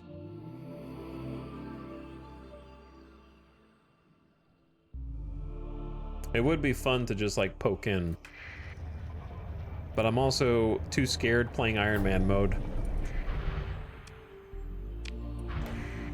Now we could probably take them.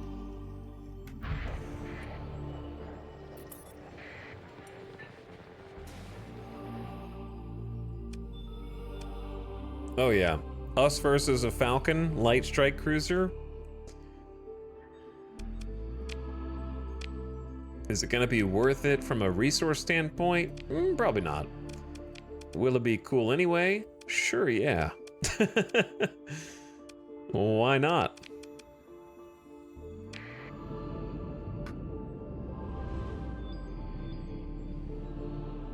It's a shame that randomized the sector breaks so many things like story missions. I prefer it that way. I don't like having to do the campaign or the story. Once was enough. Alright, I need to get closer to my friends that can take care of these little dudes for me. Uh-oh. I'm protecting him. Uh-oh. Chad, I may have been off too much. My ship! Chill, man. Alright, I may have bitten off too much. He's right on me, brother. I'm dead!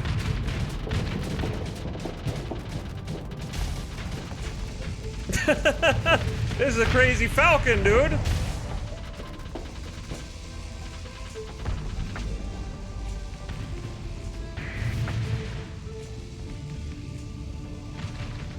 I mean, we got him, but at what cost?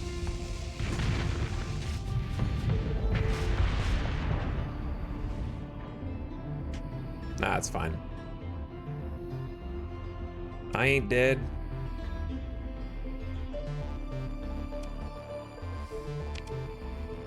I may have an extra D mod, but I ain't dead. That's fine. Now I can recover their Falcon. Degraded shields and compromised armor is unfortunate.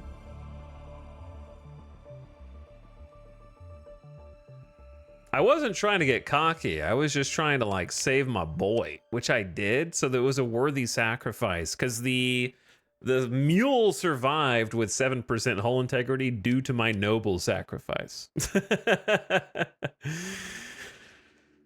We had enough firepower. It's just that I don't have an actual pilot in the Griffin. So the Griffin just kind of like sat back and its engine got shot by some salamanders and then it became disabled and then distracted.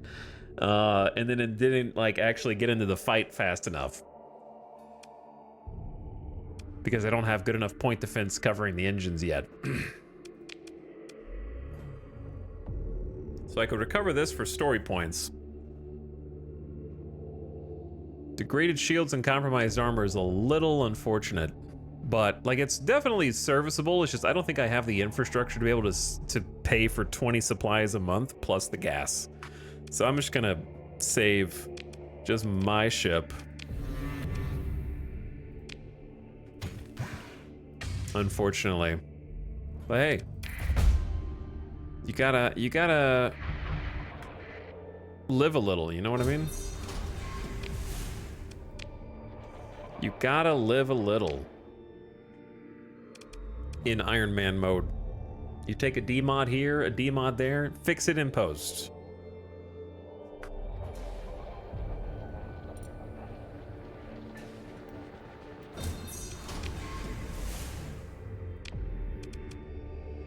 Couple of little support destroyers. 3 heavy machinery goes boom, and we get them back.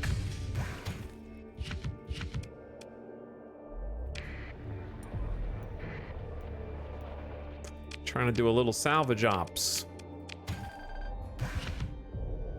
Not too shabby. Breach SRM pods. Not too shabby. Good little find there. Oh man, now that's a big fleet. All right, gamers. Do I not have any more snoozes left on the ads? I already snoozed. I gotta snooze. Okay.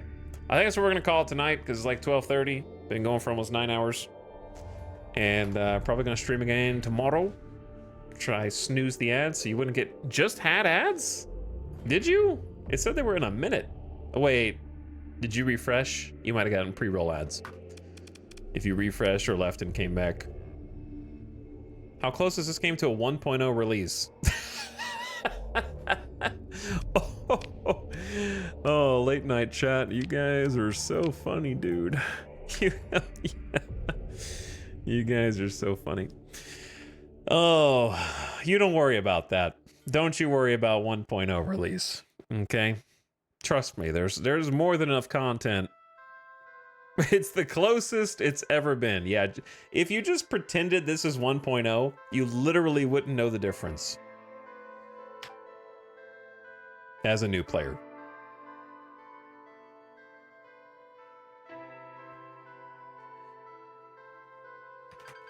Making bacon. That's the name of this save. All right, GG's. Decent progress despite getting my ship blown up there at the end and get an extra D-mod for fun. But yeah, it's very like feature rich. There's a lot of stuff to do. Also, it's like $15 or $20. It's very cheap. Very cheap. So probably pick up there tomorrow. Got some other stuff I want to play too, which will be hitting up soon. But I want to see some more ships. I want to get some more combat ready ships and do some more exploring and stuff tomorrow. So now we've actually got like 250K, some cargo haulers that can do some big trades. We got the Griffin set up with missiles, so we got a little bit more backbone in the fleet, but we need that like punch. I need at least 1 or 2 more frigates and like a solid destroyer, and then we'll be really good.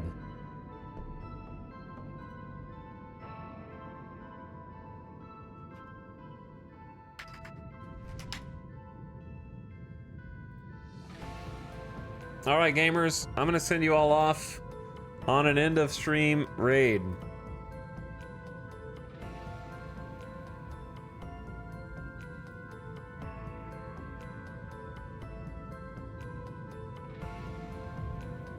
So I'm gonna get you out of here.